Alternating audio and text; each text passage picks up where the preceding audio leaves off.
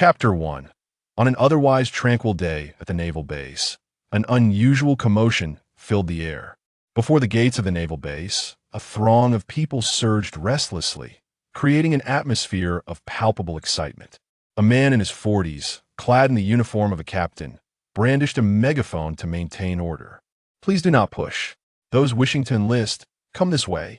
Regrettably, the eager aspirants seeking to join the Navy paid no heed to his words. Instead, they pressed forward with renewed fervor, fearing that a moment's delay might cause them to miss out on an opportunity. "Damn it, didn't I say not to push? Who the hell just yanked my pants down? Clear the way. I arrived at 6 this morning. You think that matters? I got here at 4, and look where I am now." The crowd had long abandoned any semblance of order, devolving into chaos. Before the selection stage, veteran sailors, possessing foresight, had anticipated this scenario and had taken measures to keep the agitated masses at bay, preventing them from encroaching within 3 meters of the selection platform. Such scenes unfolded annually during recruitment, and the seasoned soldiers within the base had grown accustomed to it. Captain Jack, having just finished addressing the crowd through the microphone, paid no mind to the tumultuous throng and settled back behind the selection stage. Amidst the pandemonium, a veteran turned to Jack and whispered, "Sir, with recruitment happening every year, can't we deploy more personnel to manage the crowd?" Jack rolled his eyes at the veteran. "What are you thinking? This is the East Sea. Our little island is so isolated that we seldom catch a glimpse of pirates. It's been years since we've had any casualties. We're only recruiting a handful of foot soldiers as a formality. Do you truly believe we should enlist all these people? Elsewhere, being a naval officer means battling pirates. Here, joining the Navy equates to securing a steady job, receiving a monthly salary of berry. With such a desirable position, there are never enough slots. If we open the gates, who would pay the additional soldiers?" The surrounding sailors exchanged glances, their eyes twitching. This captain certainly had no qualms about speaking his mind. Yet his words rang true. The naval base on this small island was already fully staffed. Recruitment was merely a means to fill the vacancies left by retiring veterans. Joining this naval base essentially guaranteed a stable job. There was no need to fight or bleed, and yet one could earn a salary who wouldn't be tempted. Jack reclined in his chair, propping his legs up on the table, and casually grabbed a newspaper to shield his face from the sun. "Regardless, let's wait until they calm down before we begin. We'll select a few to fulfill our quota, and as for who gets in, it will depend on their luck." The veteran shrugged, choosing not to argue further. The crowd remained densely packed, with individuals continuing to tug at one another. At this rate, it seemed unlikely that anyone would make it through by afternoon. At that moment, a voice rang out from the back of the crowd. "Make way! Make way!" A figure appeared, dressed in the garb of a maintenance worker, with a backpack slung over his chest, a ladder resting on his shoulder, and a hammer and wrench clipped to his waist. It was evident to anyone that he was there to work. The crowd instinctively parted to allow him passage, recognizing that he was there for a job, distinct from those aiming to enlist.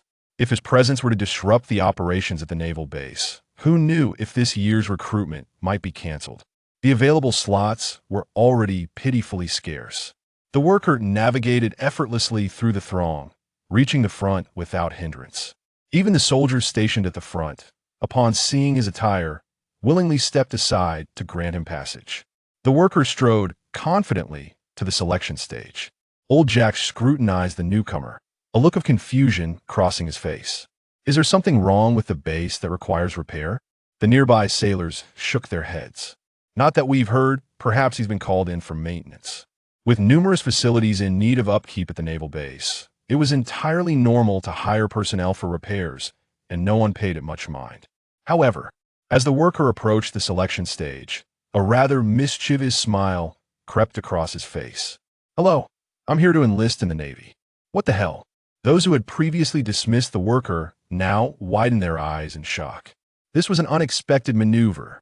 Both the Navy and the aspiring recruits stood frozen in disbelief. Before anyone could react, the worker pulled out a stack of papers from his backpack. "Here is my resume, detailing my skills and past experiences. I kindly request that you review it." At this point, the crowd and the Navy began to regain their composure. "Damn it, That's not fair. Why are you letting him through while blocking us? Listen, we want to enlist too. This is cheating, blatant cheating. The crowd erupted into chaos. Two sailors hurried over to the worker, intending to escort him away. This young man had cleverly maneuvered his way to the front. If he truly joined the Navy, it would surely incite a riot among the crowd. Yet, the worker remained unperturbed, turning his gaze toward Captain Jack, the one with the authority to make decisions. Just as the sailors were about to drag him away, Jack suddenly stood up, holding the worker's resume, and approached him. "Wait, what's your name?" The worker promptly executed a crisp salute, exclaiming, "Reporting, sir. My name is Su Ming. I reside locally, and I am 15 years old. My skills include long-distance running, swimming, and marksmanship. I previously worked as a hunter, so I possess certain shooting skills. I earnestly wish to join the Navy. I kindly request this opportunity, sir." Jack nodded in acknowledgement. "Very well. Your salute is commendable, and your skills in shooting, swimming, and long-distance running align with our fundamental requirements for enlistment. It appears you are quite suitable for our recruitment." At this, the crowd erupted once more. "This is unfair." "That's right, unfair." The shouts of the masses grew louder as they surged forward, threatening to overwhelm the sailors. Jack, sensing the gravity of the situation, quickly altered his tone, casting a conflicted look at Su Ming. "Your qualifications are impressive, but entering now would violate protocol. So," Jack reluctantly extended Su Ming's resume back toward him, as though returning not merely a document, but a treasure of immense value. Su Ming, however, did not reach for it. Instead, he smiled gently and turned to face the tumultuous crowd, his gaze calm and steady. Initially, the crowd remained agitated upon seeing Su Ming, but as his tranquil demeanor washed over them, they gradually quieted. Jack raised an eyebrow, intrigued. This young man truly possessed a certain charisma. Remaining composed in the face of such collective anger was no small feat. Su Ming cleared his throat gently. "I understand why everyone is so upset. We've all come here to enlist in the Navy, yet we find ourselves blocked at the gates, which understandably causes frustration. To be honest, I empathize with all of you. We approach with sincere intentions and noble ideals, aspiring to serve in the Navy, to protect the people, the Navy, and the world government. We wish to combat evil. Yet now we are held at bay. This is not the treatment we deserve." The crowd exchanged glances, a palpable shift in the air. Soon someone shouted, "Exactly. We shouldn't be barred from entry. We want to join the Navy. Listen, you are jeopardizing the future of the Navy." The crowd grew more unruly, and it seemed the sailors were on the verge of being overwhelmed. The sailors glared at Su Ming in frustration. Could it be that he was sent by the Revolutionary Army to incite discord? At that moment, Su Ming deftly shifted his rhetoric.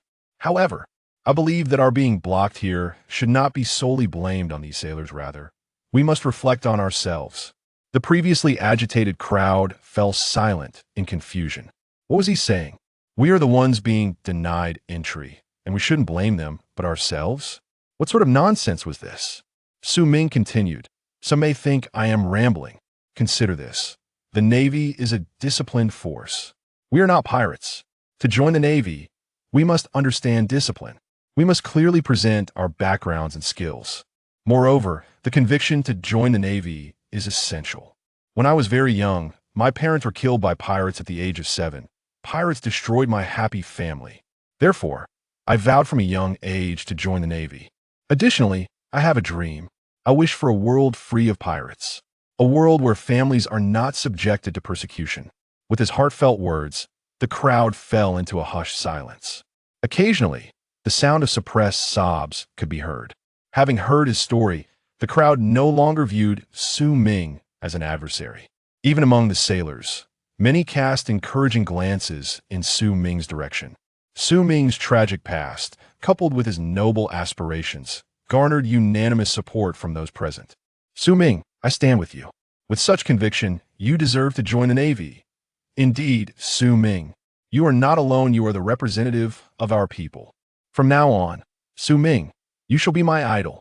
Nearby, Jack observed the shift in the crowd and glanced at the earnest expression on Su Ming's face, his eyelids twitching involuntarily. This lad truly possesses a remarkable talent for fabrication. While others may be oblivious, Jack was acutely aware of the truth. The individual before him, known as Su Ming, had clearly stated in his resume that he was an orphan. Moreover, the resume was accompanied by a membership card for the Nightshade Bar. Nightshade Bar, a recently established venue on this island, has garnered attention for its exceptional service and innovative beverages. However, it is also known for having the highest prices among all bars. As a lieutenant, Jack could only afford to indulge there once or twice a month. Beyond that, he would be left to scrape by. Yet with this membership card, he could enjoy a 50 discount, allowing him to experience the bar's premium service more frequently. Such a savvy young man. Uttering those words earlier, Jack believed not a single word, nor a punctuation mark. Having calmed the crowd, Su Ming turned to Jack and rendered a precise military salute. "Sir, please grant me permission to join the Navy." From within the crowd, "Let him join the Navy." "Approved. Approved. Su Ming, take my share with you. Let's strive together." The recruitment event had evidently transformed into a fan meeting. Jack glanced at the resume in his hand, then at Su Ming, and a smile of satisfaction spread across his face. "Excellent. Su Ming, from this day forth, you shall be a proud member of the Navy." "Fantastic. Su Ming, go for it. I shall definitely join the Navy too." "Su Ming, you are our beacon." The crowd erupted in cheers. Jack discreetly tucked Su Ming's resume into his pocket. The two exchanged knowing smiles, an unspoken understanding between them. The Navy is not solely about combat. It involves the nuances of human relationships. With Su Ming's initiation, the subsequent selection process was significantly elevated. After all, the cultural and educational levels in the world of One Piece are generally low. Not everyone possesses the ability to craft a resume. Even rarer are those who can weave tales. Yet, such matters did not concern Su Ming. "Ding! Congratulations, host, on successfully joining the Navy and activating the idle fishing system." A voice echoed in Su Ming's mind. Finally activated. His joining the Navy was for the sake of this system. Su Ming was not originally from this world. In his past life, he was an executive at a certain company, regarded as a successful individual in the eyes of ordinary people. However, after a car accident, he unexpectedly traversed into this world and became an orphan. Su Ming had many interests, one of which was anime, and he quickly realized he was in the world of One Piece. Pirates and the Navy were in constant opposition. The world government, revolutionary army, and the four emperors formed a tripartite stalemate. This world is fraught with danger. Fortunately, he also possessed the essential golden finger of every transmigrator. As long as he could join the Navy, he could activate the system. This was the very reason Su Ming sought to join the Navy. The idle fishing system. Su Ming repeated the system's name in his mind. One odd name, it's hard to discern whether it's a legitimate system. Never mind. As long as it is a system of vital asset for any transmigrator, it must be of assistance. Su Ming, system, what functions do you possess? Ding. The host has now officially joined the Navy. By reporting daily, he can earn idle fishing points. These points can be used for system item lotteries. The system will evaluate the completion of tasks assigned by the Navy. The assessment criteria are divided into two aspects: completion rate and satisfaction level. The lower the task completion rate, the higher the satisfaction level, resulting in a greater accumulation of leisure points. Goodness, this indeed resembles a leisure system.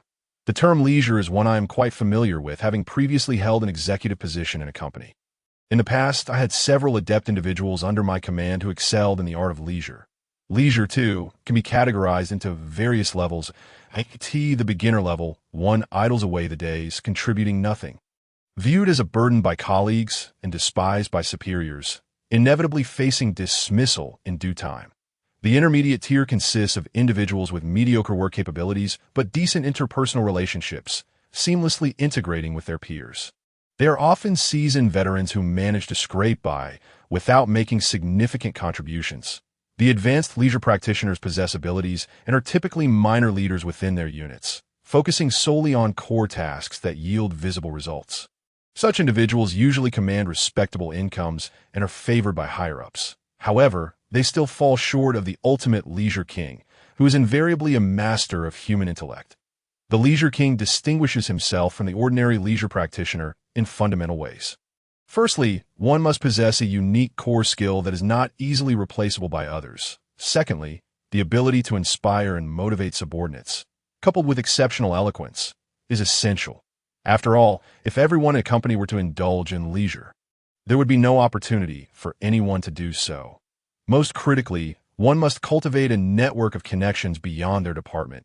In simple terms, it translates to leveraging relationships. This enables higher-ups to create opportunities for leisure, even seeking your indulgence in it. This, indeed, represents the pinnacle of leisure. I, Su Ming, am not lacking in talent.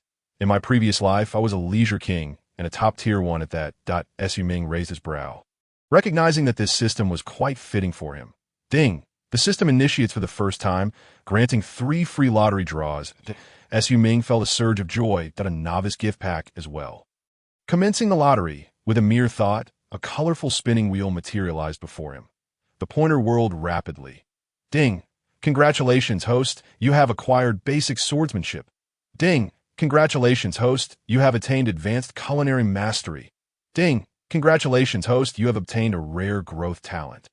Steel bones, as the pointer settled 3 times, 3 beams of golden light, visible only to Su Ming, enveloped him. The knowledge of swordsmanship and culinary arts flooded into Su Ming's mind. Simultaneously, he sensed a subtle transformation occurring within his body. Moments later, the peculiar sensation gradually faded. Su Ming opened his eyes and gazed at the standard military knife in the corner.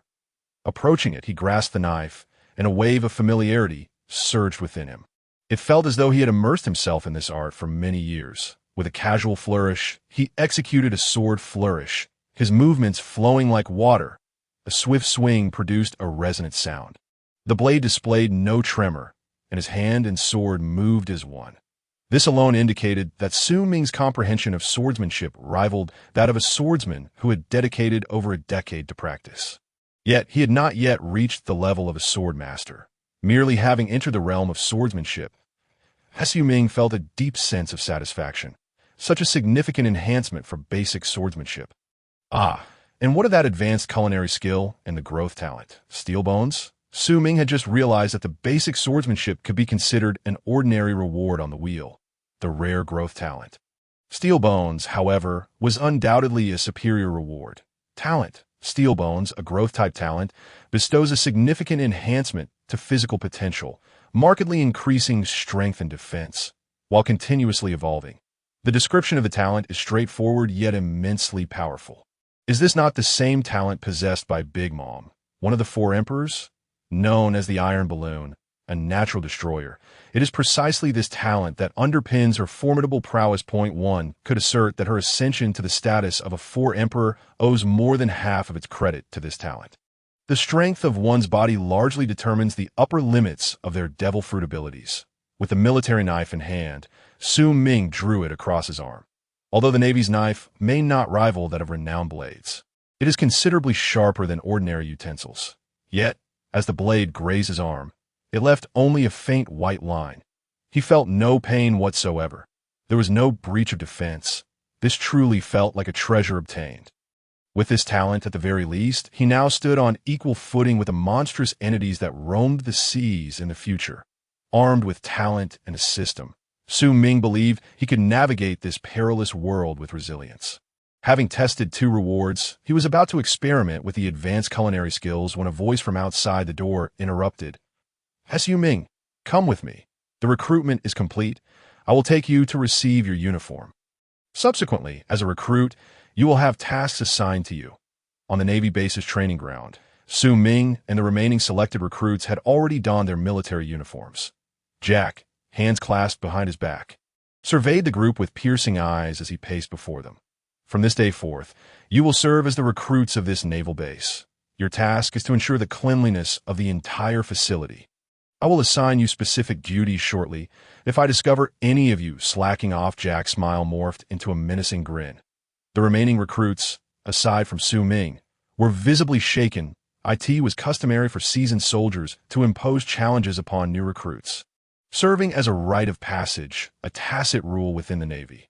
The hierarchy within the Navy is distinctly defined, comprising ranks from private, corporal, lieutenant, colonel, general, to marshal in such a naval base. The primary authority is typically a colonel. However, during this period, Colonel Shijin was said to be out at sea, pursuing achievements due to an anticipated visit from a significant figure. Thus, the recruitment training fell to Jack, the lieutenant, observing the apprehensive expressions of the new recruits. Jack wore a satisfied smile. Just then, he suddenly noticed Su Ming.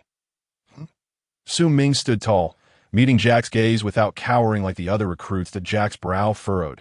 He held a vivid recollection of Su Ming, particularly from the recruitment process where he had disguised himself as a maintenance worker, coupled with his silver-tongued eloquence that left a lasting impression, of course. What stuck with Jack the most was the membership card from the night bar. However, that would not grant Su Ming any leeway before him. Jack's expression darkened visibly.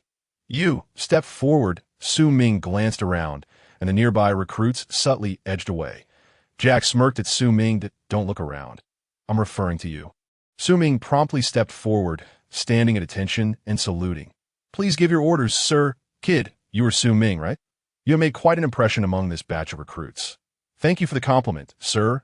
I am merely an ordinary naval recruit." "I am at your command." Jack's smile widened. Not far away, some seasoned sailors, having been at the base for some time, shook their heads upon hearing Su Ming's words. "It's over for this kid. He's in for a rough time." "I remember this kid, Su Ming. He's clever." But with Jack's attention, one sailor shivered, recalling some terrifying memories. "That I wonder how Jack plans to make things difficult for this kid. I hope he can endure What are you thinking?" "The last recruit who caught Jack's, I ended up crying and begging to leave the Navy, right?" "What did Jack make him do again?" "I think it was cleaning the dormitory, if I recall correctly. That recruit was made to clean for an entire day and night and still didn't finish." "How long do you think this recruit will last?" "This kid seems pretty sharp. He should manage a couple more days." Well, you have quite a bit of faith in him. I'll chip in as well. 2,000 berries for a day. Let me tell you, I've seen Jack's methods. If he wants to make someone's life miserable, this kid won't last a day." Count me in too. 2,000 berries. If this kid manages to withstand Jack's trials, all your bets will belong to me. Dream on." Having emerged victorious, Lousy contemplated visiting the Nightshade bar for a bit of revelry. There, a beautiful bartender caught his eye, her gestures reminiscent of a sailor admiring a splendid vista, albeit with a hint of lewdness that a group of veterans engaged in playful banter, wagering on Su Ming. Jack, observing Su Ming, wore a smile that was more skin-deep than genuine. "Well, since you've so eagerly volunteered, I shall assign you a task. Starting tomorrow, the entire floor of the dormitory I inhabit will be your responsibility to clean. Remember, do it diligently. I expect no laziness, or else I assure you, my current amiability will vanish." Ding! The system's voice echoed in Su Ming's mind, announcing the task. Cleanliness of Jack's floor, with a reward of 10 to 1,000 points of leisure value. A flicker of joy sparkled in Su Ming's eyes. His assumptions were correct. A task was indeed at hand. "Yes, sir. I guarantee the task will be accomplished." Beneath the shade of trees, the veterans, witnessing Su Ming's prompt acceptance, couldn't help but sigh. Jack was resolute in establishing his authority over this newcomer. Given his critical nature, they anticipated that tomorrow, Su Ming would surely face a torrent of scolding. Let's go. Tomorrow morning promises to be quite the spectacle. The veterans dispersed, returning to their respective duties. The few new recruits who accompanied Su Ming also received their assignments. The day swiftly passed, and by dusk, the sailors of the base began to trickle into the mess hall. The culinary offerings of the naval base's mess hall left much to be desired. While not outright inedible, they certainly lacked any semblance of delight. Su Ming sampled only a bite before setting down his utensils. His standard for food were high, and the naval fare simply did not meet them. With the same ingredients, a skilled chef like Su Ming could elevate the flavors to new heights. Suddenly, a flash of inspiration struck Su Ming. Of course, he could leverage his culinary expertise to counter Jack's impending challenges. Having navigated the workplace for many years in his previous life, he understood Jack's intentions all too well. It was a deliberate ploy to undermine him. Su Ming was confident that regardless of how well he performed, Jack would find fault, aiming to assert his dominance. The system's task was measured by completion and satisfaction rates. thus to fulfill the task perfectly. The crux lay in forging a good rapport with Jack. Since joining the Navy, Su Ming had already gifted Jack a membership card to the Nightshade bar, which Jack had accepted without hesitation. This indicated that Jack was not entirely impervious to goodwill. A sumptuous meal could serve as an ideal bridge to mend their relationship. Su Ming stroked his chin, observing the sailors exiting the mess hall. It seemed he would need to pay a visit to the kitchen personally. As the last sailor departed the mess hall, Su Ming inquired about the head chef from a veteran and procured some local specialties before leaving for the dormitory. The base's head chef was an affable, portly man, and upon encountering the aforementioned specialties, he nearly embraced Su Ming as a brother. As for the use of the kitchen, it posed no issue at all. The kitchen, which should have been closed, was ablaze with activity. Delicious aromas wafted from the windows. The head chef, seated and engaged with the specialties, suddenly froze, instinctively drawn to the kitchen, where the tantalizing scent beckoned him, causing his mouth to water. Glancing between the specialties in his hand and Su Ming's culinary creations, he ultimately made a difficult decision. Why, dear brother Su Ming, I shall forego this specialty. Might I indulge in a taste of your dish? Clearly, the allure of Su Ming's expertly crafted meal surpassed that of the specialty. Observing the chef's reaction, Su Ming felt a surge of confidence. His culinary mastery proved even more beneficial than he had anticipated. At dawn, the training bell rang, rousing the sailors in the dormitory to prepare for morning exercises. Jack donned his uniform and stepped out of his single room, glancing back with a satisfied smile. Ordinarily, his quarters were quite orderly. As a sailor, one could hardly expect to falter in such matters. However, the sight of Su Ming's calm demeanor irked Jack. This morning, he had intentionally disheveled his room, hoping to find fault and reprimand this newcomer to assert his authority. Today, he was determined to teach these new recruits a lesson. Jack mused as he headed to the mess hall for breakfast. The veterans on the same floor emerged from their rooms, gathering around Jack and casting knowing smiles towards his quarters. Captain Jack, be gentle. Don't truly break that lad. I find him rather likable. Get lost. Don't think I don't know. Otherwise, I might just visit your dormitory, and I doubt it's any better than mine. Laughter ensued among the veterans. Suddenly, a delightful aroma wafted through the air. What smells so good? Is it the scent of food? Did the mess hall change chefs today? I can't wait. I'm off to investigate. I've had enough of the mess hall. The sailors, weary of the base's culinary offerings, followed the enticing scent, forgetting all about Su Ming. The aroma alone was intoxicating, even before tasting it. Each sailor resolved to sample whatever it might be, regardless of its origin. Just then, Su Ming emerged from around the staircase, carrying an insulated box from which the enticing fragrance emanated. Good day, sir. New recruit Su Ming reporting for duty, ready to fulfill my task. Su Ming stood at attention, saluting. Yet the veterans paid him no mind. Their gazes were fixated on the box behind him. The sound of saliva swallowing echoed throughout. Su Ming, what's in that box behind you? A veteran inquired knowingly.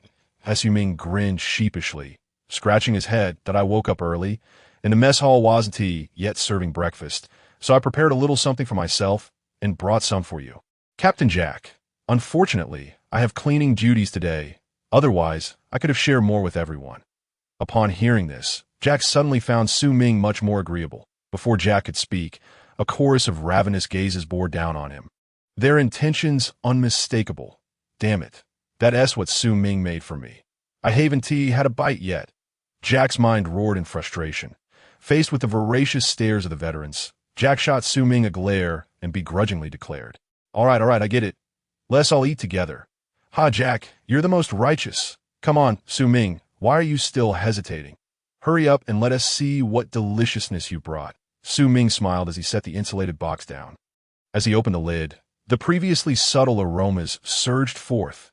Inside the box lay an array of exquisite dishes, each one beautifully presented, though in modest portions. The onlookers were astonished. Not only did the food smell divine, but it was also visually captivating to this truly edible. How did you make these dumplings so translucent? And what is this delicate, pleated dish filled with broth? The sound of swallowed saliva echoed like a battle cry. The veteran surged forward. Hey, don't snatch. That's mine. Don't waste it. The meat porridge just splashed on my face. This is unbelievably delicious. What I had at the base mess hall was fit for pigs. One veteran clutched 2 shrimp dumplings, cheeks stuffed, his expression radiant, tears of joy glistening in his eyes. As the commanding officer, Jack had to maintain his composure and could not join the fray, watching the frenzy unfold among the veterans. Curiosity peaked within him. Is it really that good?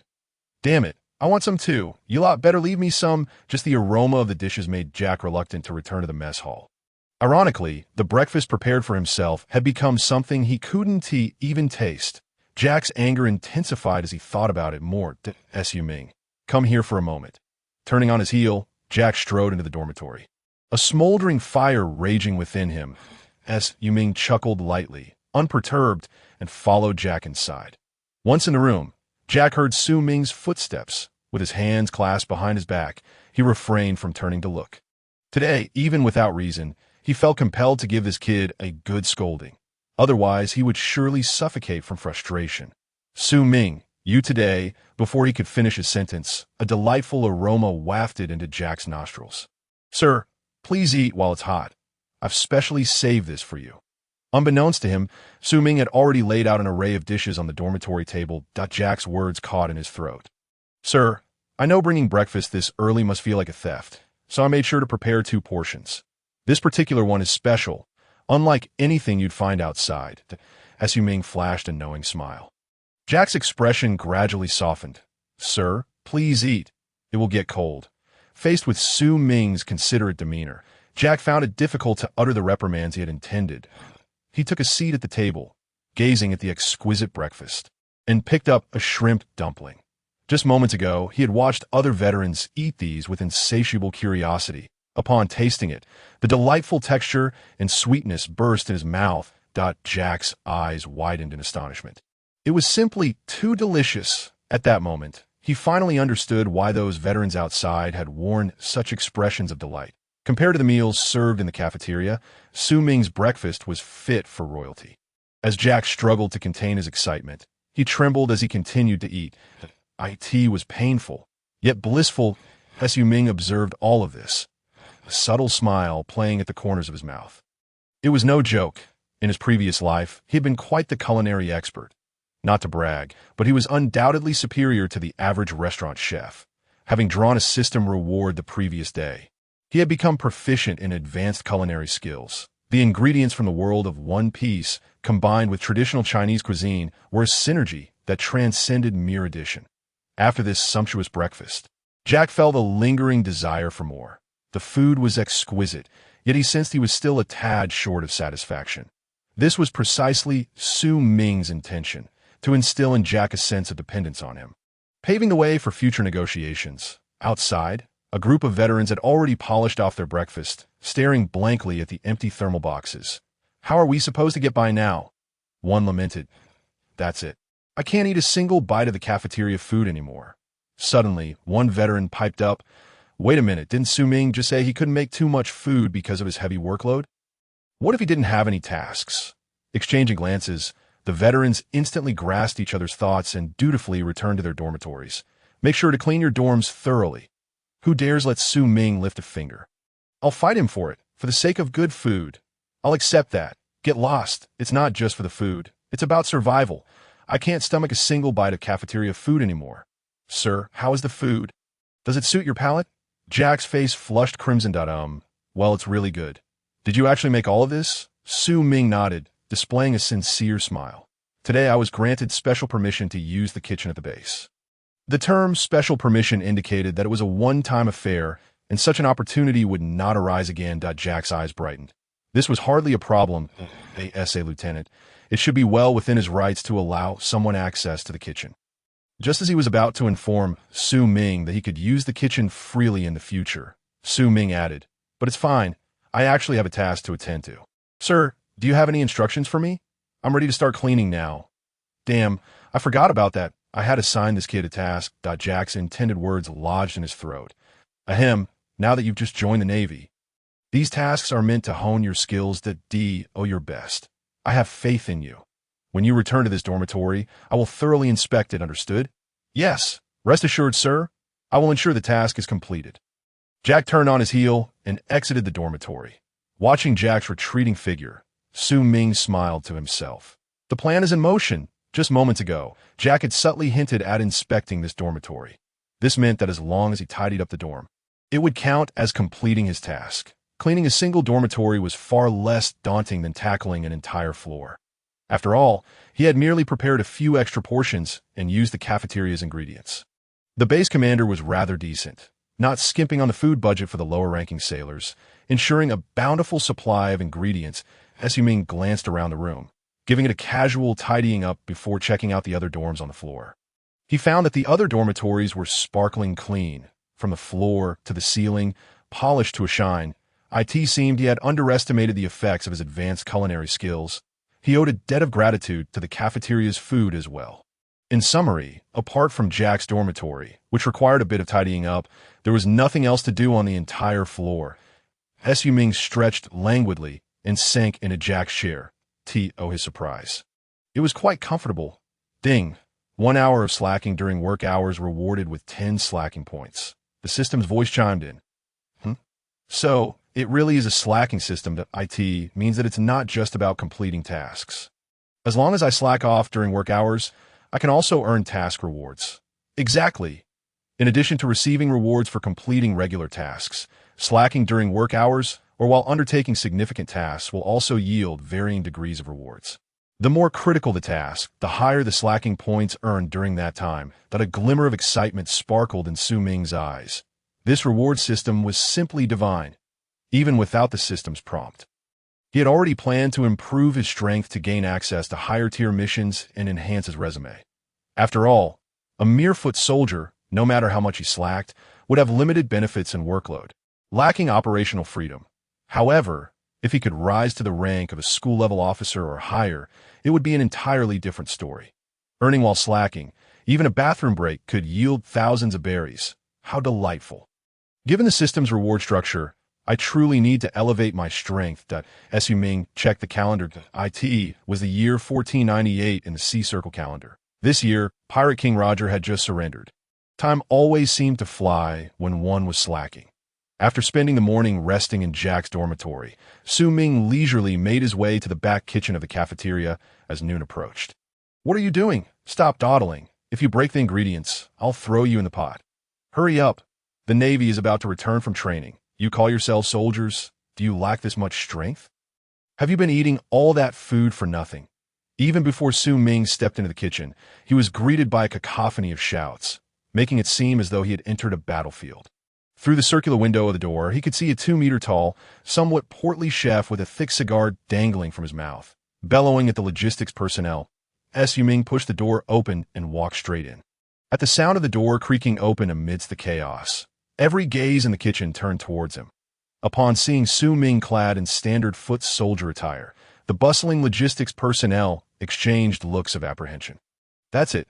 This foot soldier doesn't understand the rules and has barged in here. The head chef will surely toss him into the pot. Shh. Keep your voice down. Do you want to be thrown into? This guy just joined us, right? The head chef despises outsiders entering the kitchen. He's done for. The logistics team held their breath, afraid to make a sound. The portly chef's face was obscured by his tall chef's hat, casting a shadow that hid his expression as he approached Su Ming step by step. Here we go. Su Ming, still in his growth phase, stood at roughly 1.7 meters tall, appearing somewhat diminutive before the hefty chef. The disparity in their sizes created an immediate sense of intimidation. Excuse me, I need to borrow the kitchen for a moment.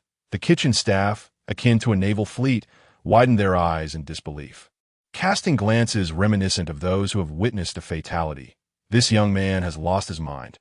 Everyone present was acutely aware of the two unbreakable taboos imposed by the rotund chef. First, no one was permitted to enter the kitchen without permission. Second, his culinary tools were strictly off-limits. In a mere moment, Su Ming had brazenly transgressed both prohibitions. This lad was surely doomed. Look, the head chef has drawn his knife. One exclaimed. Will we be implicated in this? A cadre of support staff had never before felt time stretch so interminably, as if the very air around them had solidified, just as all assumed Su Ming was destined for punishment. A surprising turn unfolded. Oh, It's you, Su Ming. Come, choose whatever ingredients you need. The plump chef beamed, his expression warm as though he were greeting a beloved relative. The onlookers were left bewildered. What is happening? Could it be that all those rumors were mere fabrications? Our head chef, known for his thunderous voice, is actually of gentle temperament. A young support soldier pondered, feeling a twinge of fatigue in his shoulders and wishing to set down his burdens for a moment's respite. Who told you to rest? The chef, who had just moments ago displayed a genial smile, now wore a fearsome scowl and bellowed. With a swift motion, a large chef's knife soared through the air, precisely slicing past the young soldier's scalp and embedding itself in the ham atop a comrade's head. Good grief, it was all a ruse. The head chef remains the same formidable figure. Su Ming chuckled awkwardly, feeling an unexpected pang of sympathy. Indeed, the rumors were true. Yet, each person has their preferences. One struck a chord. Even the most irascible can don a friendly visage. Discreetly, Su Ming tucked a small box into the chef's pocket. Brother, this is a fresh batch of cigars sourced from an island renowned for its production in the New World. I don't smoke, so please, indulge when you have the chance.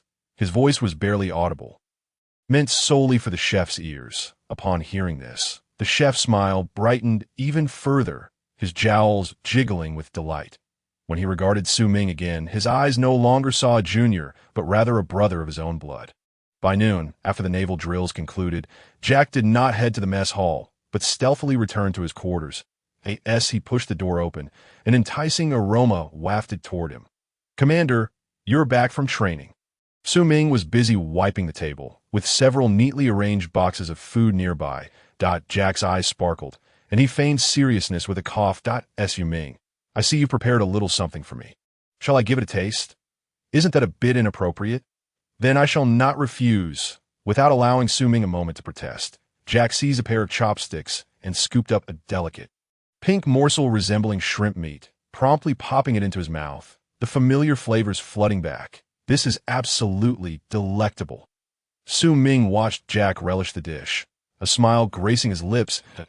In no time, Jack had devoured everything, wiping his mouth as he savored the lingering flavors. When he reopened his eyes and gazed at Su Ming, he found him irresistibly charming. It felt as if fortune had smiled upon him. As a new recruit, Su Ming, you are quite impressive. It seems your cleaning duties are nearly complete. This afternoon you may join the training, or perhaps finish tidying up any remaining areas before returning to rest. I appreciate your understanding. Commander, I still have some cleaning left to do, so I cannot join the drills. Just why is that so? Then complete your task this afternoon. You need not prepare for tonight. Understood. I shall not disturb your rest any further.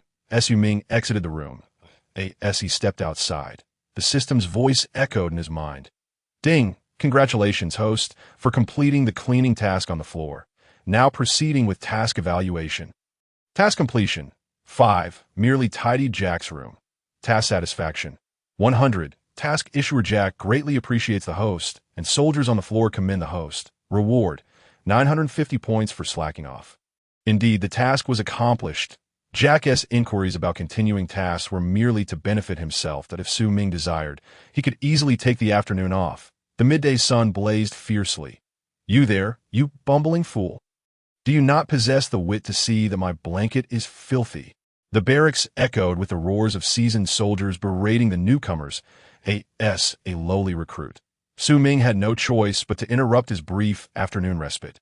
Jogging over to await orders, with a shrug, he made his way to the base's main entrance. Ordinarily, regular soldiers were not permitted to come and go as they pleased, as no one could predict when pirates might strike. However, this small island lay in a secluded corner of the East Sea. Even if pirates were to come, they might not bother, especially since many of the station's sailors were locals. Consequently, the restrictions were significantly relaxed. After slipping 2 cigars to the gatekeeping veteran, Su Ming swaggered out of the naval base. After rounding a couple of corners, Su Ming arrived at the back entrance of the Nightshade bar. Pushing the door open, upon entering, he was met with the sight of Karina, a stunning bartender with golden, flowing locks and a statuesque figure, momentarily taken aback as she gazed at him. Hey, boss, didn't you join the Navy? Have you returned so soon? Did you not make the cut? Su Ming rolled his eyes and plopped down onto a sofa in the private room. Reclining languidly, he gestured to the military garb he wore, making his request clear. "Pour me a glass of whiskey." Karina stifled a giggle, turning to pour a glass of whiskey which she then placed before him. Thought, "I hear being a naval recruit, I assent easy. Our bar is thriving. We have no shortage of business. Why would you choose to join the Navy? Even if our little island has seen no pirate incursions, the Navy is still a perilous profession." Karina expressed her concern, unable to fathom Su Ming's decision. Accepting the whiskey, Su Ming took a sip. Karina was the first friend he made upon his rebirth in this world. Like him, she was also an orphan, seemingly washed ashore after a calamity at sea. And since they awoke, they had relied on each other. Over the years, as their living conditions improved, Karina blossomed into a striking young woman. Though she was merely 15 or 16, her figure had developed splendidly, exuding a mature allure in her movements. Notably, due to their close bond, Karina had grown quite dependent on Su Ming. That on the sofa, faced with Karina's inquiry, Su Ming shrugged helplessly. This is a common ailment among ordinary civilians. They fail to recognize the need for vigilance in times of peace. In the chaotic world of One Piece, stability is but an illusion.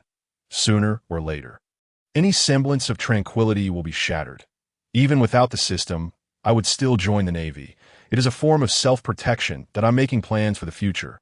You should learn to be cautious. He shook his head, adopting a tone of a mentor. Karina pouted and rolled her eyes at Su Ming, exuding a teasing charm. As you wish, just don't get into trouble. She unconditionally supported Su Ming's decisions. "I want to elaborate further. You attend to your matters. I have some errands to run this afternoon. By the way, how has the sparkling wine you've been brewing been received?" Su Ming suddenly inquired. Upon hearing Su Ming mention the sparkling wine, Karina's eyes lit up.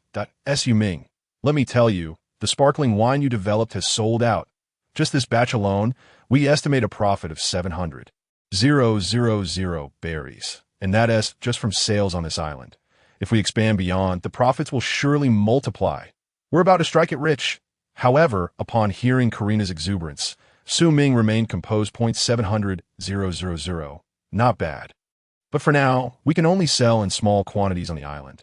Remember, no matter who asks, just say that this wine is time-sensitive, in limited supply, and cannot be mass-produced. There are no plans to sell on other islands for the time being. In a previous life, as a high-ranking executive of a large corporation, Su Ming had come to understand a profound truth. When one possesses something of value, it is essential to refrain from reckless boasting or excessive promotion, lest one invites misfortune. This principle holds particularly true in the world of One Piece. The sparkling wine had become exceedingly popular, allowing him to amass a staggering 700,000 berries in just over a month, which certainly qualifies as exorbitant profit. However, should he choose to broadcast this success widely, it could prove detrimental. Should he attract the attention of those with ulterior motives, whether they be Marines or pirates, his current capabilities would leave him ill-equipped to safeguard his newfound wealth, potentially even inviting dire consequences. Rest assured, I comprehend the situation. During this period, the sparkling wine is being sold in limited quantities. Yet numerous individuals have begun to inquire about its nature. Karina possesses a remarkable acumen for business and delights in her endeavors, freeing Su Ming from the burdens of managing the tavern.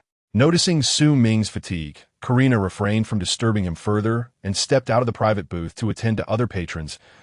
Su Ming reclined on the sofa, gazing up at the ceiling, and couldn't help but sigh, lamenting his insufficient strength. The sparkling wine is indeed a fine commodity. Had he the power to protect it, he would have long since accumulated over 100 million berries and could live a life of ease. To truly live freely in the world of One Piece, mere wealth is insufficient. An ordinary person, devoid of strength or connections, yet possessing a vast fortune, would scarcely survive a week. Ding! Congratulations, host. You have earned 10 points for slacking off during work hours. Your current slacking points stand at 1,000. Allowing for one ordinary lottery draw. Shall we proceed now? Su Ming jolted with excitement. A lottery draw. Before him appeared a colossal wheel, visible only to Su Ming, spinning incessantly until it finally halted in a small segment. Ding! Congratulations, host! You have acquired the basic Navy 6 dials. The methods of employing the Navy's 6 styles flooded into his mind. Although Su Ming had never trained in the Navy's 6 styles, he felt as if he had been practicing for many years. With a gentle push off his toes, whoosh! In an instant, Su Ming, who had been lounging on the sofa, found himself standing 5 meters away at the door of the booth. This is the Navy's 6 styles. He had mastered them all at once. Su Ming felt a surge of exhilaration. The Navy's 6 styles are renowned martial techniques within the Navy, yet not everyone is capable of mastering them. Having previously drawn the talent of Iron Bones, he possessed exceptional physical potential, and now, with the acquisition of the Navy's 6 styles, his strength had increased dramatically. He needed to find a suitable place to test his newfound abilities. With that thought, Su Ming lost interest in lingering at the tavern, bid farewell to Karina, and departed. In a secluded corner of the tavern, a middle-aged man observed Su Ming's retreating figure, drained his glass in one gulp, and revealed a knowing smile that he hadn't anticipated encountering such a promising talent in this humble locale, especially one who had mastered the Navy's 6 styles. His visit had indeed borne fruit. After leaving the tavern, in pursuit of testing his strength, Su Ming chose not to return to the Marine base, but instead ventured to the dense woods on the back mountain of a small island. Emerging from the thicket and nearing the seashore, he arrived at a secluded sandy beach, where an old wooden shack stood. Without hesitation, Su Ming entered the shack. This was a dwelling he had constructed for himself during childhood. Conveniently located by the sea, providing a source of food, and remarkably discreet, making it nearly undetectable, an oasis of tranquility. However, as the tavern's business flourished, both Su Ming and Karina gradually accumulated savings, leading to infrequent visits to this old haunt. Inside the small cabin, he changed into a set of worn clothes. The attire had become snug. He would need to replace it soon. Observing the noticeably smaller garments, Su Ming murmured to himself, in the world of One Piece. The height and physique of individuals remain an enigma. Particularly, those gifted with extraordinary talents exhibit physiques that defy convention. That Su Ming, who had drawn the rare talent of Iron Bones, had initially worried that he might grow to resemble giants like Big Mom or Kaido. However, seeing himself now, he realized his concerns were unwarranted. His height remained perfectly normal. Merely his physical strength had transcended that of ordinary individuals. This 15-year-old boy, standing at 178 cm, he was slightly taller than average and still had room for growth. First, he focused on strength. Approaching a tree with a diameter of nearly 1 meter, Su Ming steadied his breath and concentrated. In the next moment, he unleashed a punch. Boom! A tremendous sound echoed through the forest. The massive tree, with its 1 meter diameter, was cleaved in half by Su Ming's punch. Hidden in the shadows of the forest, the previously inconspicuous patron from the tavern had followed him here and bore witness to Su Ming's feat of breaking the giant tree. How formidable! If this punch were to be measured, his strength would surely surpass 400. Such power would place him among the elite, even within the Marine Military Academy. Earlier in the tavern, what he had demonstrated was likely the 6-style shave. Mastering even one of the 6 styles indicated extraordinary physical prowess. Judging by his attire, he appeared to be a mere recruit from the branch. How could such talent remain in such a small outpost? It was absurd that, in these tense times, they had encountered such a promising individual, yet failed to report it. The branch was becoming increasingly irresponsible. Unbeknownst to Su Ming, someone had already set their sights on him. Observing his fist, the onlooker was equally astonished. While aware that rare talents were likely to be powerful, he had not anticipated such an extent. Previously, he could scarcely have imagined breaking such a thick tree. Even leaving a mark would have been considered impressive, and he had exerted less than half of his strength. Moreover, after enduring such a potent impact, he felt not a hint of pain when his fist collided with the tree. It felt as though he were striking tofu, effortlessly penetrating through it. Iron Bones, while strength was a mere supplement, the primary advantage lay in his astonishing defensive capabilities that he wondered how he would compare to Big Mom, who was infamous for her steel balloon talent point. One of the future emperors, Charlotte Linlin, Big Mom, was known for her physical qualities that surpassed even those of the giant race. Dubbed the Steel Balloon, she was impervious to knives and bullets from a young age, and few could breach her defenses even without the application of Haki, a T present. Su Ming had yet to reach such heights. but he felt his physical strength growing incessantly by the moment. This growth seemed boundless. From a long-term perspective, his talent would undoubtedly surpass that of Big Mom. Next, he proceeded to test the other techniques. Su Ming systematically experimented with each of the Navy's 6 styles. Aside from the iron block, which could not be tested at the moment, he tried out the moonwalk, storm leg, shave, and paper drawing. Fortunately, with the enhancement of his iron bones talent. Otherwise, with his previous physical condition, he would not have been able to execute the 6 styles, regardless of his understanding of the techniques. Eye in the shadows. The man observing Su Ming's training stared with disbelief. This young man did not merely know how to shave, he had mastered all the Navy's 6 styles. At this age, such potential was undoubtedly sufficient for entry into the headquarters, clad in the garb of a mere recruit. He must belong to the Marine base on this small island. It seemed necessary to pay a visit to the branch for an evaluation. With this thought, the man retrieved a din mushy from his pocket. "Hello, Vice Admiral Garp. It's me, Bogart, and I've encountered a situation on the island you asked me to inspect." On the other end of the line, Bogart relayed the details of Su Ming's abilities. The din mushy responded, "A young Marine, around 15 or 16, capable of mastering the Navy's 6 styles with a strength of 400 and notable physical potential." "Very well. Conduct a thorough investigation into his background. I will pass by that small island in a couple of days. If he truly possesses potential, we shall bring him to headquarters. These are critical times. Although Roger has been captured, pirates across the globe are stirring, and the Marine headquarters is evidently understaffed." "Understood, Vice Admiral Garp. I will compile the information and await your arrival." After the call ended, Bogart gazed at Su Ming, who was still practicing the 6 styles. He decided to head to the base first, hoping to find some relevant information. Silently, Bogart slipped away from the thicket. Su Ming, engrossed in practicing the 6 styles, suddenly furrowed his brow and scanned his surroundings. Was that just my imagination?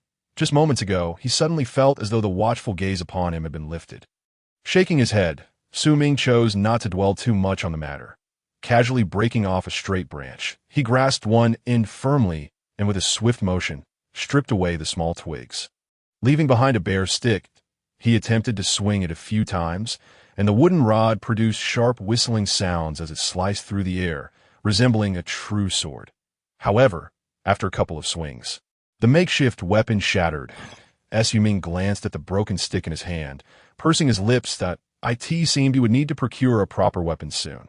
After some experimentation, Su Ming gained a clearer understanding of his current abilities.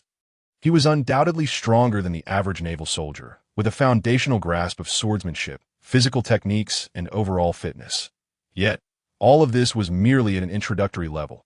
To truly become a formidable warrior and ensure his own safety remained a distant goal. After cooling off by the sea, Su Ming changed back into his Navy uniform and made his way back to the naval base. Before long, he returned to his dormitory, and no sooner had he sat down than the door swung open. "I'm utterly exhausted. Had I known it would be this tiring, I wouldn't have chosen to become a sailor. I spent the entire day under the sun, and just when I finished cleaning the training ground, those old soldiers made another mess. Ha! You all should be grateful. I was tasked with cleaning the training area, enduring the sun while sweeping, and being berated by that guy. He wasted my entire day and didn't even utter a single repetitive phrase." A few naval privates collapsed onto their beds like defeated dogs, grumbling about their misfortunes. By the way, Su Ming, how did it go today? I heard you were assigned to clean Captain Jack's dormitory. Did he let you go back this early? The others in the dormitory suddenly caught on. Indeed, Su Ming seemed to be the most unfortunate among them, yet he remained silent. Su Ming offered an awkward smile. Actually, I think Captain Jack and the veterans of the base are quite nice. They're warm and interesting. I really enjoy being here." Just as the words left his mouth, a voice called from outside the dormitory. "Su Ming!" "Who is Su Ming?" An old sailor appeared, holding a fresh set of naval uniforms and a dinner. Su Ming hurriedly stood up. "Here." Seeing this, the old sailor stepped forward. "Here, this is what Captain Jack specifically asked me to deliver to you. I noticed your uniform was torn, so here is a new set, and this is your dinner. Furthermore, Captain Jack instructed me to remind you not to forget to fulfill your cleaning duties tomorrow and to join the training afterward." A profound silence enveloped the dormitory. The privates sharing the room with Su Ming looked at him in disbelief. Awkwardly accepting the uniform, Su Ming saluted. Yes, I will ensure the tasks are completed on time. All right then, no further matters. I shall take my leave, as the old sailor prepared to depart. Su Ming hastily followed him. Wait, sir. Su Ming quickly caught up to the old sailor and, taking advantage of the moment when no one was watching, discreetly slipped a small bottle of premium rum into the sailor's pocket. Sir, I know the Navy has its regulations. This was an accident on my part, and I was just thinking of handing it over. If you could, please. The old sailor was momentarily taken aback, but soon reacted with a look of approval. Now this is what I call being sensible. What elder wouldn't appreciate a thoughtful junior? My previous dissatisfaction from delivering items to the privates has vanished in an instant. It's not as serious as you think, but consider this a one-time exception. You mustn't bring such things again. Understood? Su Ming earnestly nodded. You can rest assured, sir. I'm still unfamiliar with the rules. Well then, if there is nothing else, I shall take my leave. My name is Han Rue. If you need anything, feel free to find me. The old sailor Han Rue turned to leave. Su Ming watched his departing figure with a smile, choosing not to elaborate further. The sailor named Han Rue was not particularly different from others, but Su Ming was not one to offer benefits to just anyone. Captain Jack's earlier message held two meanings. One was to express his concern for Su Ming, while the other was to inform him to prepare meals for the following day. Additionally, it provided Su Ming with a stroke of good fortune. Privates were not qualified to participate in naval training, which subtly elevated Su Ming's standing. It wouldn't be long before he shed the identity of a mere private. Upon returning to his dormitory and pushing the door open, he was met with several pairs of eyes fixed intently on him. Despite having lived 2 lives and weathered many storms, he still felt a jolt under their scrutiny. What are you all looking at? Su Ming, did Captain Jack really send you the uniform?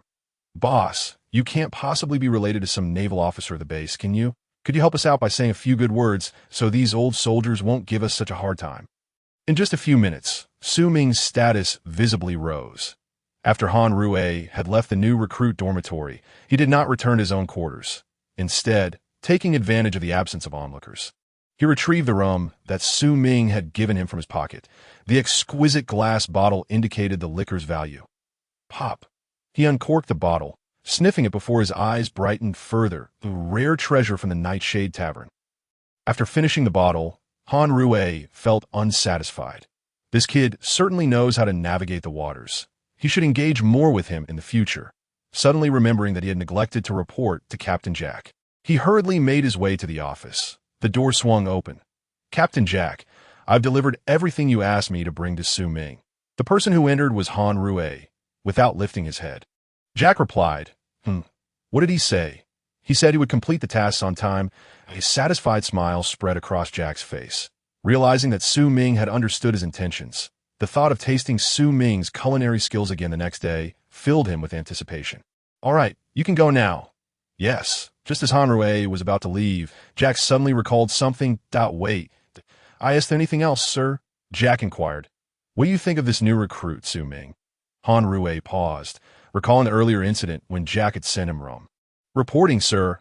I believe this recruit, Su Ming, is quite remarkable that he adapts well to naval life and does not strictly adhere to the rules. He appears to have the potential for further development. Aware of the saying that one should not bite the hand that feeds them, Han Rue decided to speak favorably of Su Ming since he had received benefits from him. Yes, that's so. All right, I understand. You may return now. Jack waved his hand, signaling for Han Rue to leave. In the room, Jack gazed out at the naval base training ground. This kid is rather interesting that he is quite mature for his age, that if he were to become a civilian staff member, it would be a good fit, safe, and not overly strenuous. Civilian positions at the base are highly coveted, with many vying for them. Jack retrieved Su Ming's resume, which he had previously been given. Flipping through a few pages, suddenly, a knock echoed at the office door. Hearing the sound, Jack casually set Su Ming's resume aside. Come in. Reporting, sir. Someone from the naval headquarters has arrived, claiming to seek the base commander. From their attire, they appear to be an officer from headquarters. A soldier reported. Jack was taken aback. What? Someone from headquarters has come. What is going on? Didn't Colonel Mingchi say he would accompany the personnel from headquarters to inspect the East Sea? Why is someone here in this remote area? The soldiers from headquarters rank higher than those from the base, with colonels being equivalent to brigadier generals in the base. They were undoubtedly authoritative figures. The soldier shook his head, saying nothing further, only that the visitor requested to see the commander. As they had some inquiries, sir, perhaps you should go and meet with them. I have a feeling this person from headquarters is quite formidable. With Colonel Mengshi absent, you're the only one who can represent the base. After a moment of hesitation, Jack nodded. All right, I understand. Please lead the way. Regardless of the circumstances, this is a visitor from headquarters and must be treated with the utmost seriousness. Just as Jack was about to step out, he suddenly heard a voice resonating from outside the door. No need. I've already arrived. Bogart appeared at the entrance of Jack's office, having seemingly materialized there without notice. Good day, Commander. I salute you. Lieutenant from the Naval Branch, Jack. Bogart nodded and proceeded directly into the office, surveying the surroundings. Jack stood rigidly to the side, not daring to exhale audibly until the moment Bogart stepped through the door. Jack felt an overwhelming aura emanating from him. This sensation was something he had never experienced even in the presence of the formidable monkey at the naval base. The man before him exuded strength. Is this the naval commander from headquarters? Jack pondered internally. He had heard tales of the vast differences between the Navy at headquarters and that of the branch, but he had never imagined the disparity was so pronounced. Noticing Bogart's silence upon entering, Jack mustered a smile and cautiously inquired, Commander, our base's Colonel Monkey has accompanied the naval commander from headquarters on an inspection of the EC that I am currently managing the base. If you have any instructions, please feel free to communicate them to me. Bogart turned to regard Jack for a moment. That will suffice. Bogart reached into his pocket and retrieved a photograph. Did I S this individual at your base? Jack leaned closer to examine the photo. It depicted someone training by the seaside. At first glance, Jack felt a sense of familiarity, as if he had seen this person before. Wait a moment. Isn't this Su Ming? Initially, Jack had not discerned clearly when the photo was first presented, but upon closer inspection, he immediately recognized that the person in the photograph was indeed that young man. Su Ming. Why would a naval commander from headquarters be seeking out this fellow? Bogart narrowed his eyes. Do you know him? Well, Jack hesitated. Observing Jack's indecision, Bogart chuckled. Surmising Jack's thoughts, he believed that the young man had committed some transgression and was concerned about being implicated. Enough of that. The lad is not in any trouble. That I am simply personally interested in him. Just relay any information you have to me. The rest is none of your concern. Jack exhaled in relief. Yes, Commander, the individual in the photograph is indeed a member of our base's naval crew. Well, to be precise, he is one of our recruits. Jack found himself in a quandary. Could it be that Su Ming's previously claimed identity was fabricated, and his true identity was that of a privileged heir sent by headquarters to experience life among the ranks? Recalling the membership card Su Ming had given him for his bar, which seemed rather expensive and unlikely to be affordable for an orphan, Jack felt a wave of regret wash over him. Damn it, what a blunder! Jack chastised himself internally. This young man is merely a recruit. How intriguing. Bogart mused to himself. Having witnessed that young man's abilities, he believed he could easily attain the rank of lieutenant even at headquarters. Jack noted the expression on Bogart's face, further solidifying his suspicions. Good grief. This Su Ming is indeed a privileged heir from headquarters. I can't believe I let him cook breakfast for me this morning. Jack felt his legs weaken. It's over. My path in the Navy seems to have narrowed. Since you know this lad, that simplifies matters. Keep an eye on him, Bogart instructed, then suddenly recalled something. Oh, and do not assign him too many tasks. If he has any responsibilities, just let him handle them as he sees fit. With Su Ming's capabilities, overburdening him with tasks would only hinder his training and could even lead to resentment towards the Navy. Although Bogart was stationed at headquarters, he had risen through the ranks from a mere recruit and understood the conditions faced by those at the grassroots level. If a promising candidate were to be lost due to trivial matters like task assignments, it would be a tremendous waste. However, to Jack's ears, Bogart's words took on an entirely different meaning. Did the commander from headquarters intend for him to treat Su Ming with special favor? What on earth is this young man's background? For such a trivial matter, a commander from headquarters personally makes an appearance. Jack's unease grew with every passing thought. Rest assured, Commander, I fully comprehend your intentions. Yes, that is best. I will be at your base for the next few days. So please arrange for me to have accommodations. Certainly, Commander, I will have someone escort you. Jack nodded in agreement, then called out to the guards outside. Soldiers, prepare the finest single accommodation for the commander. Bogart followed the guards out of Jack's office. Once Bogart departed, Jack lost all strength and slumped over his desk. What in the world am I going to do?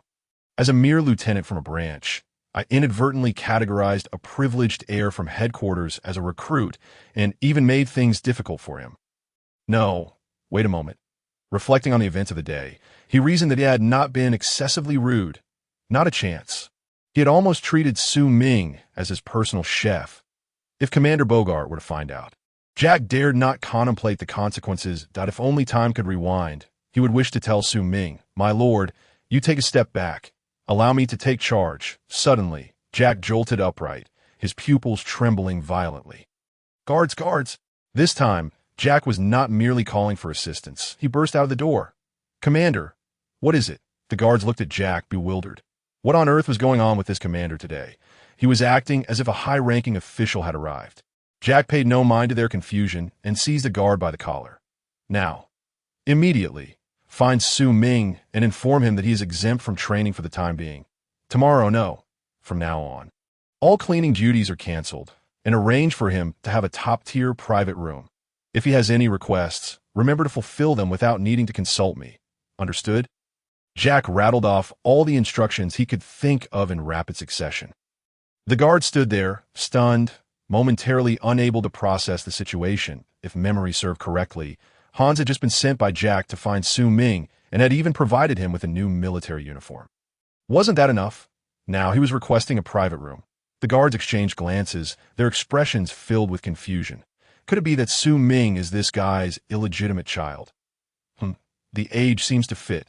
What are you still standing around for? "Get moving," Jack bellowed.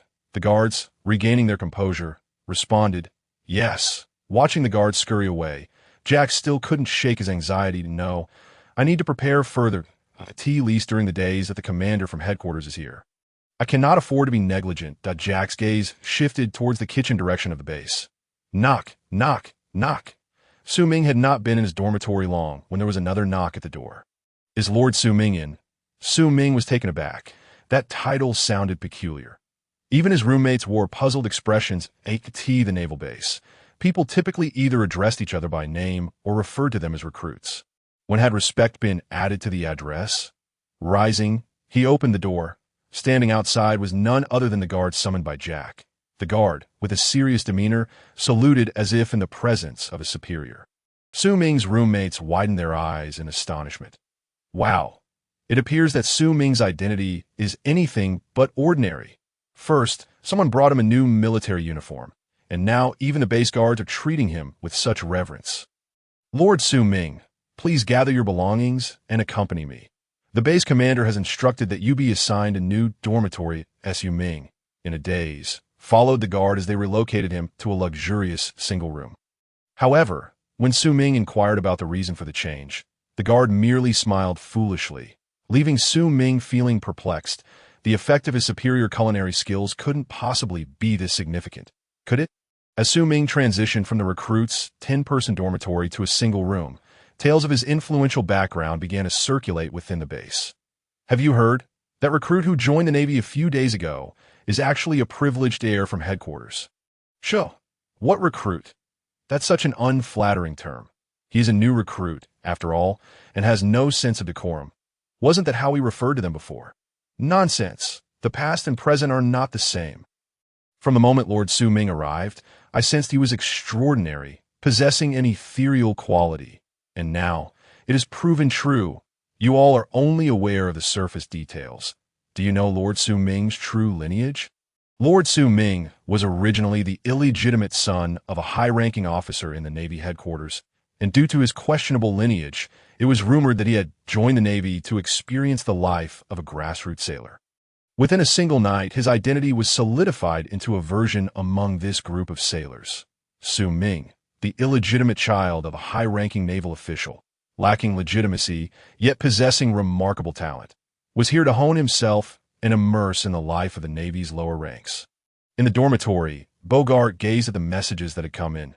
Could this news be any more absurd? Have you heard? The new addition to the base, that naval officer Su Ming, is the illegitimate son of a general from headquarters. And the recent visitors from headquarters are here specifically for him. We even need to discuss it. I'd already sensed that Lord Su Ming was no ordinary individual. Otherwise, why would Captain Jack take such special care of him? Look at those ordinary sailors. Who gets to lounge around like that every day? I just wonder which general it could be. Could it be General Zifa? I've seen his posters, and he seems quite respectable. So, it's probably not him. Who can say for certain? But it seems that General Sengoku is often on missions as well. Do you think it could be? Don't speak carelessly. You might attract trouble. Yet we truly need to cultivate a good relationship with Lord Su Ming moving forward. Around the corner, Su Ming happened to overhear the conversation between the two sailors. What the hell? Are the rumors really this outrageous? An illegitimate son of a general? Why was I not informed about this? This is ridiculous. Su Ming felt he could no longer listen, that if he continued, these two would dare to speculate about the Marshal of the Navy. However, he quickly realized he was overthinking it. The entire naval base seemed to be abuzz with discussions about him. He finally understood why Jack's attitude towards him had undergone a complete turnaround. It was clear that he had also believed the rumors. Faced with such a misunderstanding, Su Ming wished to clarify, but he found helplessly that no one would believe him. Each time he stepped forward to explain, these fellows would merely display a knowing expression. What do they understand? Su Ming could only give up in frustration. Nevertheless, due to this rumor, his comings and goings at the naval base had become considerably more convenient. Deep within the island's dense forest, in Su Ming's little wooden cabin, a chime sounded. Congratulations, host, you have idled for 1 hour during work hours, earning 30 idling points. Current idling points, 10,000, after a week of a comfortable life. Thanks to Su Ming's 24-hour idling, he had accumulated a significant number of idling points, 10,000 points. He had finally saved enough for a 10 consecutive draw. He wondered what good items he might obtain this time. Rubbing his hands together, filled with anticipation, he awaited the outcome. Ding! The host's idling points have reached 10,000. A rare level lottery has been activated. Each draw costs 10,000 idling points. Would you like to proceed with the draw? A rare level lottery? A lottery wheel appeared before Su Ming. However, unlike the last time, upon seeing the prizes on the wheel, he took a deep breath of a devil fruit, a great blade of 21 craftsmanship, a special Haki talent reward. These rewards dazzled Su Ming's eyes. And in a small section of the wheel, a rare talent, super regeneration. Su Ming's eyelids twitched. Isn't this ability exclusive to the world of soul reapers? How could it possibly appear here? Super regeneration allows for recovery from even the gravest of injuries, including organ damage or severed limbs, in an instant. With his already formidable defense, akin to steel and iron, if he were to acquire the super regeneration talent as well. He could even taunt Kaido, that monster who constantly seeks death. You're called Kaido. After all, the synergy of these two talents would undoubtedly yield results far beyond mere arithmetic. Su Ming took a deep breath. The rewards from the rare lottery were indeed far superior to those from the ordinary draw, yet the cost had also multiplied tenfold. Weighing his options, Su Ming decided to proceed with the rare lottery. The pointer on the wheel spun wildly. Su Ming's gaze remained fixed on the wheel, as this was the fruit of his week-long endeavor. Should he draw something subpar, it would be a significant loss. The pointer began to gradually slow down. Stop! Whether it was by coincidence or not, the pointer began to decelerate at his command. Ding! Congratulations, host! You have obtained the rare talent, Super Regeneration, a skill that can potentially be acquired by high-level hollows in the Soul Reaper world. Granting formidable recovery abilities. Even if limbs are severed, they can be instantly restored to full health. I really won. Su Ming leapt up in excitement. Ding! Detection has revealed that the host possesses a similar talent. Steel body. Fusion is now in progress. Ding! Congratulations, host! You have acquired the legendary talent, Extraordinary Physique. Muscle density and bodily structure are unlike that of ordinary individuals. In addition to possessing ironclad defense, strength continues to grow. You also possess immense vitality, allowing for the complete recovery of all injuries as long as energy is sufficient. Strong adaptability to any environment. Extraordinary physique, a legendary talent. The previous steel body and super regeneration were already extraordinarily powerful. With these two talents, Su Ming firmly believed that his future accomplishments would be far from mediocre. Yet he never expected that these two talents could fuse together. Just reading the description of this extraordinary talent, Su Ming felt it was exceptional, with formidable defense, enhanced strength, near-immortal recovery abilities, and adaptability. It meant he would always be in his element, regardless of the environment. His combat capability would only fluctuate between peak performance and complete incapacity. Ding! The legendary talent requires fusion adaptation. Would the host like to begin fusion now? Fusion, without hesitation, Su Ming commanded. In the next moment, a piercing pain surged through his body. Damn! Su Ming felt as though every cell in his body was being crushed and reshaped. The earlier excitement vanished instantaneously. Within the little wooden cabin, cries of agony echoed. Meanwhile, at the island's port, Bogart glanced at his watch. Hasn't Rear Admiral Karp arrived yet? Judging by the time, it should be about right. Just as he finished speaking, the silhouette of a naval vessel slowly emerged on the horizon. As the ship drew closer, the civilians unloading cargo at the port began to take notice. Look, a ship is approaching. It's a naval ship? Hey, why does this naval ship look so peculiar? Is that a dog's head at the bow? Indeed, it seemed to be so. Bogart had never seen such an odd naval vessel before. Standing at the port, he listened to the murmurs of the civilians. As the ship neared, Bogart's figure vanished from sight, only to reappear on the deck of the ship. Colonel Bogart. The sailors aboard recognized him immediately. Where is Rear Admiral Karp? A sailor gestured towards the bow of the ship. There, a figure stood upright, seemingly gazing into the distance. However, as Bogart approached, he heard a steady snoring. Ha-ha. The figure at the front held a donut, remnants still clinging to his lips, while a bubble of mucus hung from his nose, swelling and shrinking. Sengoku, don't you dare take my sunbae! Bogart sighed in exasperation. Rear Admiral Karp, in no response, a vein throbbed on Bogart's forehead as he called out again. Rear Admiral Karp, with a pop, the mucus bubble burst, and Karp jolted awake, nearly dropping the donut from his hand. Who? Who is stealing my donut? Rear Admiral Karp. No one is stealing your donut. It's me. Also, the ship is docked. Bogart felt utterly helpless. Dealing with such an unreliable superior was truly exhausting. Karp rubbed his eyes, looking around in confusion before finally realizing, have we docked already? Ah, what a pity. I was just dreaming of getting my shoulders rubbed by Tsuru. Bogart's eye twitched. Rear Admiral Karp, if Tsuru hears you say this, you will definitely get hit again. Kapu, unfazed, chuckled heartily while scratching his head. Bogart, how have you found your time on this little island during the past few days? Bogart shook his head, stating that it was merely an ordinary naval base situated in a remote area of the East Sea, where pirates were unlikely to venture. Naturally, this also led to a certain laxity in training. Kapu nodded in acknowledgement. This was an inevitable circumstance. The East Sea was Kapu's homeland, and he frequently returned whenever he had the chance. Although he held the rank of a rear admiral, Kapu's prowess had long surpassed that of a vice admiral. The Navy headquarters had made numerous attempts to promote Kapu to the rank of admiral, all of which he had declined, with a formidable figure like Kapu keeping watch over the East Sea. Only inexperienced and reckless pirates would dare to challenge him. Any pirate with a modicum of awareness would think twice before causing trouble upon hearing the name of the Navy headquarters. Suddenly, Bogart recalled something and hesitated. Admiral Kapu, do you remember the young lad I mentioned earlier? Young lad? Oh, I remember now. You mean that promising recruit from the base, right? Bogart nodded. I happened to see him training. His strength is far from that of a mere base soldier, that he has already learned the 6 powers of Navy, and his swordsmanship has reached a basic level .AS for his combat prowess.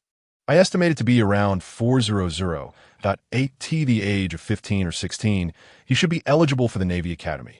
The Navy Academy, directly under the Navy headquarters, is where future leaders of the Navy are trained. It can be said that any graduate from the Navy Academy, regardless of their initial capabilities, would at least secure a position as a junior officer within the headquarters. Kapu, upon hearing this, waved his hand dismissively. The Navy Academy was not so easily accessible. While Bogart held high hopes for this young recruit, as a senior officer, Kapu understood that mastering the 6 powers in swordsmanship, although impressive, could be achieved through diligent practice. With enough time spent, success was merely a matter of persistence. What truly mattered was potential. Whether in physical capacity or in swordsmanship and Haki, potential was of utmost importance. Based on Bogart's description, it could only indicate that the young lad was indeed hardworking, with a combat prowess of 400 being commendable. However, within the context of the Navy's elite ranks, it merely placed him at a standard level, insufficient to capture Kapu's attention. At Kapu's age, his own combat prowess had already surpassed 800. Thus, after listening to Bogart's account, Kapu was not particularly invested in the matter. Sighing, Bogart could tell that Kapu was uninterested and decided against continuing the conversation. Let us proceed to the naval base. It will be beneficial to instruct that lad from the base if we encounter him, Kapu said with a smile as he walked ahead. Bogart nodded and followed suit to the naval base. Upon receiving word of the arrival of high-ranking officials from the Navy headquarters, Lieutenant Jack had come out early to greet them. Knowing he had to be cautious in his service to such important figures, salute. Before Kapu even approached, Jack's enthusiasm was already evident. He stepped forward, exclaiming, "Lieutenant Jack of the East Sea Navy base at your service."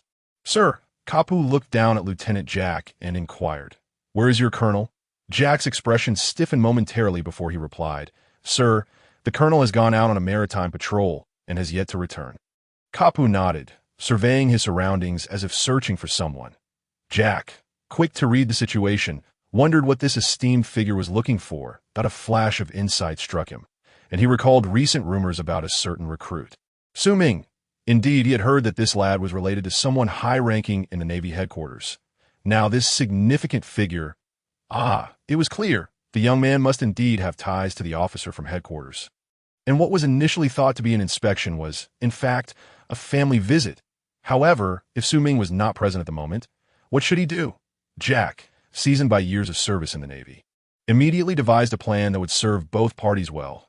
"Sir, most of our soldiers are present here, but there are a few who are absent for various reasons," Jack quietly informed Kapu. Kapu raised an eyebrow, casting a sidelong glance at Jack. "A few? Are you implying something?" Kapu grinned. "And what is this portion of the Navy occupied with?" Jack, scratching his head with a smile, replied, "Sir, if this portion consists of our base's finest soldiers, it includes a new recruit named Su Ming. Though he is newly enlisted, he is exceptionally talented and is currently in training. Since you are here for an inspection, would you like me to summon these soldiers as well, so you can address them?" Su Ming. Kapu turned to Bogart, having heard this name for the second time on his journey. Not only Bogart, but even the base's commander was praising this lad. Was Bogart perhaps taking advantage of this situation? Of course, this thought was merely a jest. Kapu knew Bogart well after years of companionship. At this moment, he felt a flicker of interest in a young man named Su Ming. Without waiting for Jack to elaborate, Kapu waved his hand. "No need to call them. I will go myself. Moreover, I am only interested in one person, the Su Ming you mentioned. Where is that lad? Take me to him now. I wish to offer him some guidance." The emphasis on guidance was pronounced as Kapu spoke. Jack found himself in a predicament. He had only been making polite conversation and had no idea where that lad was at present. However, before he could voice his concerns, Kapu interjected, "No need for you to call, Bogart. Lead the way. I shall see for myself." Upon hearing this, Jack's suspicions were further confirmed. This was undoubtedly a family visit, while he was unaware of Su Ming's whereabouts. Kapu had known all along. Bogart lowered his head with a smile. "Yes, Admiral Kapu. Please follow me down the island." By the seaside of the dense forest, a series of immense sounds echoed from deep within the thicket. The startled birds took flight in all directions. Su Ming stood before a massive stone towering 3 to 4 meters high, throwing punches, kicking, elbowing, and leaning against it. The stone was smeared with blood, yet remarkably, no wounds could be seen on Su Ming's body. Su Ming shouted fiercely, his muscles bulging as strength converged in his back. With a resounding crash, the stone was forcibly pushed back several centimeters. Some crimson marks appeared on Su Ming's back, but in the blink of an eye, the wounds visibly healed. Acting as though nothing had happened, He continued his training without pause. Meanwhile, Kapu, accompanied by Bogart and Jack, had arrived deep within the forest. "Sir Kapu, that lad is just in this thicket. The noise we heard earlier was likely caused by him," Bogart informed Kapu. Nodding in acknowledgement, Kapu replied, "He certainly makes quite the racket. Let us proceed and take a look." Jack followed behind, contemplating whether he should try to persuade the Admiral to reconsider, thinking it might be better for him to bring the recruit out, especially since he was just a new recruit. Jack had only meant to be courteous, yet he was surprised to find Kapu genuinely intent on visiting. Su Ming was known for slacking off even on basic tasks. How could he possibly be training? Jack was now regretting his words, wishing he could slap himself for speaking so carelessly. If the higher-ups at headquarters were to find out that Su Ming had been shirking his training time, it would be a disaster. Just the thought of it made Jack tremble. Su Ming had connections to the headquarters and might escape punishment, but someone would have to bear the consequences, and, as the acting commander of the base, that role would undoubtedly fall on him. Damn it, Jack lamented internally. However, before Jack could voice another word, Kapu waved his hand, signaling for silence. "No need to discuss further. We are here now, and I wish to see what this lad is capable of." Kapu strode confidently into the thicket, with Bogart following closely behind, while Jack wore a face of despair. As they ventured deeper, the commotion in the forest grew louder. Jack frowned, pondering what this lad could possibly be up to. Could it be that he was truly training? Given his frail physique, perhaps it was better than doing nothing. As long as he didn't embarrass himself too much, that would suffice.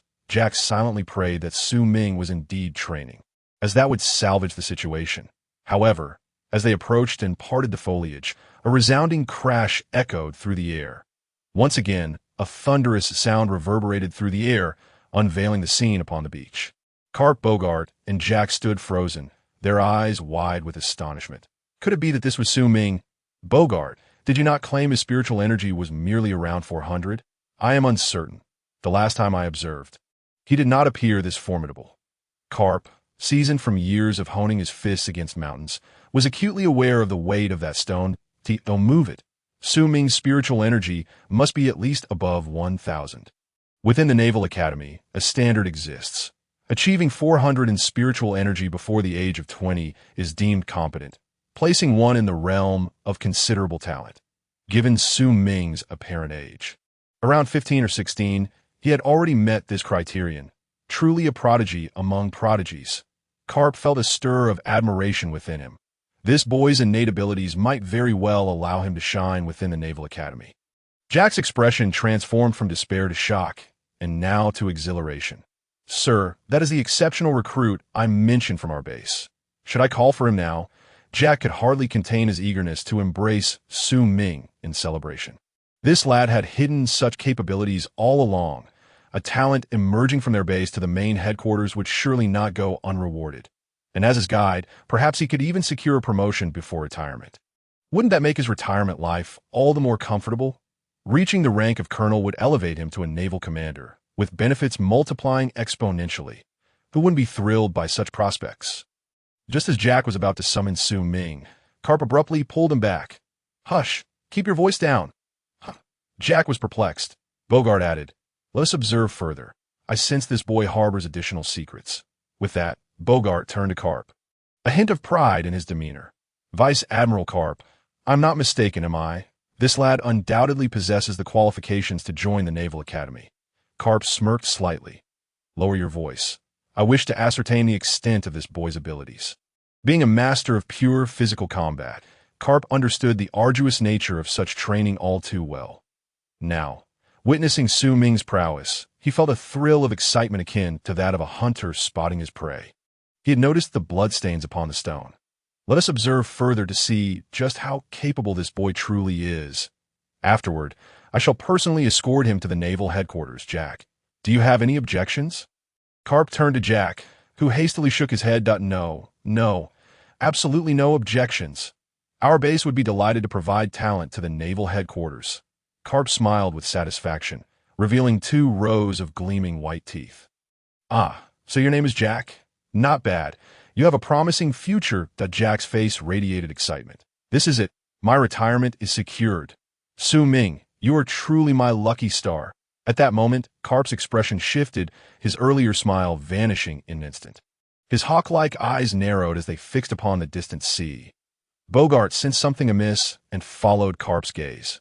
Only Jack remained oblivious, bewildered by Karp's sudden change in demeanor.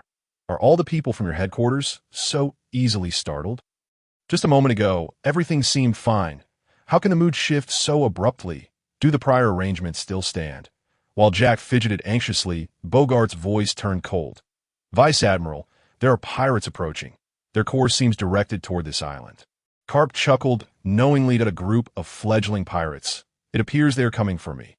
Bogart shook his head in resignation. They are naive, thinking they can climb the ranks without understanding the world. Should I go now?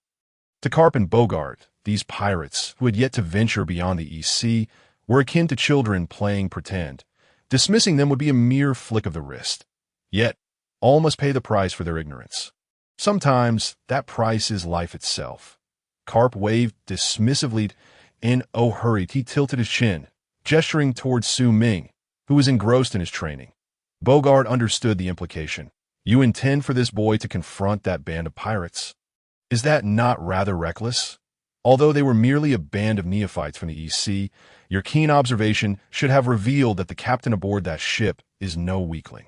Karp laughed heartily, raising an eyebrow at Bogart. Do you think this lad is an ordinary recruit? Besides, with my presence, what is there to worry about? Realizing he had overthought the situation, Bogart relaxed, with Karp at the helm. Even if trouble arose, assistance was but a moment away. Jack, standing off to the side, listened to their conversation in confusion. Sir, what are you talking about? Where are the pirates? I see nothing. Bogart smiled slightly, directing his gaze toward the distant sea. At that precise moment, a skull flag slowly ascended above the horizon that on the deck of the pirate ship, a disheveled middle-aged pirate, sporting an eye patch over his left eye, shouted boisterously to his crew. Lads, I have received word that the naval officer patrolling the EC is just ahead on that island. Today is our grand opportunity to make a name for ourselves. Stay alert, keenly aware of their chances.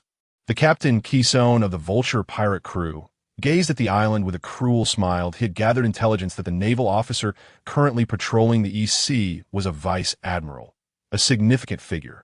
Accompanied by numerous reporters, if he could lead his crew to that island and retreat unscathed, tomorrow's papers would proclaim that a great pirate had emerged from the East Sea, one whom even the naval headquarters could not contend with. His name would echo across the seas, enabling him to attract more followers and rise to true piratical greatness. With thoughts of wealth, status, and beauty dancing in his mind, Keystone could hardly contain his excitement. Lads, we will land from the back of the island. Remember, be swift, grab what you can, and don't forget to leave our crew's name behind. Understood? Yes. Keystone prided himself on not being the type to rely solely on brute strength. His ascent to captaincy was due to his cleverness and ruthless tactics. He was clear about his intentions: to gain fame by riding the coattails of the Vice Admiral as patrol. As for a confrontation with the Navy, what benefit would that hold? Wouldn't it be wiser to seize a few civilians instead? Once he amassed enough followers, he would regard even a vice admiral with disdain. On the island, Bogart retrieved a telescope from his pocket, surveying the pirate ship. It appears to be a newly emerged pirate crew from the East Sea, known as the Vulture Pirates. Captain Keystone, with a bounty of 10 million, possesses no devil fruit abilities or notable Haki. Bogart spoke calmly, showing no concern for the pirates before them. Karp, arms crossed and a mischievous grin on his face, remarked, "It seems they have come seeking me. In recent years, I have been preoccupied with pursuing Roger, neglecting the East Sea. Who would have thought a pirate with a bounty of 10 million would emerge?" Bogart smiled but remained silent. Karp's homeland. The East Sea saw him return occasionally to clear out the pirates. With a vice admiral strength station there, it was rare for any pirate to reach a bounty of 1 million. This reality led many pirates to harbor delusions, believing that the naval headquarters, the sea's dominant force, was merely on par with themselves, albeit with greater numbers. In contrast to Bogart and Karp, Jack felt a twinge of anxiety. During their conversation, he, lacking the keen observation of Haki, finally discerned the pirate ship on the horizon. "It's the Vulture Pirates." Jack's voice trembled with excitement, his tone rising a notch. Noticing Jack's reaction, Bogart cast him a sideways glance, prompting Jack to cover his mouth hastily. Vice Admiral Karp, should I notify the branch now? Much like the pirates, the East Sea branch of the Navy also regarded a bounty of 10 million as the hallmark of a top-tier pirate on the vast ocean. Karp cast a sidelong glance at Jack, shaking his head slightly before turning his gaze toward the still-training Su Ming. No need. Let's see how this lad performs. Jack could hardly believe his ears. Admiral Karp, while Su Ming is indeed an exceptional member of the Navy, he is still a rookie. Isn't it rather reckless to confront an entire pirate crew? Before Jack could finish his protest, Bogart interjected, Enough, Captain Jack. You lack a comprehensive understanding of the Navy in this sea. This is a test for the young one. With a sigh, Bogart added, Admiral Karp, the current quality of the Navy in the EC is quite poor. There was a hint of reproach in his words. Karp merely smiled. Let us not forget, we are the Navy. Bogart fell silent, momentarily at a loss for words. Indeed, under Karp's protection, the EC had become a bastion of safety. Yet beyond its shores lay other tumultuous waters, the Grand Line, and the New World, where chaos still reigned and formidable pirates continued to emerge. In such circumstances, the value of the East Sea was difficult to ascertain. As Bogart pondered these matters, Su Ming's attention was finally drawn to the vulture pirate crew on the surface of the sea. Su Ming halted his training, eyes narrowing as he spotted the pirates approaching. It's a pirate crew. This shouldn't be happening. How could such a remote island attract pirates? This is bad. They intend to land here. Su Ming quickly realized the gravity of the situation and immediately sought to warn the Navy. But upon observing the speed at which the pirates were advancing, he abandoned that thought. This was the backside of the island. Reaching the Navy base would take at least an hour. The round trip would take nearly 2 hours. By then, the pirates would have long vanished. Su Ming, despite his somewhat laid-back nature, could not bear the thought of watching the familiar townsfolk perish at the hands of pirates. After a brief moment of hesitation, Su Ming sighed, massaging his aching shoulders as he weighed the combat capabilities of both sides. That a large ship, judging by its size, seemed to have about 30 to 40 crew members. Pirates in the EC lacked Haki, and fruit abilities were nearly non-existent. With his own physical prowess and rapid regeneration, he should be able to hold them off. At the very least, he could buy enough time for the patrolling Navy to arrive. Damn, what bad luck. Though he muttered this under his breath, Su Ming furrowed his brow and donned his Navy uniform, stepping toward the shoreline to confront the approaching pirate ship, determination etched in his eyes. In the dense forest, Karp wore a satisfied smile. While there were many powerful members in the Navy, few were willing to put themselves in danger to protect civilians. That be why this measure alone, even if Su Ming had no talent. He was worthy of being brought to headquarters. In that instant, Karp's assessment of Su Ming soared significantly. Even Bogart and Jack, who stood nearby, regarded Su Ming with newfound respect. They never expected this seemingly lazy and cunning lad to make such a decision.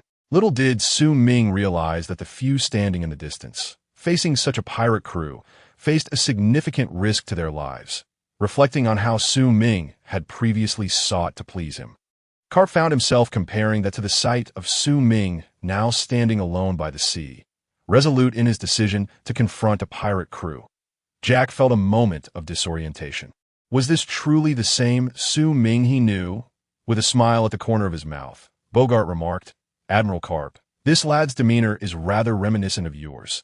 The pirate ship glided toward the shore with the gentle waves. As Ki-Son stepped off the vessel, he immediately spotted Su Ming, who sat on the rocks by the shore with his eyes closed in contemplation, and took note of the Navy uniform adorning him. Narrowing his eyes, Ki-Son gripped his sword and approached Su Ming leisurely, stopping only when he was directly in front of him. With the long blade resting on his shoulder, Ki-Son mockingly scrutinized Su Ming. You're a Navy officer, are you? Su Ming slowly opened his eyes, gazing at Ki-Son with a sigh. Let us make a deal that if you leave now, I'll pretend you were never here. How does that sound? Ki-Son blinked in surprise. What did you just say? Su Ming looked at Ki-Son earnestly and reiterated, I said, if you leave now, I'll act as though you were never here. Now, wouldn't it be better for everyone to avoid unnecessary conflict? Fighting to the death is quite troublesome. Though his abilities had improved significantly due to a recent reward, he still felt unconfident facing over 30 vicious pirates.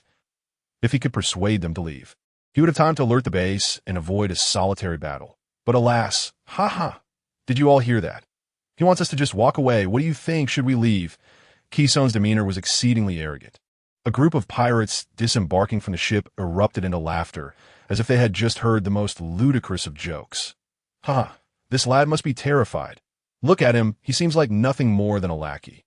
How intimidating. A lackey. Aren't those the ones who clean up after others? When did Navy support troops start engaging in combat? After their laughter subsided, Keysone, still gripping his sword, gazed at Su Ming with a cold smirk. You are quite unfortunate. I can't let you leave, but I can make your death quick. Bloodstains, long dried and rusted, still clung to the blade. Before the blade even approached, the stench of blood filled the air. Su Ming's eyes remained fixed on Keysone, and in the instant the sword was raised, Su Ming's figure erupted forward. Bang! Su Ming shot forward like a cannonball, crashing into Keysone's chest in the blink of an eye. Keysone, who had stood before him a moment ago, was sent flying. His feet carved a track in the sand several meters long as he struggled to rise, his expression contorted in fury. Su Ming rolled up his sleeves, his tone calm. The unfortunate one here is you. Keysone, realizing something was amiss, shouted, Get him! Kill him! In an instant, the 30-plus pirates charged at Su Ming like a pack of starving hyenas, weapons drawn, but rather than retreating. Su Ming pressed forward, and in the blink of an eye, the two sides collided in a chaotic melee. The battleground resembled a grinding meat grinder. Su Ming's fist struck with brutal force, blood and teeth occasionally flying from the fray. Accompanied by anguished cries in the dense forest, Bogart crossed his arms, observing the chaos. Admiral Karp, this lad has quite the audacity, charging straight into the fray. Why now?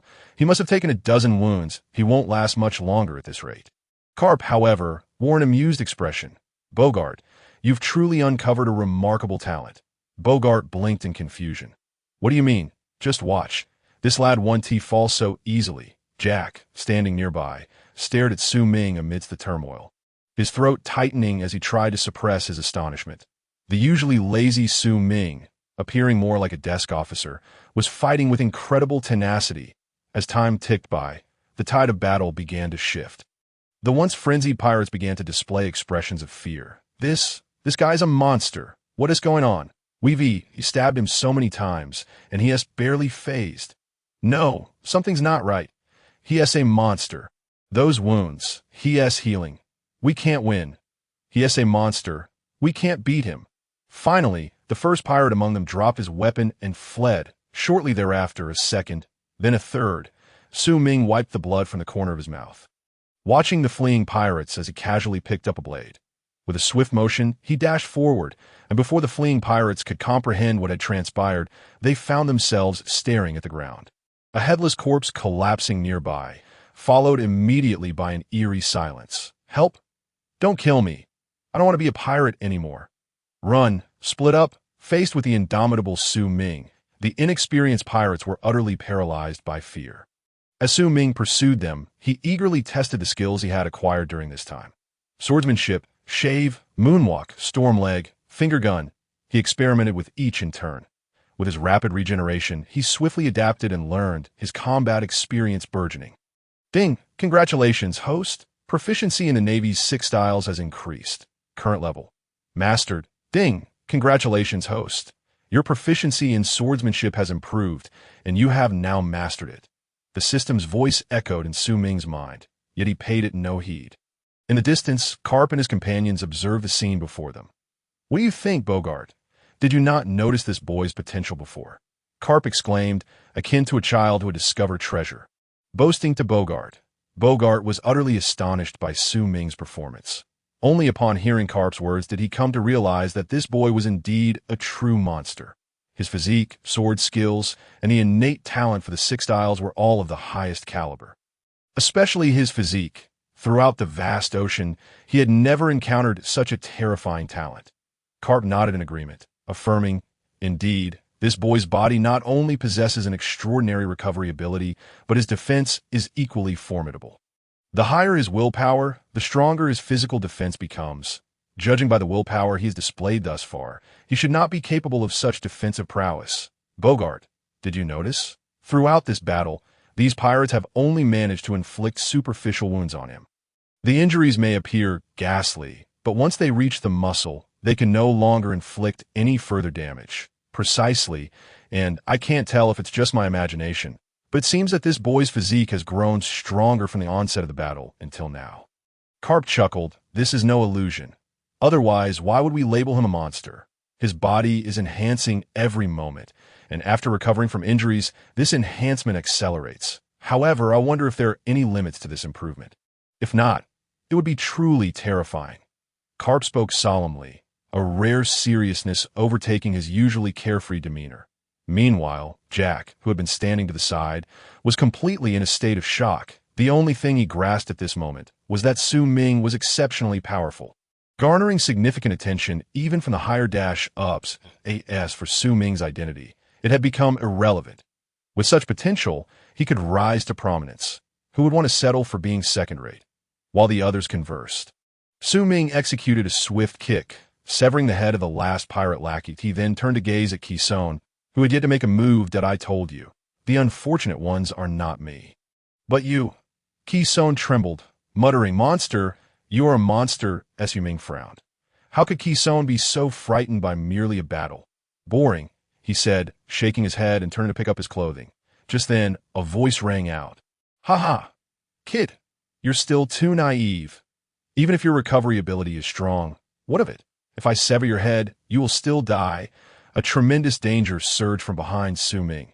Kison, now devoid of any sign of madness, wielded his long knife, creating a fierce wind that, in a split second, Su Ming, without relying on his eyes, perceived the scene unfolding behind him, and his body instinctively reacted. With a swift motion, the long knife grazed Su Ming's cheek, leaving a trail of blood, yet successfully avoiding a fatal blow that, in the dense forest. Karp and Bogart's expressions shifted dramatically. Was that observation Haki? Did he just utilize observation Haki? Su Ming recalled the sensation from moments ago while remaining active. Finger gun! The strength in his arm erupted instantaneously, his fingers piercing like daggers into Kison's chest. Kison, with a crazed expression, froze momentarily, dropping the long knife with a clatter as he slowly lowered his head to gaze at the gaping wound in his chest. He raised his eyes once more, filled with reluctance, fear, and complex emotions, which ultimately faded into emptiness. Su Ming withdrew his hand, and Kison's body collapsed to the ground, silenced forever. Phew, Su Ming sighed, gazing at the corpses strewn about, feeling a wave of relief wash over him.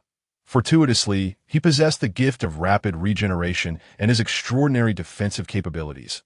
Otherwise, he would have truly met his demise today, with the threat to his life extinguished. A wave of fatigue surged through his body. Clap, clap, clap.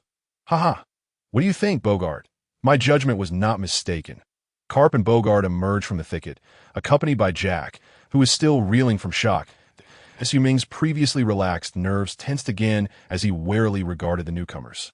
Karp chuckled. All right, kid, doubt if we truly intended to harm you. Do you think you would still be alive at this moment? Allow me to introduce myself. I'm Karp, Rear Admiral of the Navy Headquarters. That I never imagined that such a remote branch would harbor a little monster like you. Ha ha ha. I must boast to Sengoku about this. The first part of Karp's statement was clearly directed at Su Ming, but the latter part was evidently not. However, Su Ming's focus was not on that. Karp? The imposing figure before him, appearing to be in his 40s, was indeed the naval hero Karp.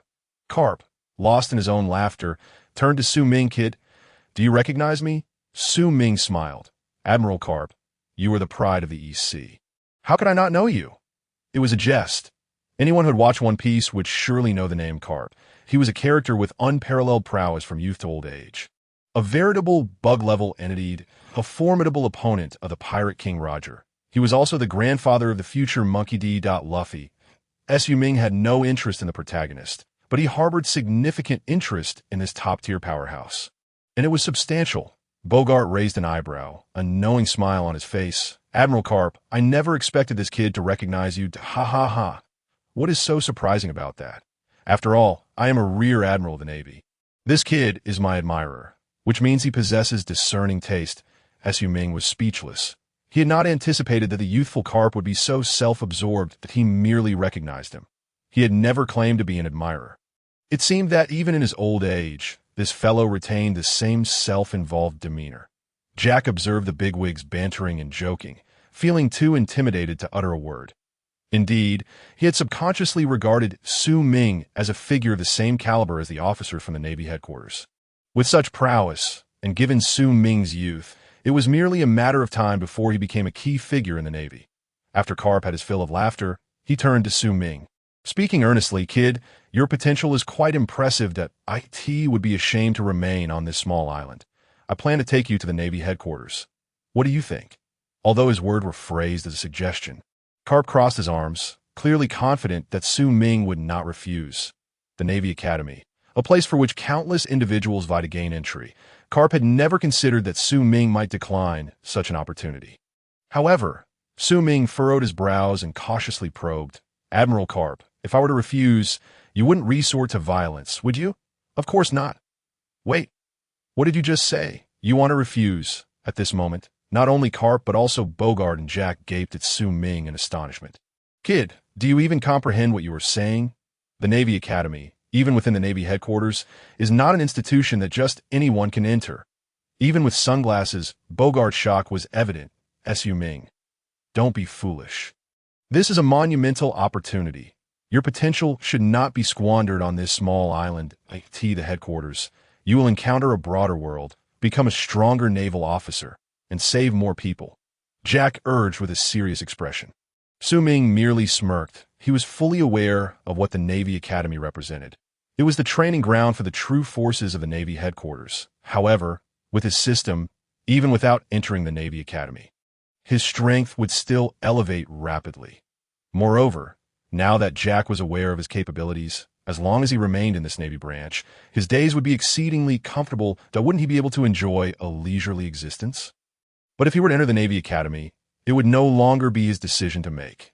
Endless training would leave little room for leisure. Karp noticed that Su Ming genuinely seemed disinterested in entering the Navy Academy and curiously inquired, Kid, give me a reason. You must understand that entering the Navy Academy, even if others plead with me, I would not agree if they do not meet the requirements. Su Ming awkwardly chuckled. Admiral Karp, the truth is, I tend to be rather laid back and do not particularly enjoy foundational training. Moreover, you should have noticed earlier that I possess a unique constitution. Even without actively training, I can grow stronger. Additionally, I have a penchant for laziness. For training. So, Karp finally comprehended why Su Ming was reluctant to join the Navy Academy. That turns out this lad was relying on his special physique to shirk responsibility. Observing Su Ming before him, Karp furrowed his brow, suddenly recalling a student with whom Zephyr had recently expressed frequent complaints. This student was always clad in yellow attire and appeared to be a user of the glitter fruit's abilities. Possessing considerable talent, he was also quite adept at dodging hard work. Could it be that this boy shared similar traits? No, such a promising individual must not be squandered. However, since he was to be invited to the Navy Academy, it seemed inappropriate to be overly forceful. Suddenly, a spark of inspiration struck Karp. Young man, I understand your intentions.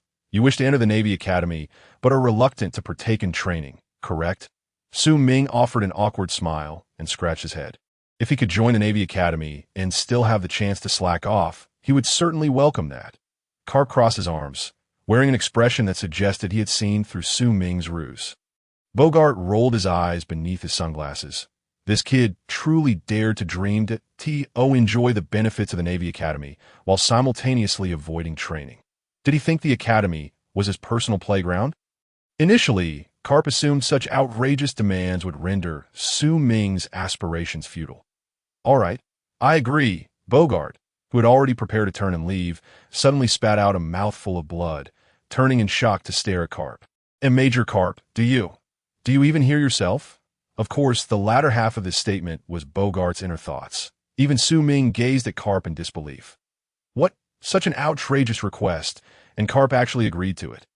Before him stood Karp, not some human trafficking organization, right?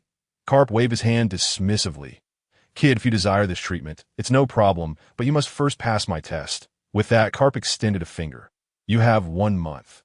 I will only remain on this small island for 1 month. During this time, I will personally train you as long as you awaken your Haki. I will speak on your behalf to the Navy Academy. Ding! A task has been detected. Learn Haki within 30 days. The system's notification echoed in Su Ming's mind, causing his eyes to brighten. He had not anticipated that this could trigger a mission, and the rewards were rather generous. Ordinary lottery draws aside, he had already experienced the rare rewards. And as for the next tier of legendary level draws, Su Ming couldn't help but feel a surge of anticipation. So what do you say, kid? Are you willing to take the gamble? Seeing that Su Ming had been silent for quite some time, Karp assumed he was hesitating and continued. It's understandable. This task is indeed quite challenging. However, there are numerous monsters in the Navy Academy capable of completing such training. Even so, these fellows are still training. Tsk. Karp smacked his lips, observing Su Ming with a knowing grin. Beside him, Bogart's eyelid twitched. Unable to speak. Well, Senior Karp, I appreciate your assistance during this time, that Su Ming said earnestly. Ha ha ha. Splendid. I eagerly await your performance. During this period, I will personally train you. If you perish, do not blame me. Karp wore a mischievous grin. Su Ming merely smiled, not overly concerned. Given his current physique, dying would not be an easy feat. All right, kid, you can head back now. Remember to rise early tomorrow. My training sessions are not so simple for the duration of this period. You need not attend base training, as I have decreed. Lieutenant Jack, is there any issue? Jack quickly shook his head, complying with the commander's arrangements. Karp nodded in satisfaction. Kid, consider this a little benefit I'm granting you in advance. Behind him, Jack felt a bit awkward. Before you arrived, this kid had not participated in any training. However, Jack would never dare to voice such matters. It was a pity that he would not have the chance to savor Su Ming's cooking again. Su Ming did not linger in conversation with Karp and the others, departing from the scene. Having battled against over 30 pirates, his stamina had already been significantly depleted, and why current physique is still too weak. Mere potential is insufficient without proper development. Karp's timely arrival presented an excellent opportunity to enhance his strength, one that he could not afford to miss. It would be best to seize this chance to master Haki, ensuring that he would no longer fear encounters with devil fruit users. Su Ming contemplated. This recent battle had proven immensely beneficial, enhancing his combat experience while also revealing many of his shortcomings. His swordsmanship and the application of the Navy's 6 styles had improved dramatically. If he were to engage the Vulture pirates again under optimal conditions, he was confident he could have the time required to conclude the battle without sustaining such injuries. After Su Ming's departure, Bogart, who had remained silent beside Karp, finally could no longer contain himself. Senior Karp, are you serious about this wager? I mean, these conditions are exceedingly harsh. Learning Haki in just 1 month is virtually impossible. Karp chuckled. Why is it impossible? That kid Kazan learned Haki in just over a month. Bogart could only stare in disbelief. You mentioned Kazan, who indeed took over a month to learn, and had already possessed considerable physical prowess, nearing the threshold of awakening Haki before entering the Navy Academy. This kid is merely a Navy recruit, having just recently joined. Bogart's concern was not without reason. Su Ming was an exceptionally rare talent, and he feared that his unreliable superior might ruin him, thereby damaging his confidence. Fret not. With me personally training him, a single day is worth 10. He still has a glimmer of hope. After all, he would have to accept the consequences if he failed. If he could not achieve it, he would obediently return to the Navy Academy for training. Thinking of slacking off? It was not yet time for him to enjoy such luxuries. Karp wore a look that suggested he had Su Ming all figured out. Bogart noted a hint of excitement in Karp's eyes. Clearly, Karp was quite invested in this wager. Bogart helplessly covered his head, lamenting the man's insatiable competitive spirit. The next day, Su Ming awoke early, savoring a delightful breakfast as he began to anticipate Karp's training. Opportunities for one-on-one guidance from top-tier experts were rare indeed. While Su Ming enjoyed a share of leisure, he was not one to squander opportunities that should be seized. However, time ticked by, and Su Ming's expression shifted from initial excitement to calm and finally to one of frustration. His veins bulging. What the hell? I've been waiting all morning for training, and not a single soul has shown up? Damn it. Throughout the morning, the system had notified him of his slacking points 5 times. Su Ming resolved to no longer wait idly. After inquiring about Karp's whereabouts, he directly pushed the door open. Inside the dormitory, Karp lay sprawled in a most undignified manner, clad in a loose-fitting nightgown, sporting a somewhat adorable pointed nightcap atop his large head, with bubbles of mucus fluctuating on his nose. Damn it, this guy's been sleeping all morning. If you can't wake up, you should have said so. Why make me rise early? Su Ming fumed, realizing he was still in a growth phase and that sufficient sleep was crucial. The more he thought about it, the angrier he became. His gaze fell upon a megaphone on the table, presumably used by Karp for announcements. Grabbing the megaphone, he unhesitatingly cranked it to maximum volume and held it to Karp's ear. Major Karp. Su Ming bellowed with all his might. Buzz. The sound was so loud that the megaphone emitted an electromagnetic buzz. Waking suddenly from his slumber, Karp shot upright, his mucus bubble bursting, his eyes wide in shock. Su Ming stood by, arms crossed, relishing the moment. Major Karp, did you sleep well? Karp rubbed his eyes, exclaiming, You little brat, you have no respect for your elders. Su Ming rolled his eyes. Major Karp, let us not forget our wager. You said you would personally train me if I rose early. I do not wish to spend an entire month doing nothing, only to mysteriously find myself in the Navy Academy afterward. Kid, I didn't expect you to care so much about this matter. It seems you are quite the diligent young and Su Ming smiled faintly. Remaining silent, if Jack were to hear Karp's words, he would surely feel embarrassed. During this brief time spent with Su Ming, Jack had already concluded that diligence was the last thing associated with Su Ming. However, Karp was oblivious to this fact. Fine, since you insist on trying, I shall grant you an opportunity. Just don't come crying to me later. Soon, Karp led Su Ming to the rear mountains of the small island once more. This time, however, instead of dense woods, they arrived at a flat expanse. Not far off lay countless enormous boulders. Su Ming surveyed the area, furrowing his brow that, if memory served him right, there had once been a small hill here. Gazing at the scattered giant stones, realization struck him. In his previous life, he had heard tales in comics about how Karp leveled mountains with his bare fists to hone his Haki. He never expected to witness it firsthand now. Kid, this is the place I specially prepared for you yesterday. Oh, you see these stones? Karp said with a mischievous grin. Su Ming nodded, feeling an inexplicable sense of foreboding that Karp's grin widened. Don't be nervous. We were going to play a game that I will throw stones at you, and your task is simply to evade them in this flat area. The requirement is straightforward. Just don't die. Su Ming looked at the surrounding boulders, the smallest of which stood a towering 3 meters high. The size he usually employed for training was similar, and now, you actually plan to throw these stones at me. Karp, you must be joking, right? Karp chuckled. What do you think? In the blink of an eye, Karp plunged his hand into a massive stone, effortlessly lifting a boulder over 4 meters tall above his head. Kid, be careful. Don't die. Without waiting for Su Ming to prepare, the boulder shot towards him like a cannonball. Su Ming's hair stood on end as he suddenly realized, You're serious. Although he anticipated Karp's training would be arduous, he never imagined it would be life-threatening.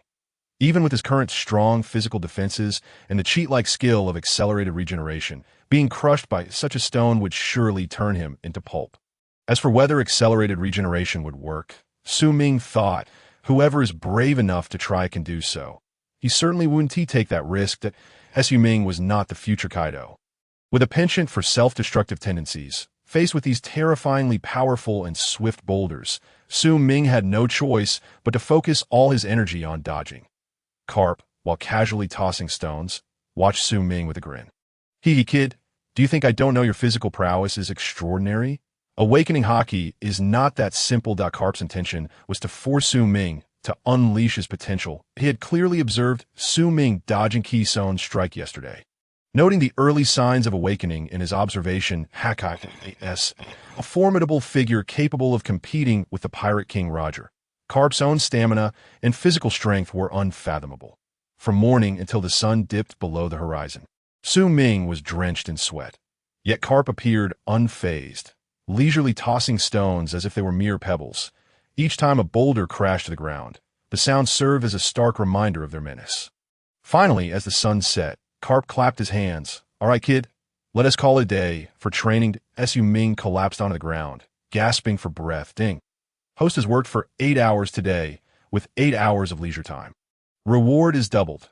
Earn 200 leisure points. Please continue your efforts. Ding. Due to the host's leisure training during work hours, a buff has been granted.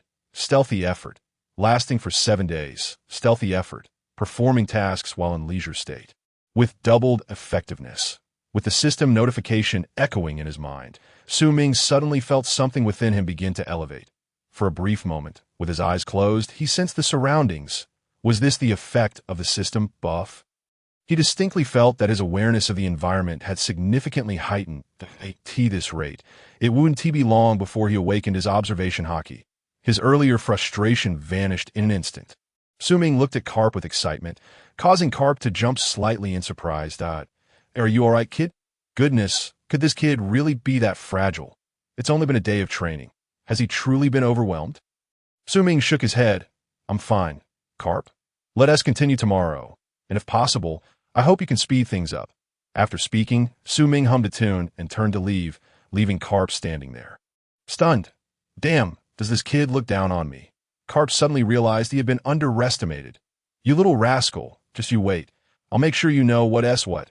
Karp's competitive spirit had been ignited. Though Su Ming remained unaware of this, all he knew was that he must take advantage of the buff bestowed by the system to learn both observation Haki and armament Haki. Nothing else mattered. Compared to toiling for a month, Su Ming preferred to exert himself for 7 days and then spend the rest of his time relaxing.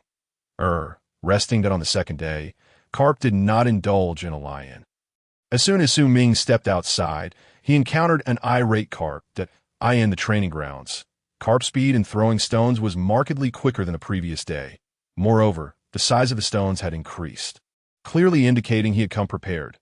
However, by the end of the day's training, Karp was astonished to discover that Su Ming was visibly improving. As night fell, Karp ceased his actions, and while Su Ming was still fatigued, he appeared significantly better than the previous day. "Karp, are you up to the task?" Karp scowled, letting out a huff towards Su Ming. "On the third day, Bogart, you're coming with me to crush this little brat." Bogart, bleary-eyed, gazed at Su Ming with a lackluster expression, his eyelids twitching. How on earth had this kid offended Karp? Training observation Haki didn't require such exaggeration, did it? Throwing such massive stones with reckless abandon. Yet on the third day, after evading the colossal stones for some time, Su Ming, seizing a moment of respite, unexpectedly closed his eyes. "Ding! Congratulations, host. You have awakened observation Haki during leisure time, earning 1,000 leisure points." A massive boulder hurtled towards Su Ming with great force. In an instant, Bogart shook off his drowsiness, preparing to intervene. However, the next second, Su Ming, with closed eyes, wore a subtle smile, deftly weaving through the gaps between two enormous stones without opening his eyes. Simultaneously, an indescribable aura emanated from Su Ming, expanding outward to Bogart's eyes widened in disbelief as he watched Su Ming, forgetting to throw the stone he was holding. This is observation Haki.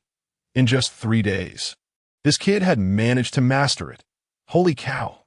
Karp, is this kid a monster? Meanwhile, Karp gritted his teeth in frustration.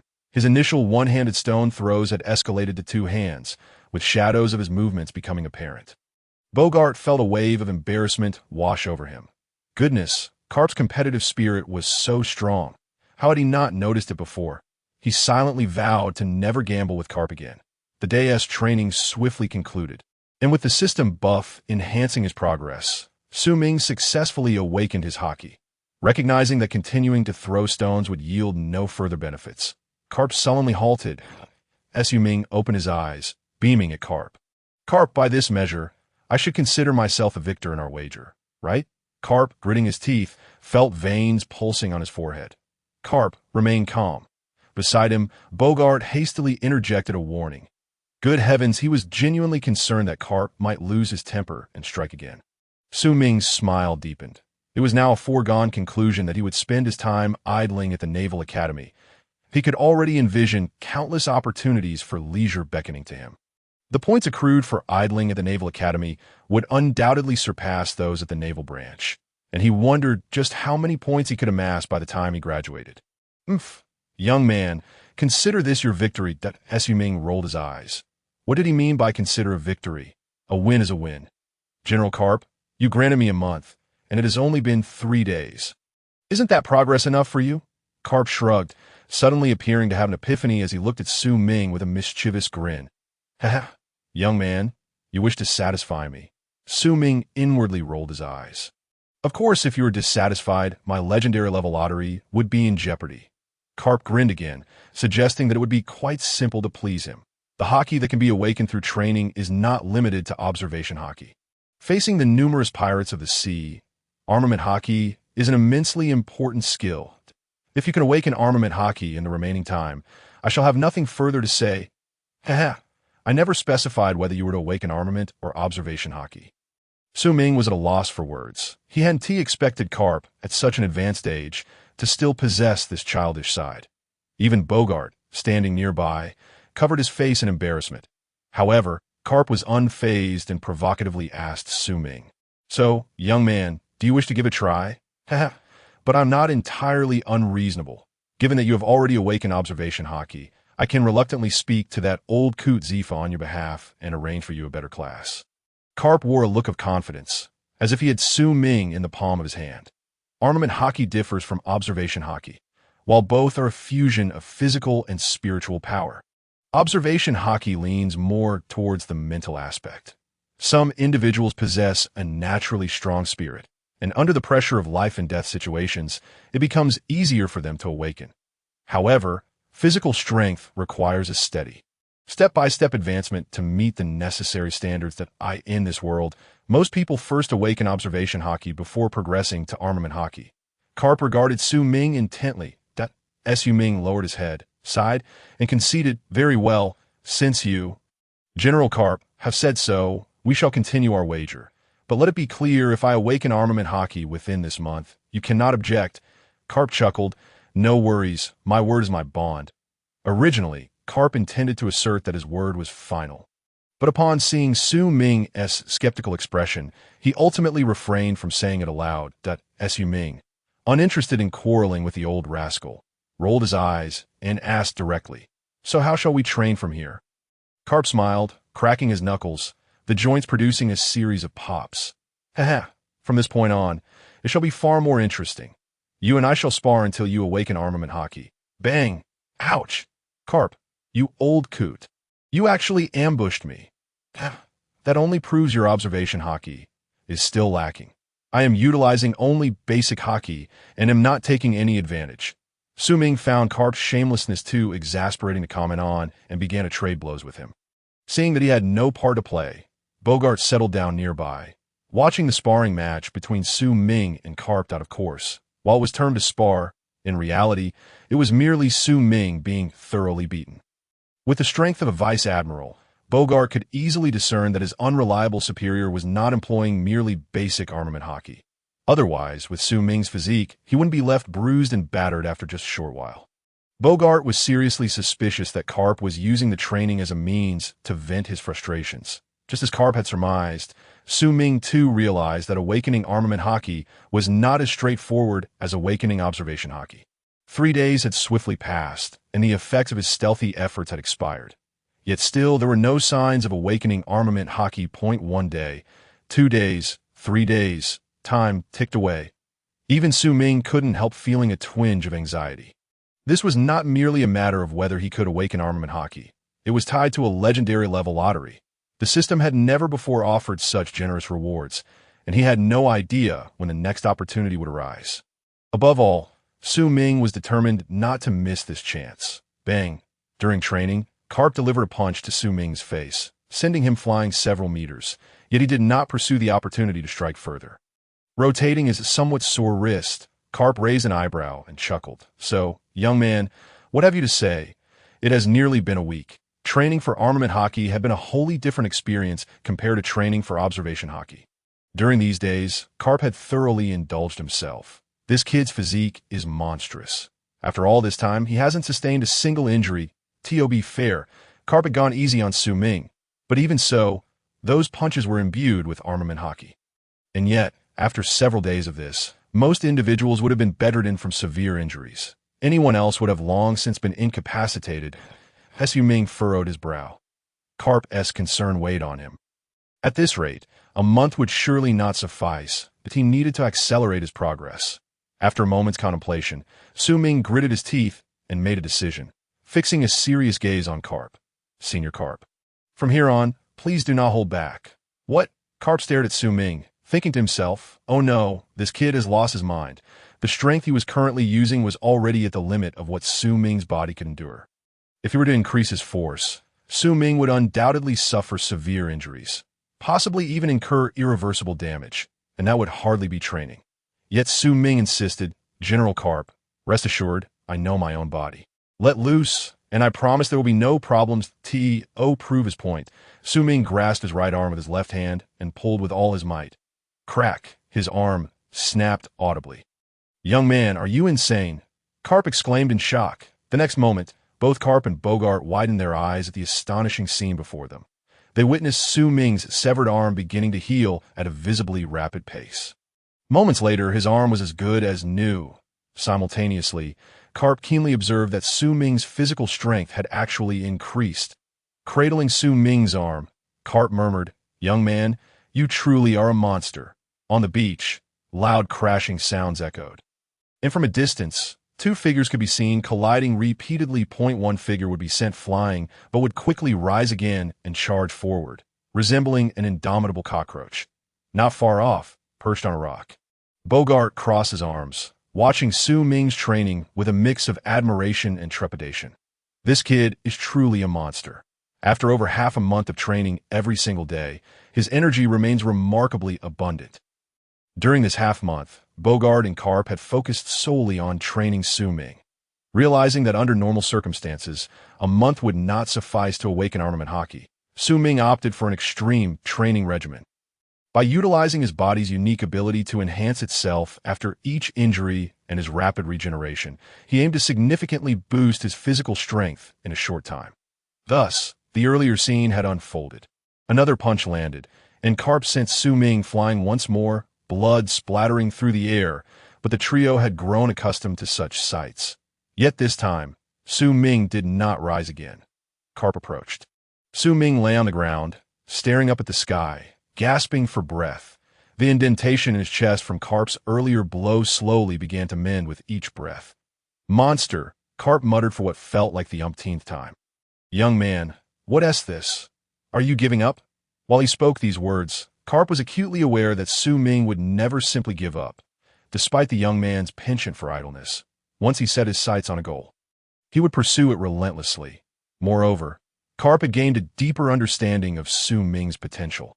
His physical capabilities could no longer be described as merely formidable. In all his years at sea, Karp had never encountered anyone as terrifying as Su Ming. The only individuals who could slightly compare were two officers from the Rocks Pirates, Charlotte Lin and Kaido. However, those two lacked the incredible regenerative abilities that Su Ming possessed, in addition to his impressive defense and strength. Su Ming boasted an astonishing recovery rate. If only this young man could enhance his endurance, he would undoubtedly become a perfect six-dimensional warrior. In just half a month, Karp had transitioned from easily inflicting serious injuries on Su Ming to now needing to exert 40% of his strength to land a blow. It was important to note that Karp's strength was certainly on par with that of an admiral, while Su Ming was merely a novice who had yet to master the basics of Haki. At times, Karp even felt a sense of relief that this young man had joined the Navy. Otherwise, in a few years, they might have had another Rocks on their hands given Su Ming's potential.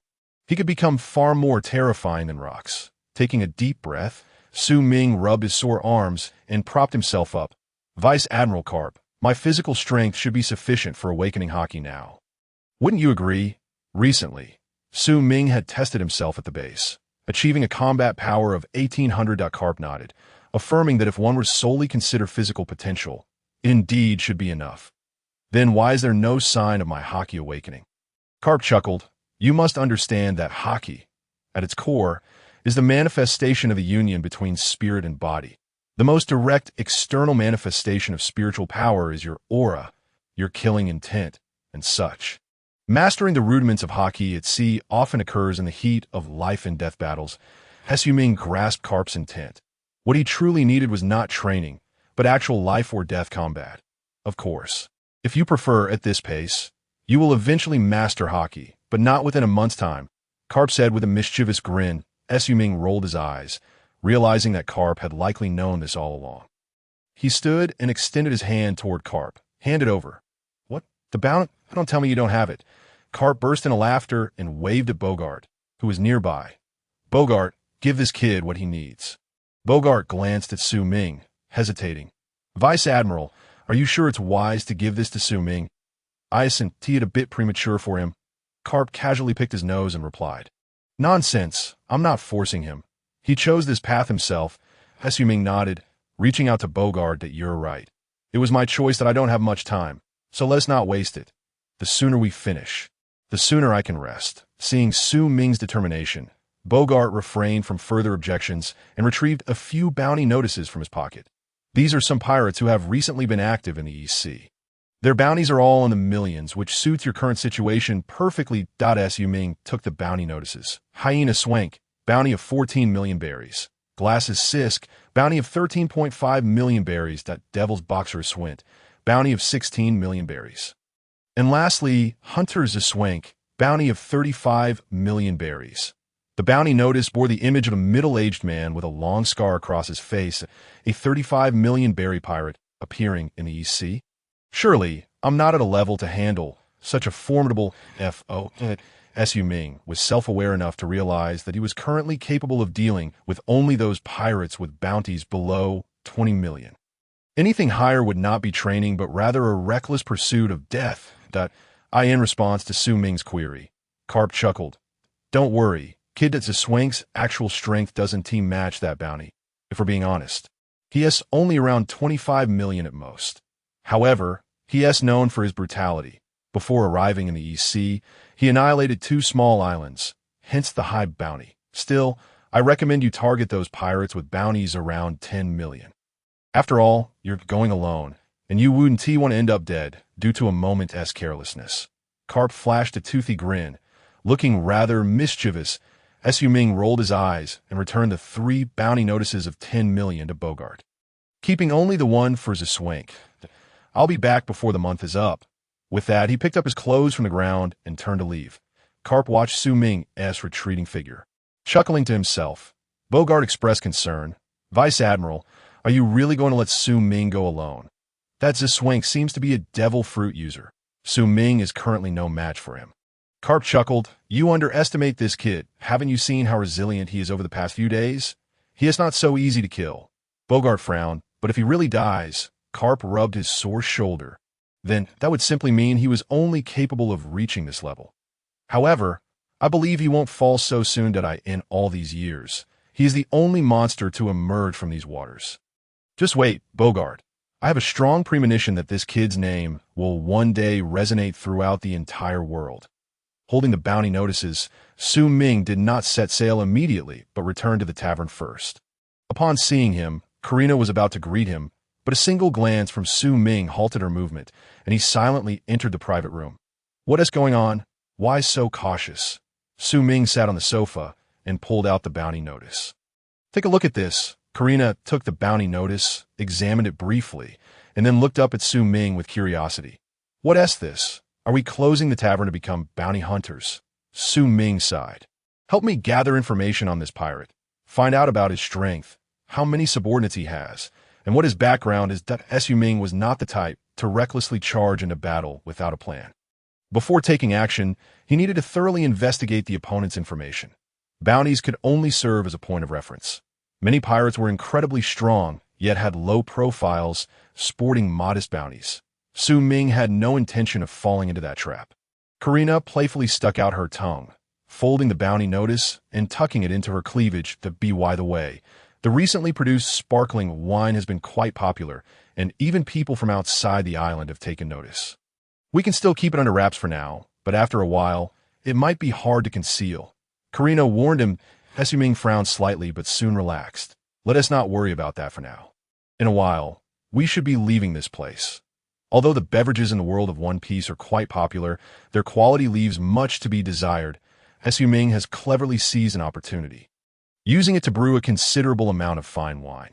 Despite exercising great caution in his sales, it was only a matter of time before discerning individuals took notice. However, this concern has become trivial. Once he completes Karp's test, he shall proceed to the Marine headquarters at Marine Ford, alongside Karina and the tavern, which will naturally relocate as well.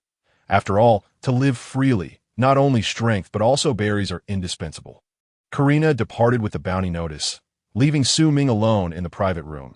Yet he did not remain idle. Host. Su Ming talent. Extraordinary physique, a new talent born from the fusion of the rare talents of steel-like resilience and super speed regeneration. Swordsmanship. Mastered observation Haki. Beginner Marine 6 styles. Mastered fish-catching points. 18. 300 Karp's training for him could be considered a personal mission. Thus, the system has been awarding him fish-catching points daily.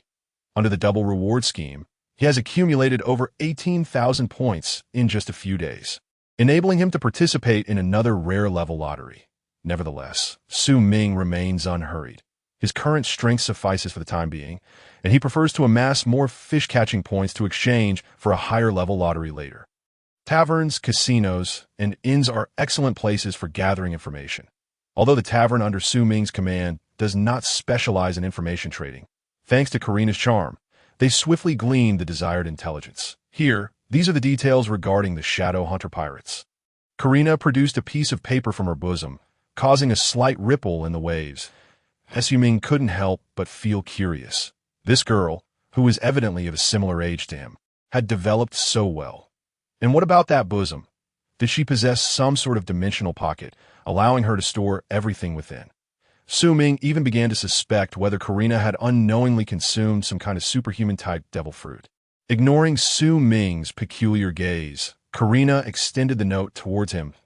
He could even catch a hint of her fragrance wafting from the paper, causing his heart to flutter. However, the matter at hand was of utmost importance, and Su Ming refrained from letting his thoughts wander. Grasping the note, he perused the information within. Zaswenka, captain of a Shadow Hunter pirate crew. Age, 42, adept in the use of daggers, and a Zoan devil fruit user. Commanding 150 crew members with a first mate. The rest were mostly trivial details. Among them, one particular piece of information captured Su Ming's attention. This Zaswenka was, in fact, an animal-type devil fruit user. Fortuitously, he had conducted prior investigations. It is well known that even the weakest of devil fruit users possess strength exceeding 30 million. Ha! Su Ming crumpled the note in his hand and tossed it into the trash bin, realizing just how cunning Karp truly was. This mission was evidently not as simple as Karp had suggested. Although his talents were formidable, in the early stages, the enhancements provided by an animal-type devil fruit user were substantial, and Zaswenka could pose a threat to his life. What to do? Should he consider changing targets? This thought flickered momentarily in Su Ming's mind before being extinguished. What was his purpose in seeking him out?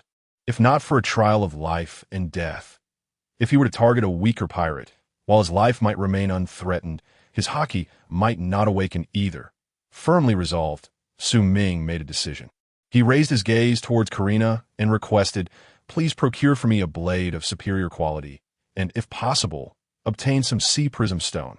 Not too much, he added, sea prism stone is heavily regulated by the world government, making it quite difficult to acquire, especially in the East Blue, where devil fruit users are scarce. Yet with sufficient wealth, most problems can be resolved.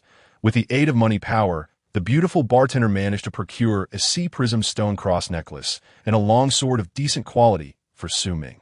However, it was not a renowned blade, merely a makeshift option. The sea prism stone necklace bore a bluish-gray hue, feeling cool in his hand, as though cradling a body of seawater. Donning the necklace around his neck, Su Ming hesitated no longer as he determined his direction, commandeering a speedboat borrowed from the Marine base. Vanishing into the horizon on the shore, Karp and Bogart gazed at the direction in which Su Ming had disappeared. "He's gone," Karp remarked, nodding that he hadn't anticipated that the lad would act so swiftly. "Should we follow him?" Bogart inquired. "Who said I was going to follow? I explicitly stated that this time he must accomplish it on his own." Karp feigned ignorance, Bogart rolled his eyes. Yes, Vice Admiral Karp. What shall we do next? Karp chuckled. What do you think? Of course, we shall patrol the seas, with so many pirates emerging in the East Blue now that I have returned. I must fulfill my duties and conduct a thorough cleanup. Bogart, uninterested in exposing Karp's pretext, commanded the warship to set sail, utilizing his far-reaching observation Haki to trail behind Su Ming from a distance. 3 days later, on the tranquil sea, a large ship adorned with a pirate flag came into Su Ming's view. Simultaneously, atop the pirate ship's lookout, a pirate henchman, peering through a telescope, spotted Su Ming. Captain, there's a Navy officer on the sea. Ziswenka, who had been drinking, paused upon hearing his subordinate's words, lowering the bottle to cast a cold glare at him. I need to instruct you on how to handle such matters. Just fire the cannons and blow him to smithereens. Also, how far are we from the island where the wine is produced? Ziswenka glanced at the bottle in his hand, which contained sparkling wine from Su Ming's tavern. No sooner had he spoken than Su Ming, who had been on the sea, had already leapt onto the deck, leisurely retrieving the bounty notice from his pocket. Comparing it briefly, he stroked his chin and nodded. Ziswenka, I am Su Ming, a new recruit of the Navy. I hereby formally notify you that you are under arrest. Seeing the sudden appearance of Su Ming, Ziswenka momentarily froze before quickly regaining his composure. You little fool, what nonsense are you spouting? This is my ship. Look around you. You think you can arrest me? Even the surrounding pirates could not help but laugh. You must be out of your mind. Thinking you can arrest us just because you bear the Navy's name? This must be a rookie who has just joined the Navy. You truly are unfortunate. Our captain has a bounty of 35 million. The pirates surrounding the deck did not seem overly intimidated by Su Ming's sudden appearance. While they recognized that he was not an ordinary Navy recruit, their captain was a devil fruit user. In the East Blue, a devil fruit user equated to invincibility. Captain, you don't need to lift a finger. I will deal with this brat. But a lean pirate with a fierce gaze stepped forward from the crowd. Su Ming noted that the pirate bore a long sword at his waist, clearly another swordsman. Ziswenka remained silent, tacitly approving. Kid, in your next life, don't bother being a Navy officer. Being a pirate is far more enjoyable and free. Before he could finish a sentence, he drew his long sword with a swift motion, but only a glimmer of silver flashed before his eyes. In the next instant, a fine red line began to spread across his neck. The fierce-looking pirate's expression twisted as he clutched his throat with both hands, blood gushing forth like a fountain, before he collapsed lifelessly onto the deck. Silence, a deathly stillness enveloped the scene. Just a moment ago, the pirates had been laughing heartily, but now they resembled creatures whose throats had been grasped. Unable to utter a single sound, that Ziswenka's eyes revealed a deep-seated murderous intent as he shattered the bottle in his hand. Kill this Navy officer! With a single command, the pirates on the deck sprang into action. Su Ming raised his arm, casually deflecting their attacks. The pirates' expressions turned gleeful. This kid was clearly seeking his own demise by attempting to withstand their blades with his bare hands. However, when their weapon struck Su Ming's arm, the expected splatter of blood did not occur. Only a faint white mark remained on his skin. Seizing the opportunity, Su Ming grabbed one pirate by the neck. Crack! The pirate's neck snapped like a noodle at the slightest pressure. Su Ming casually hurled the lifeless body, which crashed into a group of advancing pirates, sending them sprawling. For over half a month, Su Ming had been relentlessly battered by Karp, only to recover and gradually unveil his true potential. The assaults from these ordinary pirates posed no threat to him whatsoever, even if they struck him repeatedly. He remained unscathed. Su Ming moved through the pirate ranks like a wolf amidst sheep, allowing their attacks to land upon him. Yet they could not hinder his advance in the slightest. Captain Ziswenka sat nearby, his eyes narrowing, his expression no longer as carefree as before. His muscles bulged slightly, a tail gradually sprouting from behind him, and patterns began to appear on his face, resembling a large cat at first glance. Yet in terms of size, he bore more resemblance to a tiger. As Su Ming hunted these ordinary pirates, an alarming sensation surged within him, prompting the activation of his observation Haki. He slightly tilted his body, and a shadow darted past him with great speed, The pirate in front of Su Ming could not react in time and was cleaved in two by the shadow, even with his observation haki. The opponent's speed was so formidable that it left a gash on Su Ming's face. However, this wound was inconsequential to him. With a casual wipe, it healed completely. Before him, Swank had transformed entirely into a large cat. His slit pupils fixed intently on Su Ming, that a sense of danger welled up within Su Ming. Observing the bisected corpse before him, he couldn't help but smirk. Indeed, the bounty reflected his vicious nature, showing no hesitation even in dispatching his own subordinates. "Kikik, kid, I underestimated you before, that if you become my subordinate, I might spare your life," Swank taunted. Su Ming rolled his eyes. "Are you a monkey?" Swank was taken aback and shook his head. "Then why are you acting so grand? I would have thought you consumed a rubber fruit." Su Ming, disinterested in conversing with such an ignorant pirate, maximized his observation haki, gripping the long blade at his waist as a sharp aura began to rise. On the deck, Su Ming and Swank's figures transformed into fleeting shadows, vanishing from the sight of the ordinary pirates, their claws and sword energy intertwining. The pirates who could not evade were swiftly dismembered. "Retreat! Hide quickly! Help! Captain, it's us! Help! I don't want to be a pirate anymore." The cries of despair echoed incessantly. Neither Su Ming nor Swank paid any mind to these underlings in the distance, beyond Su Ming's line of sight. Karp's dog-headed warship lay anchored upon the sea. Karp relaxed in a rocking chair, enjoying a donut while basking in the sun, utterly content. Oh, who would have thought? This pirate is actually a devil fruit user. An animal-type fruit? Rather ordinary, but poses a dilemma for this kid. Bogart, standing beside Karp, responded, "Vice Admiral Karp, the opponent is a devil fruit user. This should exceed his capability to deal with, should we?" Karp waved his hand dismissively. "No need." This kid showed no surprise at Swank's abilities. He must have done his homework beforehand. Let us just observe. That being said, this kid not only possesses great potential, but also displays keen intellect, refraining from charging in recklessly. Haha, I increasingly look forward to his performance at headquarters. The Navy headquarters have faced considerable pressure in recent years, ever since the emergence of the formidable Kazan, Sakazuki, and Borisolino.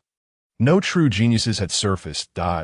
In contrast, the pirates thrived. Following the defeat of the Rocks pirates, several key officers established their own crews, expanding their influence day by day. That Roger's former crew had a plethora of skilled fighters, all of whom dispersed into the seas after his surrender. While the repercussions of this situation were not yet apparent, in a few years, if the new generation of the Navy failed to produce competent fighters, a significant problem would inevitably arise on the pirate ship's deck. Two figures intertwined in combat. The disparity in strength between Swank and Su Ming was stark. Su Ming's attacks posed no lethal threat to Swank. The agility and physique granted by the cat fruit allowed Swank to experience the frustration others felt when confronted with him. Sustaining himself thus far, Su Ming relied solely on his body's defenses. As a user of the cat fruit, Swank could breach Su Ming's defenses. His strength was undoubtedly worthy of his 35 million bounty. While Su Ming could endure prolonged conflict if the stalemate persisted, the outcome was clear. He would be worn down to death. Unless he awakened his armament haki to break through Swank defenses, he could not turn the tide. "Haha, kid, is that all you've got?" Swank laughed maniacally, relentlessly assaulting Su Ming. The Navy uniform he wore had become tattered, and his regeneration was noticeably slowing. Swank was indeed deserving of his 35 million bounty. This amount was not only justified, but perhaps even underestimated. Relying on the formidable physique granted by the animal-type fruit, Su Ming had employed every facet of his swordsmanship and the Navy's 6 styles, yet none could pierce through Swank's defenses. Moreover, Swank's speed was astonishing. Had Su Ming not awakened his observation haki, he would have sustained far worse injuries. Su Ming forced himself to remain calm. Armament haki. I must awaken it now to turn the tables. He slowly closed his eyes, no longer relying on sight to track Swank's movements. Simultaneously, he focused intently on sensing the power of armament haki lying dormant within him. "Ha, kid, are you seeking death by closing your eyes?" Swank's eyes gleamed with malice as he unleashed a sudden surge of strength. His speed increasing once more in the next instant, blood-splattered. Ugh! Su Ming let out a muffled groan as a deep wound, visible to the bone, opened on his chest. The wound penetrated the muscle membrane, revealing his heart's violent rhythm beneath. The bright red muscle membrane marked the boundary between life and death. Swank wore a cruel smile. "Kid, next time, I will crush your heart." Su Ming disregarded Swank's words. In that fleeting moment between life and death, a surge of power manifested within him. That it was this very power that thwarted Swank's lethal strike, preventing him from sustaining a fatal injury. Su Ming slowly opened his eyes, taking a deep breath as the wound on his chest began to heal at a visible rate. Swank, observing Su Ming, felt a surge of murderous intent. This kid truly was a monster, now that the battle had commenced. He could not allow him to survive, or else he would be the one to perish. Yet at that moment, a tremendous sense of crisis welled up within Swank, prompting his body to instinctively react as he leapt backward. Almost simultaneously, a chasm appeared where he had just stood. "What is this? Kid, how did your speed increase so dramatically?" Swank exclaimed. Su Ming raised his gaze, calmly meeting Swank's eyes. "It's not that my speed has suddenly increased. It's that I was previously focused on breaking through your defenses, channeling most of my strength into attack." Swank scoffed derisively. "Break through my defenses? Ha! Kid, I'm an animal-type user. Do you think your current strength is sufficient?" He begrudgingly acknowledged. "I admit, you are indeed a monster, but unfortunately for you, you've crossed paths with me too soon. Kakik, the thought of such a genius perishing at my hands is exhilarating. Since you've expended your strength on speed, it means your attacks pose no threat now. So prepare to die." The muscles of Zizawang tensed, just as they had moments ago. Two figures brushed past one another, and for an instant, time seemed to suspend. Zizawang slowly turned his head, his pupils dilating in disbelief. A slender crimson line began to materialize upon his neck. This is impossible." Having uttered these words, Zizawang collapsed heavily to the ground, utterly silenced. In contrast, Su Ming bore a wound upon his chest, merely penetrating the muscle layer, preventing him from advancing another step. More critically, the blade in Su Ming's hand was cloaked in a thin veil of dark aura. The manifestation of armament Haki. It was this very layer of Haki that allowed Su Ming to breach Zizawang's defenses with minimal cost, leading to his demise. Armament Haki, indeed, is an essential force for the formidable of the seas. This enhancement is nothing to scoff at, Su Ming mused. With Zizawang's death, Su Ming's stamina was entirely drained by that last strike. That a wave of fatigue surged through him. His legs weakened, and fortunately, the blade in his hand was still embedded in the ground, propping him up and preventing him from collapsing in the distance. A group of pirates, who had been hiding at a safe distance, cautiously poked their heads out upon hearing the cessation of the battle. "Captain, the captain is dead. This Navy soldier has slain our captain. It's over, we're doomed." Panic began to spread among the pirates. However, it wasn't long before one of them noticed something amiss. "Wait, isn't this Navy soldier injured?" Indeed, he hasn't moved since earlier. He must have been gravely wounded by the captain and is now incapacitated. The previously chaotic pirates now bore vicious glints in their eyes. "Kill him. Avenge the captain." Before long, one pirate picked up a weapon from the ground and cautiously approached Su Ming. Meanwhile, on the deck of the warship, Karp rose leisurely from his seat. "It's time to go. This kid has reached his limit." The first use of armament Haki is quite taxing, especially after Su Ming had been battling pirates for so long. Wait, just as Karp was about to move, he fixed his gaze on the seabirds above. The seabirds, as if sensing something, began to scatter away from the pirate crew in a frenzy. Bogart lowered his sunglasses, furrowing his brow as he observed the scene from afar on the pirate ship. Su Ming, who had been half kneeling and leaning on his long sword with his head down, slowly lifted his gaze, his eyes gradually opening. A hum reverberated through the air as the surrounding pirates felt as though their heads had been struck by a heavy hammer. Spitting foam and collapsing with their eyes rolled back. "Huh, what a treasure I've found. Bogart, I've decided, this kid shall be my disciple." Karp laughed heartily, as gleeful as a child. Bogart remained silent, his face a canvas of shock. Taking a while to process the revelation, that he truly hadn't expected that this kid possessed Conqueror's Haki, that Conqueror's Haki can only be awakened by those with the potential to become kings. Among millions upon the sea, only one may awaken as a top-tier powerhouse of the ocean. Karp understood well that Conqueror's Haki is the ticket to becoming a supreme force, simultaneously, after a series of fierce battles and the initial awakening of Conqueror's Haki.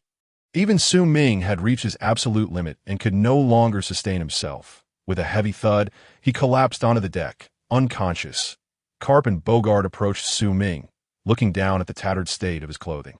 Beneath the fabric, shallower wounds had completely healed. The deep gash that Zizzawank had inflicted upon his chest, exposing his innards, now bore only a tender scar. Bogart marveled at Su Ming's astonishing recovery ability.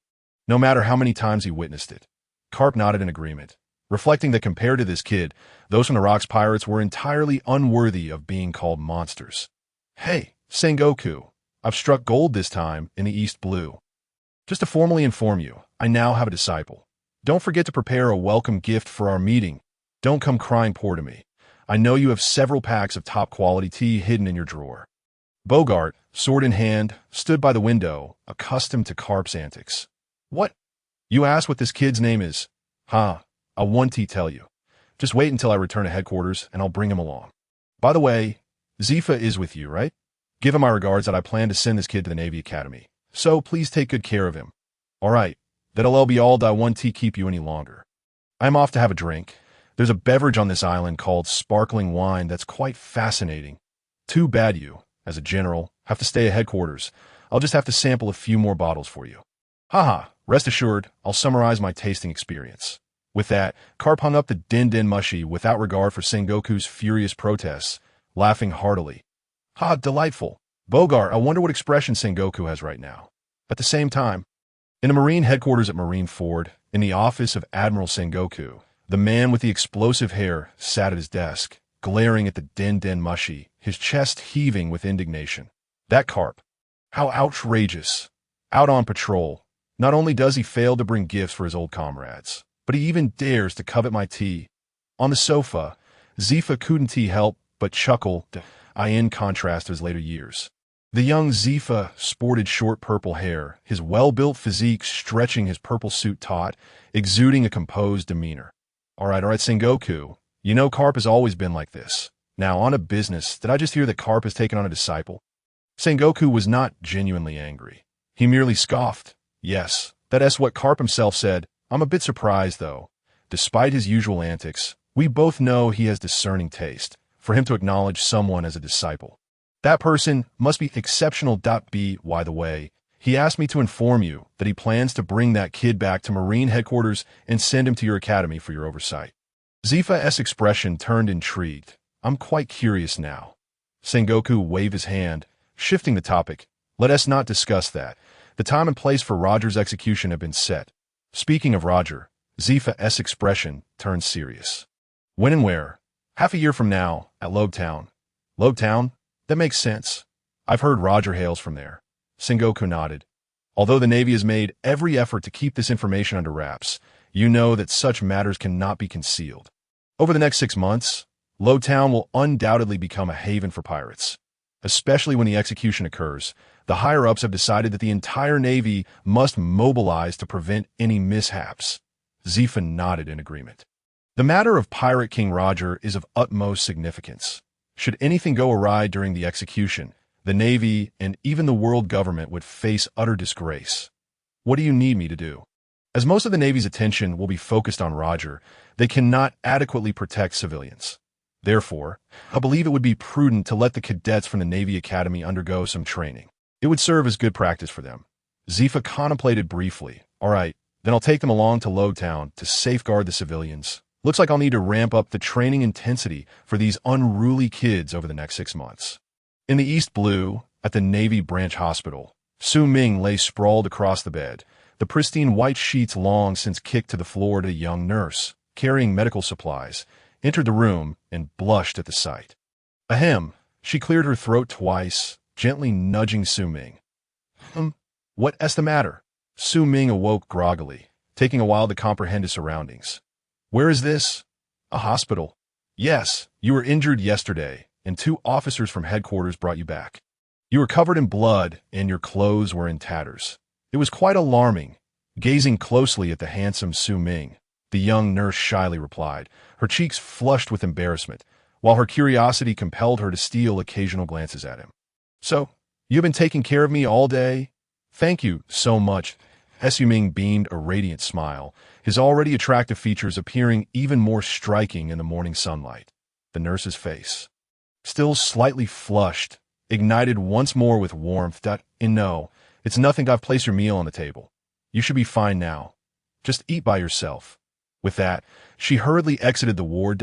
Su Ming, feeling a touch of narcissism, ran his fingers through his hair, thinking, being this handsome is truly a burden. After teasing the nurse for a while, he finally regained full consciousness and began to reflect on the events that had transpired. The encounter with that formidable opponent, Swank, had been perilous. Had he not grasped the concept of armament Haki at a critical moment, he might have met his doom at his hands. Nonetheless, he emerged victorious. Not only awakening armament Haki, but also making an unexpected discovery. He possessed Conqueror's Haki as well. Host, Su Ming talent. Extraordinary physique, a new talent born from the fusion of the rare talent steel-like body and rapid regeneration. Swordsmanship. Master Marine 6 styles. Mastered observation Haki. Mastered armament Haki. Beginner Conqueror's Haki. Not yet mastered fish point. 41.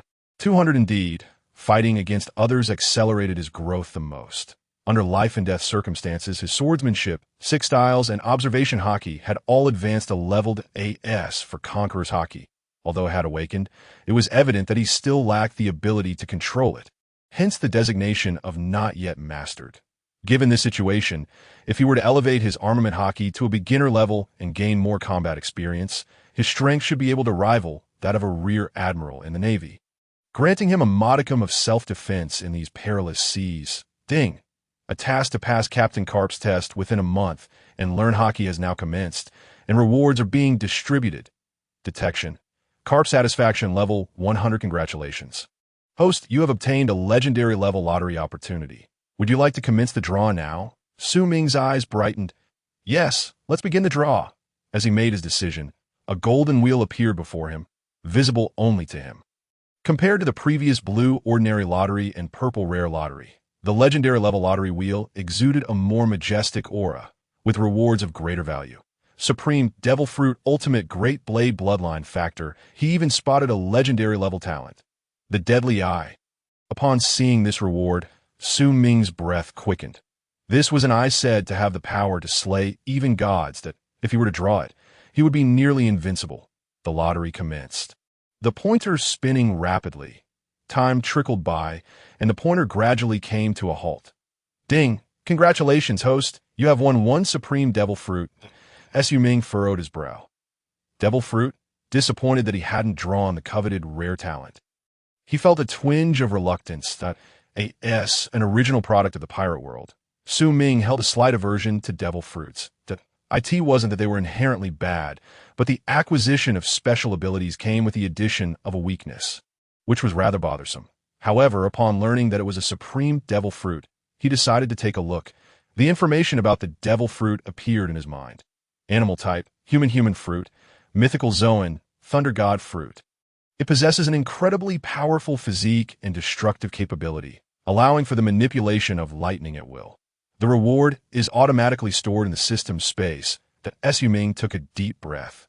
Although he disliked the drawbacks associated with devil fruits, he could not deny the immense strength of this particular fruit. Its potential surpassed that of Luffy's Nika fruit in the future. Nonetheless, the weaknesses of sea prism stone and seawater kept Su Ming grounded. He refrained from consuming it. I'll wait a bit longer. My current strength isn't sufficient. Even if I consume the devil fruit, the enhancement would be limited and I'd be adding another weakness.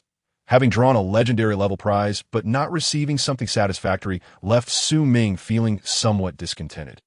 His gaze shifted to the remaining 40,000 fish points. He could still conduct 4 rare level draws.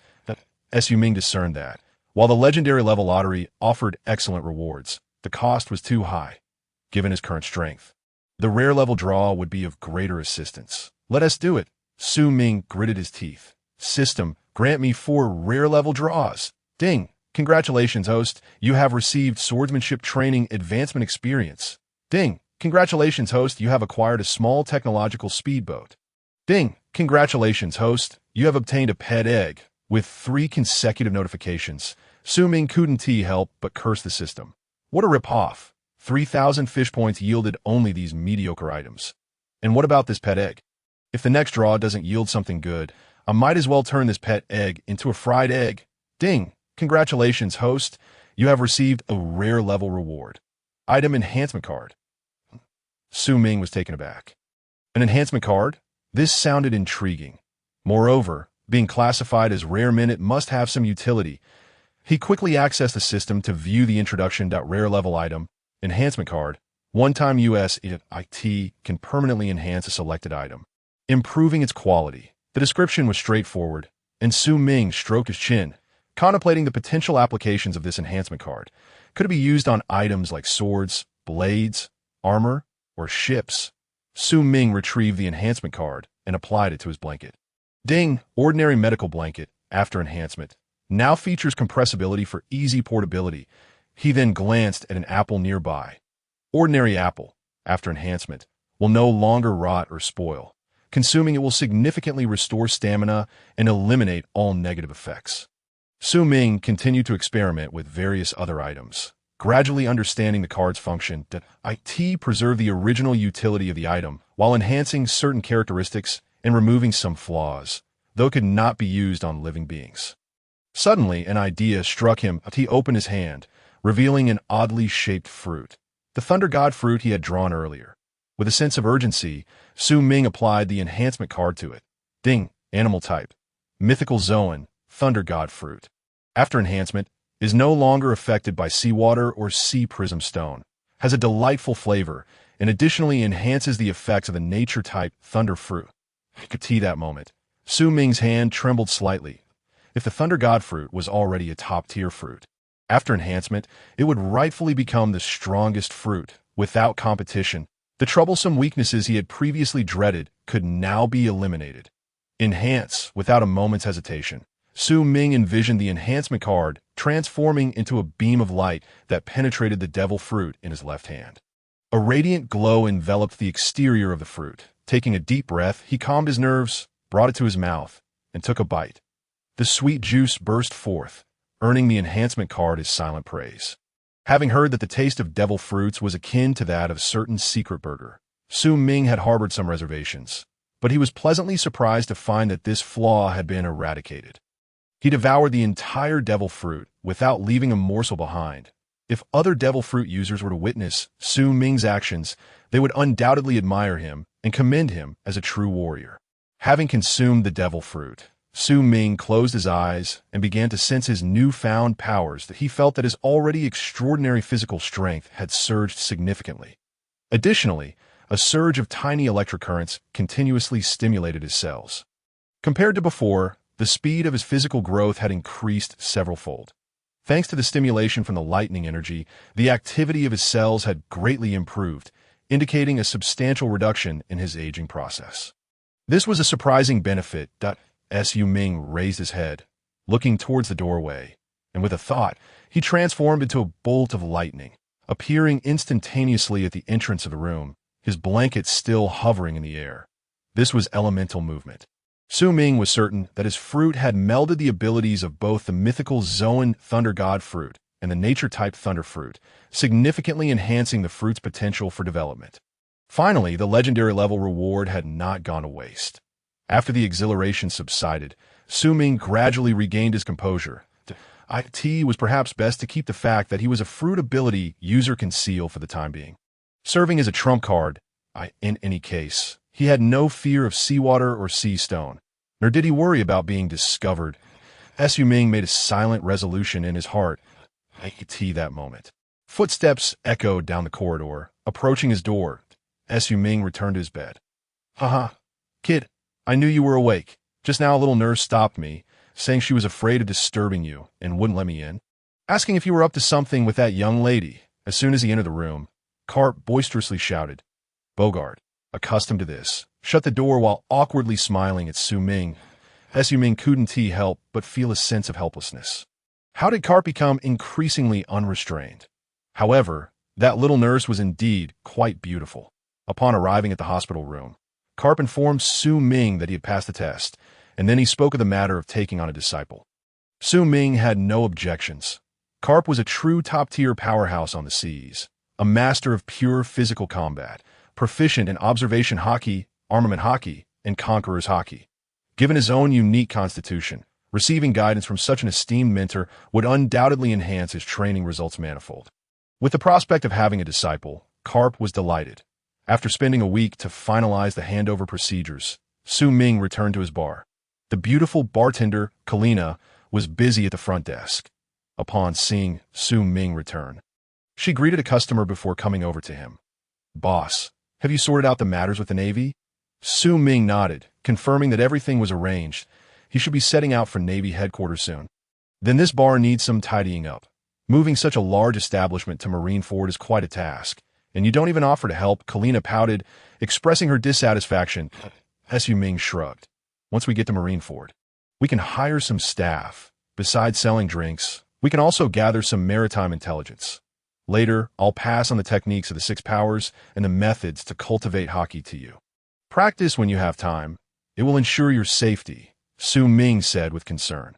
Hearing Su Ming's thoughtfulness, Califa revealed a satisfied smile, her delicate hand patting the flintlock pistol resting at her waist. "I prefer this," Su Ming glanced at her, but said no more. After a brief exchange, they agreed to meet again in Marineford Point 3 days later at the island's port. Jack personally brought a few familiar Navy personnel to see Su Ming off. Standing on the deck, Su Ming looked back at the receding island, feeling a wave of nostalgia. Strictly speaking, this was his first departure from the island, his home in this lifetime. Marineford, the location of Navy headquarters. Though it was also an island, in terms of population and prosperity, it was incomparable to the remote island where Su Ming had lived. Karp stood before Su Ming, saying, "Well, kid, this is Marineford. The Navy headquarters is just ahead. Soon, Bogart will take you to the Naval Academy that I've already asked Zephyr to handle the paperwork for you that I'll go report to Sengoku first. You can familiarize yourself with the surroundings." Su Ming nodded in understanding.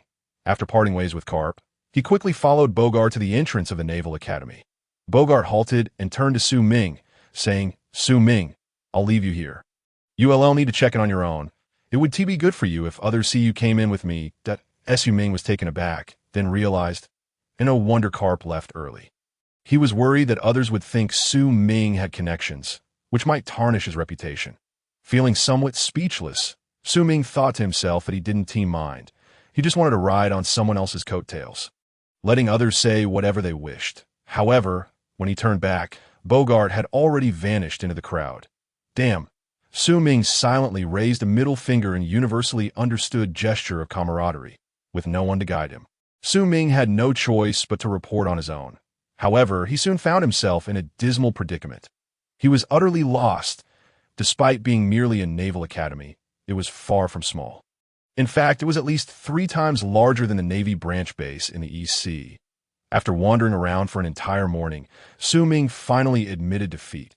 Yes, he was lost, sitting on the stone steps. He wore a frustrated expression, never having imagined that he possessed a sense of direction as abysmal as this. Back on the island, he had never realized it. With no other option, he resolved to ask someone for directions. Just then, he heard a voice. "Huh. Which class are you in? It's training time. Why aren't you training?" Turning around, Su Ming saw a girl dressed in the academy uniform, with long pink hair parted in the middle. Sporting a pair of purple sunglasses perched atop her head, standing with her hands on her hips behind him. The girl appeared to be around Su Ming's age, although still somewhat innocent. Her beauty was unmistakable. Just as he was about to speak, the girl bent down, her beautiful big eyes scrutinizing Su Ming. "Oh, Tina gets it. You're just hiding here to slack off, aren't you?" With a hand on her hip, Tina pointed at Su Ming from a superior position. "Ah, Tina has caught you. I'm going to report you." "Tell me, what's your name?" Su Ming's expression twitched. "What the hell? No, Miss Tina, I believe there's been a misunderstanding." "Humph. No need to argue. You have 2 choices. Either come with Tina to the disciplinary office and admit your mistake, or if someone asks, just say you've never seen Tina. Su Ming couldn't help but chuckled. So this girl was skipping class and wanted to drag him down with her due to her own guilt. Su Ming's eyes sparkled mischievously. Well then, Tina classmate, I'd appreciate it if you could take me to the disciplinary office. What? Tina stared at him with wide eyes, unable to believe what she was hearing. You better think it through. The penalties at the disciplinary office are severe. Tina was just kidding. If you help Tina keep this a secret, she won to report you. What a joke. She was also sneaking out. If she turned Su Ming in, wouldn't she expose herself? Yet, Su Ming shook his head resolutely. Tina classmate, no need to say more. I just heard your admonition, and I feel deeply ashamed as a member of the Navy. How could I be so lazy and not live up to the department's nurturing? Su Ming's expression was earnest, his eyes ablaze with a conviction akin to faith. Tina bit her pink lower lip, feeling conflicted. After a moment, she sighed. All right, I'll accompany you. Actually, I was skipping class too. I heard there's a bar on the island with special drink deals, but you're right. We are the Navy, and we must not betray the trust and training of the department. Tina lifted her chin, clenching her delicate fist, declaring resolutely. Su Ming smiled. Then it settled. Tina classmate, you lead the way. Let us head to the disciplinary office. Okay, moments later, inside the disciplinary office, a middle-aged instructor looked at Su Ming and Tina before him. Tina, it's training time, right? Why aren't you training and instead come here? Tina stood tall, gritting her teeth, and stubbornly replied, Tina made a mistake. Tina skipped class and voluntarily came to accept punishment. After speaking, Tina felt a weight lifted off her shoulders, as if a great burden had been released. Turning to Su Ming, she exchanged a grateful glance. The instructor narrowed his eyes, his face darkening, then turned to Su Ming as, oh, you're also skipping class? No, sir, I'm a new recruit reporting for duty. I'm unfamiliar with the layout and followed her here. Su Ming said, Tina. Tina's eyes widened in disbelief as she stared at Su Ming, momentarily stunned. She had yet to graduate from the Naval Academy and was already experiencing the harsh realities of society. With a harmless smile on his face, Su Ming offered Tina an encouraging look. Tina, her eyes glistening with tears, pointed at Su Ming, saying to the instructor, I. The middle-aged instructor raised an eyebrow. You what? Tina, this isn't to your first offense. Is it? Now go, carry 100-kilometer weight. Tina resembled a defeated rooster, her head bowed low as she despondently exited the academic affairs office. Upon reaching the door, she couldn't resist casting a resentful glare at Su Ming. In contrast, Su Ming completely ignored Tina, raising his eyes to the ceiling as if something remarkable were there. Detached and indifferent, he bid farewell to Tina as the instructor turned his attention towards him. You must be Su Ming. The Vice Admiral Bogart has already spoken about you. The instructor returned to his desk, rummaging through a drawer before retrieving a name tag. Here's your name tag. Report to Class A tomorrow. Turn right upon exiting to collect your uniform. Subsequently, you will be informed of your dormitory's location. The instructor's words were succinct, and Su Ming nodded before exiting the office. After the pangs of homesickness faded, Su Ming gradually acclimated to his new surroundings. The process of receiving his uniform and being assigned a dormitory went smoothly. Perhaps out of respect for Bogart, or due to the instructor's inherent sense of responsibility. He made it a point to introduce Su Ming to the class to prevent him from getting lost at the Navy headquarters in the Warring States office. Bang! The door was kicked open with a resounding thud, startling Warring States' pet goat.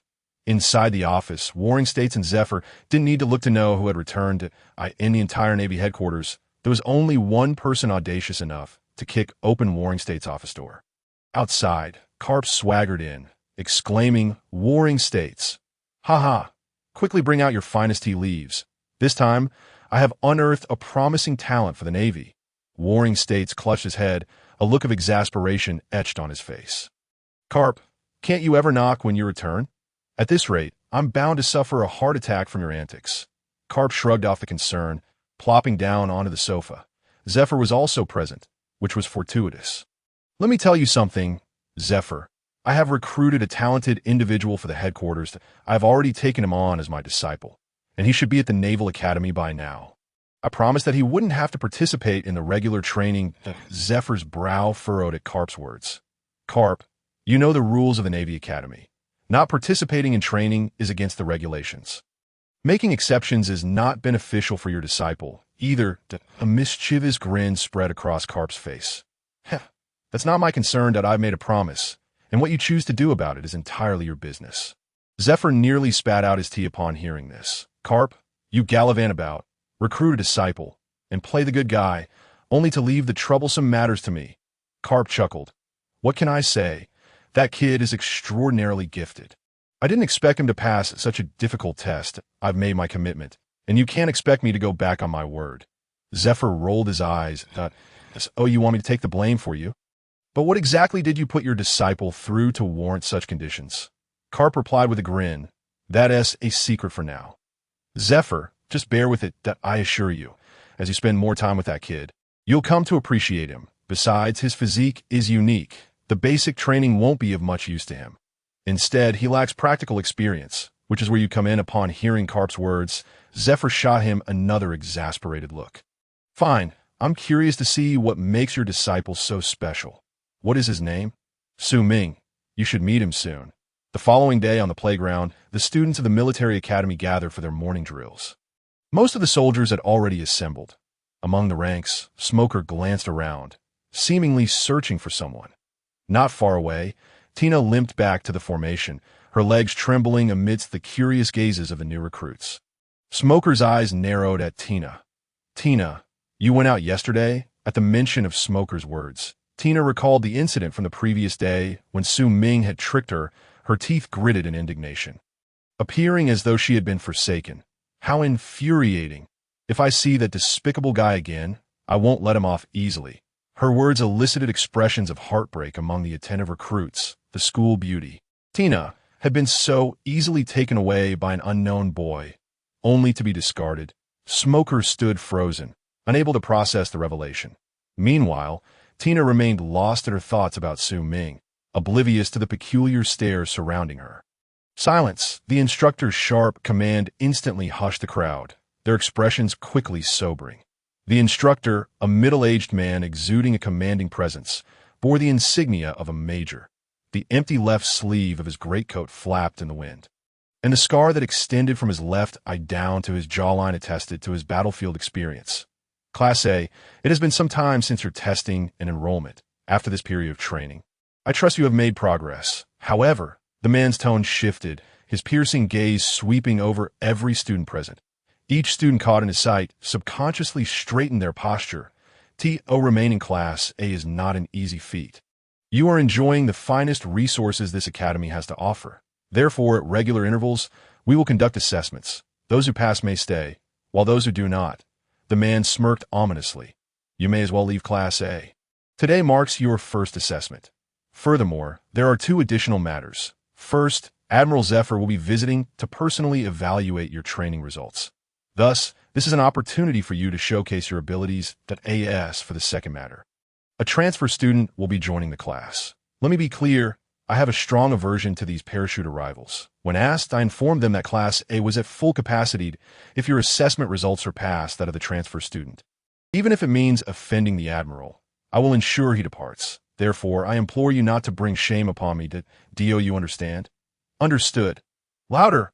Understood. At that moment, Zephyr entered alongside a figure. Such spirit so early in the morning. Indeed, this is Class A. I am eagerly anticipating your performance. This is Su Ming. Kid, I've arranged some connections for you, but whether you can enter Class A depends on your own capabilities. As soon as the words left his mouth, Tina exclaimed, It's you, pointing at Su Ming with a look of grievance. Instantly, all the students turned their fiery gazes towards Su Ming, their eyes practically ablaze. It turned out that the one who had stolen their goddess Tina was this transfer student. On the playground, a throng of students glared at Su Ming, as if they shared a deep-seated grudge. Su Ming felt a twitch at the corner of his eye, offering an awkward smile. Zephyr raised an eyebrow, casting a sidelong glance at Su Ming, wearing a playful grin, as if to say, You certainly have a way with the ladies. As for these matters, the Navy Academy would not intervene. After all, the school had never prohibited romantic relationships. How couples engage with one another was their own affair, provided it did not interfere with training. However, the middle-aged instructor, witnessing this scene, hatched a scheme and smirked mischievously. Reporting to Admiral Zephyr, "Today, Class A will conduct practical training in a free-for-all elimination format, with scores based on individual performance. May I ask, Commander, when shall we commence?" Su Ming thought, "You are blatantly targeting me. The looks from these students are as if they wish to devour me. And it's a free-for-all elimination? You might as well say you want them to gang up and beat me." Although if it came to blows, Su Ming was confident he could emerge victorious, but that would undoubtedly reveal many of his hidden cards. However, since this was merely a test, he had no intention of self-sabotage. Ding! A new task has been detected. System task. Join the Navy Academy. Joining a class will determine the host's daily fish point acquisition. In Class A, 200 fish points per hour. In Class B, 100 fish points per hour. In Class C, 50 fish points per hour. Joining a class for the first time grants an additional reward. One draw from the ordinary to legendary tier. The system's voice resonated within Su Ming's mind. Well, it seems there's no need for selection now. While Su Ming could afford to disregard other matters, he certainly could not overlook the system's indulgence. Class C might be a more relaxed environment for slacking off, but the rewards were woefully inadequate. 4 times less than Class A, which was utterly ridiculous. Zephyr regarded Su Ming with a smirk. Relishing the moment, "Kid, you were recommended by our master, so what do you say? Care to participate in the test? If not, Class B does offer decent treatment." Zephyr's words carried an implication.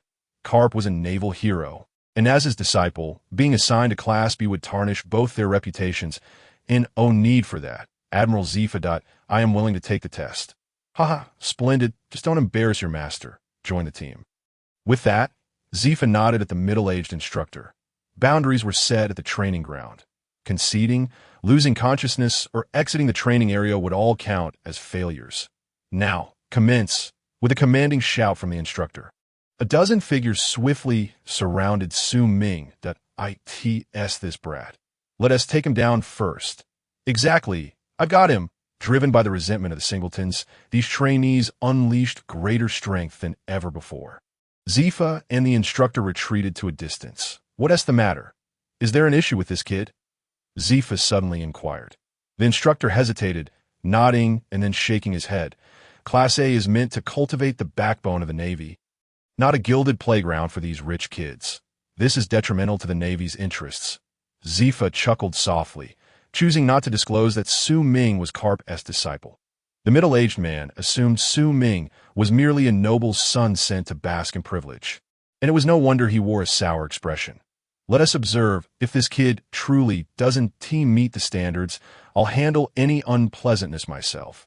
With Zephyr's assurance, the instructor sighed in relief. Meanwhile, within the training ground, the crowd that had once tightly encircled Su Ming suddenly realized he had vanished. "Hey, why are you hitting me? Aren't you supposed to be targeting that kid? Damn it. Someone is ambushing us. Stop hitting. Ugh, what you doing?" Chaos erupted as the crowd descended into disarray. Su Ming's predicament was quickly forgotten. Although they yearned to teach him a lesson, they now faced elimination. On the periphery, Smoker and Tina stood together. The onlookers were oblivious, but the duo could clearly see that as soon as the group encircled Su Ming, he had slipped away like a slippery eel, launching surprise attacks on several individuals, thereby unraveling their fragile alliance. "Tina, did that kid bully you? I'll help you deal with him." Smoker cracked his knuckles, ready to intervene, but Tina swiftly blocked his path. "No need. I'll handle this bad guy myself." With gritted teeth, Tina charged at Su Ming before Smoker could react, leaving him standing there, feeling a mix of frustration and helplessness. It seemed his friend was already leaning toward the other side, evidently concerned about possibly harming this individual. Su Ming, who had been quietly observing, suddenly felt a gust of wind rushing toward him from behind. Instinctively activating his observation Haki, he reached back and deflected the attack. Turning to see Tina, whom he had met just yesterday, glaring at him with indignation, he awkwardly smiled. "Hello, beautiful. Nice to meet you. Please take care of me." "Nice to meet you. You haven't forgotten what happened yesterday, have you?" Tina was quite clear in her recollection. Su Ming had caused her considerable distress, and she intended to settle the score. A few black lines appeared on Su Ming's forehead as he replied. "I must say, beautiful. You shouldn't speak so carelessly. It can lead to misunderstandings. Nearby, Smoker, overhearing their exchange, felt a pang of heartache. Tina's face flushed crimson with anger. Unable to voice her grievances about skipping class in front of Zifa, she bit her lip in frustration, relentlessly attacking Su Ming. Su Ming, employing his observation Haki, refrained from retaliating, using Tina's assault to fend off several would-be assailants. In the distance, Zifa observed Su Ming, rubbing his chin with a faint smile playing on his lips. Interesting. This kid possesses a certain charm. He has already awakened his observation Haki at such a young age, and he doesn't appear to be a novice. No wonder Karp is intrigued by him. However, merely possessing observation Haki isn't enough for Karp to take him as a disciple. As the numbers in the training ground dwindled, Zifa's smile grew wider. He turned to the middle-aged instructor, silently signaling him to increase the intensity for Su Ming. The instructor understood immediately, grabbing a megaphone, that we will now commence the second phase of training, group matches. Find your teammates immediately and engage in cooperative attacks for points. Su Ming stumbled slightly. This competition was rigged. Damn it, on my first day, I've become the target of everyone's ire. Who would I team up with? Yet, he quickly realized an important point. Wait a minute. All I need to do is join Class A. I don't need to fight for first place. Seeing the 20 or so individuals already eliminated, Su Ming swiftly darted away from Tina, exiting the training ground.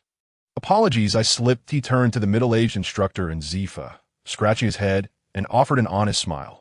Sir, I'm sorry. I didn't mean to get eliminated. Zifa squinted, veins throbbing on his forehead.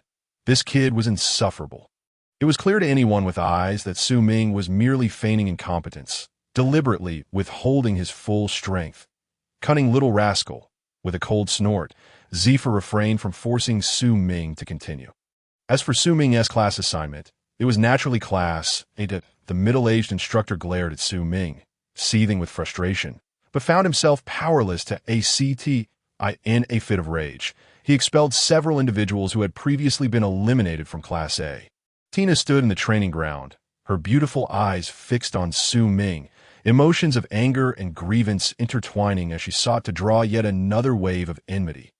Ding! Congratulations, host, for completing the system task. Rewards. 1 legendary level lottery draw. The system notification echoed in his mind.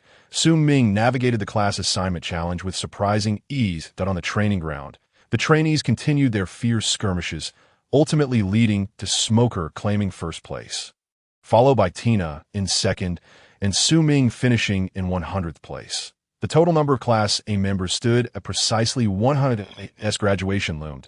This number would steadily decline, with only about 30 expected to remain.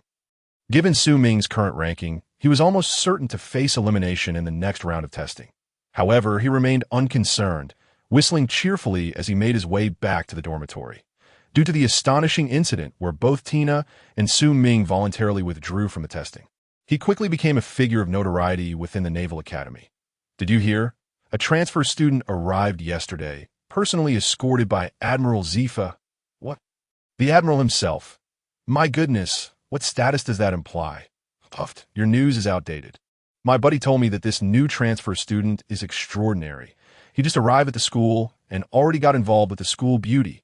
Tina. Damn. He.S. that impressive. He.S. managed to win over the school beauty so soon. Nearby, the iron fence was being deformed by Tina's grip. Tina was genuinely furious. Smoker, standing beside her, instinctively took a step back. 3 days had passed since the testing, and during this time, Tina had kept a watchful eye on Su Ming, eagerly awaiting his appearance.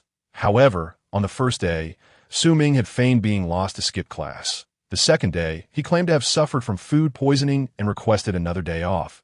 Finally, on the third day, Tina burst into the classroom, determined to confront him, as Su Ming had already taken 2 consecutive days off. Surely, he couldn't have another excuse. As soon as Tina entered the classroom, a fellow student who resided on the same floor as Su Ming greeted her and approached with a piece of paper in hand.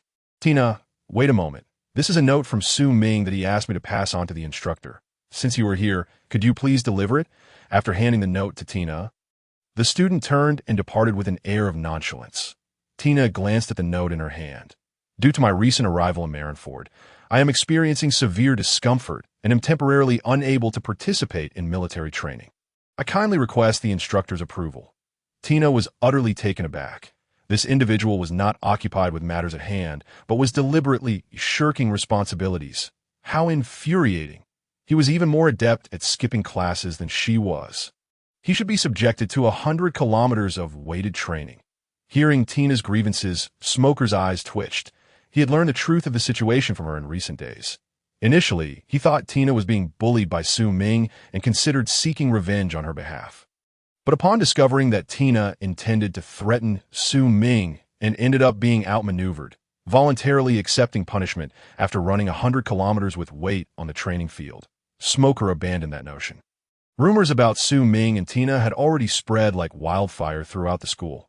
If he interfered, who knew what chaos might ensue? Furthermore, one could not place all the blame on Su Ming, as it was Tina who initiated the threat in the first place. Yet a woman's thoughts are often beyond conventional understanding. Bang! The door to Karp's office was forcefully kicked open. "Karp, what kind of disciple have you taken on?" Karp, who had been napping in his office chair, was startled awake. Rubbing his eyes and seeing the visitor, he exclaimed, "Zifa, what brings you here with such fervor?" "What brings me here? How dare you ask? That fine disciple of yours has been assigned to Class A for several days now and has yet to attend a single class. I agreed to keep an eye on him, but this is too much," Zifa shouted, grabbing Karp by the collar. Karp, avoiding eye contact, turned his gaze elsewhere and absent-mindedly picked his nose. "That's not my concern. Besides, I told you in advance that the kid didn't want to participate in training." Seeing Karp's demeanor, Zifa felt a sense of helplessness. Releasing Karp, he composed himself and said earnestly, "Karp, I'm serious that I have met that boy. Assuming that he has awakened observation Haki at a young age. His talent is exceptional, but that does not grant him the license to be lax, while few can achieve such feats at his age. It is not impossible. You still choose to take him as your disciple. Do you wish to see him squander his potential?" Zifa spoke sincerely, having devoted much of his life to the Navy. Treating it as his home, he could not bear to see a talented sailor go to waste. Recognizing Zifa's seriousness, Karp decided to abandon his frivolity. "All right, Zifa, I understand your concerns. However, you still do not fully grasp that kid. Let me give you a heads up. He possesses abilities beyond just observation Haki. How about this? Consider it a favor to me. Class A has regular assessments, correct? Just conduct the evaluations as usual, that if he fails to meet the standards. You need not inform me. Simply expel him from the military academy, and I will have no complaints whatsoever. What do you say?" Zifa scrutinized Karp for a moment before letting out a sigh. "Very well. We shall proceed as you suggest." Upon returning to the Naval Academy, Zifa relayed the information to instructor Su Ming. Though the instructor found it perplexing, he ultimately agreed to the arrangement. Without the instructor's watchful eye, Su Ming could finally enjoy his leisure time without fretting over excuses to skip class. Each hour of idleness accrued him 200 points, and with an 8-hour day, his points steadily accumulated. However, what he did not anticipate was that while the instructor was not monitoring him, others were still keeping a close watch. In the afternoon, as Su Ming slipped back from outside the academy, he glanced at the time, intending to grab a quick bite in the cafeteria. Just as he approached the entrance, a voice filled with fury called out from behind him, "Su Ming." Turning instinctively, he beheld Tina, her silver teeth clenched and fists cracking with barely contained rage, her pink hair seemingly defying gravity as if ablaze with anger. Finally, Tina had cornered him. "Su Ming, you won't escape today." With fists clenched and her striking eyes glaring fiercely at him, Tina was clearly furious. Su Ming awkwardly smiled. "Hello, Tina." What a coincidence, before he could say more. Tina was already beside him, insisting, "Follow me, or I'll take action right now." Without waiting for Su Ming to respond, Tina turned and exited the cafeteria. With a sigh, he reluctantly followed her. Inside the cafeteria, the other students gaped in astonishment. The rumors were indeed true. Once outside, Su Ming soon realized that he was not only being pursued by Tina, but also by Smoker. Upon seeing Su Ming, Smoker wore an expression of trepidation. Su Ming's lips twitched. It was clear that these two had come for no good reason.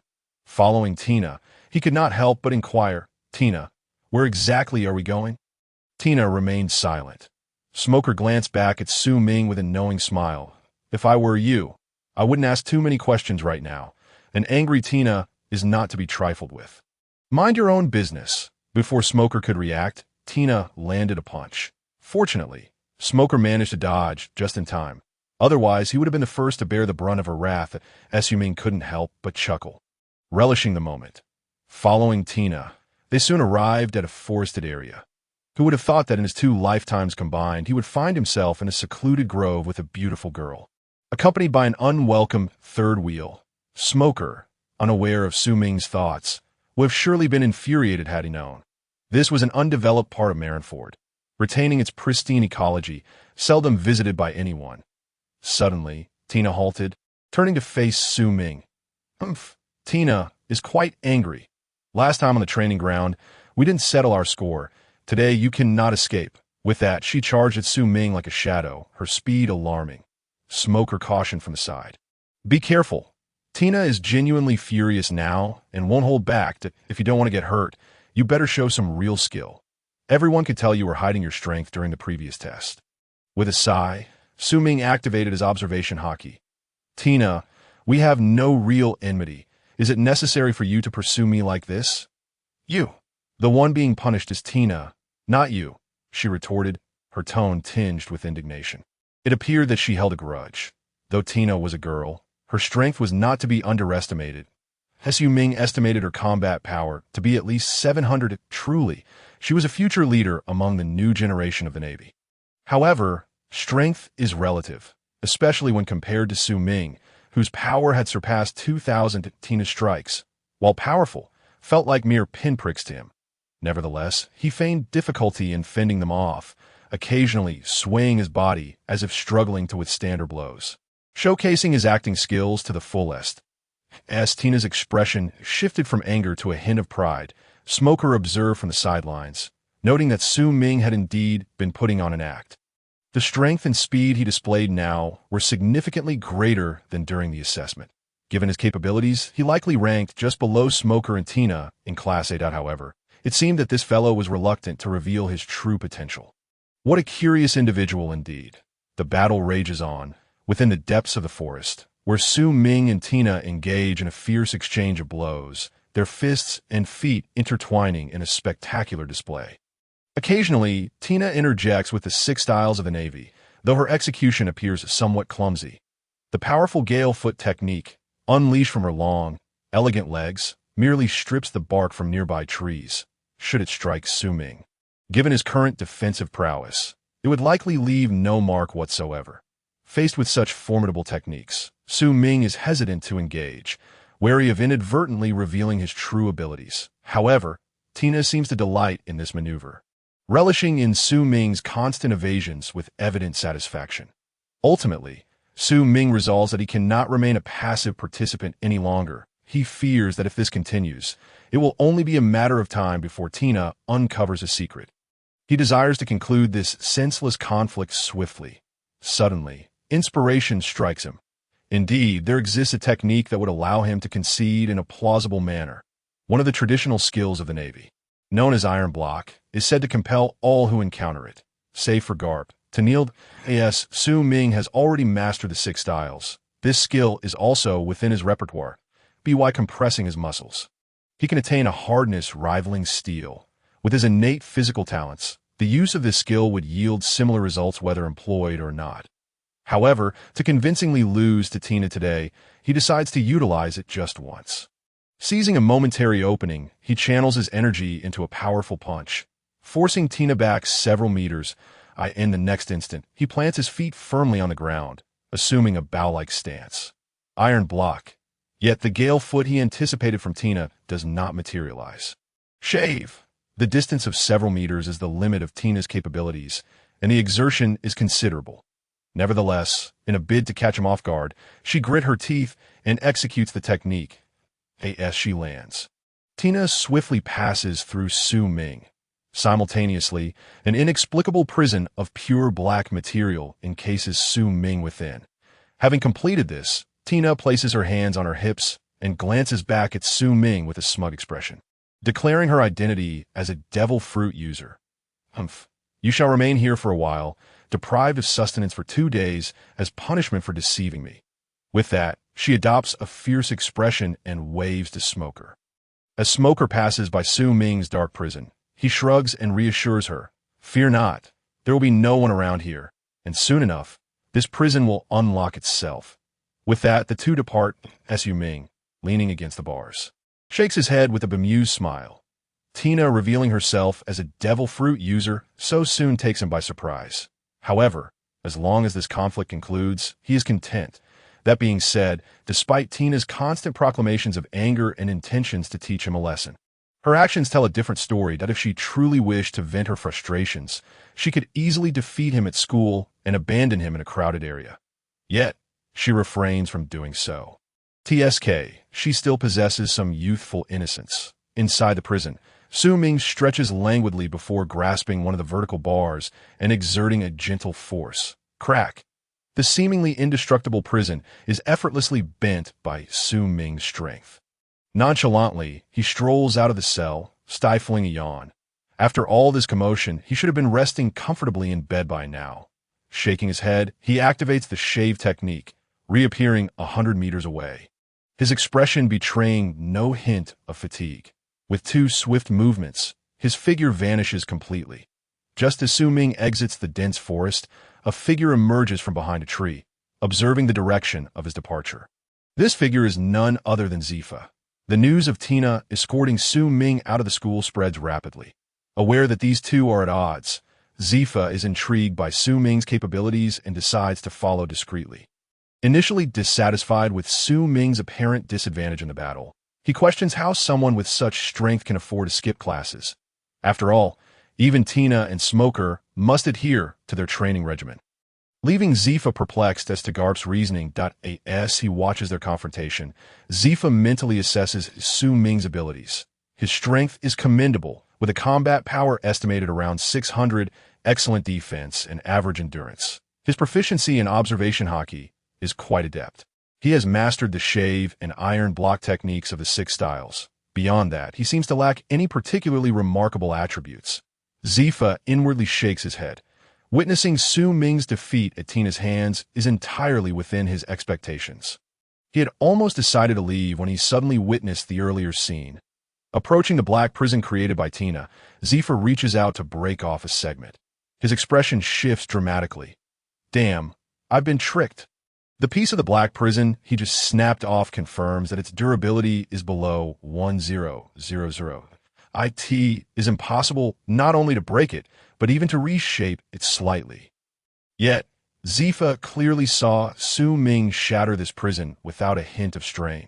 This indicates that Su Ming's combat power far exceeds 1000, holding the fragment of the prison in his hand.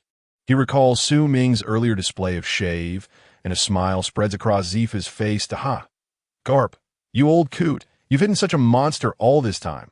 No wonder you said he need not participate in training. However, letting such a prodigy simply wait for graduation seems rather dull. Perhaps I should find him some tasks to undertake. The new generation of pirates has been rather audacious lately. It's high time we remind them of their place. Back in his dormitory, Su Ming lies on his bed, not immediately succumbing to sleep. His recent encounter with Tina was not without merit. He has identified a pressing issue. His offensive techniques are somewhat limited. His devil fruit abilities can only be developed secretly, and he relies on electrical currents to enhance his cells, making it inconvenient to showcase other powers. The 6 styles of the Navy serve more as supportive skills. The same goes for Haki. The only true offensive method he possesses is swordsmanship, but he lacks specialized sword techniques. Nevertheless, this is not a cause for concern. He has yet to utilize the legendary reward he received upon completing his last mission. System, lottery. Su Ming silently commands in his mind.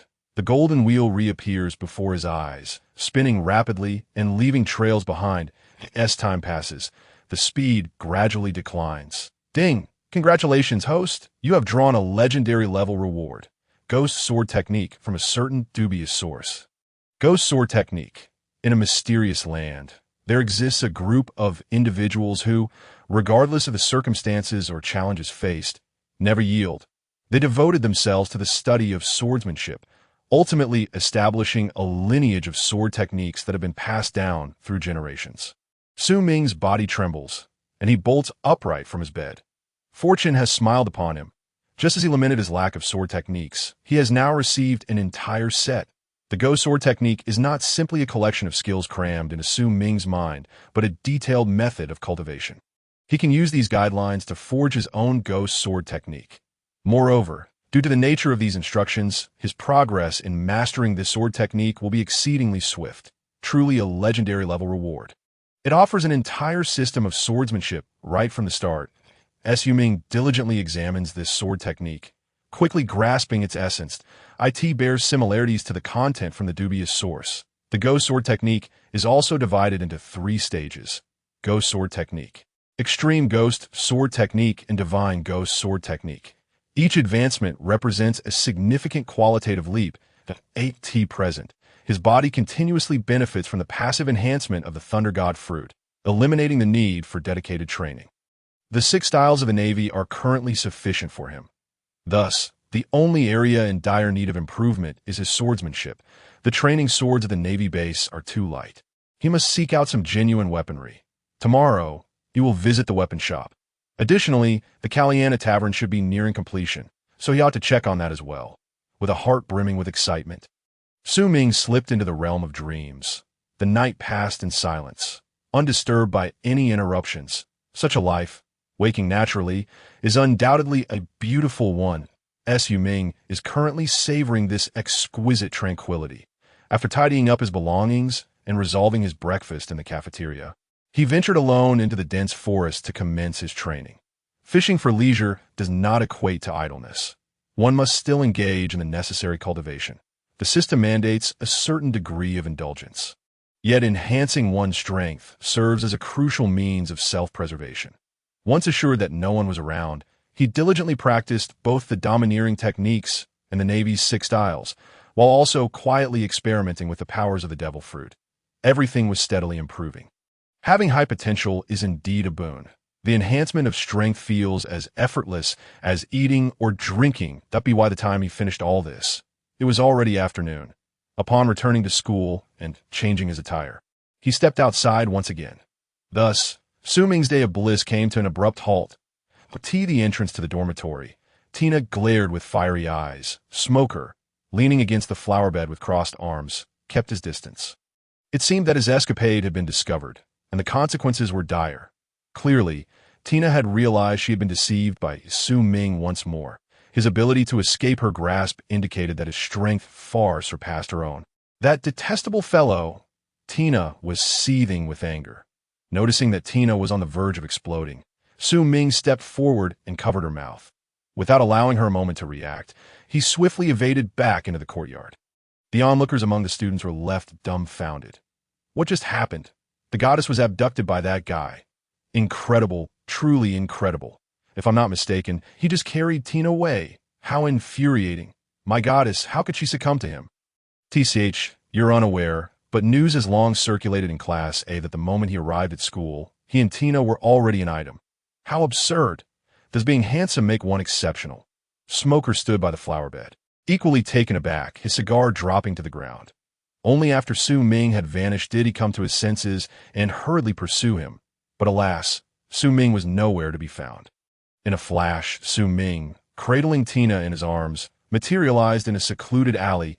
No sooner had they landed than Tina's long leg swung toward him with a kick. Yet, Su Ming merely deflected it with ease. Hoisting her onto his shoulder, as she attempted to strike again, he effortlessly pinned her against the wall, the two of them uncomfortably close. With one hand, he covered Tina's mouth. Tina, we bear no real animosity. Why must you cling to me so? The school was crowded, and I had no choice but to bring you here for a proper discussion. Let's agree. I shall release you, but you must not scream. Tina nodded, and Su Ming loosened his grip. The very next moment, her long leg swung again. Gale kick.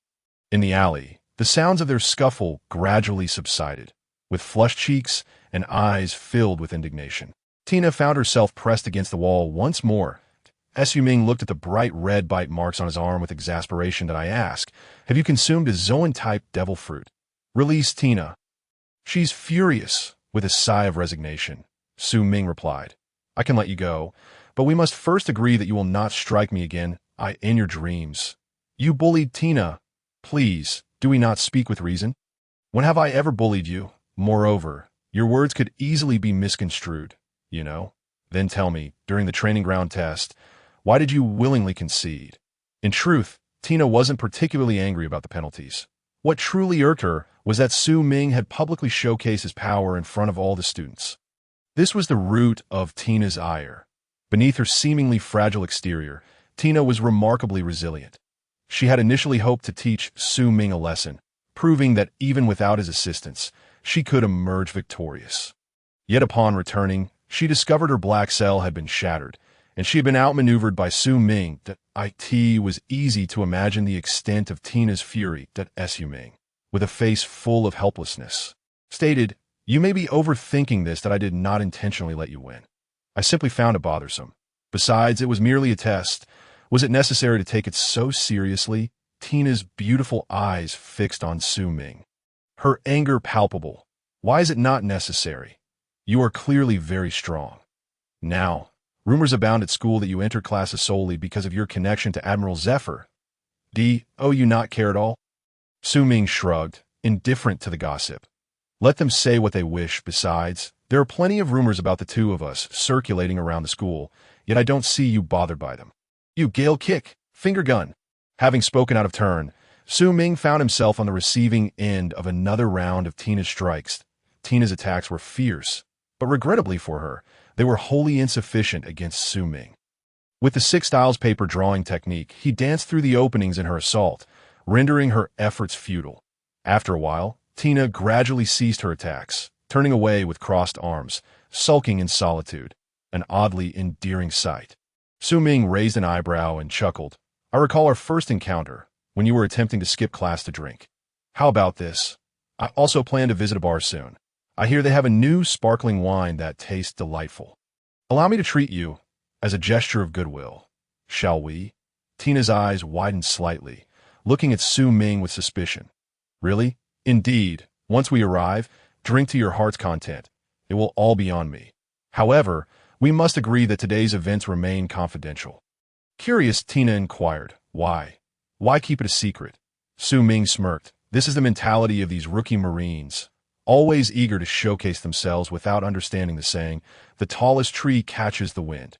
Furthermore, if I draw too much attention to myself, how would I continue to indulge in my leisurely pursuits? Such a course of action would yield no benefits for me. Ultimately, will you agree? Agreed. Why not? You promise to let Tina enjoy herself. Su Ming nodded in affirmation. Su Ming believed that, even with her figure, Tina would likely manage only 6 or 7 large cups at most. However, upon arriving at the bar and commencing their drinking, he soon realized he was gravely mistaken. At the bar, Tina raised a massive beer mug and downed it in one go. Ah, refreshing. Another, please. With a cigarette in one hand and the drink in the other, Tina was a sight to behold. Good heavens! The rising star of the new generation of Marines indulging in both smoke and drink in private, Su Ming observed the dozen or so empty glasses stacked next to Tina. His eyes twitching. Damn it, I underestimated her. Unbeknownst to him, Karina had approached Su Ming's side, eyeing Tina. Boss, where did you find such a big spender? She's practically drained our entire day's sales. What? Has she consumed that much? Karina pondered, tapping her finger against her lips. The prices in Marineford are considerably higher than those on the East Blue Islands, and since we only use premium ingredients for our brewing, the costs are already substantial. Our reputation hasn't yet spread, so we must keep the prices low for now. If she drank nearly 30 cups at 500 berries each, that amounts to 15,000. Su Ming spat out his drink. Boss, what happened to you? Karina inquired. Concerned, Su Ming covered his face, shaking his head. It's nothing. You carry on with your work. Just put her tab on my account. Karina looked on in disbelief. Indeed, Tina's drinking capacity far exceeded Su Ming's expectations. However, after downing another 30 or so cups, she finally came to a halt. Have you had enough? Su Ming asked. Tina's cheeks flushed, her gaze somewhat dazed, a satisfied smile gracing her lips as she threw her arm around Su Ming's shoulder. Well, you have shown sincerity. Tina is quite pleased today. So let bygones be bygones. Her tongue was beginning to slur. Su Ming turned to glance at Tina, who was leaning on his shoulder, a look of exasperation on his face as he cast a pleading glance at Karina behind the bar. Karina stifled a laugh, leaning in to whisper in Su Ming's ear, "Boss, should I prepare a soundproof room for you?" Su Ming shot her an incredulous look. "You should come along too." Karina froze, her cheeks flushing red. Losing all her previous playfulness, feeling flustered and anxious. I'm not prepared. I'm merely meant for you to take care of her, ensure she rests." "What are you thinking about?" Su Ming chuckled mischievously, realizing she had been tricked. Karina's face turned beet red as she stomped her foot in frustration. "Su Ming, you become quite the rascal." Before the bar, Su Ming leaned against Tina with one hand, a mischievous smile playing on his lips as he refrained from speaking. A group of patrons within the bar observed Su Ming, who was embracing a drunken beauty while sharing laughter with Karina, their expressions twisted in envy, just because he was as handsome as a reader. Did he believe he could act with impunity? Although the inebriated Tina was not causing a ruckus, she had a peculiar habit of gripping onto something and refusing to let go. It took considerable effort from Karina and Su Ming to pry her off him. Finally, gazing at the peacefully resting Tina on the bed, Su Ming let out a long sigh of relief. "Phew, this girl. I had no idea she possessed such strength during our earlier scuffle." Turning to Karina, he instructed, "Keep an eye on her. Don't let her wander off. I need to step out for a bit." "Where's the nearest market?" Karina pointed in a direction. "Just take a left outside. It's a few hundred meters away. That's where it is." Su Ming nodded and turned to leave, but suddenly halted at the door, retrieving 2 small booklets from his pocket and returning to Karina's side. "Here are the copied techniques for the domineering cultivation method and the 6 styles of the Navy. Remember to practice when you have the time. Once you've mastered them, destroy the copies. It's best they don't circulate. The methods for cultivating dominance at sea hold significant value." After saying this, Su Ming finally turned to depart. Karina, holding the booklets, leafed through a couple of pages and, upon seeing the recorded cultivation methods and precautions, a faint smile began to form at the corners of her mouth. "Humph, I never noticed before, but you seem rather flirtatious, having just arrived at school and already charming a female student. However, considering these 2 booklets, I shall overlook your transgressions." After glancing at the small booklets again, Karina carefully tucked them away, as if they were cherished tokens from a beloved. Upon leaving the tavern, Su Ming made his way straight to the market. He had not forgotten his purpose for the day, to procure a worthy blade that would enhance his swordsmanship.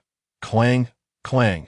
The rhythmic sound of metal striking metal resonated from the weapon shop. As soon as Su Ming entered, the shopkeeper hurriedly approached, greeting him. "What can I do for you, young man?" Su Ming surveyed the shop. Despite being labeled a weapons store, it primarily showcased swords and knives. There were few unconventional weapons available, typically only custom-made upon request. The craftsmanship of this shop was commendable, and Su Ming casually picked up a long knife. With a sharp sound, the blade was drawn. Emitting a metallic hum, he slowly closed his eyes, feeling the material of the weapon. Within the demonic sword technique, there existed a skill for weapon mastery, enabling him to swiftly adapt to any sword type and comprehend its material. Noticing this, the shopkeeper stepped forward, eagerly introducing, "You certainly have an eye for quality, young man. This knife is one of our latest creations. The steel and forging technique are top-notch, and the price is fair, only 500,000 berries. What do you think?" Su Ming shook his head, sheathing the knife and placing it back. It was that the shopkeeper was dishonest. The quality of the blade was indeed impressive, suitable even for ordinary Navy recruits or junior officers. However, it fell short of meeting the standards for a true swordsman. Seeing Su Ming return the knife, the shopkeeper was momentarily taken aback. "Are you not satisfied with this blade?" Su Ming replied, "The knife is excellent, but it's simply isn't enough that..." The shopkeeper seemed to grasp something, his enthusiasm fading as he returned to the counter, casually dusting off the surface with a cloth, his demeanor noticeably cooler. "I apologize, young man, but this is the finest knife our humble shop has to offer. If you're seeking something better, you may need to look elsewhere." The shopkeeper dismissed the inquiry nonchalantly. He had encountered many young men like Su Ming, who, despite lacking significant skill, aspired to wield superior blades. In his youth, he too had dreams of becoming a legendary swordsman, but lacking talent, He ultimately became a blacksmith. Despite this, his admiration for fine sword had not waned over the years. Even if he possessed a remarkable blade, he would never allow someone who appeared to have just begun their sword training to tarnish it. Unaware of the shopkeeper's thoughts, Su Ming simply shook his head and exited. This was not his goal in Su Ming's mind. Even if he could not find a renowned blade, he hoped to at least acquire a replica of the legendary demon sword, one capable of withstanding the power of the demonic sword technique. It was not surprising to leave a single shop empty-handed. Fine swords were not as common as cabbages in the street, and luck played a significant role. However, as soon as he stepped outside, Su Ming encountered a familiar face. Su Ming, what brings you here? Bogart exclaimed, surprised to see Su Ming exit the shop. Senior Bogart, what brings you here? Oh, I'm just passing through on a mission, and my sword sheath is a bit worn out. So, I thought I'd stop by for a replacement. Are you here to buy a sword? Su Ming nodded. Yes, but Bogart, you've arrived. Please come in. I knew you were on another mission. Come in and see what we have. Before Su Ming could finish his sentence, the previously indifferent shopkeeper suddenly transformed, greeting Bogart with enthusiasm. Clearly, the shopkeeper recognized him. Bogart glanced at Su Ming and smiled. It's been a while that I just need to pick up a sword sheath. Don't be shy. I know you have some fine items here, he then added. By the way, this is Su Ming, an outstanding junior in the Navy that he has been taken advantage of here. Has he? Don't let his youth fool you. He has already made a name for himself in swordsmanship. Upon hearing this, the shopkeeper was momentarily stunned, scratching his head, awkwardly glancing at Su Ming. My apologies. I truly didn't realize that the young man was a friend of Senior Bogart, that I was a bit inattentive earlier. Please don't hold it against me. Come in, both of you. Bogart, please wait a moment while I have someone check on the sword. Bogart nodded, unfastening the sword from his waist and handing it to the shopkeeper. Su Ming hesitated, contemplating whether to re-enter, when he caught Bogart's eye. Come on, let us go inside and sit. I'm familiar with this shop. The owner has some good stuff, but if you don't have some skill, he won't sell to you. Su Ming found this intriguing. Encountering a shopkeeper with a strong personality was unexpected. However, if the owner had something worthwhile, the rest would be much easier. Upon re-entering the shop, the owner was noticeably more welcoming. Bogart, please wait a moment. We just crafted a batch of sword sheaths. There might be one that suits you. He then turned to Su Ming. You can sit for a bit. I just remembered we have a few swords in the back. Take a look. You might find something you like. Indeed, the shopkeeper had hidden quite a few treasures.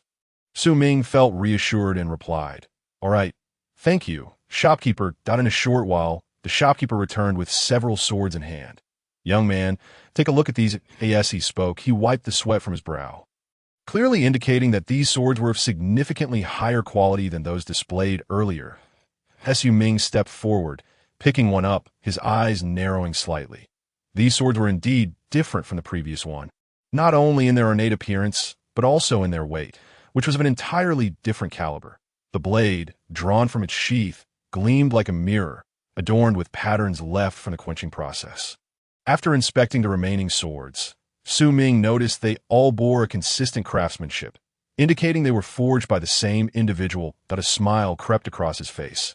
It was evident that these were likely the shopkeeper's finest replicas, and their resemblance suggested a prototype had been used in their creation.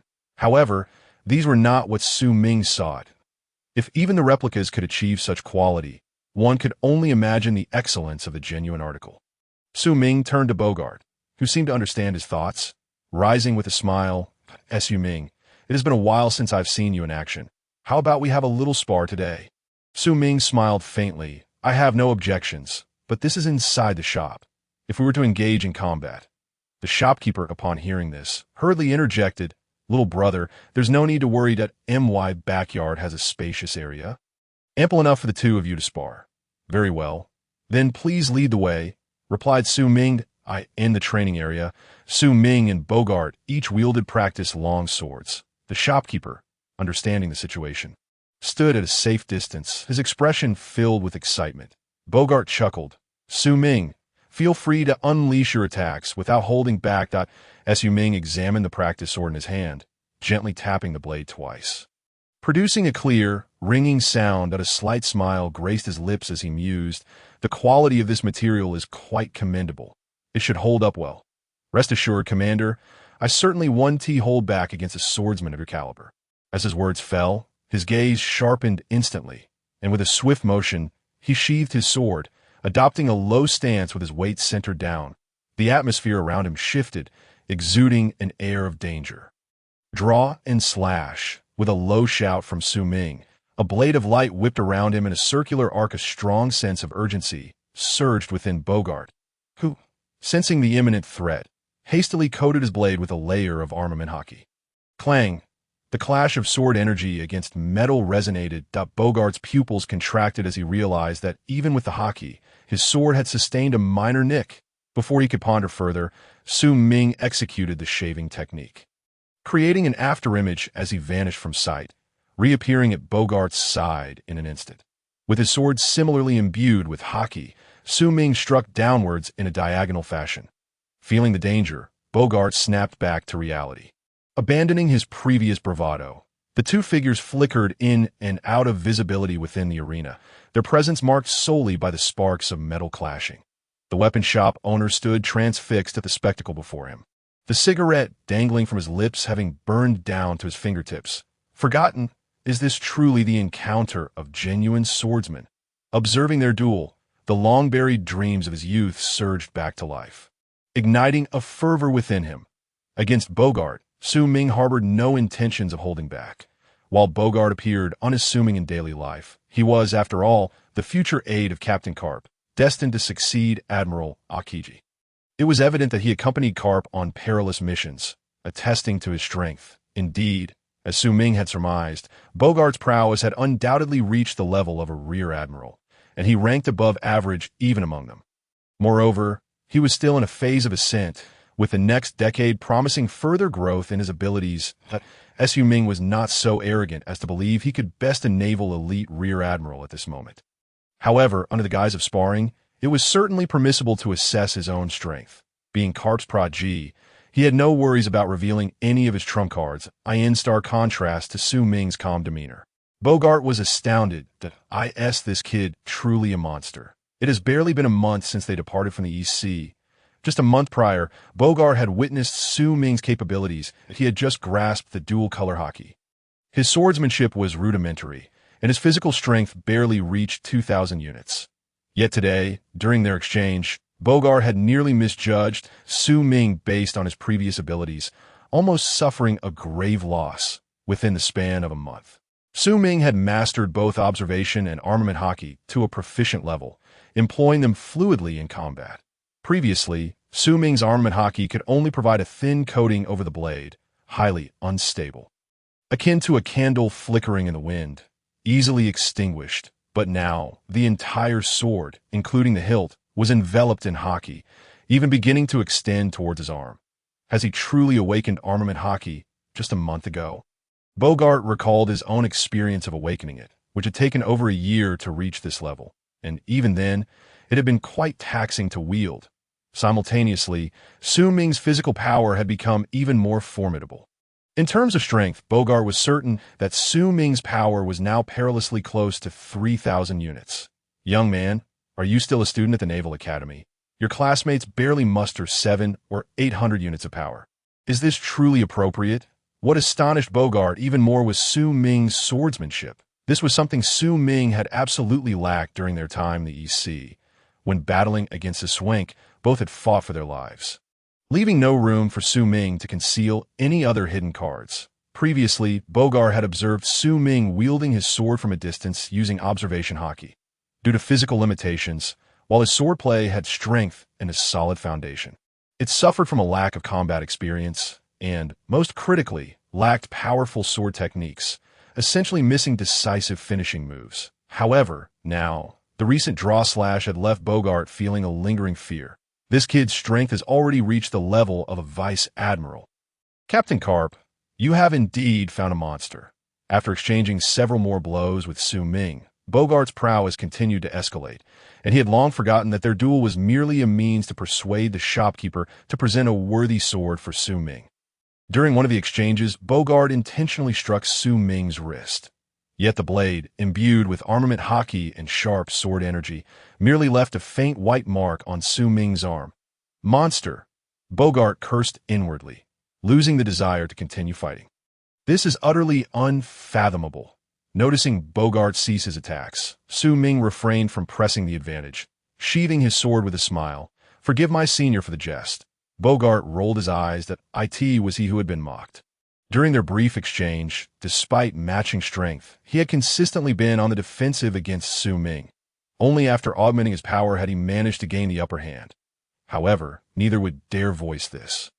As the two halted, the shopkeeper, who had been observing from a distance, hurried over, his face alight with excitement as he looked at Su Ming and Bogart. "Gentlemen, today has truly broadened my horizons. This is the essence of a true swordsman. Those who come into my shop merely flaunt their brute force without understanding the art of the sword." Bogart and Su Ming exchanged knowing smiles. The shopkeeper was merely a small figure, unaware of what true swordsmanship represented. Presently, neither Bogart nor Su Ming were anywhere near that realm, but both possessed great talent in swordsmanship, making the ascent to greatness a possibility in the future. "Shopkeeper, while those swords you presented were commendable, as you've seen, this young brother's prowess surpasses them. They simply won't withstand his use. I've promised him a worthy blade. If you don't produce one, I may find myself embarrassed," Bogart quipped half-jokingly. The shopkeeper laughed heartily. "Ah, Captain Bogart, you tease me. Fear not. I have the perfect sword prepared for a true swordsman like young Su Ming. Please wait a moment. I shall return shortly." Watching the shopkeeper's enthusiasm, Su Ming couldn't help but feel a sense of anticipation. Soon, the shopkeeper returned, this time bearing a finely crafted wooden box rather than the cloth bag from before. "Young Su Ming, I assure you that this sword will satisfy you," the shopkeeper declared confidently, as Su Ming felt a surge of curiosity. Though he had yet to see the sword, he could already sense an aura of sharpness emanating from the box. Even Bogart, standing beside him, felt intrigue. As the wooden box was slowly opened, a long sword lay quietly within. As Su Ming reached out to grasp the hilt, and an electric sensation coursed through his arm. However, as a user of the Thunder God fruit, he effortlessly dissipated the current upon entry, feeling not the slightest disturbance. The weapon shop owner had been fixated on Su Ming's expression since he grasped the sword. When he observed no change in Su Ming's countenance, astonishment gave way to a satisfied smile. Indeed, such a renowned blade could only be wielded by a true swordsman. As Su Ming raised an eyebrow, as Bogart scrutinized the long blade in Su Ming's hand. The scabbard appeared to be crafted from a unique type of wood, adorned with delicate scorch marks. However, the artisan's skill was remarkable. The intricate patterns lent a certain aesthetic charm when further carved.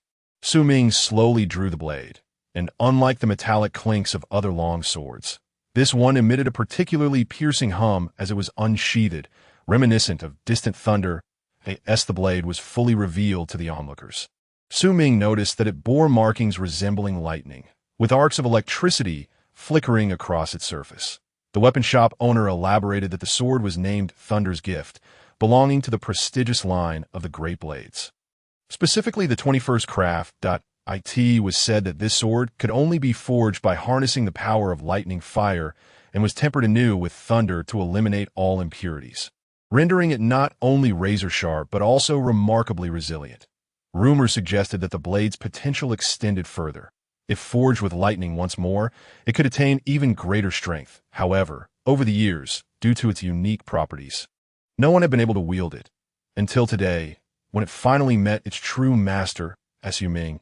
"My young brother, take this blade with you," the owner said earnestly, as if witnessing his beloved child finally find a home.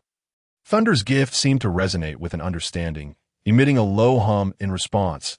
Su Ming sheathed the blade with care, assuring, "I will always carry you with me. Though I may have a somewhat carefree disposition, I promise that following me will expose you to a far grander world." Tears of excitement welled up in the weapon shop owner's eyes. Bogart, with his arms crossed, observed Su Ming with a smirk of amusement. After acquiring the sword, although the owner did not mention the matter of payment, Su Ming still left him 10 million berries. The value of Thunder's Gift was undoubtedly greater than that, but the owner resolutely refused to accept more. In his words, finding a true master for a renowned blade was a dream cherished by all who held the sword's path dear, and it could not be measured in mere currency. Ultimately, Su Ming had to concede, leaving the owner with a bar's address, offering assistance should he encounter any troubles, before departing with Bogart. You lucky rascal, merely wandering about, and you stumble upon a great blade. Bogart remarked, tinged with envy, and just, as Su Ming chuckled innocently. I owe it all to you, Senior Bogart, but by the way, I haven't seen you or that old man Karp around lately. Have you been busy with something? Bogart hesitated momentarily, stroking his chin in contemplation.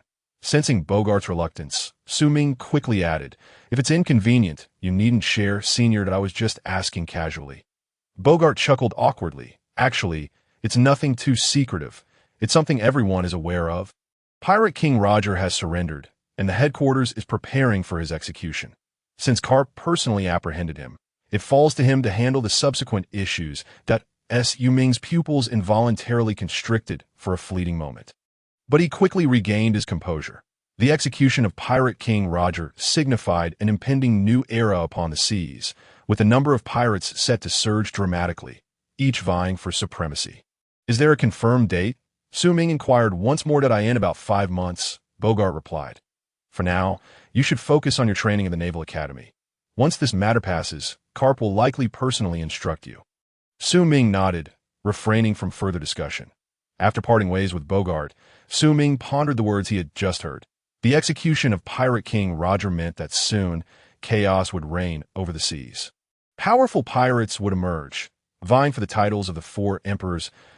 As a naval officer, Su Ming felt little apprehension. However, the inevitable turmoil would compel the Navy to find ways to suppress it. Though the rank of Navy Major sounded commendable, in the face of the monsters that would arise, it would merely be fodder. It seemed imperative to intensify his efforts to enhance his strength. For a sense of security was paramount. The age-old adage echoed in his mind. One could be lax, but never truly fall apart. One could indulge in leisure, but never be incompetent, lest they meet their demise upon these treacherous seas. Upon returning to the tavern, Su Ming found Tina still in a deep slumber. He took the opportunity to head to the tavern's courtyard, where Karina had prepared a training ground specifically for him. Ensuring he could train without interruption, Su Ming began to hone his swordsmanship and Haki, using the unique characteristics of Thunder's gift as a cover, allowing his fruit abilities to finally find their purpose. With each swing of his sword, golden arcs of electricity danced through the air. After a round of drinks, Su Ming successfully won Tina over. The following day, as he returned Tina to school, Smoker learned of the events from her and promised to keep Su Ming's prowess under wraps. Of course, the condition was that Su Ming would have to treat them to drinks once again. Ever since tasting the beverages from Su Ming's bar, both Tina and Smoker had developed a noticeable fondness for alcohol. In the blink of an eye, nearly half a year had passed. Thanks to the care of Zifa and Karp, Su Ming enjoyed a peaceful existence, spending his days training in the tavern while also indulging in leisure. His strength was steadily growing, with significant improvements in swordsmanship, Haki, martial arts, and fruit abilities. However, at the academy, aside from Smoker and Tina, no one was aware of Su Ming's true capabilities. Throughout the testing of the past months, his performances had consistently placed him at the bottom. Gradually, rumors spread around the academy that Su Ming was the anchor of Class 8. This frustrated the middle-aged instructor responsible for their training, who grew increasingly exasperated. Yet after several assessments, Su Ming seemed to cling to the passing mark like a stubborn adhesive, ultimately leading the instructor to abandon his efforts with Su Ming. Ironically, Smoker and Tina, the top 2 in Class A, grew quite close to the class's underperformer, leaving their classmates bewildered. Within the office of Fleet Admiral Kong at the Navy headquarters, high-ranking officers gathered for a meeting. As you all are aware, the topic of today's meeting concerns the execution of Pirate King Roger. Fleet Admiral Kong declared gravely, resting his chin upon his hands. The location has been confirmed. Lobetown in the East Blue. Although Roger voluntarily surrendered, the likelihood of a rescue is slim. However, once the news spreads, it is inevitable that pirates from all over the world will flock to Lobetown, that we must prevent any disturbances while ensuring the safety of the island's residents. Yet, the Navy headquarters cannot deploy all its forces there. Thus, this mission will be challenging. Karp, you will be in charge of this operation. Zifa, assist Karp in maintaining order in Lobetown. Both Karp and Zifa had no objections to Fleet Admiral Kong's arrangements. as this was a predetermined decision. After the meeting concluded, Sengoku called Karp and Zifa aside to his office. Upon entering, Karp's first action was to rummage through Sengoku's hidden snacks, a routine the three had grown accustomed to. Ultimately, Karp managed to uncover a pack of rice cakes tucked behind the curtains, allowing them to settle down. Sengoku, seated at his desk, chose to ignore Karp's antics. Karp, Zifa, you must exercise extreme caution regarding Roger's execution. Particularly you, Zifa. The eyes of the world will be fixed on Logtown. Any misstep could lead to a loss of credibility for the Navy. Sengoku's tone was laced with a palpable sense of political urgency. While others viewed the impending event as a threat from pirates, he recognized its potential ramifications for the Navy. Publicly executing Roger was intended to bolster the Navy's reputation and suppress piracy. However, if they failed to protect the civilians during the execution, the Navy's standing would plummet. Zifa nodded solemnly. Rest assured, I will lead the team, personally, if anyone dares to cause trouble under my watch. They will meet the same fate as Roger in Logtown. By the way, those young recruits of the Naval Academy have been training for over half a year now. It's about time they were introduced to the world. Zifa seemed to have recalled something, turning his gaze towards Karp. Karp, your precious disciple will also be taken along. Will you bring him yourself, or shall I entrust him to you? A mischievous smile adorned Zifa's face. Ever since he discovered Su Ming's concealed strength, he had been keeping a watchful eye on him. However, this fellow was exceedingly cautious, and Zifa had yet to discern the true extent of Su Ming's abilities. Only knowing that the lad was continuously growing stronger. The only certainty was that Su Ming's prowess was no less formidable than that of Smoker and Tina. When the three were together, although Su Ming seldom spoke, whenever he did, neither Smoker nor Tina would dare to oppose him. Two equally proud individuals would not be so easily swayed if Su Ming's strength were lacking. Zifa's previous comment also served as an opportunity to gauge Su Ming's capabilities. Karp waved dismissively, chuckling, whatever, that kid is strong enough to fend for himself. Do as you pleased, he had already learned about Su Ming's situation from Bogart. Despite his busy schedule, Karp would occasionally make time to check on Su Ming. The pace at which this young man was improving could only be described as terrifying. It had been a month since Karp last saw Su Ming, and he genuinely could not gauge the extent of his progress. A month prior, Su Ming's strength had firmly placed him among the elite rear admirals of the Navy headquarters.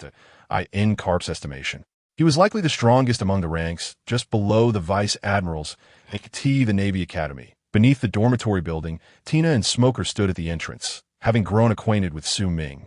The two often sought him out, and they had long since adapted to waiting downstairs for him. After several minutes, Su Ming emerged from the dormitory clad in his naval uniform, his eyes bleary with sleep.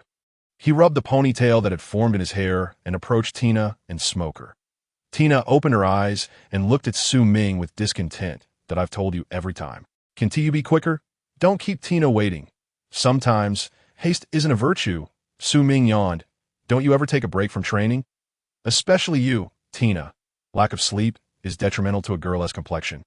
Don't you know? Tina rolled her eyes, retorting, I'm not like you, a freak.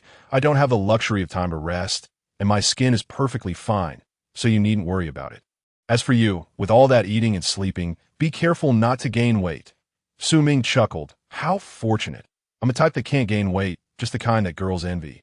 Unbeknownst to them, Su Ming trained just as rigorously, if not more so, than the two of them. However, his training went unnoticed by them. Smoker, listening to the banter between Su Ming and Tina, had grown accustomed to it. This pair of adversaries never met without exchanging barbs. Yet neither Tina nor Su Ming would genuinely become angry. Su Ming inquired, You called me out here in the middle of the day, not just to bicker with me, right? Tina flicked her hair and huffed. I don't want to talk to you. Smoker, you tell him. Smoker, with a wry smile, shrugged. The instructor is looking for you to... It seems there is an announcement for all of us in our cohort to attend. Since we weren't sure if you were at school, I had to contact you to... Su Ming nodded. All right, let me tidy up and I'll head over down on the Navy Academy's playground. The students of the same cohort stood in formation. A middle-aged instructor stood on the platform, a megaphone in hand. Having just received orders, and since you have been training for half a year, the Navy's higher-ups have decided to conduct a practical training exercise. The task is to protect civilians. The location is Rogtown.to prevent some students from encountering danger or slacking off. The instructor paused and glanced at Su Ming. He smiled awkwardly, looking up to the sky. You will be divided into teams of 3. Each student from Class A will lead 2 students from Class B and 4 from Class C. As long as you can ensure the safety of civilians within your designated area, you will be deemed qualified. This training will be recorded in your files and will directly impact your graduation results. So I hope some of you take it seriously. Almost all the students from Class A turned their attention to Su Ming. His reputation at school had long since spread. He was known as Tina's rumored boyfriend, the young master who entered Class A through connections, a gilded second-generation scion of the Navy, occupying a position at the tail end of the class. Various labels were affixed to Su Ming. Yet, he remained completely unfazed, spending his days waking in the dormitory, leaving for the tavern at the marketplace, training in his designated area, and returning by 9 or 10 at night, not delaying anything. However, to outsiders, Su Ming appeared to be living a life of indulgence, drinking and reveling in the tavern, evoking envy while also prompting sighs over the extravagance of a young lord's lifestyle. Ding! A temporary system task has been issued. Protect Rogtown. While on the task, you can accumulate points at a rate of 10,000 points per hour. Work status will deduct 10,000 points each hour. The system's voice echoed in Su Ming's mind once more. He was astonished by the generous reward. Ding! The execution of Pirate King Roger is a historically significant event in the world of pirates and holds immense importance for the Navy's influence. Su Ming quickly realized that the execution of Pirate King Roger had affected the entire world, and everything that transpired in the subsequent pirate era was linked to that day. Remembering what the system had previously stated, that the more critical the task, the higher the rewards for slacking off. He recognized this to be true as a mere student at the military academy. His sense of involvement was limited, and the task was not particularly crucial. If he were to genuinely participate in this event, he could only imagine the rewards he might receive. Nevertheless, Su Ming felt content. The execution of Roger would not take long, at most 6 hours. Even so, he could still earn 60,000 points, equivalent to 6 rare-level draws, which could significantly enhance his strength once more. Moreover, the task itself was not difficult. It merely involved teaming up to protect civilians. As long as he had teammates, there was no need to worry about being unable to slack off. After the task was assigned and the groups divided, Su Ming glanced at his teammates. Surprised to find a rather strong student among them, a man wearing a cowboy hat, with several different models of pistols strapped to his waist, was clearly a marksman. Su Ming could sense that this individual's strength was undoubtedly sufficient to qualify for Class A. However, it seemed he hadn't met the standards due to physical limitations. Su Ming pondered. Smoker approached him and clapped a hand on his shoulder. Dartimus Dason, the genius marksman of our cohort. His physical potential is somewhat lacking, but his marksmanship is exceptional. Even if he maintains distance, I wouldn't stand a chance against him. Suddenly realizing, Su Ming recognized Dartimus Dason as a contemporary of Smoker S, who had also clashed with Jesus Burgess in the past. Though he had been defeated, he was undoubtedly a top-tier marksman at that moment. Dartimus seemed to notice Su Ming's gaze and walked over, stopping in front of Su Ming. Su Ming. Yes, Su Ming replied. Dartimus snorted disdainfully. I can't believe I'm in the same team as you. I've heard of your reputation. Although I don't know who you are or where you came from, I hope you don't hinder me during this mission. If you wish to bask in glory, just stay out of the way and don't affect the task. Smoker covered his face, shaking his head repeatedly at Dartimus' words. Su Ming, unfazed by the provocation, looked at Dartimus with excitement. Are you serious? As long as I don't interfere with you, you'll handle the entire task? Dartimus paused for a moment. Why was this young master, who came to bask in glory, not angry at all in the face of provocation? In fact, he seemed rather thrilled. However, it didn't matter much. Dartimus nodded at Su Ming. That's right. As long as you don't interfere with me. You can do whatever you want during this task, and no one will care. Upon finishing his words, Masterson turned to leave. Su Ming was so moved that tears nearly fell. Happiness arrived so suddenly. With 60,000 fish-catching points, it was all but secured as Masterson departed. Smoker wore a helpless expression, casting a glance at Su Ming as if to say, "Go ahead and laugh. This fool, without fully grasping the situation, took it all upon himself. Smoker was acutely aware that although Su Ming was quite powerful, he was the type who would seize any opportunity to slack off. If he could slack off for a minute, he would certainly not work for 50 seconds. Originally, Su Ming had been looking for excuses to be lazy, but now, Masterson had delivered the opportunity right to his doorstep. Su Ming turned to Smoker, indignantly proclaiming, "I will not allow you to speak of my good brother in such a manner." Smoker, speechless, chose to ignore Su Ming and turned away to discuss the mission with his own team. This batch of trainees was embarking on their first mission, and aside from Su Ming, everyone else was brimming with excitement. Many were even unable to sleep, by the following dawn, each of them bore dark circles under their eyes. Due to the significance of the mission, they were accompanied not only by their instructors, but also by Admiral Zephyr himself, to the port. Amidst the throng, Su Ming suddenly spotted several familiar figures. He saw Karp walking this way, accompanied by several Navy officers in uniform. Zephyr cast a glance at Su Ming and said, "Come here for a moment." Su Ming nodded and approached. Zephyr, don't let this old man down in this mission." Karp began, his banter immediately apparent upon meeting. Zephyr, already accustomed to Karp's antics, rolled his eyes and responded, "Karp, if you don't hinder me, I'll be grateful. Here, I brought this kid to you. Do you have any words of advice?"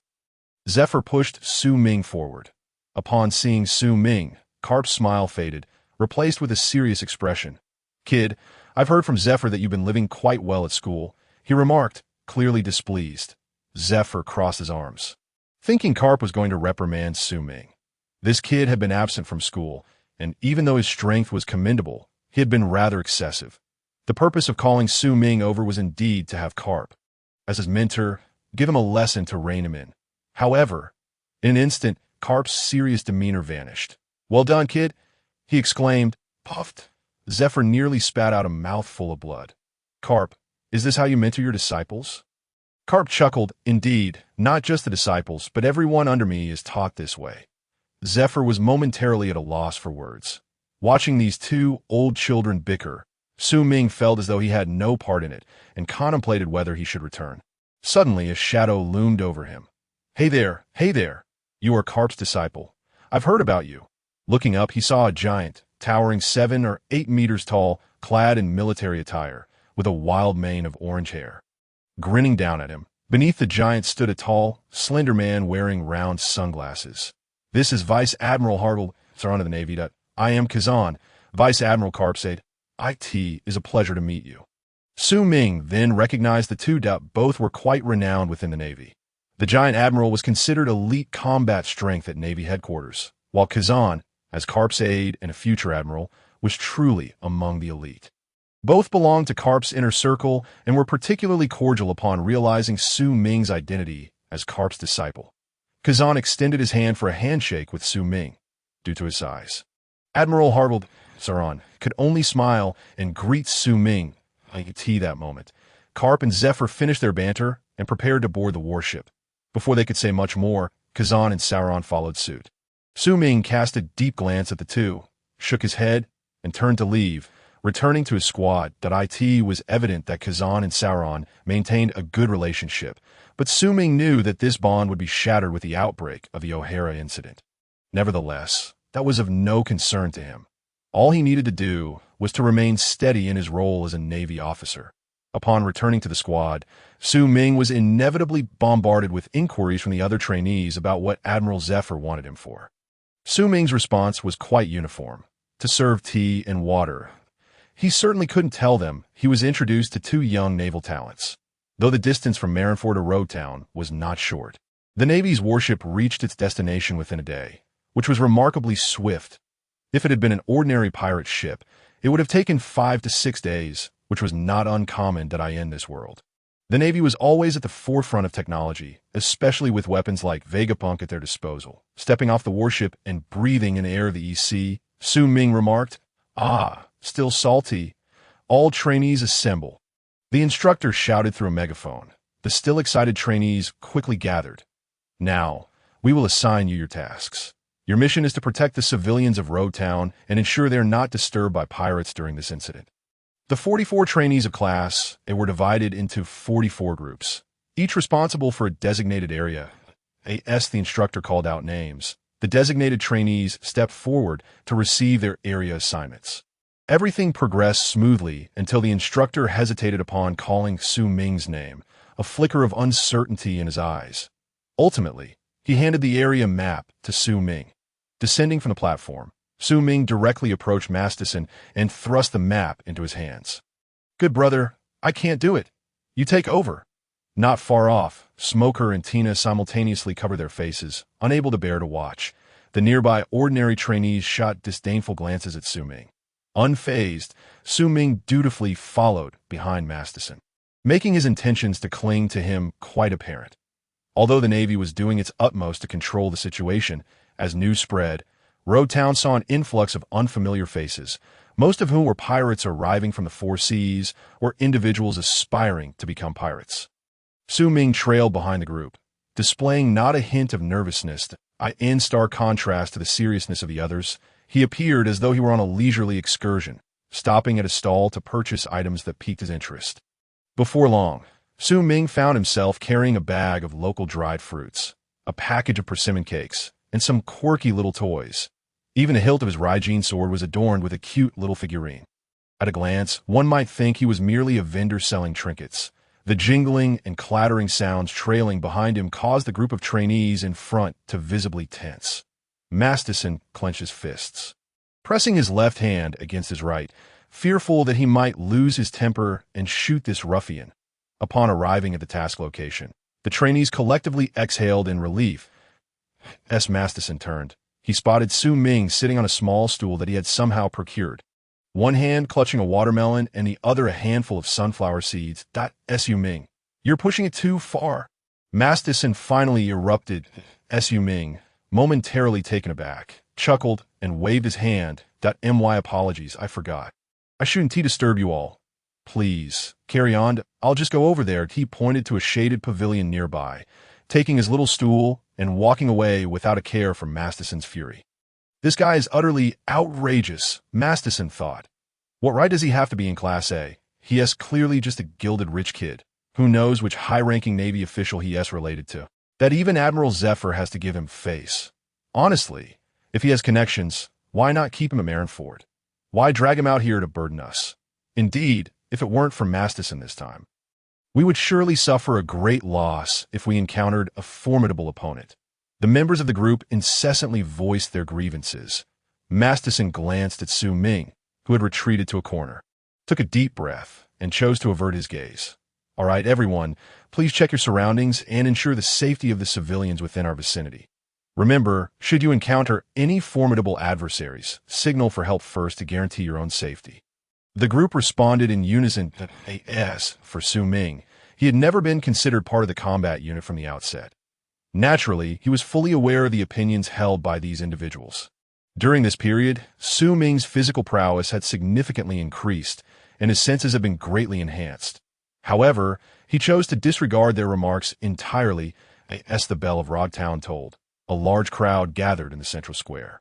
Under the escort of several Navy personnel, the infamous pirate king, Joel Roger, the man who had conquered the Grand Line, finally appeared before the masses.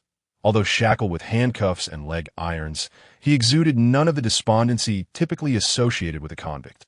Ascending the steps of the execution platform, he appeared more like a sovereign claiming his throne, exuding calmness and poise. Su Ming perched atop the clock tower, the highest point of his assigned location. A full kilometer away from the central square, he casually munched on snacks while observing the execution, resembling a mere onlooker. Roger ascended the final step of the execution platform and sat cross-legged. He uttered the words that would herald the dawn of a new era. Do you wish for my treasure? If you seek it, you may have it all. Go find it. I have left all my treasures there. The crowd erupted in a frenzy. Steel Bone Kong and Sengoku, stationed at the rear, wore expressions dark as storm clouds, their faces nearly dripping with frustration. Damn it, we've been ensnared.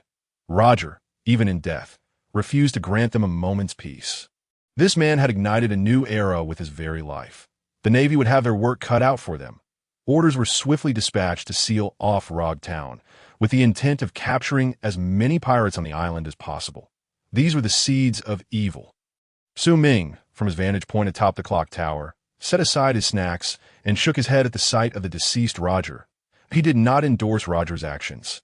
Indeed, the world's government had obscured countless truths, and many injustices were rampant. However, to exploit the desires of the people in pursuit of truth, as Roger had done, was bound to result in immeasurable bloodshed. The crew of Luffy from the anime was merely an exceedingly rare exception among countless pirates. The majority, however, engaged in arson, murder, and pillaging, seeking to satiate the desires ignited by Roger, leaving a trail of innocent lives in their wake. With the Navy on high alert, the pirates on the island began to sense the impending danger and gradually retreated from the crowd towards the port.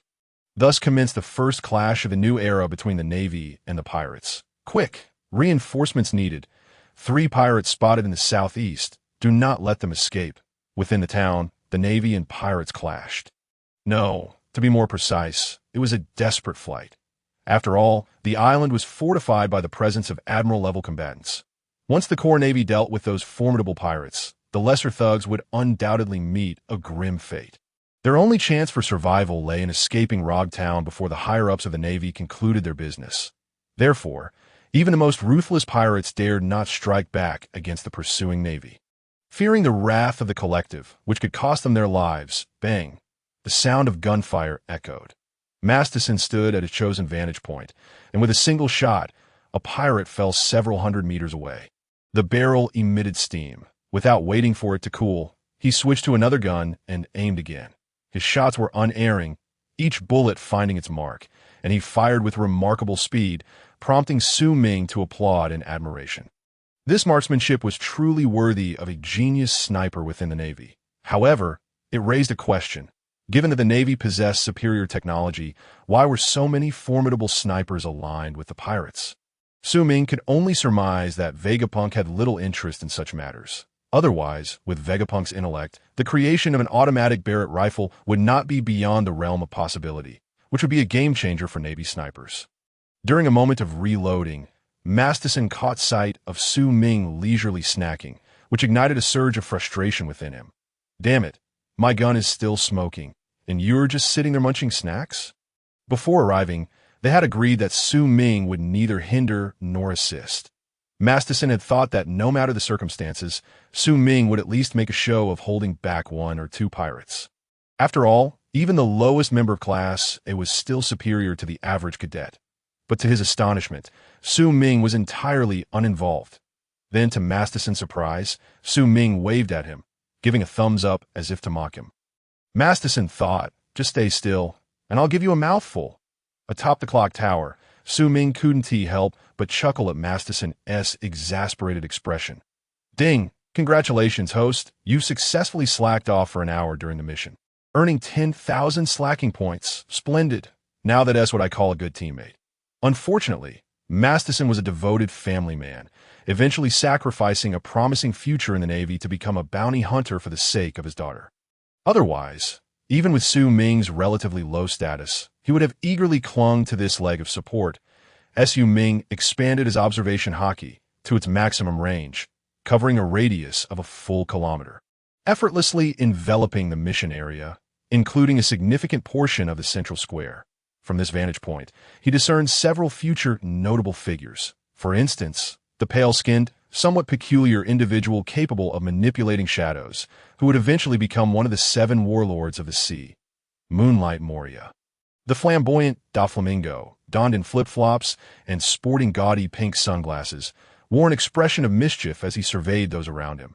And then there was the sharp-eyed youth, adept at swordsmanship, who would later be recognized as the world's greatest swordsman, Hawkeye Mihawk. Furthermore, among the Navy ranks, he spotted Monkey D. Dragon, whose face bore no imprints of Karp's sandals. As for the future Emperor Shanks, Su Ming had yet to identify him, as the heat of the day had led many to don straw hats to shield themselves from the sun. This assembly of current and future pirates appeared somewhat disheveled. Suddenly, Su Ming's expression shifted. This fellow has come this way. Under the influence of his observation Haki, he locked on a Hawkeye Mihawk, who wielded a sword and was making his way toward the port. Ordinary Navy personnel were no match for him. Although formidable, Mihawk only incapacitated his foes without killing them, and he did not endanger any civilians, prompting Su Ming to remain indifferent to his actions. As Mihawk approached, Masterson also sensed the change, his expression shifting slightly. He adjusted his aim, targeting none other than Hawkeye, Mihawk. Bang! The firearm discharged once more. However, this time, the bullet that was supposed to find his target did not fulfill its intended purpose. Mihawk's blade sliced through the incoming bullet, rendering it harmless. On the eaves, Masterson's eyes widened in astonishment. Despite the distance of several hundred meters and the chaos of the crowd, the two managed to lock onto one another in an instant. From the clock tower, Su Ming hastily retrieved his sunflower seeds once more. Bang, bang, bang. The gunfire rang out in rapid succession. Masterson's actions, be it firing or reloading, were markedly swifter than before. While shooting, he also utilized the Navy's 6 dials to create distance for Mihawk. However, despite his efforts, Masterson's raw power was inferior to Mihawk's, and their proximity gradually diminished. For a marksman, being closed in on was tantamount to death, especially when faced with a swordsman. Their distance quickly shrank to mere dozens of meters. As the future world's greatest swordsman, Mihawk was already capable of unleashing sword energy. In a swift motion, the incessant gunfire came to an abrupt halt. Deep gashes appeared on both of Masterson's arms, and the firearm in his hands was reduced to scrap.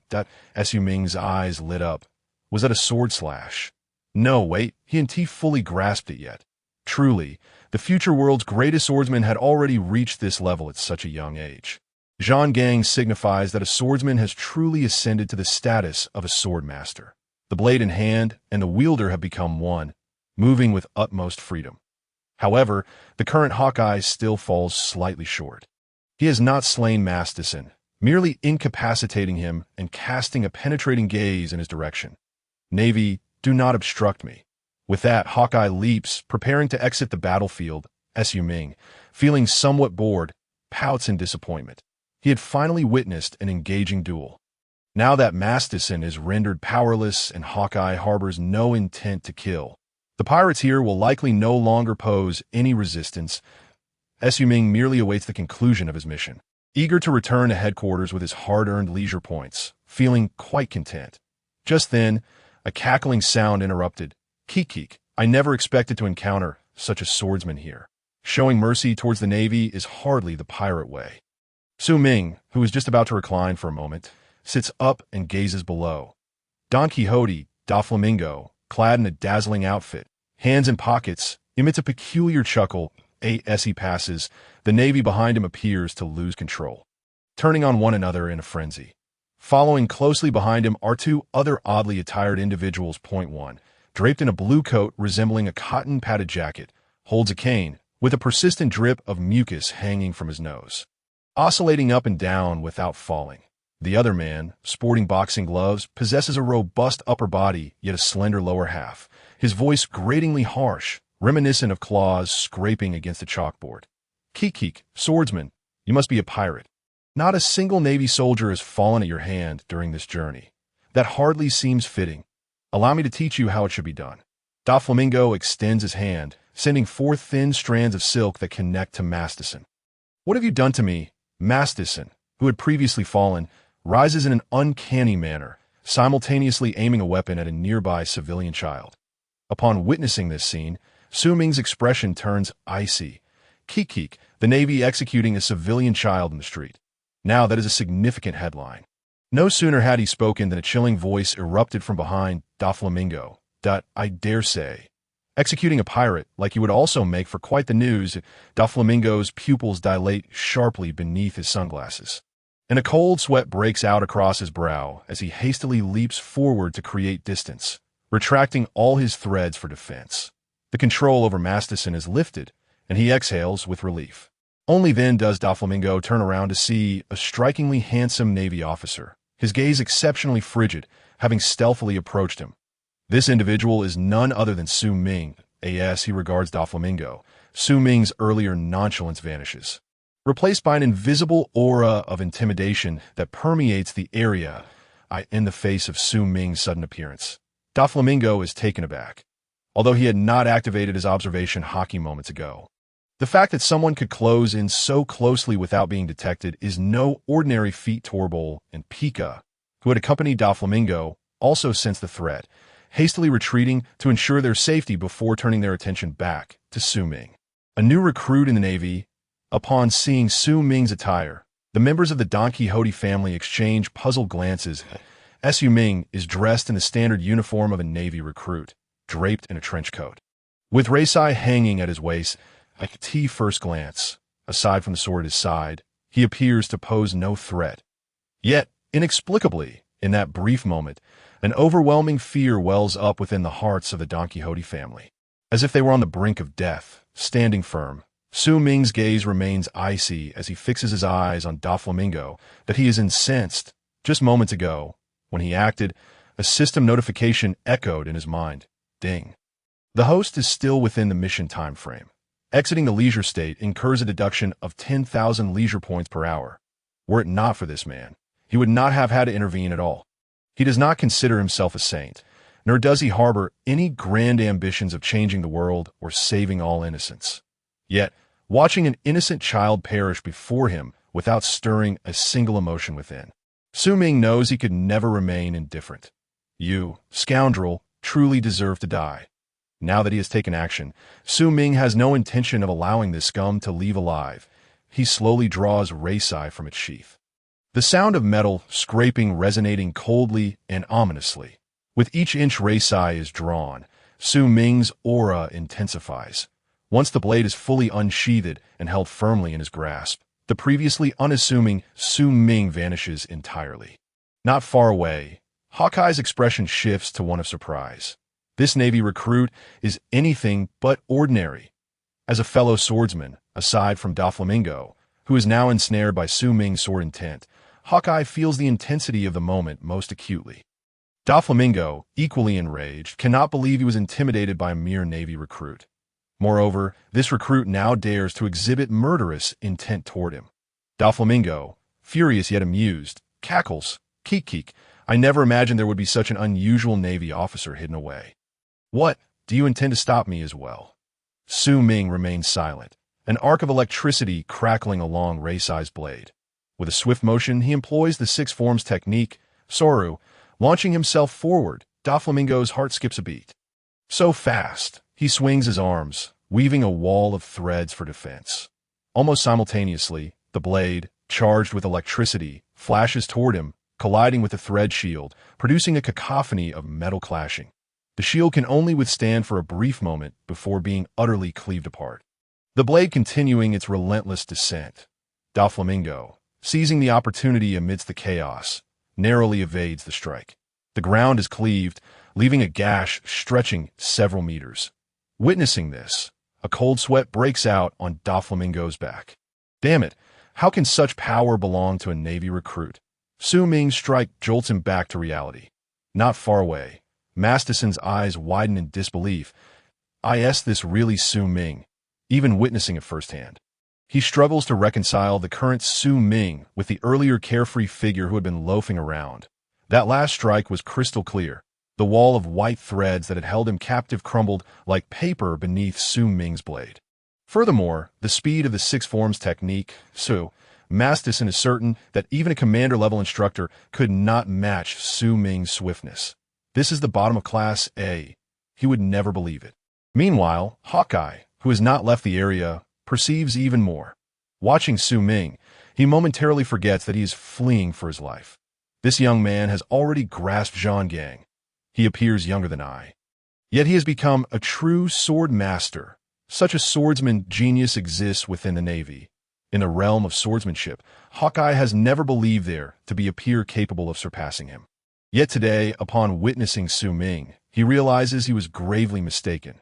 This recruit, who seems 2 years younger than himself, has undoubtedly surpassed him in swordsmanship. That Su Ming, undeterred by his initial miss, activates Soru once more, channeling an even more forceful strike.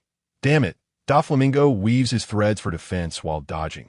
The threads he once prided himself on, with a hardness akin to steel, now offer no protection whatsoever. All they can do is buy him a fleeting moment against Su Ming's blade. Master, allow me to assist you. Torbol and Pika spring into action, one unleashing sticky goo while the other throws a punch, attempting to block Su Ming's onslaught. In the next instant, the blade effortlessly slices through their 3 layers of defense, poised to cleave Doflamingo in half. Master, watch out. Pika leaps to shield Doflamingo, activating the powers of the stone fruit. His body enlarges, striving to absorb the blow. The seemingly sturdy stone crumbles before the blade like tofu, sliced through with a smooth, mirror-like edge. Pika! Doflamingo bellows in fury. That was his family. To see them killed like this ignites a furious rage within him. Just then, from within the shattered stone form, Pika's voice emerges. I'm fine, hurry and run. This Navy recruit is not normal. The severed upper half of the statue slowly revealed a figure, none other than Pika. Just moments ago, in a perilous situation, Pika had utilized the power of the stone fruit to transfer his essence into the upper half of the statue, narrowly escaping death. However, that single strike made him acutely aware of the gap between himself, his companions, and Su Ming. The Navy rookie before him was an undeniable monster. Even united, they stood no chance against him. Doflamingo gritted his teeth and shot a fierce glare at Su Ming.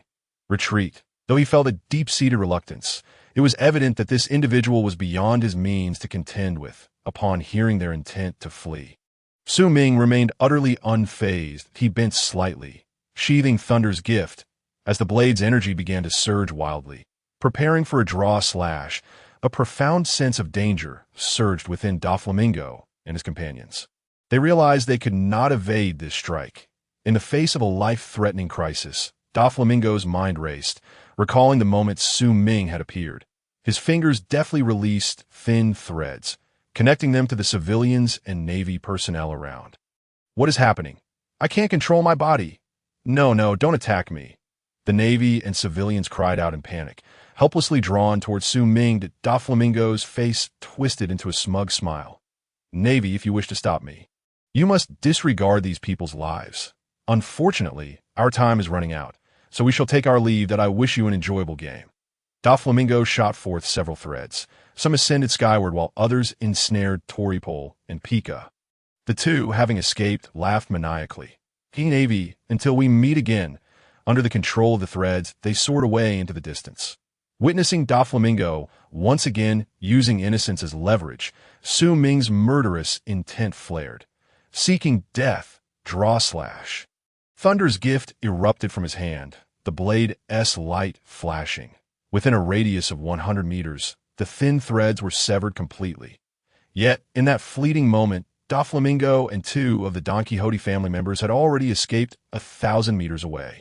Out of the port and into the sea, standing nearby, the ever-watchful Mihawk shook his head, casting a deep glance at Su Ming, forcing himself to remember the young man's visage, hoping for a chance to spar in swordsmanship one day.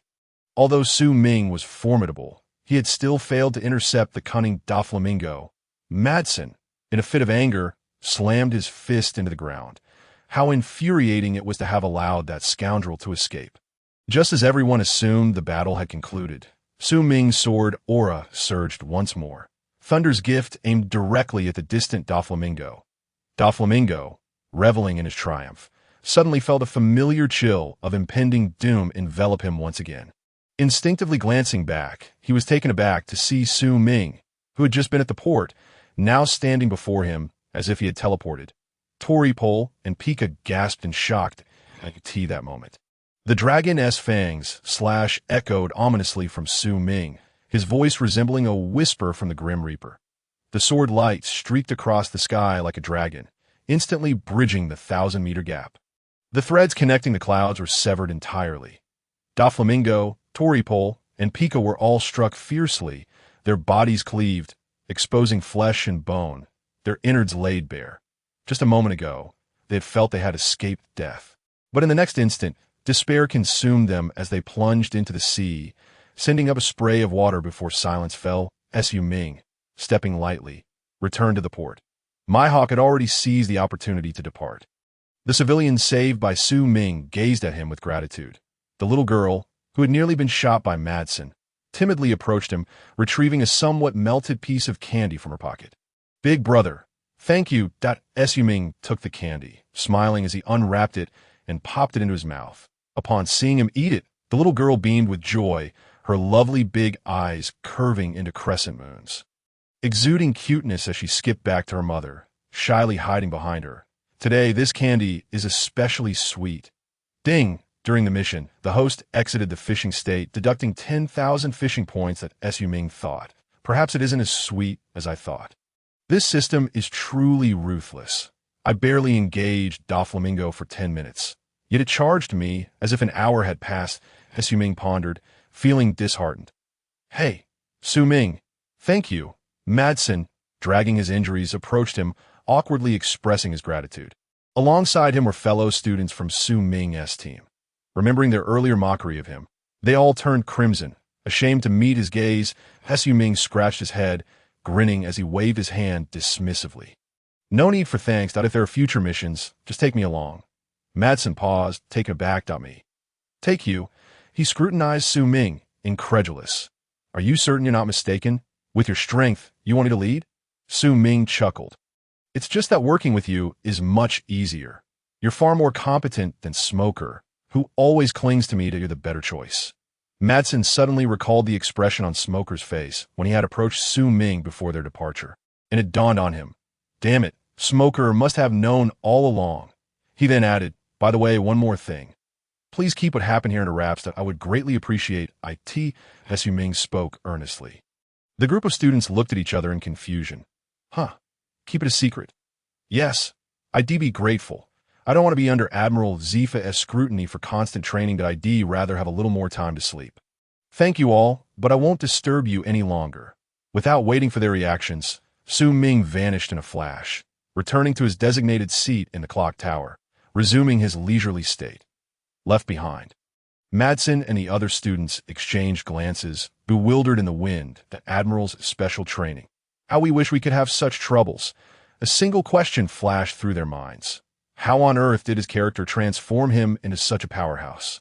In an alley, Zifa, arms crossed, observed Su Ming as he returned to the clock tower to lounge, shaking his head in disbelief. This kid? Zifa had rushed over upon sensing the battle, intending to intervene when he saw the little girl in danger. But Su Ming had beaten him to it. He was aware that Su Ming had been concealing his abilities, but he had no idea just how much the young man had hidden. Today was an opportunity to gauge his true capabilities. Though he had mentally prepared himself, witnessing Su Ming's prowess still astonished him. This kid has already become a swordsman, and a formidable one at that. Not every swordsman can comprehend the ability to cut iron.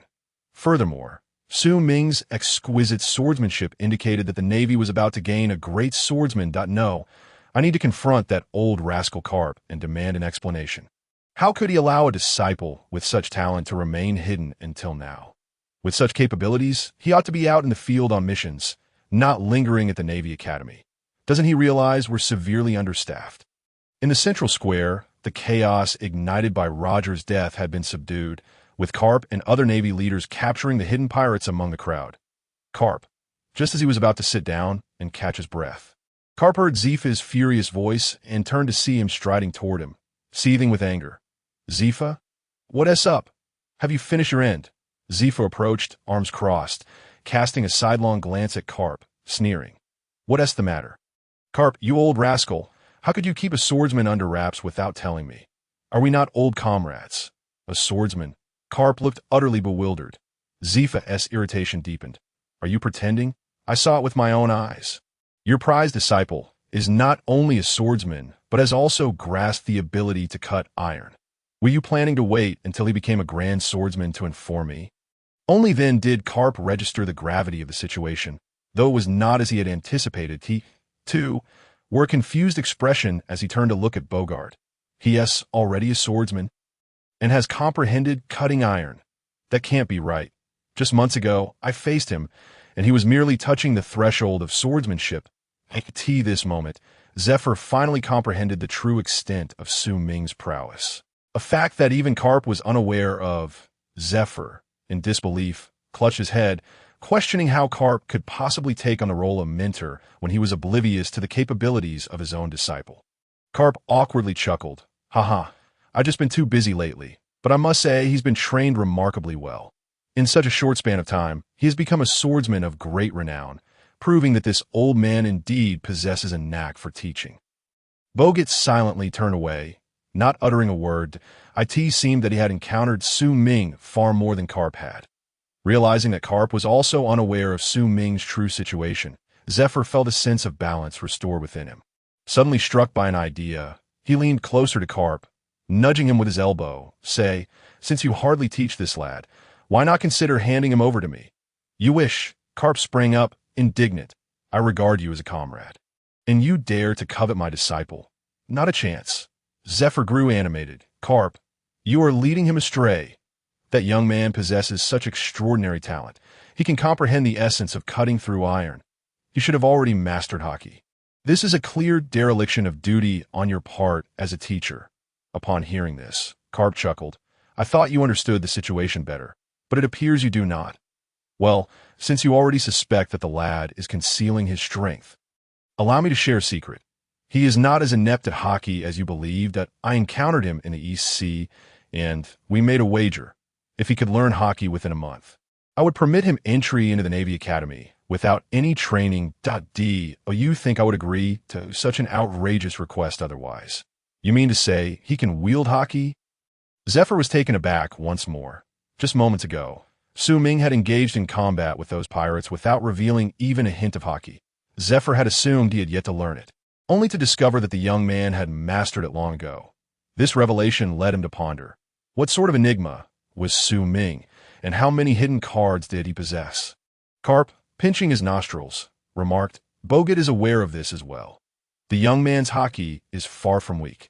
Though he cannot yet utilize advanced armament Haki, enveloping his body with it poses no challenge. Last month, I conducted a strength assessment, and he is already on par with the peak rear admiral at headquarters. That, if we consider his swordsmanship, he likely possesses the strength of a vice admiral. Zephyr stood frozen in place, processing Karp's words for an extended period. Karp, filled with pride, grinned. Haha, this proves that my teaching methods are indeed exemplary. At just 16, he has mastered armament Haki, observation Haki, swordsmanship, and hand-to-hand combat, all at a level far beyond mere novice proficiency. What manner of monster is this? Karp patted the still-dazed Zephyr on the shoulder. There are many more secrets to this young man. Let me tell you, what I just shared is not even the entirety of his potential. Armament Haki, observation Haki, and swordsmanship can all be cultivated through training. Haha, ponder this at your leisure. With that, Karp disregarded Zephyr and made his swift exit. Zephyr, suddenly alert, called out, Wait, Karp, don't leave. Finish what you were saying. Realizing he had been lost in thought and had not fully grasped Karp's implications, it dawned on him that Su Ming possessed an awakening potential that was beyond the ordinary. Could it be Conqueror's Haki? This young man possesses Conqueror's Haki, reflecting on Su Ming's earlier actions, stepping forward to protect the innocent, indicated a heart driven by justice.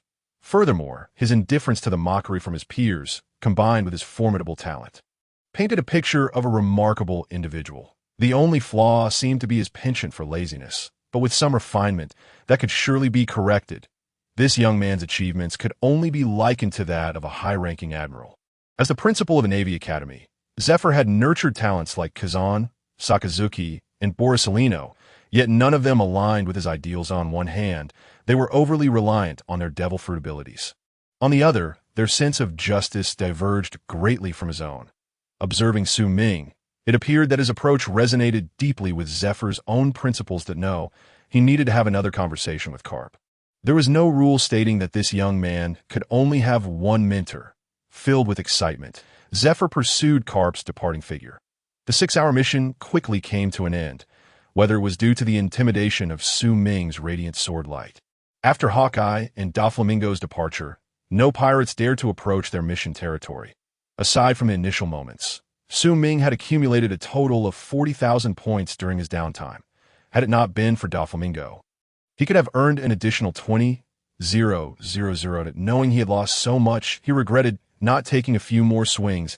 As the mission concluded, the Navy headquarters began preparations for withdrawal. The students of the Navy Academy were summoned together. The middle-aged instructor surveyed the students. Aside from a few from Class C who had sustained minor injuries, the rest were mostly unscathed, with no fatalities to report. This mission was commendably executed. Your achievements will be recorded in your files. Now, return to the ship and head back to headquarters. The mission had fostered closer bonds among students from various classes. They had shared the battlefield together, exchanging brief embraces and smiles, affirming their camaraderie. However, one particular group stood out for its peculiar dynamics, namely Su Ming's group. Su Ming, big brother. I'm from Class B. Let us keep in touch. Big brother, big brother. I'm from Class C. I may not be strong, but I excel at gathering information. Su Ming, big brother. We're alike. I'm from an aristocratic family too, though my talent is average. When I have the chance, I'll treat you, and you must honor me.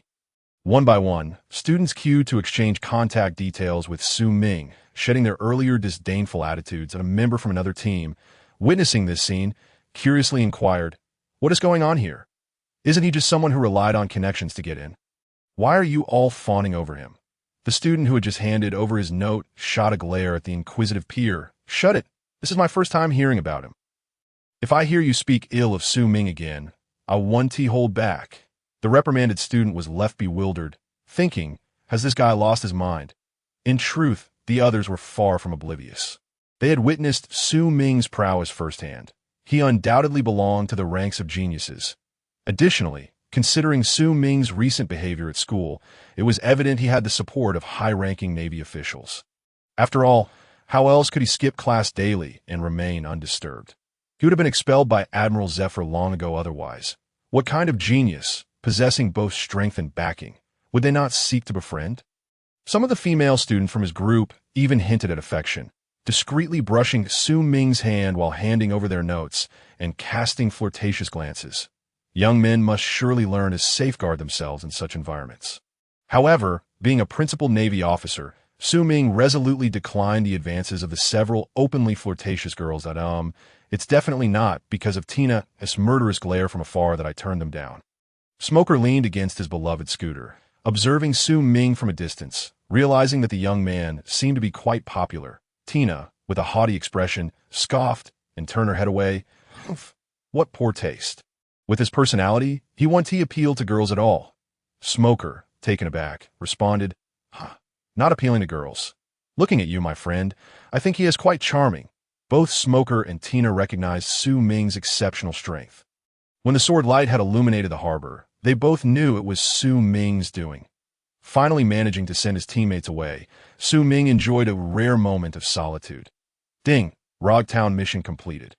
Congratulations, host, for obtaining 40,000 downtime points. The system notification chimed, and Su Ming, already anticipating this, felt no surprise. Originally, he could have earned 60,000 downtime points. It was all Doflamingo's fault. The next moment, ding!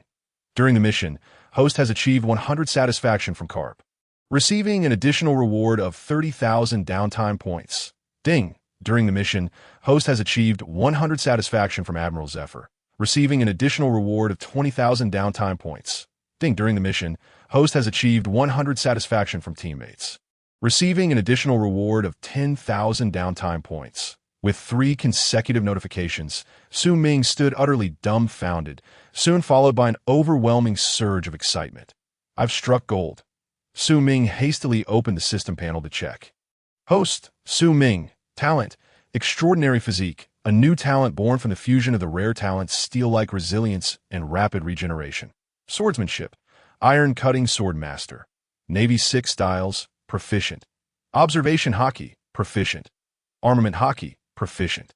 Conqueror's Haki, novice, devil fruit, mastered, fishing points, 107,000, a staggering 100,000 fishing points. The reward from this mission far exceeded his expectations, as Su Ming contemplated whether to indulge in a rare tenfold draw or to go straight for a legendary level lottery.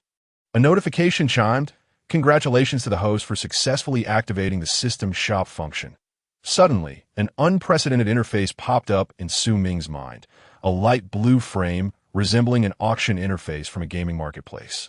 Healing potion, priced at 10,000 fishing points, can be used in non-combat situations to expedite injury recovery, repair bodily damage, and mend severe wounds that cannot be healed. Advanced Armament Haki Training Manual, priced at 50,000 points, detailing the training methods from mastering to advanced armament Haki. Note: this is merely a training method. Success depends on the individual's training circumstances. Battleship Design Blueprint, priced at 70,000 points, a blueprint for a battleship equipped with formidable firepower. Due to the unique materials, the ship boasts astonishing defensive capabilities, and materials unavailable in this world can be purchased in the shop. After studying for a while, Su Ming understood the purpose of this system shop. Unlike the lottery wheel, the items in the shop were entirely self-selected, broadly categorized into two types. Point 1 could opt to purchase finished products or acquire blueprints or training manuals. The prices for finished products were exorbitant. For instance, the swordsmanship entry he had drawn earlier, which was merely a common lottery prize, was shockingly priced at 30,000 fishing points in the shop. However, a swordsmanship training manual could be obtained for just 3,000. Su Ming did not rush to spend, but leisurely flipped through the pages. There were plenty of good items in the system shop, such as Supreme Sword Mastery Experience, Advanced Conqueror's Haki, and Rare Observation Haki Talent. As he continued to peruse, he even encountered items like Celestial Body and Forbidden Techniques. Merely reading their names hinted at their extraordinary nature. However, upon attempting to click on them, most items were grayed out and unavailable for purchase. It was only after a system prompt that Su Ming realized it was due to his insufficient current permissions. How many fishing points are required to upgrade permissions in the system? Ding! To unlock the next level of system permissions, the host must accumulate 1 million fishing points. Damn! Su Ming couldn't help but curse. If 100,000 was so challenging, when would he ever accumulate 1,000,000? Moreover, according to the system, this 1 million was merely the beginning. He feared it might escalate to 10 million or even 100 million fishing points thereafter. Ha! You must be joking. At this rate, I feel like a mere pawn, unable to fully unlock my permissions. Ding! The host need not worry. Your current position in the chosen faction is too low, resulting in a meager accumulation of fishing points.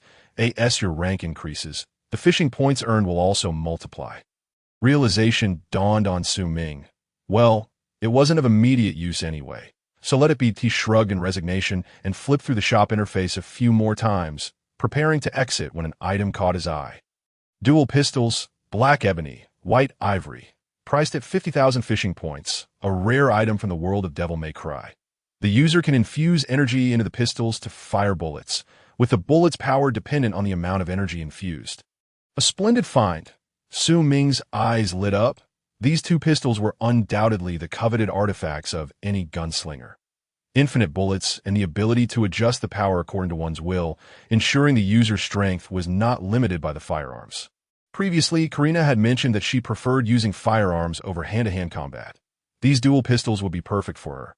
However, the price, damn it, 50,000 fishing points. He had just managed to accumulate some wealth, and now he would have to part with half of it. Su Ming grimaced, but ultimately pressed the purchase button. Ding! Congratulations to the host on a successful purchase.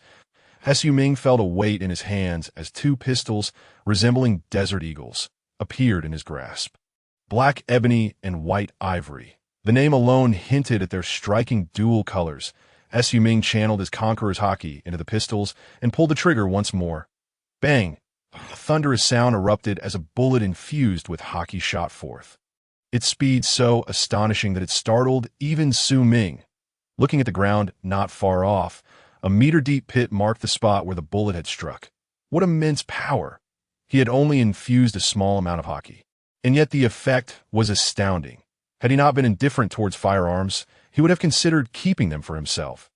Gazing at the elegantly designed black and white dual pistols, Su Ming toyed with them for a while before deciding to regard them as a gift for that girl, who toiled daily at the tavern. She deserved the Navy headquarters in Sengoku's office. Karp, Zephyr, Sengoku, and several old comrades, including Crane, gathered together. Sengoku, I have never asked you for anything, but this time you must help me persuade that old coot Karp to let Su Ming graduate quickly. I have a position as Vice Admiral waiting for him, Zephyr exclaimed, his emotions running high as he leaned on Sengoku's desk, nearly spitting as he spoke. Dream on, Zephyr. Su Ming is my disciple. Why should he become your Vice Admiral? If anyone, he should be my vice admiral, Karp retorted disdainfully. This matter had been contentious since they returned from Road Town, and it was clear that Zephyr was still unwilling to relent regarding Su Ming's training. Zephyr shot a glare at Karp. Stop being unreasonable. Kazan is your vice admiral now, and even if he leaves, Bogart can immediately step in. You already have so many subordinates. Is it too much to ask for Su Ming? Besides, how many people get to be a vice admiral right after graduating? As his teacher, you are obstructing his future. Behind the desk, Sengoku held his head in exasperation, feeling overwhelmed. Since returning from Road Town, the two had been at each other's throats daily. And Sengoku felt as though he had lost a significant amount of hair during this time. Seeing that neither party was willing to yield, Sengoku could no longer contain himself. Enough? Look at yourselves. One is a Navy hero, and the other is a Fleet Admiral. Are you both so idle? Karp and Zephyr remained silent. Meanwhile, on the sofa, Crane rested her chin on her hand, leisurely sipping her tea. Wearing a smile that suggested she was enjoying the show, Sengoku took a deep breath. I believe I understand the situation. If what Zephyr says is true, and Su Ming's strength can already rival that of Commander, then continuing to keep him in the military academy is indeed inappropriate. The Navy is currently in dire need of personnel. However, allowing a student who has been enrolled for less than a year to graduate and be commissioned would not adhere to regulations. And it could easily give others a reason to criticize, especially you, Karp. Your relationship with Su Ming has not been made public. If it were to be revealed later, it could be used against both you and him, which would not be beneficial for either party. For now, let him undertake a few missions as a test. If he can complete them successfully, graduating him early wouldn't be out of the question. As for taking him on as a disciple, let us wait until after the tasks are completed and inquire about Su Ming's own wishes. No more pestering me about this. Sengoku opened the drawer and took out several bounty notices. Zephyr and Karp leaned in closer. Nicole Albia, bounty 79 million berries. Olda's bounty 64 million berries. Jareth, bounty 70 million berries. These are the latest bounties issued by the world government, and it seems urgent, likely assigned to Vice Admiral Haguldi. Soro. Initially, I was concerned about his lack of manpower, but now it's perfect. Su Ming can accompany him. If this task is completed successfully, I will agree to his early graduation, finally sending off the two troublesome old friends. Sengoku exhaled in relief. Honestly, at this age, how can they still behave like children? Sengoku felt quite helpless toward his two old friends. Crane set down her teacup and chuckled lightly. You know Karp's personality. But I truly didn't expect Zephyr to be so agitated. Sengoku nodded thoughtfully. Indeed, I also didn't anticipate Zephyr's strong reaction. That is quite uncharacteristic of him. The Crane smiled, for there was only one possibility. That young man named Su Ming had truly captured his heart, inspiring him to pass on the legacy of his martial arts. Speaking of which, have you ever encountered Karp's disciple? The Crane turned to Sengoku. Sengoku shook his head, stating that he had not, as the chaos caused by Roger had been overwhelming, leaving little time for anything else. Mentioning Roger's affairs only served to give Sengoku another headache.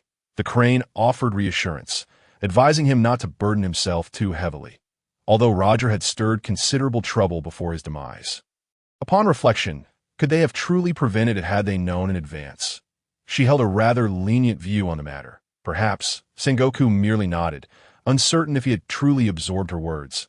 The Crane chose not to linger on the topic, redirecting the conversation towards her curiosity about Karp's disciple, expressing a desire to meet him if the opportunity arose. Sengoku's eyes brightened at her words. Now that you mention it, I find myself intrigued as well. Let us wait until this mission concludes. If all goes well, I will personally bestow him a title.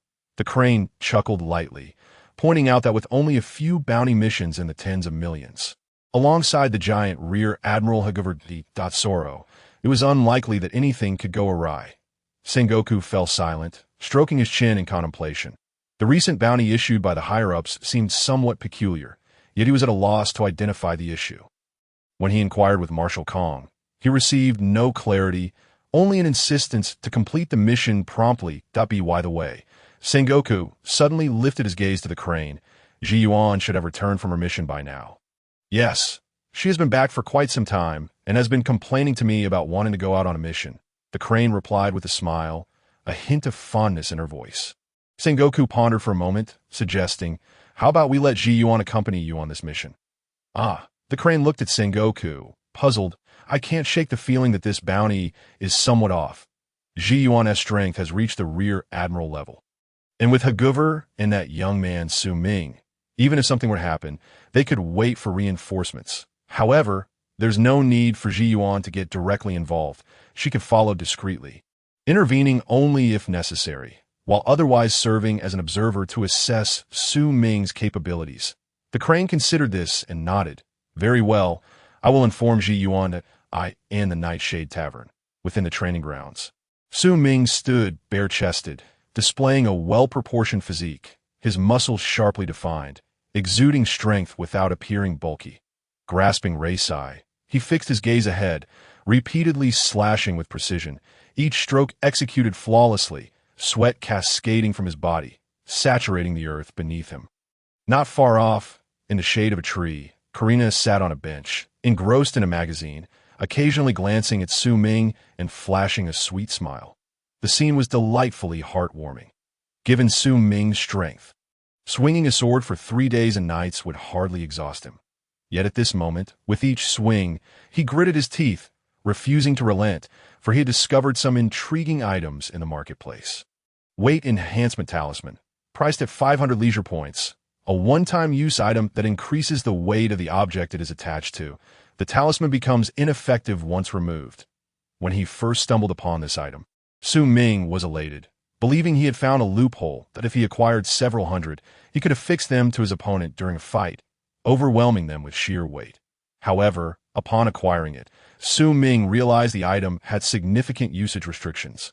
It could not simply be applied and expected to work, requiring cumbersome activation methods that precluded its use in combat. Moreover, it could not be applied to items that were too large or too small. After testing, he concluded that it could only be utilized in training. That he bought several, applying them to himself and Reisai to intensify his training regimen. With the weight enhancement talisman affixed to Reisai, its weight reached several thousand pounds, allowing him to wield it as if it were an ordinary sword, showcasing the terrifying extent of Su Ming's current strength. Su Ming wiped the sweat from his brow, feeling his stamina waning, and retracted Reisai, yet he did not remove the talismans. He intended to keep the weight enhancement talismans on him and Reisai indefinitely, adapting to this new norm that IT would aid in his strength development while also serving as a hidden advantage. "Here, have a drink to quench your thirst." That I in the shade, Karina, noticing Su Ming had paused, set down her book and approached with a prepared bottle of water and a towel, akin to a dutiful wife, helping him wipe away his perspiration. Both found no discomfort in such intimate gestures.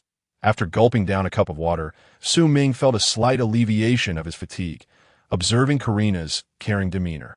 He smiled. Karina, catching the smile, blushed and playfully scolded. "What are you staring at?" Su Ming, grinning foolishly, replied, "I have a gift for you to gift." Karina looked taken aback. "Yes, close your eyes." Karina eyed Su Ming suspiciously but complied. Closing her eyes, Su Ming retrieved 2 handguns, crafted from ebony and ivory. "All right, you can open your eyes now." Upon seeing the handguns in Su Ming's hands, Karina's beautiful eyes widened in astonishment. "What kind of handgun is this?" "It's stunning, yet the design is so peculiar." Karina examined them with curiosity. Su Ming, with a hint of pride, declared, "These are not ordinary handguns. Watch closely." He lifted the ebony handgun, channeling his Haki into it. A gunshot rang out, obliterating a target 100 meters away. Karina's eyes widened in disbelief. "What kind of handgun is that? What kind of ammunition does it use?" "Its power is astounding. The force seemed to surpass that of a hand cannon." Karina, who had a penchant for firearms and was well-versed in various types, had never encountered this model before. Su Ming's smug expression intensified as he pretended to blow non-existent smoke from the barrel. "They have names, ebony and ivory. As for the ammunition, none is required. As long as you possess sufficient Haki, you can continue firing indefinitely. The power, of course, correlates with the amount of Haki you infuse into it." Karina's eyes sparkled with excitement. Such incredible guns. Su Ming offered the guns to her. Karina eagerly accepted, toying with them in her hands.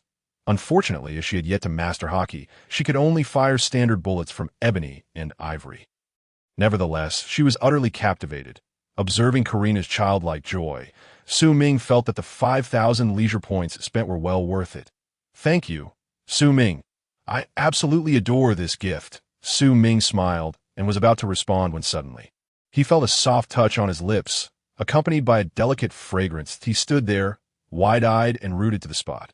Had he just lost his first kiss? Karina, with her slender arms wrapped around him, was caught in a moment of passion when, "Su Ming, where have you been?" Karp's booming voice echoed from the front yard, growing nearer. Karina immediately leapt away from Su Ming, resembling a startled rabbit.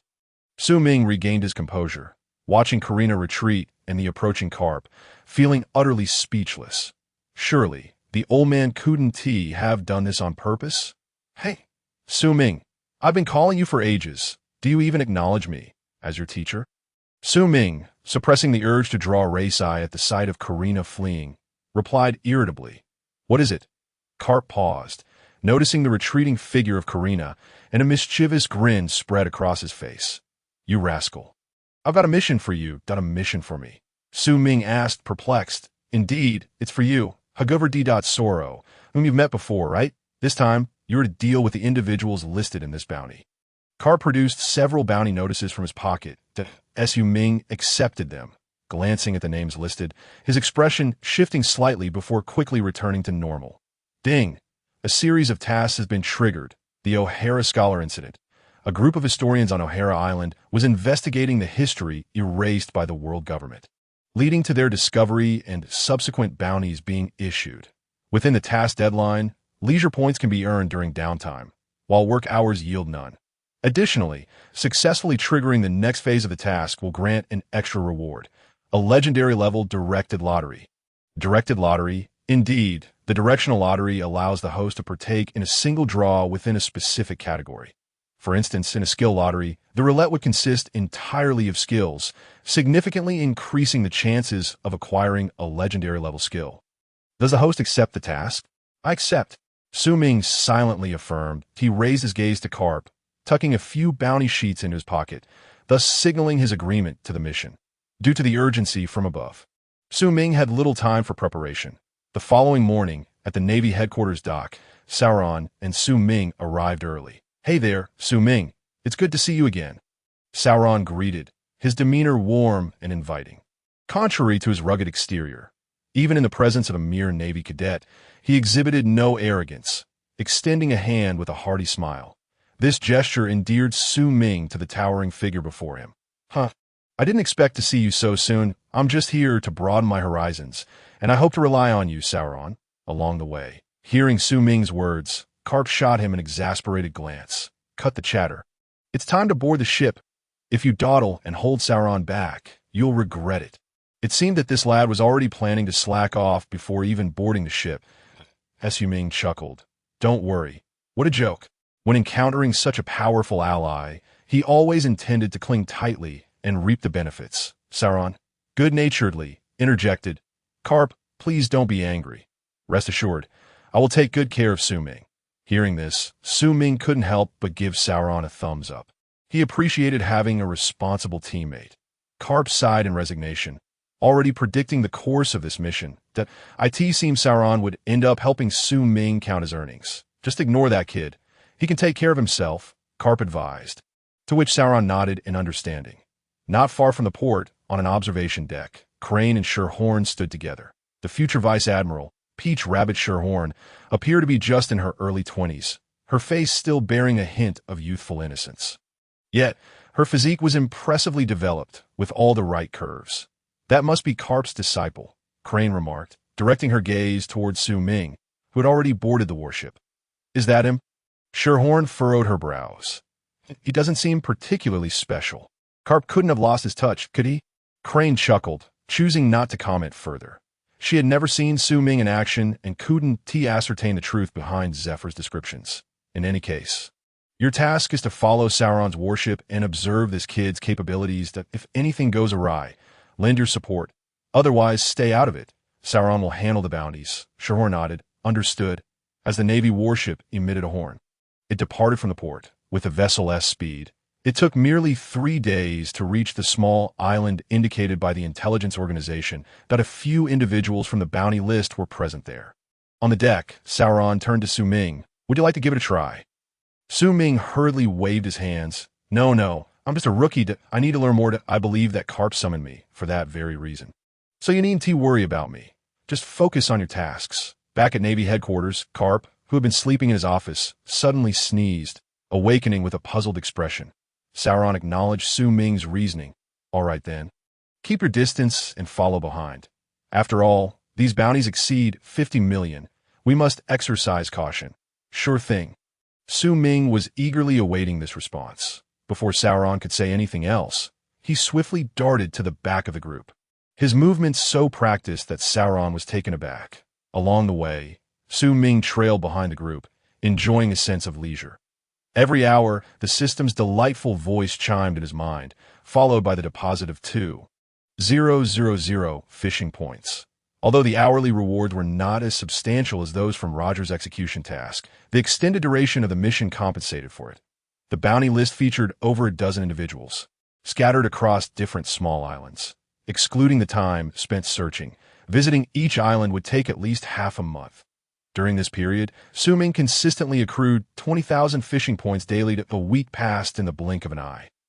As Sauron disembarked once more to carry out his task, Su Ming lay comfortably on the deck, relishing life. Hidden in the observation deck, Sherhorn watched Su Ming below, her eyes twitching in irritation. Throughout these observations, a nagging question lingered in her mind. Had she chosen the wrong target? This was undoubtedly Karp's newly accepted disciple. He appeared more akin to a protege of Borisolino, exhibiting a slacker's demeanor reminiscent of the latter. Over the course of the week, Sauron embarked on numerous missions, and Su Ming, at first pretending to follow, had now completely given up any pretense, opting instead to lounge about .as for taking action. He hadn't done so even once.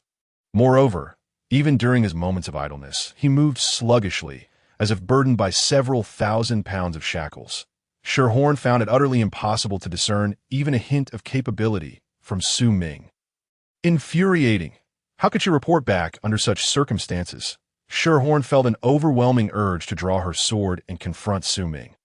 Otherwise, with Sauron present, Su Ming wouldn't have the opportunity to act, let alone step off the deck. Just as Sherhorn hesitated, the phone buzzed beside Su Ming rang sharply. Cutting through the tension, he lazily picked it up. "Hello, what is going on?" "For General D. Sauron, please press 1. For crew member Su Ming, please hang up." Inside the phone bug, Karp ignored Su Ming's interruption, his tone grave. "Su Ming, the mission parameters have changed. There's intel suggesting that Sauron may be defecting. You must bring him back immediately." Sitting in his chair, Su Ming furrowed his brows. In truth, he had sensed something unusual about Sauron over the past few days. The giant race seemed ill-equipped to mask their emotions. Previously, Sauron had greeted everyone with his carefree "Hey there." "Hey there," laughter, yet these past few days, a frown had settled upon his face. Having witnessed the unfolding narrative, Su Ming understood that Sauron had detected the anomalies surrounding this mission. Though these individuals bore bounties of 70 million, their capabilities were wholly mismatched. Furthermore, the orders from above were to eliminate them on the spot. Through Nico Alvia, Sauron had discovered that these individuals were not vicious pirates, but rather a group of historians, merely studying history, who had inexplicably found themselves on the world government's bounty list. The innocent-minded Sauron was deeply affected upon learning this. Su Ming sat up, glancing at the phone bug. "I am sorry, but I'm just a rookie. That I lack the capacity to handle such a mission." He was reluctant to involve himself in such matters. However, Karp's voice on the other end erupted with fury. "Su Ming, what nonsense are you spouting? This is no longer just about Sauron. That if you cannot clear your name, you will also face charges." He continued, "Now, go and stop Sauron. No matter what, bring him back. I will handle the repercussions." Karp's tone was more serious than ever. Su Ming discerned Karp's intentions. He wished to protect both himself and Sauron. Without further ado, he hung up the phone and shook his head. Involving the Void Century, even Karp could not shield Sauron from the consequences. However, from Karp's words, it was clear that the Navy's higher-ups were still unaware of the true nature of the situation and the purpose behind the mission. The world government was notoriously tight-lipped regarding such matters. Su Ming stood up, adjusted his attire. What a hassle. The higher-ups had already taken note of this affair, and regardless of the circumstances, he needed to at least put on a show, although he had been slacking off. He had no intention of abandoning the Navy. After all, the Navy's benefits are quite appealing. I haven't yet had my fill of leisurely days. With a sigh, Su Ming swiftly vanished, stepping into the moonlit night. Ji Yuan, watching the direction in which Su Ming departed, snapped back to reality after a moment.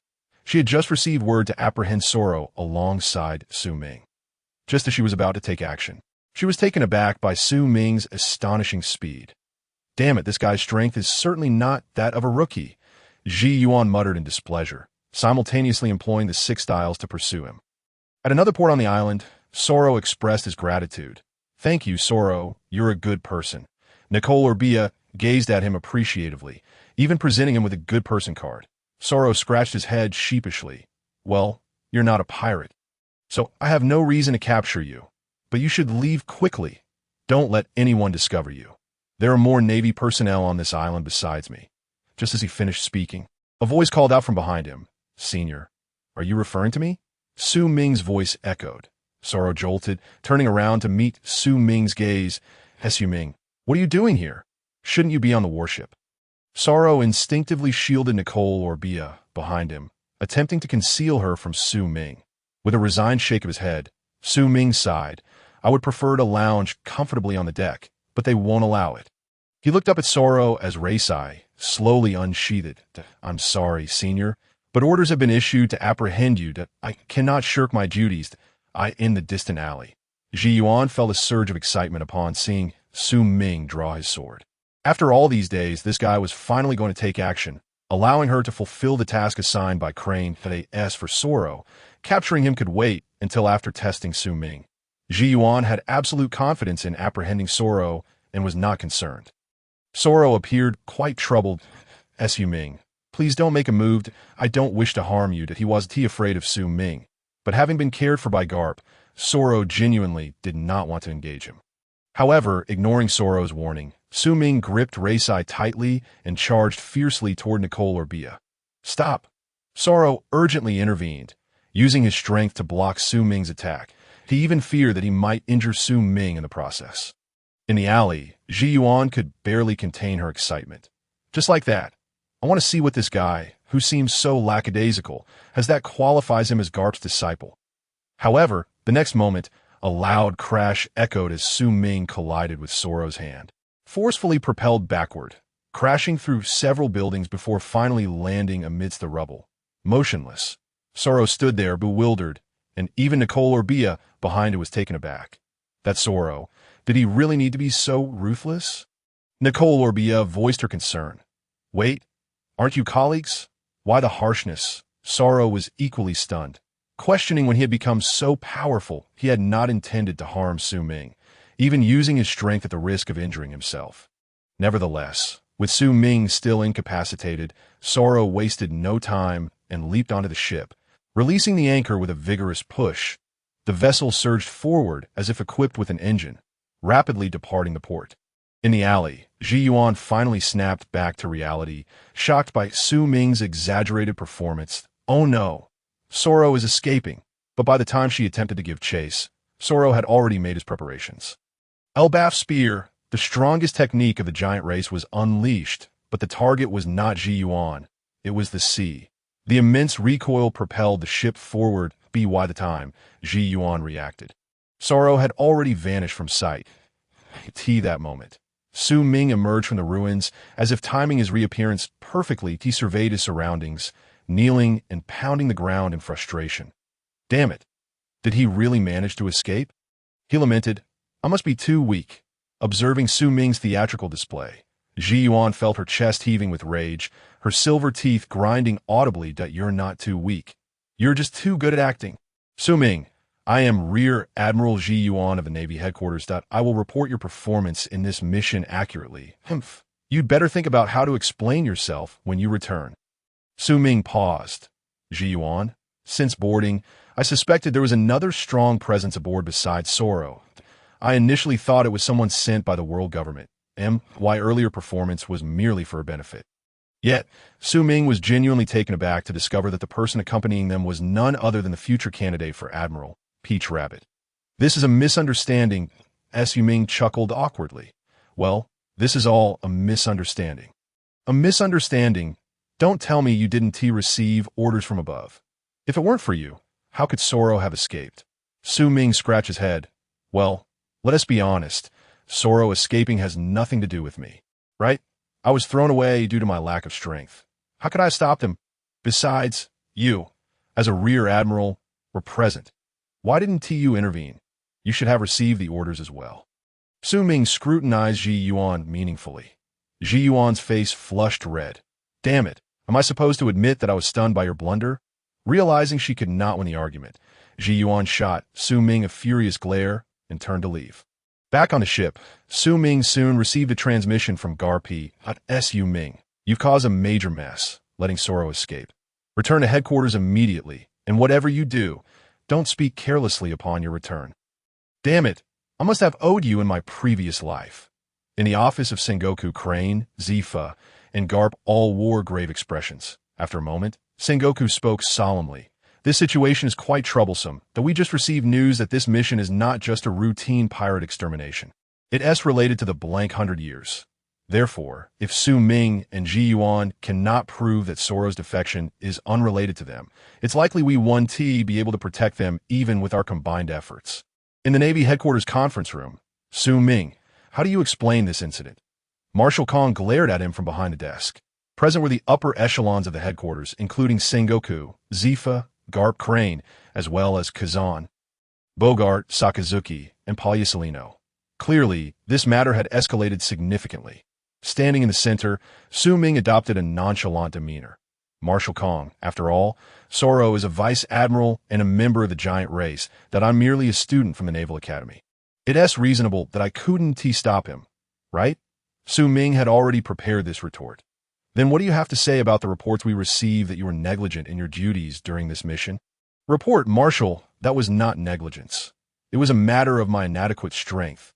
The opponent was a bounty criminal with a risk level of 70 million, and I refrained from involvement to avoid hindering Vice Admiral Soro. As the two exchanged questions and answers, no matter what Kong inquired, Su Ming's evasive responses remained consistent. His inadequate strength prevented him from intervening, leaving him with no alternative. Meanwhile, on Kong's desk sat an open transponder snail. Without needing to say, Su Ming knew that the person on the other end was certainly from the world government. After a routine inquiry revealed no valuable information, an aged voice transmitted through the snail.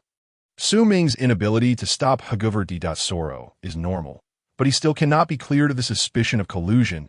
CP0 has already confirmed that the individuals on the wanted list all hail from O'Hara Island. O'Hara Island, under the guise of the Tree of Knowledge, secretly conducts research on dangerous weapons with the intent to cause destruction to the world. Now, we are issuing the Demon Slayer order to eradicate O'Hara Island. Additionally, Su Ming and Ji Yuan, as the last Navy personnel to have contact with Soro, must join this mission to clear their suspicions. Ding! Congratulations, host, for successfully completing the first phase of the chain task.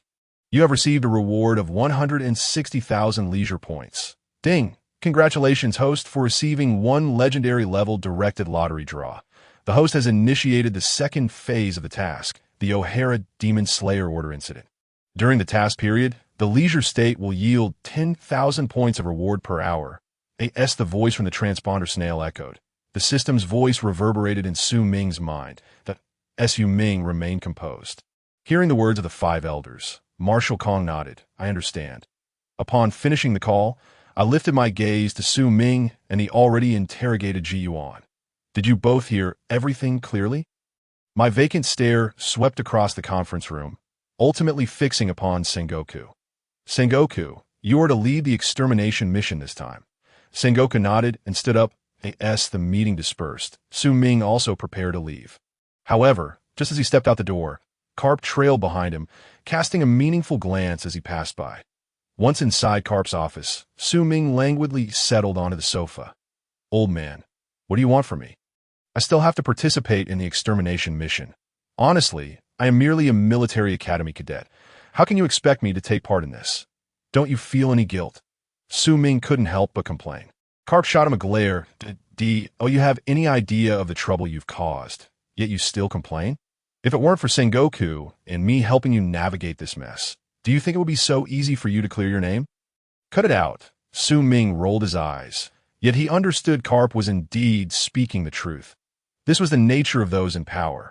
A one-size-fits-all approach, while not the best solution, was certainly the most convenient. Had the situation involved someone else, their identity would have undoubtedly been labeled as a traitor as well. Karp did not dwell on this issue with Su Ming. Listen carefully, kid, there's something I need you to do. Don't be careless. Pay attention. When the Navy arrives on the island, you will personally apprehend Saul and bring him back alive.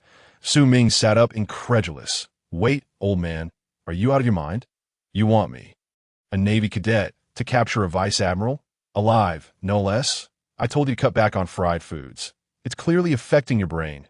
Karp's veins bulged as he retorted, don't think I'm unaware of your current capabilities.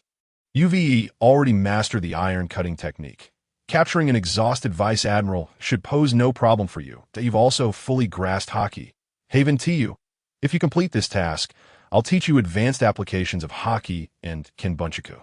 Karp paused, letting out a sigh. I can only entrust this to you. As a rookie, you draw attention. With O'Hara's destruction, Saul's fate has become inconsequential. He is a true Navy man and should not meet such an end. Su Ming noticed a hint of fatigue etched on Karp's face. Once the orders were given, Sengoku swiftly organized 5 vice admirals, including Kazan, Akainu, and others, along with 10 top-tier Navy warships. The fleet surged forward at full speed, heading towards O'Hara Island. Thanks to Karp's influence, Su Ming found himself aboard the same ship as Kazan, along with Akainu and Ji Yuan. Leaning against the railing, Su Ming idly let the sea breeze wash over him. Kazan approached with a smile. Still pondering over the meeting, Su Ming shook his head. His thoughts were consumed with what would be the most opportune moment to retrieve Saul. After considerable reflection, he concluded that it would be best to act before the vice admirals landed on the island. He estimated he had about half an hour to subdue Saul and escort him back to the warship, but by then, even if the vice admirals wished to intervene, they would have no justification. Everything would hinge on the Navy's verdict, as for what happened afterward. That was not his concern.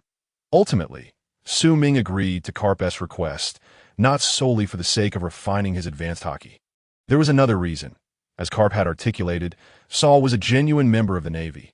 Though he often appeared somewhat simple-minded, he could stand firm against injustice, unafraid of authority, and even dare to oppose the world government.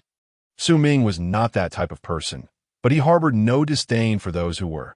Noticing Su Ming's silence, Kazan said nothing further, offering a reassuring pat on his shoulder before departing. Suddenly, Su Ming recalled that he had one legendary-level directional lottery yet to use. With a mere thought, a screen resembling the previous lottery interface materialized before him. However, this time it displayed several options. Items. Skills and talents. Su Ming stroked his chin thoughtfully. Items, as the name suggested, referred to potions or weapons, which could not directly enhance his strength, so he dismissed them for now. As for skills, he felt adequately equipped with his current abilities, including the demon swordsmanship, Haki, and the 6 powers, especially with the added advantage of his devil fruit. Thus, the only remaining option was talent. He already possessed one legendary-level talent, the extraordinary constitution. This talent had significantly contributed to his rapid rise to the level of a vice admiral. The extraordinary constitution allowed him to avoid rigorous training, endowing him with formidable defensive capabilities, strength, and speed. If he could draw another legendary-level talent, his power would undoubtedly surge to new heights. Su Ming resolved to proceed with the lottery. Opting for the talent category, ding, the host has selected the legendary-level talent directional lottery, commencing now. Upon hearing the reward, Su Ming's spirits surged. The Eye of Death, he had truly drawn this talent. Quickly, he examined the details. Eye of Death, growth-type legendary talent. Those who possess this ability can perceive dark lines resembling cracks on the surface of most objects, known as death lines, that if one cuts along these lines, it inflicts irreparable, undefendable harm to the object. Upon advancement, the host will be able to see various points where these death lines intersect, and piercing these points will permanently and irreversibly destroy the object. It took Su Ming a while to regain his composure. If previously, he had merely reached the ordinary vice admiral level due to his Haki and Kin Bunchaku not being advanced, then with the Eye of Death, his full strength could easily elevate him to the elite vice admiral tier. Even a fleet admiral would need to tread carefully in his presence, for against these eyes, even a deity would face demise if struck. Returning to his quarters, Su Ming's originally azure eyes transformed into something more sinister and enigmatic in an instant. In his vision, every object in the room was adorned with red glowing lines, drawing his sword. Raijin, he sliced along a death line etched upon the table. During the cut, he felt no resistance. Yet in the next moment, the table shattered audibly. As his vision returned to normal, he observed the table, a lifeless entity. Now exuding an aura of lifelessness, it was dead. Reaching out to steady the table, he found that the moment his hand made contact, it disintegrated like dust, scattered by a gentle breeze, vanishing completely. Such was the power of the Eye of Death. The table, merely an inanimate object, perished by disappearing. However, had it been a living being, severing its death line would result in irrevocable harm. Naturally, the more powerful the entity, the fewer death lines Su Ming could perceive. At that moment, an overwhelming fatigue washed over him. Su Ming was astonished to discover that merely activating the Eye of Death had drained over 10% of his stamina. Indeed, such an extraordinary ability came with a hefty toll. He could not sustain it for long. This technique would have to remain a trump card, not a regular method of combat. As Su Ming pondered this, a command rang out from the warship. The fleet adjusted its course, heading 3 kilometers toward O'Hara Island. Gunners, prepare. Su Ming stepped out of the room, gazing towards the direction of O'Hara Island. At the heart of the island stood a tree as robust as a skyscraper. The largest library in the world, the Tree of Knowledge, over 5,000 years old. This place was a sanctuary for all historians. Yet after today, it was destined to vanish entirely. Each top-tier battleship was equipped with 100 cannons, and with 10 ships that amounted to 1,000. The shells of the Demon Slaughter Order were in infinite supply, and once all the artillery had adjusted their aim, a barrage commenced in an instant. The once verdant and vibrant O'Hara Island was engulfed in flames. However, the assault from the battleships did not cease there. For a full 2 hours, the 10 ships relentlessly bombarded the land, leaving no inch of O'Hara untouched. Amidst the flames, countless figures fled, yet ultimately, they were all consumed by the inferno. Su Ming furrowed his brows, but uttered no words. He had no intention of rescuing the historians. They had chosen this path themselves, and were well aware of the price they would pay. Their choice, albeit foolish, involved recklessly delving into those forbidden realms without the means to protect themselves, and it was indeed peculiar that they had not been eradicated sooner. While everyone's attention was fixated on O'Hara Island, Su Ming quietly retreated to the back of the crowd and silently left the battleship. Shortly after Su Ming's departure, Sakazuki, who was also aboard the battleship, vanished unnoticed by the others. O'Hara Island was not particularly large. Spanning merely a few dozen square kilometers, Su Ming fully extended his observation Haki, moving swiftly across the island until he soon spotted a familiar figure. This was on the backside of the island, in a rare patch of land that had escaped the bombardment. Vice Admiral Saul appeared disheveled, his navy uniform long gone, and his once stylish orange hair now curled and singed. He cradled a young girl, around 7 or 8 years old. Nico Alvia's daughter, Nico Robin. Su Ming's figure suddenly materialized before Saul. Su Ming. Saul halted in his tracks. Su Ming cast a casual glance at the future son of a demon before redirecting his attention to Saul. "Come back with me," Su Ming stated directly. Saul shook his massive head. "No, I will not return. I still have important matters to attend to. This mission is wrong." His gaze was resolute, clearly indicating he had come to some realizations and made his choice. Su Ming frowned slightly. "Vice Admiral Karp instructed me to bring you back. You have done enough regarding this matter in O'Hara," Su Ming urged gently. But Saul disregarded his words entirely. After their exchange bore no fruit. Su Ming sighed. "Indeed, I lack the talent for eloquent persuasion. Regardless, the old man merely asked me to bring you back. He never specified that you had to be conscious, so, if you must assign blame. Directed at Karp. He can take a hits, he spoke. Su Ming clenched his fist, preparing to take action. You are no match for me. I do not wish to harm you, Su Ming. You should leave. This is my choice. Saul looked at Su Ming nervously, involuntarily recalling the time he had sent Su Ming flying with a single slap. That Su Ming smiled, disinterested in providing explanations, just as he was about to strike. A massive fireball suddenly plummeted from the sky. The fireball, several meters in diameter, descended like a meteor towards Saul. Before Saul could react, Su Ming flashed behind him. With a swift motion, the fireball was cleaved in two. Upon closer inspection, Su Ming had drawn his sword, Reiku, from his waist. With a resounding crash, the fireball transformed into two pools of lava, turning the last pristine patch of the island into an inferno. Not far away, a figure wreathed in flowing magma slowly emerged. Sakazuki, Saul's voice trembled. He was all too aware of Sakazuki's and Kozan's formidable power from their time together in the headquarters. These individuals were elite vice admirals and would soon reach the level of admiral. Realizing he might not escape today, Saul gritted his teeth. Robin, I will hold them off. Robin's expression was a tumultuous mix of fear, reluctance, and anger. Sakazuki did not glance at Saul but instead scrutinized Su Ming, assessing him from head to toe. You are indeed no ordinary recruit. It is no wonder Karp and Sengoku advocated for you. Su Ming chuckled awkwardly. Vice Admiral Sakazuki, you flatter me. I possess no other merits than being likable. Step aside. I have orders to eliminate Saul. Sakazuki disregarded Su Ming's banter and prepared to strike at Saul once more.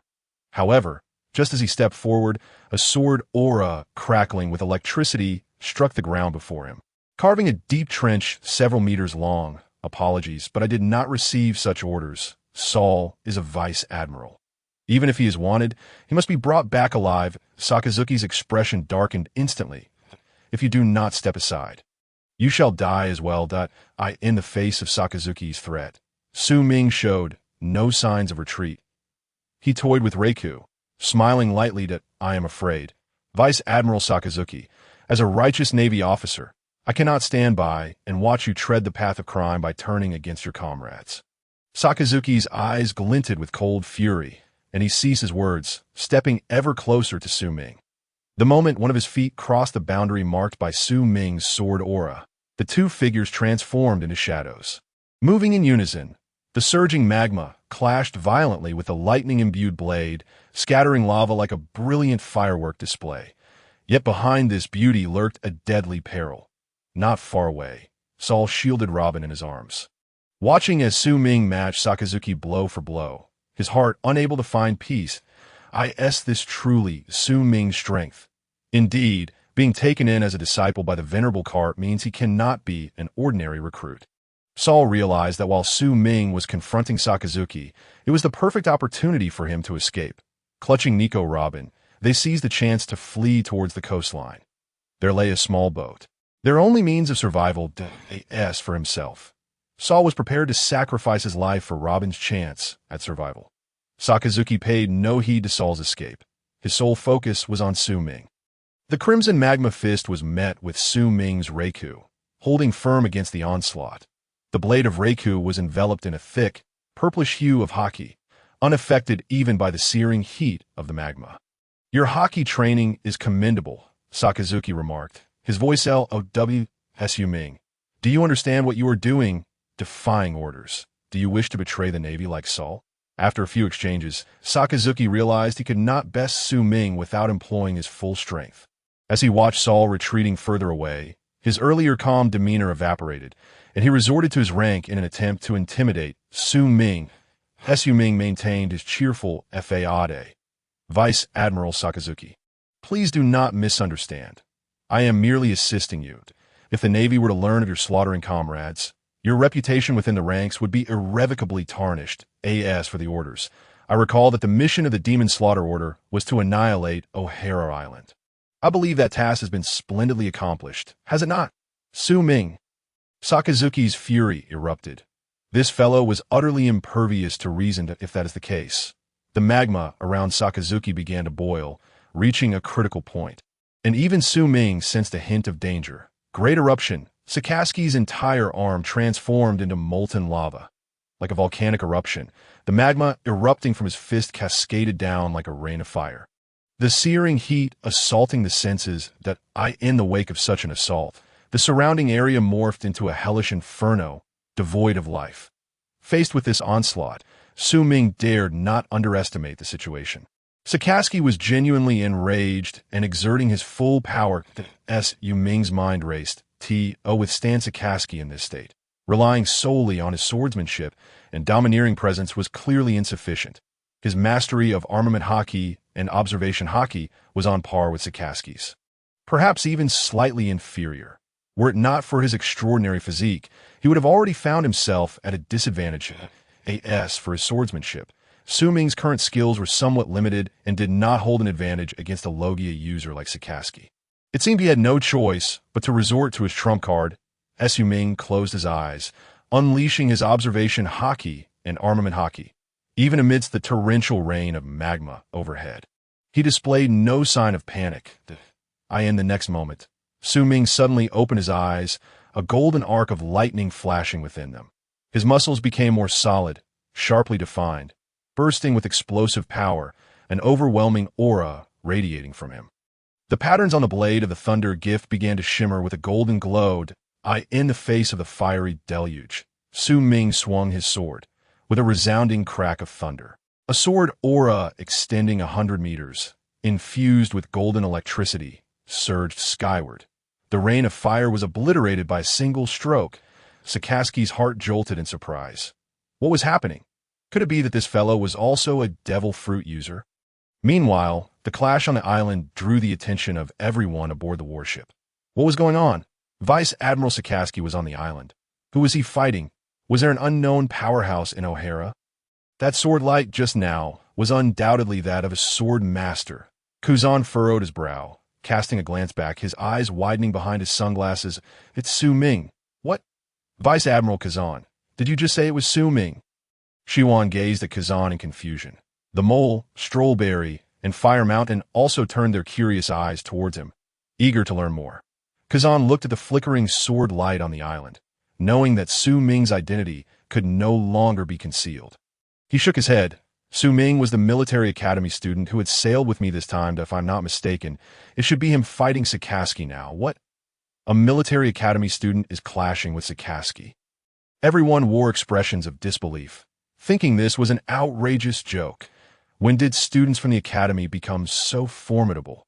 Which of the generals present was not a graduate of the Navy Academy? It could be said that those who participated in the Demon Slaughter Order were the elite among the elite. Yet when they graduated, they could barely handle a colonel from headquarters, let alone a ruthless figure like Sakaski, who was only a step away from becoming an admiral. Kazan shrugged, urging everyone not to be too astonished. After all, Su Ming was a disciple of the esteemed Karp. Silence enveloped the deck as the Navy fell into an eerie quiet. What? That kid is actually a disciple of the esteemed Karp. Karp actually took on a disciple. No wonder he dared to confront Sakaski. Goodness, if I remember correctly, he is only about 15 or 16 years old. Proficient in both forms of Haki, and has reached the level of sword master. How can he still be considered just a student? Surely, there are not many in headquarters who could surpass him. But how did he end up clashing with Sakaski? Fire Mountain suddenly interjected. Kazan paused, recalling the reason for Su Ming's punishment, his expression shifting. This is bad. You all stay on the ship. I will head over. Before anyone could react, Kazan dashed towards the small island. Shiwan gripped the hilt of his sword, gazing at the flickering sword light on the island, biting his lip in frustration. That guy was indeed pretending before.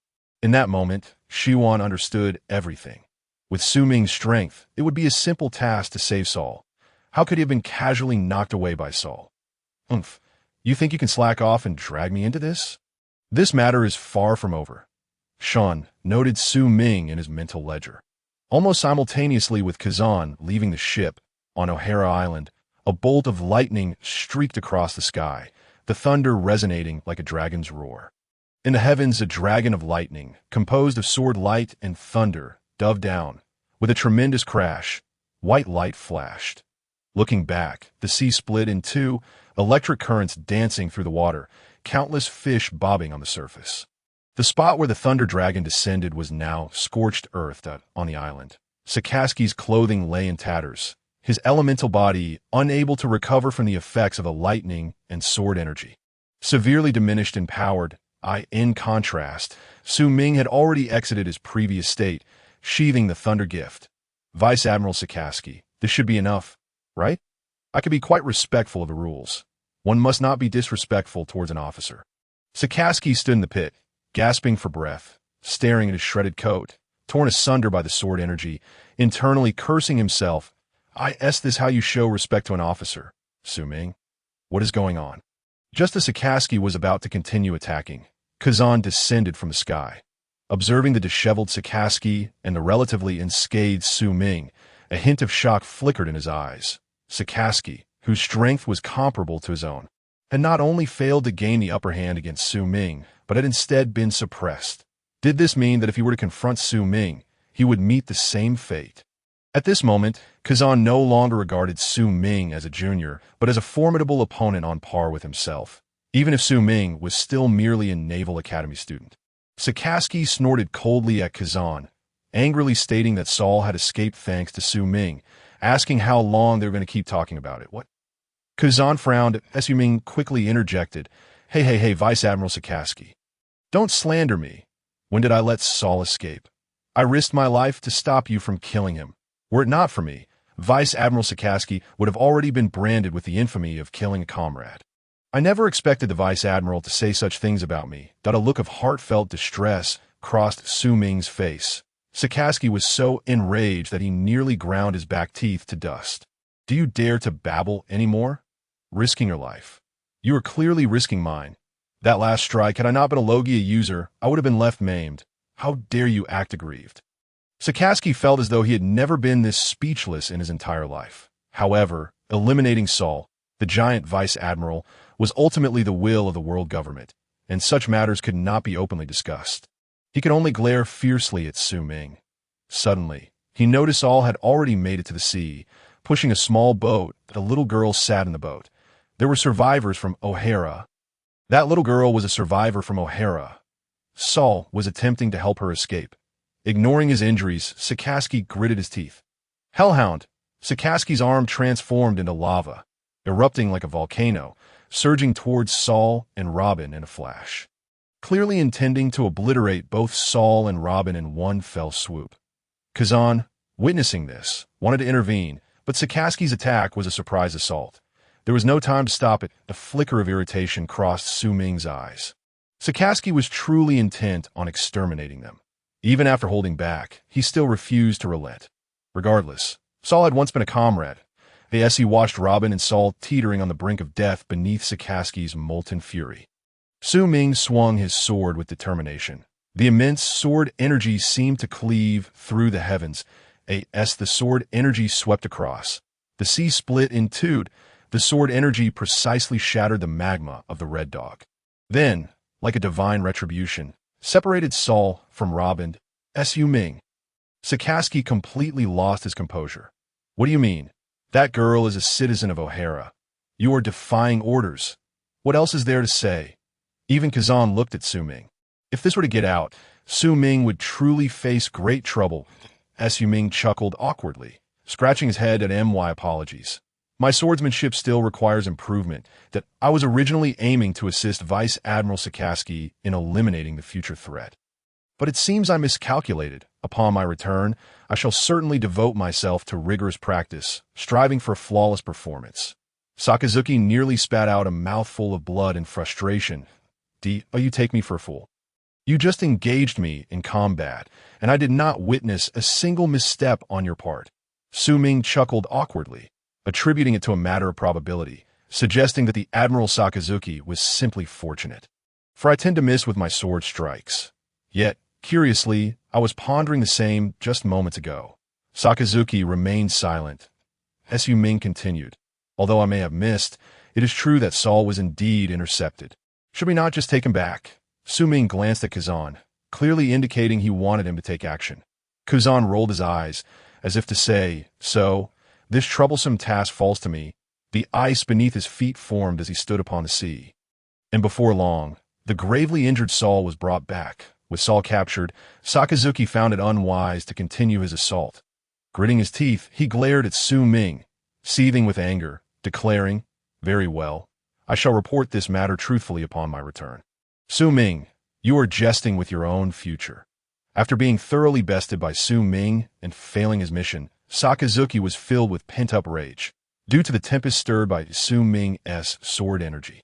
The Navy was slow to react, allowing Robin to vanish beneath the waves that on deck. The naval officers regarded Su Ming with renewed respect upon seeing him again. Captain Garp truly possesses discernment, even at such a tender age. His Excellency Su Ming exhibits remarkable prowess. The amiable Fire Mountain approached Su Ming with a smile, while Admiral Mongoose and Stolberry observed Su Ming's weapon, Risey, with great interest. Little brother Su Ming, I must admit my earlier oversight. I hadn't realized you were a swordsman of such caliber, Stolberry remarked. Once we return, we must have a sparring session. I hold great admiration for that last strike. Mongoose's eyes gleamed with a hint of martial spirit. Su Ming, grinning innocently, greeted the officers. Please do not mock me. I am merely a student from the academy, lacking any significant prowess. What a joke. With this group of individuals focused on me, how could I expect to enjoy a peaceful life in the future?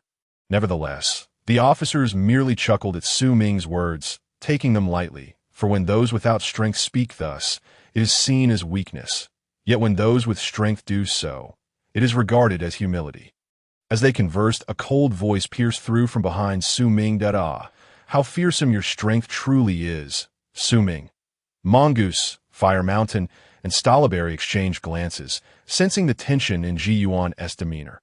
Mongoose suddenly exclaimed, I just remembered, I have a report to write for this mission that I shall not intrude further. You all carry on. Fire Mountain and Stolberry hastily followed. Wait, Mongoose. I too have reports to draft. Let us collaborate. In the blink of an eye, those who had just sought to forge camaraderie with Su Ming vanished without a trace. Ji Yuan, a rising star in the Navy and the sister of Crane, was not someone even an admiral wished to offend. Angering her would undoubtedly lead to trouble. Moreover, Ji Yuan was a woman, and a remarkably beautiful one at that. Countless naval personnel harbored secret affections for her. Such complications would multiply exponentially. Although the specifics of what transpired between Su Ming and Ji Yuan remained unclear, it was evident that Ji Yuan was not in a pleasant mood. The most prudent course of action was to keep a respectful distance, and the others could only wish Su Ming good fortune silently. Su Ming's expression twitched, and he raised an international symbol of goodwill toward the departing officers, then turned to Ji Yuan with an awkward smile. So, when did you arrive, Major Ji Yuan? We didn't even mention it. Ha! Ji Yuan smiled coldly. It seems His Excellency Su Ming is quite busy. I would not wish to intrude. However, I do have a matter I wish to inquire about. Su Ming, with a simple smile, responded, Please, Major Ji Yuan, feel free to ask your question. Since you could engage Sakazuki to this extent, why was it that during the previous capture of Saul, you were dispatched with a mere slap and only intervened after Saul had fled?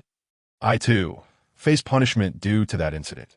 Can you clarify this inconsistency in your abilities? Or is it that you intentionally dragged me into this mess?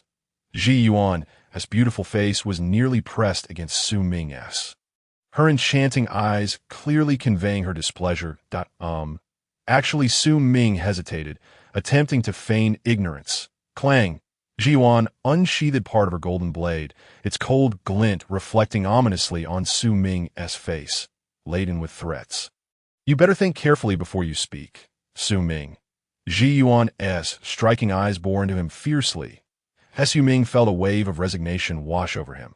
It seemed evasion was not an option. All right, Major Ji Yuan, I admit I did indeed involve you in that situation. However, I was unaware you were trailing me at that time, so it was a misunderstanding. Ji Yuan rolled her eyes. The combination of her stunning visage with such an expression only added to her allure. It sounds easy when you say it. Yet, my name has been noted by the higher-ups.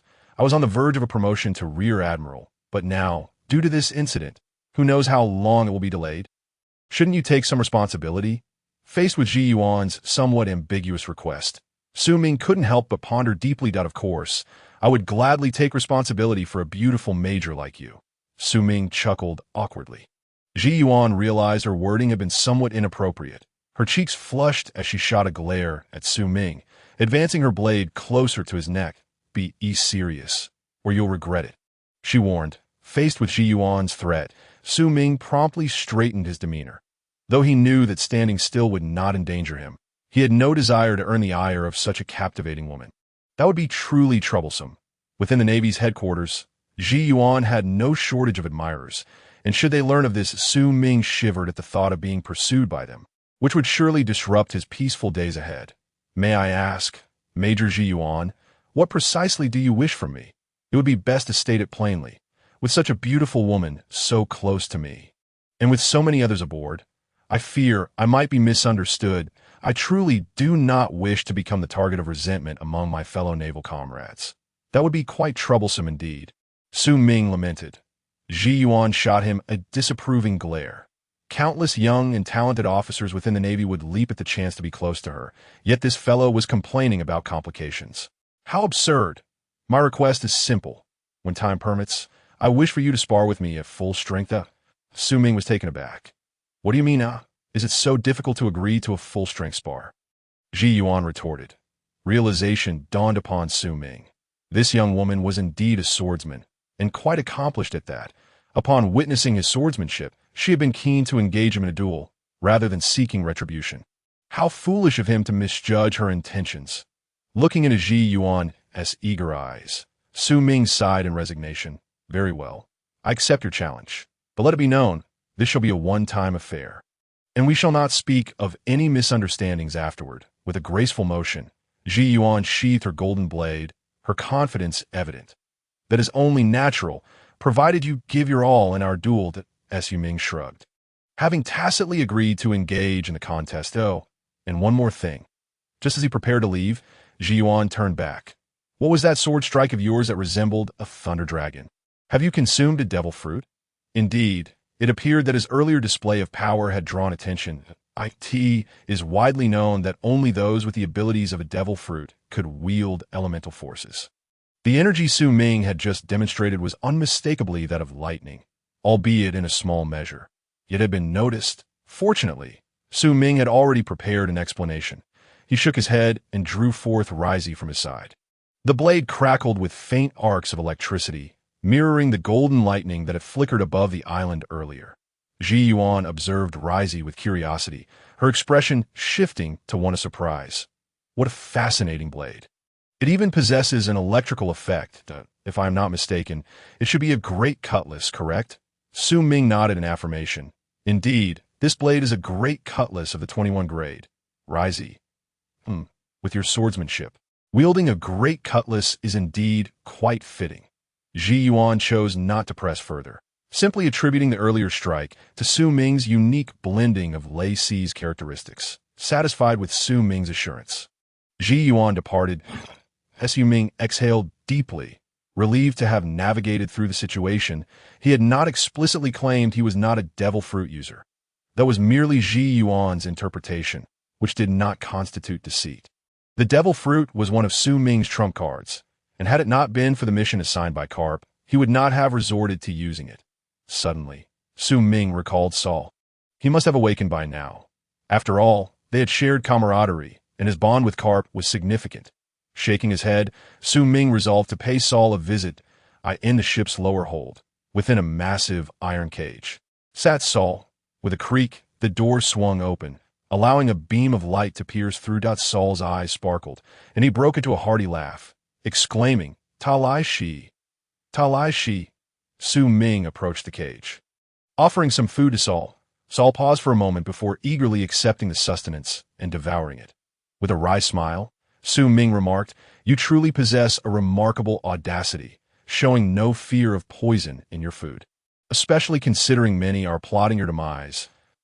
Su Ming was not merely trying to frighten Saul. The matter concerned a century-old secret of the world government, and Saul was undoubtedly a thorn in their side. While still aboard the ship, upon their return to headquarters, the world government would undoubtedly seek to retaliate. Saul, seemingly unfazed, continued to eat, laughing, You are not that sort of person. Su Ming raised an eyebrow. Smirking, are you so certain you know me? Saul swallowed the last morsel of food, scratching his head and grinning at Su Ming. I can sense it. Otherwise, you wouldn't have intentionally let me go before, nor would you have risked allowing Robin to escape. Although you may appear indifferent to various matters, you indeed possess principles deep within, making you a good person. Su Ming was taken aback, wondering how he had inadvertently been labeled a good person. However, reflecting on Saul's words, he shook his head in self-deprecation. There was some truth to what Saul said. Influenced by his past life, Su Ming indeed held certain principles and convictions, though he preferred not to display them openly. Not wishing to linger on this topic with Saul, Su Ming decided to change the subject. With a mental shift, he activated his observation Haki, ensuring they were not overheard. He gazed at Saul and said, "Before my arrival, Karp instructed me to bring you back. He will navigate the situation with the world government. As for the journey home, I will ensure your safety. When we return, do not be so obstinate. Simply state that you pursued the accomplices of Nico Alvia to O'Hara." Saul merely chuckled, saying nothing, leaving Su Ming uncertain whether he understood or not. Shaking his head, Su Ming felt he had done all he could. What remained was no longer his concern. He stood to leave. "Wait!" Su Ming. Saul, who had been smiling innocently, suddenly called out to him. Su Ming turned back, puzzled. "Is there something else?" "Su Ming, your swordsmanship is impressive, and your physical prowess is formidable.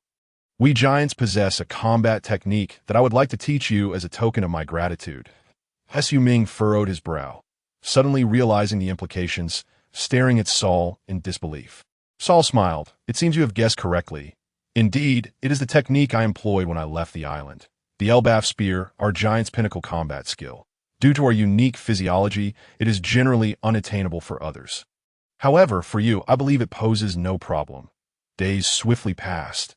Each day, Su Ming visited Saul, diligently learning the Elbaf spear, as a supreme technique of the giants. Its power was not to be underestimated. It required the complete manifestation of one's physical strength and placed high demands on the body. Not every giant could utilize it. Attempting to do so recklessly could lead to severe injury or even shattering one's bones under the strain. Indeed, I was not mistaken. You're truly worthy of being Karp's disciple. Your physique surpasses even that of our giants. You have mastered the Elbaf spear. Now it is time for practice," Saul said with a grin from within the iron cage. Su Ming nodded, casting one last glance at Saul as they neared headquarters. Saul's smile faded, replaced by a calm demeanor. That's so. I owe you my gratitude for alleviating my boredom these past few days." Saul seemed to foresee his fate and accepted it with composure. Su Ming suspected that Saul would not adhere to his teachings. However, he refrained from further comment. Everyone had their own decisions to make. Naval headquarters. At the port, as Saul disembarked, several Marines swiftly surrounded him and escorted him away. Shortly after, another Marine approached Su Ming, saluting him respectfully before stating, "Su Ming, there are reports alleging that you interfered with the proper execution of your mission, that we now require your cooperation for an investigation." Su Ming stretched lazily, smiling as he nodded. "Understood. Don't worry. I will fully cooperate. Where shall we go now?" "The main conference room. Admiral Kong and several Marine generals are already waiting for you," the Marine replied. His tone filled with respect. As they proceeded, Su Ming was escorted to the conference room. Along the way, Marines whispered amongst themselves whenever they spotted him that Su Ming, Karp's disciple. "He looks so young. Perhaps only 15 or 16. I heard he is already a swordsman and has mastered Haki. Indeed, I also heard that during this mission, he clashed with a certain admiral from headquarters. Look at him. He bears no injuries. What a terrifying individual. What a pity, though, such talent wasted on impulsivity. I heard he caused quite a stir during this mission, even alarming the world government. His future seems bleak. What a shame. Given his talent, it wouldn't be impossible for him to reach admiral rank in a few years. Just over 20. Achieving admiral status would be remarkable. Yet now it all seems ruined." Su Ming's ears perked at their chatter, and he absorbed the situation clearly. It seemed his association with Karp had spread. Karp, a hero of the Navy, despite lacking an admiral title, was undeniably on par with their strength. And it was no surprise that he drew attention by taking on disciples. Moreover, the details of his confrontation with Akainu appeared to have leaked as well. Those with strength garner respect wherever they go. Soon, Su Ming arrived at the office. Unlike his previous visit to Admiral Kong's office, upon entering the conference room, he found that nearly all the generals of the Marine headquarters ranked above Rear Admiral were present. Additionally, there were several individuals clad in white suits and top hats seated within, their faces displaying discontent upon seeing Su Ming. Instantly, Su Ming surmised their identities. They must be representatives of the world government. From the head seat, Admiral Kong slowly opened his eyes, fixing his gaze upon Su Ming. Su Ming, regarding your performance in this mission, Admiral Akainu has already submitted a report prior to his return. Kong recounted the events, emphasizing that due to Su Ming's actions, a native from O'Hara had escaped. Notably, the attempt on Saul's life by Akainu was conspicuously omitted, a clear indication of the world government's influence. Su Ming, do you have any objections to my account? Su Ming shrugged apologetically. I believe Admiral Akainu's report is somewhat biased, and my intervention was primarily aimed at capturing Saul alive. He was previously a Rear Admiral. And although his reasons for being in O'Hara remain unclear, it was imperative to interrogate him before drawing any conclusions. If innocent, we must avoid the wrongful execution of a Rear Admiral. If guilty, we need to identify his accomplices. Slay him on sight raises questions. Was it an execution of duty or simply silencing him? Akainu was taken aback. You did not articulate it this way before. In that moment, Marshal Kong and several representatives sent by the world government exchanged glances. Although they were fully aware that Su Ming was merely quibbling, his arguments did possess a semblance of reason. Su Ming could not help but smirk internally. After all, what was he? The seasoned master of idleness from 2 lifetimes, having navigated the treacherous waters of a top-tier workplace. Slacking off, finding excuses, and casting aspersions were as effortless as breathing for him. Beside them, Sakazuki could no longer contain himself. Su Ming, you are being evasive. Your final strike was clearly intended to let that citizen from O'Hara escape. If it weren't for you, this calamity would never have arisen. Su Ming shrugged nonchalantly, calmly addressing the Rear Admiral. Let us engage in reasoned discourse. Indeed, I did impede you at that moment. However, it was because you intended to eliminate Saul as well that my intervention was solely to save the evidence. One was a child of merely 6 or 7 years, while the other was a giant whose existence could destabilize the world. It is evident to any discerning individual which one ought to be preserved. Sakazuki fell silent. Within the conference room, a gathering of naval admirals regarded Su Ming with a mix of astonishment and admiration. Possessed the audacity to argue so skillfully was remarkable, by Su Ming's reasoning. His actions were not only justified but commendable. Such eloquence was truly impressive. Karp, Sengoku, and Zephyr's previously serious expressions vanished, replaced by looks of relaxation. Ahaha. Well said. Such matters should certainly be resolved with the living present for interrogation before any conclusions are drawn. I support Su Ming. Karp relished the spectacle, previously contemplating using his influence to protect Su Ming if the world government pursued the matter. Regardless, he could not allow Su Ming to be cast out from the Navy. Everything else could be dealt with later. Little did he expect that Su Ming's masterful maneuvering would resolve the issue entirely.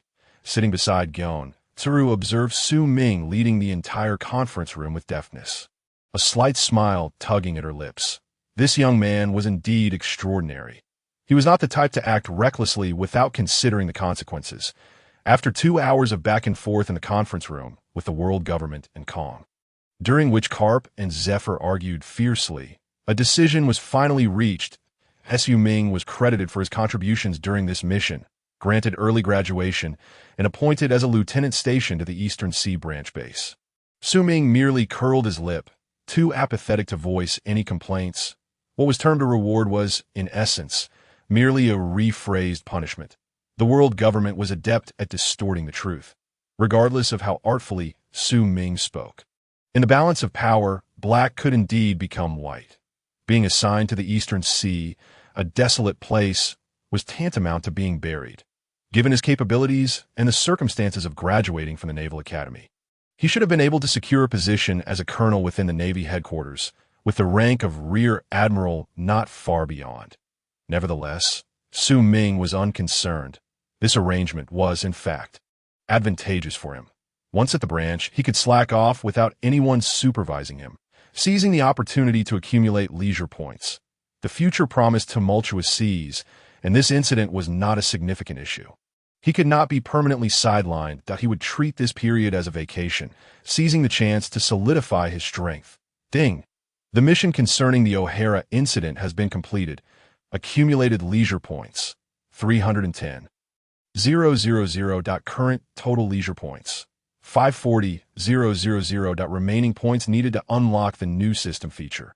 For 60. 000. Please continue to strive. Host. Exiting the conference room, Guion followed closely behind. Su Ming turned back, puzzled. Why are you trailing me instead of returning to your office? Guion shot him a glance. I have a few questions for you. Su Ming raised an eyebrow. What is it? Why did you insist on saving Saul and that child? Guion queried, perplexed. Su Ming could have chosen to do nothing. Even if he had been idle throughout the mission, no one would have reproached him. Logically, someone with Su Ming's aversion to trouble would have simply looked the other way. Yet he had gone out of his way to save both, even risking conflict with Sakazuki and jeopardizing his promising future. Guion found herself increasingly unable to fathom this individual, who was of a similar age to herself, and felt a twinge of curiosity about his peculiar character. Su Ming pondered for a moment. Why? I am not entirely certain. There isn't really a reason. It simply felt right to do so, and it brought me comfort. After all, it doesn't affect me adversely that he spoke nonchalantly. Guion gazed into Su Ming's eyes, noticing that he did not flinch while speaking. His words were genuine. Suddenly, she covered her mouth and chuckled softly. Her beauty was breathtaking. With a smile, she rendered the surroundings pale in comparison. What are you laughing at? Guion shook her head. Nothing much. I just find you rather interesting. She continued, by the way, you promised to spar with me once, now that you are heading to the Eastern Sea. Who knows when we might meet again? Shouldn't you fulfill that promise first? Su Ming was at a loss for words. Guion, we are acquainted. Even if you don't see me off, must you chase me away? Guion playfully smiled. This is perfect. It will serve as payback for the trouble you caused me earlier. I could see that moment. Su Ming. Not far off, Tina and Smoker approached. Tina's expression was a mix of complexity, frustration, resentment, and a hint of reluctance. They had both heard of the events. You of all people, how could you be so impulsive this time? Tina scolded, hands on her hips. Smoker remained silent, quickening the pace of his cigar smoking.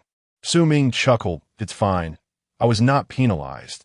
They even allowed me to graduate early and become a lieutenant, that I've circumvented several years of detours in life. You need not envy me.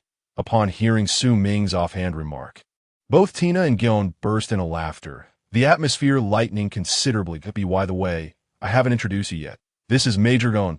Tina, Smoker, my friend. As Tina and Smoker prepared to salute, Guion stopped them, and no need for such formality. We are not on a mission. She then turned to Su Ming, her gaze inquisitive. Su Ming was always one to conceal his true capabilities, and she wished to spar with him now. However, she wondered if his friend were aware of his real strength. Fearing a slip of the tongue, Su Ming shook his head with a smile. Major Guion was about to teach me some swordsmanship.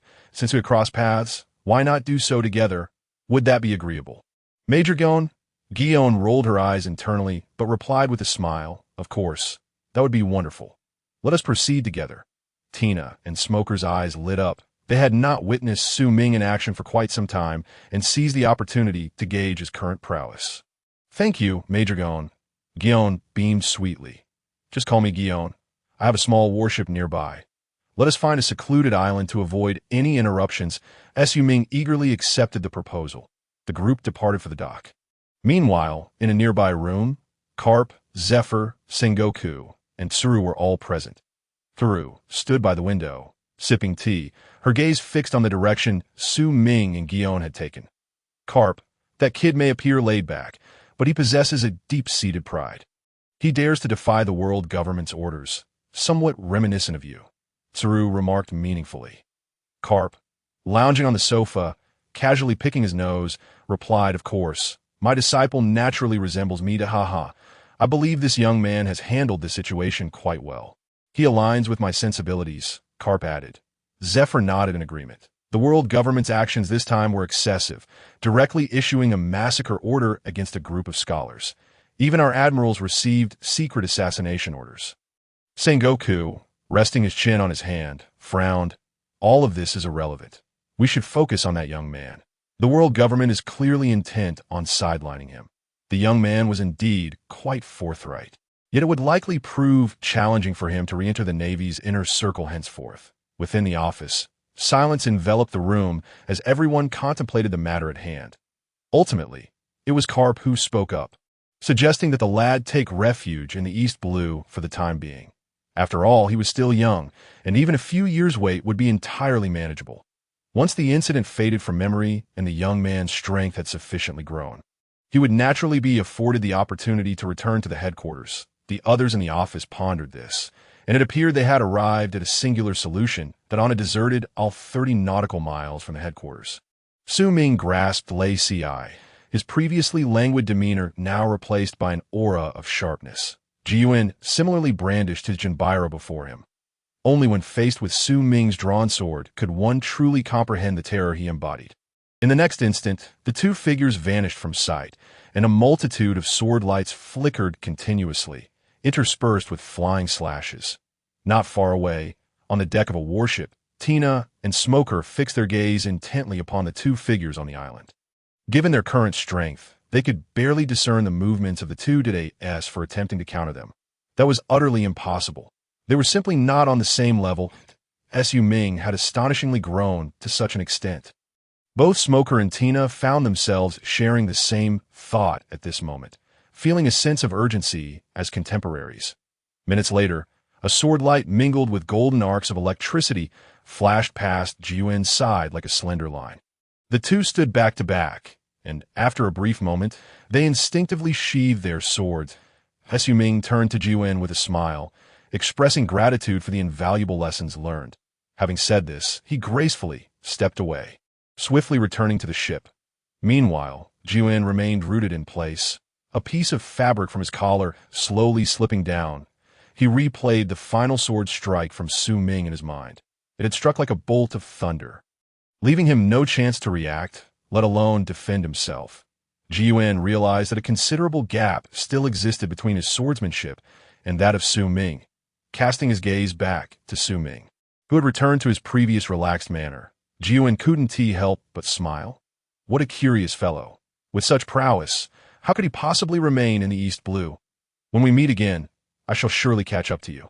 Jiuan took a final, lingering look at Su Ming, unknowingly etching his image into his heart. Due to the intervention of the world government, Su Ming's appointment came remarkably swiftly. That very evening, he received his appointment letter, instructing him to assume his duties in the East Blue within a week. With no desire to linger further, he swiftly gathered his belongings and briefed Karina on the tavern matters before heading directly to the port. He had no intention of bringing Karina along to the East Blue. The tavern's operations were yet to stabilize fully, and certain intelligence matters required Karina's personal oversight. Moreover, Karp would never allow him to remain in the East Blue indefinitely. He would eventually return to the port. Karp, Zifa, Tina, and Smoker all gathered to bid farewell to Su Ming. To his surprise, Jiuan had also come along. Karp approached, giving Su Ming's shoulder a hearty pat while handing him a small booklet. You rascal, now that you're off to the East Blue, don't let yourself get too lazy. This is a guide on advanced armament Haki and observation Haki training that I shall return to the East Blue from time to time to assess your progress. If you fall short, prepare to feel the sting of my loving iron fist. Su Ming rubbed his nose, chuckling awkwardly at Karp's admonitions, neither agreeing nor refusing. There would be no work in the traditional sense. After all, with the vast skies and distant emperors, why not indulge a little?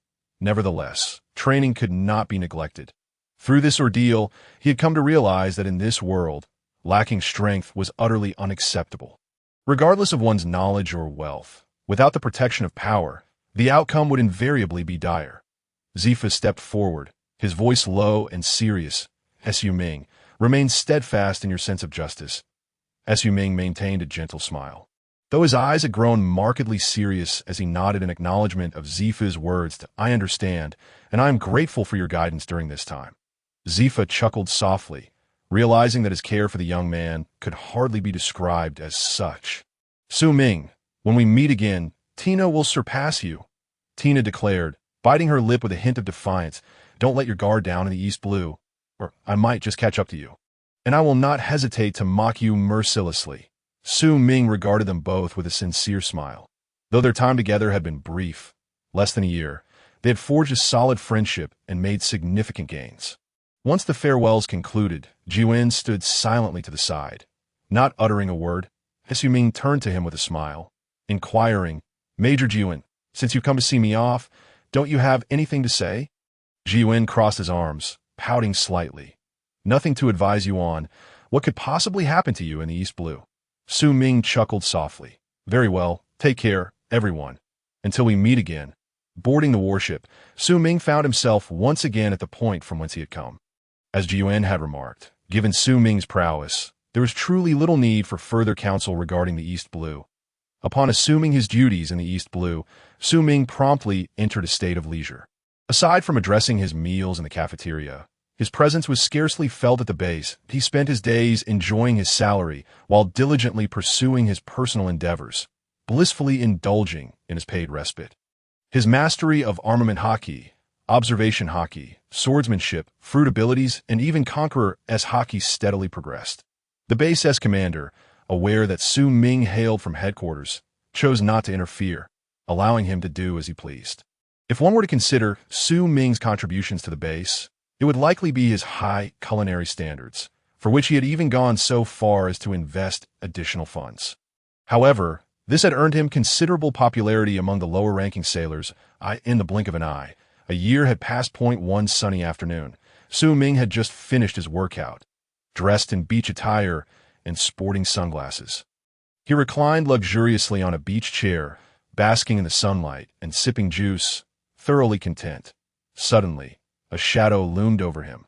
You little rascal, knowing I was coming, and yet you didn't even greet me, forcing me to seek you out personally. Karp looked down at Su Ming from above, his irritation palpable at the sight of Su Ming's indolent posture. Oh, old man, you've arrived. I was just contemplating the essence of life. Su Ming replied, feigning nonchalance that Karp's forehead twitched angrily. What profound insights have you gained? Effort doesn't guarantee success, but a lack of effort guarantees ease. Just look at how relaxed I am now. Enough, you ungrateful brat. Before Su Ming could finish his sentence, Karp's iron fist came crashing down toward him. In a flash, Su Ming dodged, disappearing from sight along with Lei Sai, 10 meters away. Su Ming stood with Lei Sai slung over his shoulder, pulling down his sunglasses to survey the beach chair that had been reduced to splinters by Karp's strike. Tiske, old man, my monthly salary is barely 100,000 berries. You really have the heart to destroy my belongings. You owe me compensation. This is a limited edition beach chair. So let us say you owe me 10,000, no, 20,000 berries. Karp's wrinkled face broke into a mischievous grin. Kid, I have plenty of berries. But if you want me to compensate you for that chair, it will depend entirely on your own abilities. Prepare yourself. Karp wasted no time, instantly enveloping his fist in armament Haki. His fist, akin to a cannonball, hurtled towards Su Ming. Unyielding, Su Ming similarly infused his fist with armament Haki in an instant. Bang! Their fists collided, sending shockwaves radiating outward from their epicenter. The previously tranquil sea surface erupted into towering waves, while Su Ming's remaining sun umbrella was swept away into the ocean. Ha! Not bad, kid. Your training in armament Haki seems to be paying off, managing to withstand a punch from me. Su Ming rolled his eyes, responding nonchalantly. That umbrella also cost 20,000 berries. Ha! The wealth of this old man is not so easily acquired. Continue. The movements of Karp intensified, his fists raining down like meteors, while Su Ming retaliated in kind. Their fists did not truly collide. It was as though an invisible barrier separated them. This was the advanced application of Haki, known as flowing cherry blossom. Over the course of a year, Su Ming's physical prowess in Haki had surged dramatically. And a month prior, he had fully mastered flowing cherry blossom. Haki no longer merely clung to the surface, but instead formed an intangible armor around him, allowing him to bypass some of his opponent's defenses and inflict damage from within. Karp's eyes sparkled with realization. What a remarkable lad. I underestimated him. His progress has exceeded my expectations. Heh. The armament Haki is impressive, but let us see how he fares with observation Haki. Karp quickened his pace. The casual expression on Su Ming's face gradually faded, replaced by a serious demeanor. Yet, even against Karp, he found his shoulder struck by a punch. Su Ming swiftly retreated, shaking off the impact, after being hit by Karp's armament Haki-infused fist. His shoulder turned slightly red, but after a few shakes, he returned to his original state. Karp couldn't help but curse under his breath, monster. Though he had not used his full strength, he had exerted about 80%. And with his armament Haki nearly fully unleashed, it had only caused this kid's shoulder to bruise slightly, which he recovered from in the blink of an eye. Given this situation, if he wished to subdue the boy, he would have to resort to Conqueror's Haki. Moreover, he needed to act quickly. Otherwise, in 2 years, no, in just 1 year, he might find himself unable to defeat this lad. With this thought in mind, Karp resolved to stop holding back. What's the matter, kid? Is that all you've got? Your armament Haki is commendable, but your observation Haki and reaction speed leave much to be desired. Karp adopted a challenging expression, provoking Su Ming that Su Ming smirked, rolling his neck, and tore off 2 of the heavy seals from his body. Old man, don't try to cheat me out of medical expenses later. As soon as he finished speaking, his figure vanished in an instant, his speed having increased by a full 30%. Karp's eyes widened in disbelief. Damn, this kid is playing possum. After tearing off 2 heavy seals, Su Ming felt a surge of lightness, his speed and strength skyrocketing. With a swift motion, his toes tapped the ground, and he disappeared, reappearing with a fist imbued with dense armament Haki aimed directly at Karp's face. Karp, quick on his feet, responded with a punch.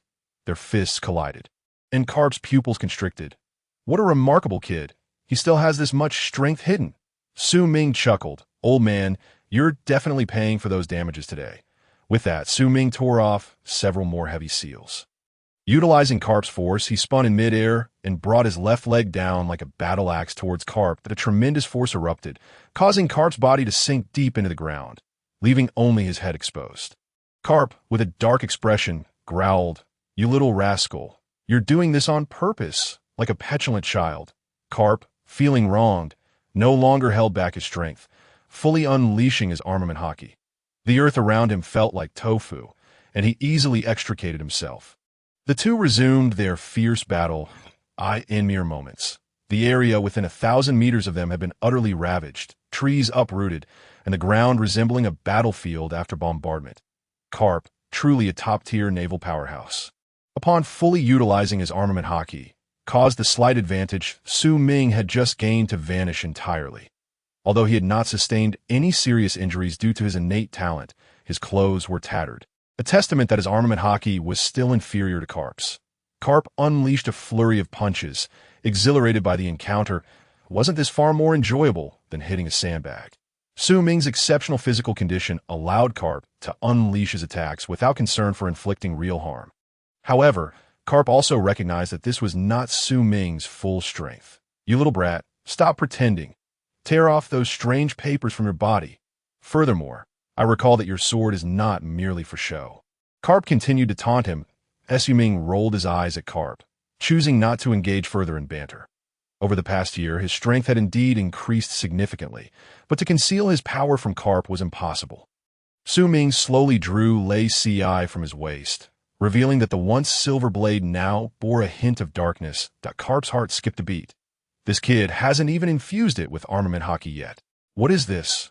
Karp was not a swordsman, but he had heard of black blades. Possessing a black blade signified that a swordsman was on the path to becoming a grandmaster. For an ordinary person to achieve this, it would take 10 to 20 years. Yet this lad had accomplished it in just 1 year. "You little rascal, you really know how to hide your talents, even refining a black blade." Su Ming glanced at Lei Ci with a shrug. "What black blade? That's just a fancy term. It has become this way from frequent use and being enveloped in armament Haki." Karp's mouth twitched. "If you say that outside, don't claim it was old man who taught you." If other swordsmen heard this, they would surely strike him down with their blades. Su Ming chuckled.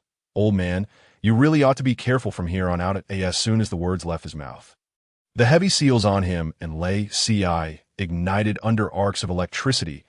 In that moment, his aura became exceptionally sharp, akin to a drawn sword poised to strike. Karp could no longer afford to be careless. He enveloped himself in armament Haki and maximized his observation Haki. Su Ming crouched, one hand gripping the sword sheath, the other the hilt. Flowing hard. The sword light shot forth like a rainbow, appearing before Karp in an instant. Karp, wishing to gauge the power of this strike, chose not to evade but instead to take it head dash on it. In the next moment, the armament Haki on his arm was cleaved through, blood seeping from the wound. Karp gasped, feeling a chill run down his spine. Yet, Su Ming's onslaught was far from over. He leaped, thrust, swept upward, and slashed horizontally. Each strike was infused with sharp sword energy and immense power. You little brat. This strength now rivals my own. You're quite the anomaly, but if I don't get serious, I'll truly be underestimated. Seizing an opportunity, Karp gritted his teeth and unleashed a punch. The armament Haki-laden fist collided with Su Ming's sword. Producing sparks, this demonstrated that both had tempered their armament Haki to a degree of hardness akin to steel. Meteor fist, breaking army. As dusk approached, the two unconsciously ceased their attacks. That should suffice, old man. I've tested enough. Haven Ti. Su Ming retracted his armament Haki and sheathed lei sai. Karp, still somewhat unsatisfied, recognized that given their current strengths, they could not continue the fight. Otherwise, if they unleashed their full powers, this island might very well sink. You little brat, it seems you have indeed been diligent this past year. Keep it up. I shall return to inspect you again. Next time, I shall unleash my full might. So be careful not to get beaten. Su Ming scoffed. This old man is still as obstinate as ever. You nearly used your Conqueror's Haki to bully me just now, and you still have the audacity to speak of full strength. Who knows who will be doing the beating next time? Su Ming was aware that Karp still had hidden cards, but he too had not utilized his devil fruit abilities as for the death magic eye. That technique was unsuitable for friendly sparring. Old man, your return is not solely for me, is it? Upon hearing Su Ming's question, Karp rubbed his nose, offering an awkward smile. Well, I suppose I can't hide it. The Golden Lion has been stirring, gathering his subordinates, likely plotting something big. Pirates from both the EC and the New World have received word and are calculating their moves. The naval forces stationed in the EC are weak. So, I thought since you have some spare time, you could take on the task of patrolling the East. Su Ming furrowed his brow. The Golden Lion, a notorious pirate of equal fame to Roger. If memory serves him correctly, this individual had some issues upstairs at IT. Was said that after Roger turned himself in and was captured, he caused a ruckus at the Navy headquarters, only to be subdued by Karp and Sengoku. Subsequently sent to impel down. Later, he severed his own legs to successfully escape. However, this incident should have occurred in the same year as Roger's execution, and now a year had seemingly passed. Su Ming initially thought it was a butterfly effect caused by his actions. But it turned out that what was destined to happen still came to fruition. After giving Su Ming a few words of advice, Karp prepared to leave. Wait! Karp turned back, wondering what else was amiss. Su Ming extended his hand, seeking compensation. You just broke one of my chairs and an umbrella. Also, patrolling the EC isn't part of my duties, so that needs to be accounted for separately. Considering our acquaintance, I'll give you a discount. Just 100,000 berries. Karp retorted, You little rascal. Why don't you go rob someone? Su Ming's method was indeed swifter than robbery. After some back and forth, Karp ultimately agreed to compensate Su Ming for the chair, amounting to 500,000 berries, setting a historical record for the price of a common beach chair in the world of pirates. He then returned to the Navy headquarters. Upon reaching his office at the Navy headquarters, Karp's first action was to stride into Sengoku's office. Bang! Sengoku and the goat at his feet had grown accustomed to this, not even casting a glance. This is the third office door I've had to replace this month. If you break another one, I'll deduct it from your salary, 3,000 berries per door. Karp, unfazed by Sengoku's threat, thought little of it. He had just spent 500,000 berries on a chair. 3,000 for a door was trivial. Karp even felt Sengoku's mindset was somewhat narrow, lacking in vision. Sengoku, let me tell you, I just returned from the EC, and guess what? Sengoku inquired. What? That kid Su Ming has made astonishing progress this year. I exerted my full strength in both armament and observation Haki. Yet I couldn't subdue him. Sengoku, taken aback, asked, "You couldn't take him down?" Karp nodded again. Sengoku gasped. "Doesn't that mean his strength has already reached the level of a vice admiral?" Karp affirmed, "It should be." Sengoku, astonished, looked up at Karp. "What kind of monster have you taken under your wing?" Karp nodded earnestly. "When I fought that kid, his strength had undoubtedly solidified at the vice admiral level. His mastery of observation and armament Haki is already advanced. In terms of power, he can stand toe-to-toe with me. Sengoku, it's no longer suitable for him to remain the EC. After all, he's a Navy officer. Possessing such strength while languishing the EC is simply a waste." Sengoku's expression turned troubled in response to Karp's words. "But what about the world government? If the world government inquires, just say it was my decision that if anything goes awry, pin the blame on me. Besides, I have no intention of aiming for the position of admiral. It's been a year. It's hardly a major issue. We really want to force a Navy officer into becoming a pirate?" Seeing Karp speak so decisively, Sengoku felt he could no longer refuse. The Navy was indeed in dire need of manpower, and there was indeed a task suitable for Su Ming. The movements of the Golden Lion had caught the attention of several notorious pirates, and these ruthless individuals were constantly watching key areas of the Navy. Kazan, Sakazuki, and Borisolino had all been dispatched to various locations for defense. Admiral Kong was stationed at the Holy Land, while Sengoku, Karp, and other main forces were responsible for the headquarters. The G5 base, the first line of defense in the New World, had yet to find a suitable candidate for deployment. The IT was an extremely critical stronghold. If conflict erupted here with the Golden Lion, it would be impossible to provide timely support. Karp stroked his chin, nodding. Indeed, if the G5 base is breached, the Navy's influence in the New World would be significantly diminished. Sengoku added, "Moreover, some of the officers from the Rocks pirates, although Rocks has been defeated, these individuals have raised their own pirate flags and are seizing territory. Especially that Kaido. It's utterly infuriating. He exploits his unique physique to cause havoc at various branches." Just the thought of Kaido made Sengoku's head throb. This guy treated the Navy as a mere stepping stone.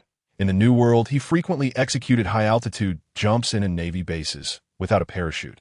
No less. Claiming it was for the sake of suicide was pure nonsense. He was merely flaunting his strength to attract followers. Karp's eyes lit up with mischief, a grin spreading across his face. "How about we let Kaido have a little encounter with that kid?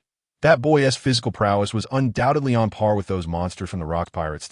In the office, Karp and Sengoku exchanged glances, immediately reaching a consensus. "All right, let's do it." With a formal order, Su Ming was dispatched from the EC to the Navy's G5 base in the New World. In his mind, the system also issued him a task. During the Golden Lion's assault on the Navy headquarters, defend the Navy G5 base. While in a state of idleness, earn 10,000 idleness points per hour. Su Ming glanced at his attribute panel. Host, Su Ming talent. Extraordinary physique, mystic eyes of death perception swordsmanship. Peak iron-cutting swordmaster. Refining black blade. Observation Haki. Advanced future prediction. Armament Haki. Advanced flowing Sakura. Conqueror S Haki. Proficient can be released at will. Thunder God fruit. Proficient can switch between 3 forms. Freely wield lightning power. Skills. Demon sword technique. Elbaf spear. Navy 6 styles idleness points. 930,000. Su Ming finally felt he had acquired some degree of self-protection in this perilous world. He was just 70,000 idleness points away from unlocking a new system privilege. Su Ming felt a surge of anticipation, wondering what capabilities this new privilege would bring and whether it would elevate his strength further. Traveling from the 4 seas to the New World. A normal journey through the reverse mountain and various routes would undoubtedly take too long, by the time he reached the G5 base. Karp's grandson would be able to run errands. Fortunately, the Navy possessed warships powered by Sea Prism Stone and special engines capable of traversing the Calm Belt directly to the New World. Su Ming arrived in the New World in just 4 days. Presenting his orders, he maintained the rank of lieutenant. The temporary administrator of the base paid him little mind, casually assigning him a place to stay before returning to his own duties. Su Ming, enjoying his newfound freedom, stood by the window of his dormitory, observing the Navy personnel at the G5 base. Indeed, the Navy in the New World was considerably stronger than that of the Four Seas, and they were not too far off from the soldiers at headquarters. However, these Navy personnel bore a hint of swagger. With the Golden Lion yet to stir trouble, Su Ming found himself with little to do each day. Recalling that his system space seemed to still hold a few items he had drawn earlier, one of which was a speedboat. He had tested it back in the EC, and it was considerably faster than a warship. It required only half an hour to cover 100 nautical miles. Having obtained a permanent pointer for the G5 base island, Su Ming piloted the speedboat around several nearby islands, purchasing any intriguing items he came across. In no time, his dormitory was filled with various quirky trinkets. One day, as usual, Su Ming returned to the G5 base with a plethora of curiosities. This cumin-flavored cigar is for Smoker. This doghead hat is for the old man. These heart-shaped sunglasses are for Tina. And this leather outfit is for Karina. Tisich, that girl hasn't been around lately, but her figure has certainly improved. Muttering to himself, Su Ming clutched his bundles and made his way back. Just as he reached the dormitory entrance, the base administrator suddenly stopped him. "Hold on, Lieutenant Su Ming." Su Ming turned to see the base administrator accompanied by a young man wearing sunglasses and sporting a watermelon hairstyle. The youth stood at attention, his expression serious, as if awaiting inspection. "Sir, what is this?" The naval officer smiled and remarked, "This is our new recruit, Virgo. You are our base's captain, so it is only proper that you get acquainted." "Virgo?" Su Ming expressed his surprise. Virgo thought he was being addressed and hurriedly saluted Su Ming, exclaiming, "Greetings, sir." Su Ming squinted slightly, scrutinizing him if his memory served him correctly. This individual was one of the highest-ranking officials of the Don Quixote family. His presence here implied that Don Quixote Doflamingo was still alive. However, judging by the man's demeanor, he seemed unaware of Su Ming's identity. Su Ming was taken aback. The last time he had encountered Doflamingo, he had severely injured him and two other high-ranking officials of the Don Quixote family, casting them into the sea. All three were capable individuals, and under such circumstances, it was indeed remarkable that they had survived. Su Ming refrained from revealing Virgo's true identity, primarily due to the lack of evidence. This individual had managed to remain undetected for 15 years, suggesting that he had meticulously prepared for every eventuality. Even if Su Ming were to expose him, others might not believe it. A benevolent smile graced Su Ming's face as he addressed Virgo. "Ah, Virgo, is it? Excellent, do your best. I have high hopes for you." "Yes, sir," Virgo saluted once more, appearing somewhat stiff, though Su Ming understood that this was a deliberate act on his part. Just then, Su Ming's expression suddenly shifted, his gaze drawn skyward. The dark speck in the clouds appeared to be enlarging. As it grew, it became apparent that it was a person. A man, wielding a spiked club, was plummeting from an altitude of 10,000 meters, showing no signs of slowing down. Ordinary people would surely perish from such a fall. Yet the robust man's face displayed no trace of fear. This was bad. It was an enemy attack. The naval personnel at the base sensed something was amiss and shouted loudly. "Ha ha! Worthless Navy scum. I have arrived." The overwhelming presence of Conqueror's Haki erupted.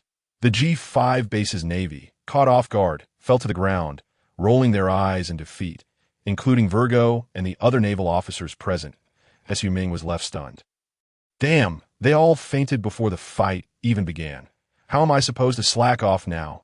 Ding, a notification indicated a change in circumstances, altering the mission parameters. "Please, host, repel Kaido without revealing your identity. Mission reward: 1 legendary level lottery draw." Su Ming's lips twitched. Repelling Kaido was not particularly challenging, but the requirement to conceal his identity posed a dilemma.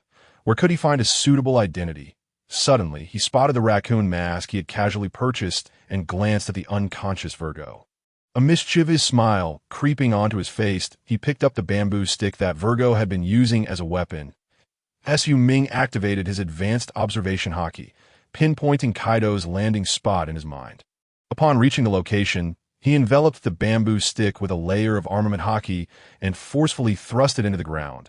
Aiming skyward, as if waiting for something, Su Ming quickly stepped aside. The wind pressure intensified. "Ha ha! Navy men, is there anyone who can stand and speak?"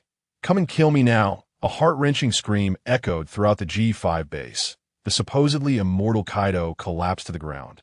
His features twisted in agony of a bamboo stick, infused with armament Haki, was lodged in his vulnerable area behind him.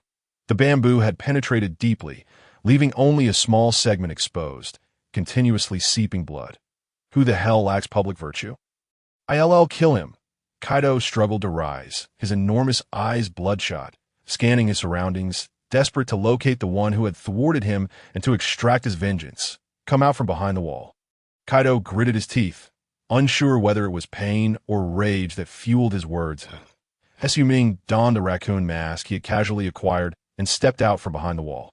The moment Kaido laid eyes on him, flames of fury nearly erupted from his gaze. Kid, don't you move. If I don't kill you today, I won't bear the name Kaido. Su Ming regarded Kaido with unwavering composure, slightly tilting his head to look down upon him. Silence, you pirate. Do you know where this is? G5 base. As long as I, Virgo, am here, I will not allow you to act with impunity. Kaido trembled with rage, taken aback that his opponent dared to reveal his name. Good. Very good. Virgo, is it? I'll remember you. Kaido attempted to pull out the bamboo to deal with this individual named Virgo. Su Ming would not grant Kaido that opportunity. He instantly activated the six-style shave, his legs enveloped in armament Haki, targeting Kaido's lower body, forcing him to jump and evade. Yet with every movement, the thick bamboo stirred violently within him. Kaido felt as if he were becoming increasingly transparent. Within a few minutes, the man renowned for his formidable stamina began gasping for breath, beads of sweat pouring from his forehead. Su Ming appeared at ease. He didn't even need to strike Kaido directly. Simply forcing him to move was a victory in itself. This internal disruption was far more effective than the flowery Haki. Enduring the excruciating pain, Kaido engaged with the young man who introduced himself as Virgo several times, ultimately concluding that this kid had no sense of honor in combat, targeting only his weak points. Kid, what kind of navy are you? Such despicable tactics. Su Ming, with an air of arrogance, mimicked Virgo's stance. Standing upright. I, Virgo, am a champion of justice. Against pirates like you, there is no such thing as dishonorable tactics. Prepare yourself. 6 styles, finger pistol, modified for diving into the abyss. The air bullet struck true, hitting its mark, roar. I will kill you. Kaido was utterly enraged, realizing that prolonged suffering was not preferable to a swift end. With Virgo present, withdrawing the bamboo was impossible. Thus, he resolved to eliminate this opponent first. Raising his spike club, he charged directly at Su Ming. Beneath the mask, Su Ming's azure pupils glinted with a cold light. Direct death magic eye. Activate. Within his vision, several fine red lines appeared on Kaido's body, marking his death lines. This man possessed an incredibly robust vitality. And even under the direct death magic eye, the death lines were remarkably FEW. As Su Ming fully deployed his observation Haki, wielding a military knife he had picked up and struck down along the death line.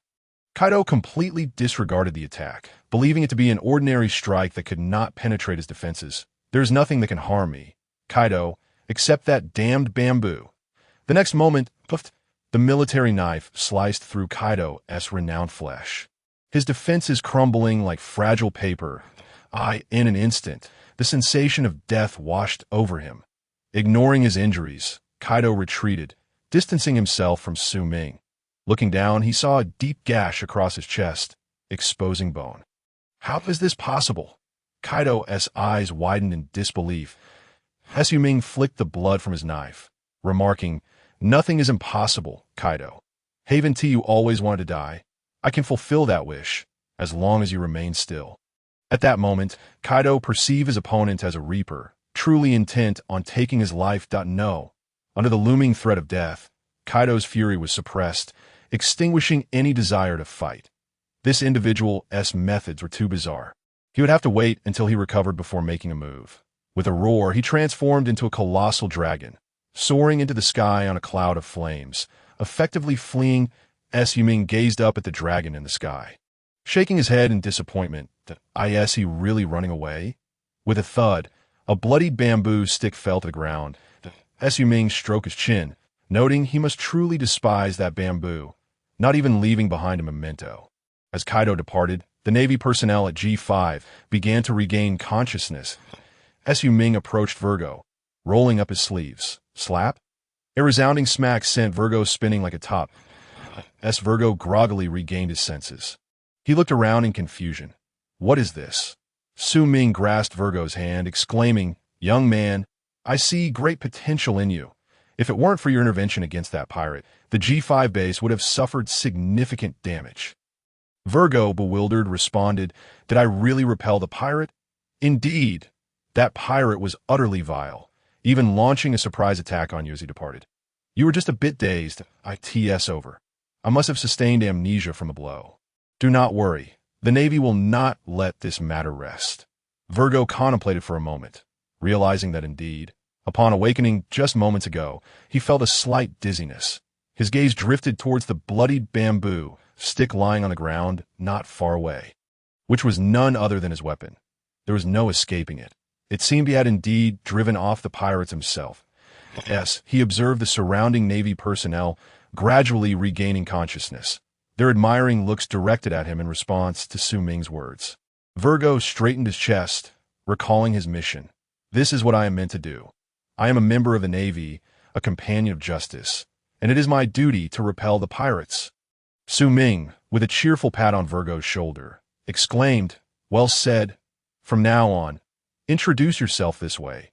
You are a companion of justice, Virgo. A companion of justice, Virgo." The awakened Navy personnel erupted in cheers, with a serious demeanor. Su Ming turned to leave. Commander Su Ming, Virgo suddenly called out to him.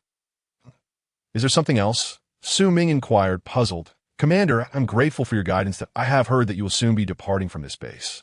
Could you perhaps leave me a token? It need not be extravagant, just a memento." Virgo had learned that Su Ming, during his time at the base, had done little beyond idling about, and that no one dared to reprimand him. Undoubtedly due to his connections with some high-ranking officials at headquarters, if he could establish a rapport with him, it would greatly aid his covert mission within the Navy. Su Ming raised an eyebrow, regarding Virgo with a strange expression. "Are you certain?" "Absolutely. I hope the commander will oblige." Virgo replied earnestly. Su Ming shook his head and handed over the mask he had worn during his recent battle with Kaido. "All right. May this bring you good fortune. From today onward, this is yours. Remember, regardless of who inquires, it is yours." Virgo's face lit up with gratitude. Such a significant item must surely hold great importance, and it was now entrusted to him, indicating that his earlier performance had truly been commendable. "Rest assured, I will carry this mask with me at all times, and I will not disappoint your expectations." Su Ming gazed at Virgo holding the mask, offering an encouraging smile. "Keep it up, righteous one. There are those in the new world awaiting your arrival." That night, the Navy at the G5 base held a welcome ceremony in honor of Virgo. He successfully transitioned out of his probationary period and became a full-fledged member of the base. Later that night, taking advantage of the Navy's inebriation, Virgo retrieved the den mushi he had hidden away. "Hello, young master. I have successfully infiltrated the Navy at the G5 base." On the other end, Doflamingo reclined on his bed, listening to Virgo's words. "Oh, soon? Weren't you just entering the base?" "Yes, young master, but fortune smiled upon me. A pirate appeared at the G5 base, and I managed to drive him away, thus becoming a hero of the base." "You drove off a pirate?" Doflamingo furrowed his brow. You know which pirate it was?" "No, I sustained injuries and have lost my memory." Doflamingo fell silent for a moment. "Well, it must have been a minor character. Otherwise, they wouldn't have retreated so easily. In any case, it's good that you succeeded. This means we can advance our next plan." Virgo nodded. "I understand, young master. I await your orders." And on a remote island in the New World, Kaido bore a wound across his chest that would never heal, continuously bleeding. "Damn it. What trick did that Virgo use to injure me?" Seeing that the wound on his chest showed no signs of healing, it felt as if an unseen force was preventing his recovery. In a moment of desperation, Kaido tore away a large piece of flesh along with the wound. The scream echoed across the island point. 3 days swiftly passed, and Kaido's injuries had healed significantly. However, the psychological scars would take much longer to mend. He could hardly bear the sight of bamboo. All of this was thanks to that Virgo. Virgo, I'll remember you. Don't let me uncover your true nature. After a few days, without sending word to his subordinates, Kaido transformed into his dragon form and soared towards Wano. The port of Wano, aboard the beast pirate ship. Captain, you're back. Yamato observed as Kaido resumed his human form. Kaido nodded. While I was away these past few days, nothing untoward happened, right? Nothing at all. Our men have been keeping an eye on the Odin clan at Captain, sit down and talk. Is there something else you need to attend to? Yamato queried, puzzled by Kaido's demeanor. Kaido closed his eyes, a twitch at the corner of his eye. No need for that. Standing is just fine. Sitting too long isn't good for the body. Don't mind me, did I ask anything else? Yamato scrutinized Kaido before continuing. If we're discussing matters, it's about Doflamingo. He has been reaching out to us, claiming to possess new technology that can cultivate a vast army. However, he insists on speaking only with you. Upon hearing this, Kaido's eyes narrowed. A vast army? Indeed, that's what he said. Yamato confirmed. Kaido pondered for a moment, realizing that to seize Wano, strength was essential. Relying solely on their own forces would not suffice. Contact him. I wish to speak with him. Yamato had anticipated this and promptly produced a den mushi, handing it to Kaido. After a brief exchange of signals, the den mushi rang. Kaido. Doflamingo's voice emanated from the device. Doflamingo, I am Kaido. Yamato has informed me of your proposal. If you cannot present something substantial, you should be aware of the consequences. Of course, I possess a considerable arsenal of weaponry. However, that alone is insufficient for me to engage in a private conversation with you. Kaido's tone remained calm. Doflamingo was not surprised by Kaido's reaction. What if I were to say that I have a method to manufacture devil fruits? What? Kaido's eyes widened in shock. That I possess a method to manufacture devil fruits. Doflamingo asserted with confidence. Upon hearing this, Kaido's breath quickened. What method do you use? On the other end, Doflamingo chuckled. This technology is currently under the purview of the Navy's research division. However, I have an operative embedded within the Navy. With a little assistance from him, we can obtain the technology. Within the Navy? Indeed, rest assured my operative will not encounter any mishaps that I can provide you with his name. You may investigate on your own. G5 base, Virgo. What did you say? Kaido's voice rose sharply. Doflamingo, taken aback, asked, Is there a problem with Virgo from the G5 base?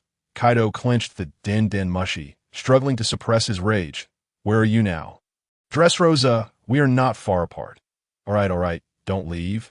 I will come to you immediately. With that, Kaido abruptly ended the call on the other end. Doflamingo stared at the disconnected den mushi, furrowing his brow.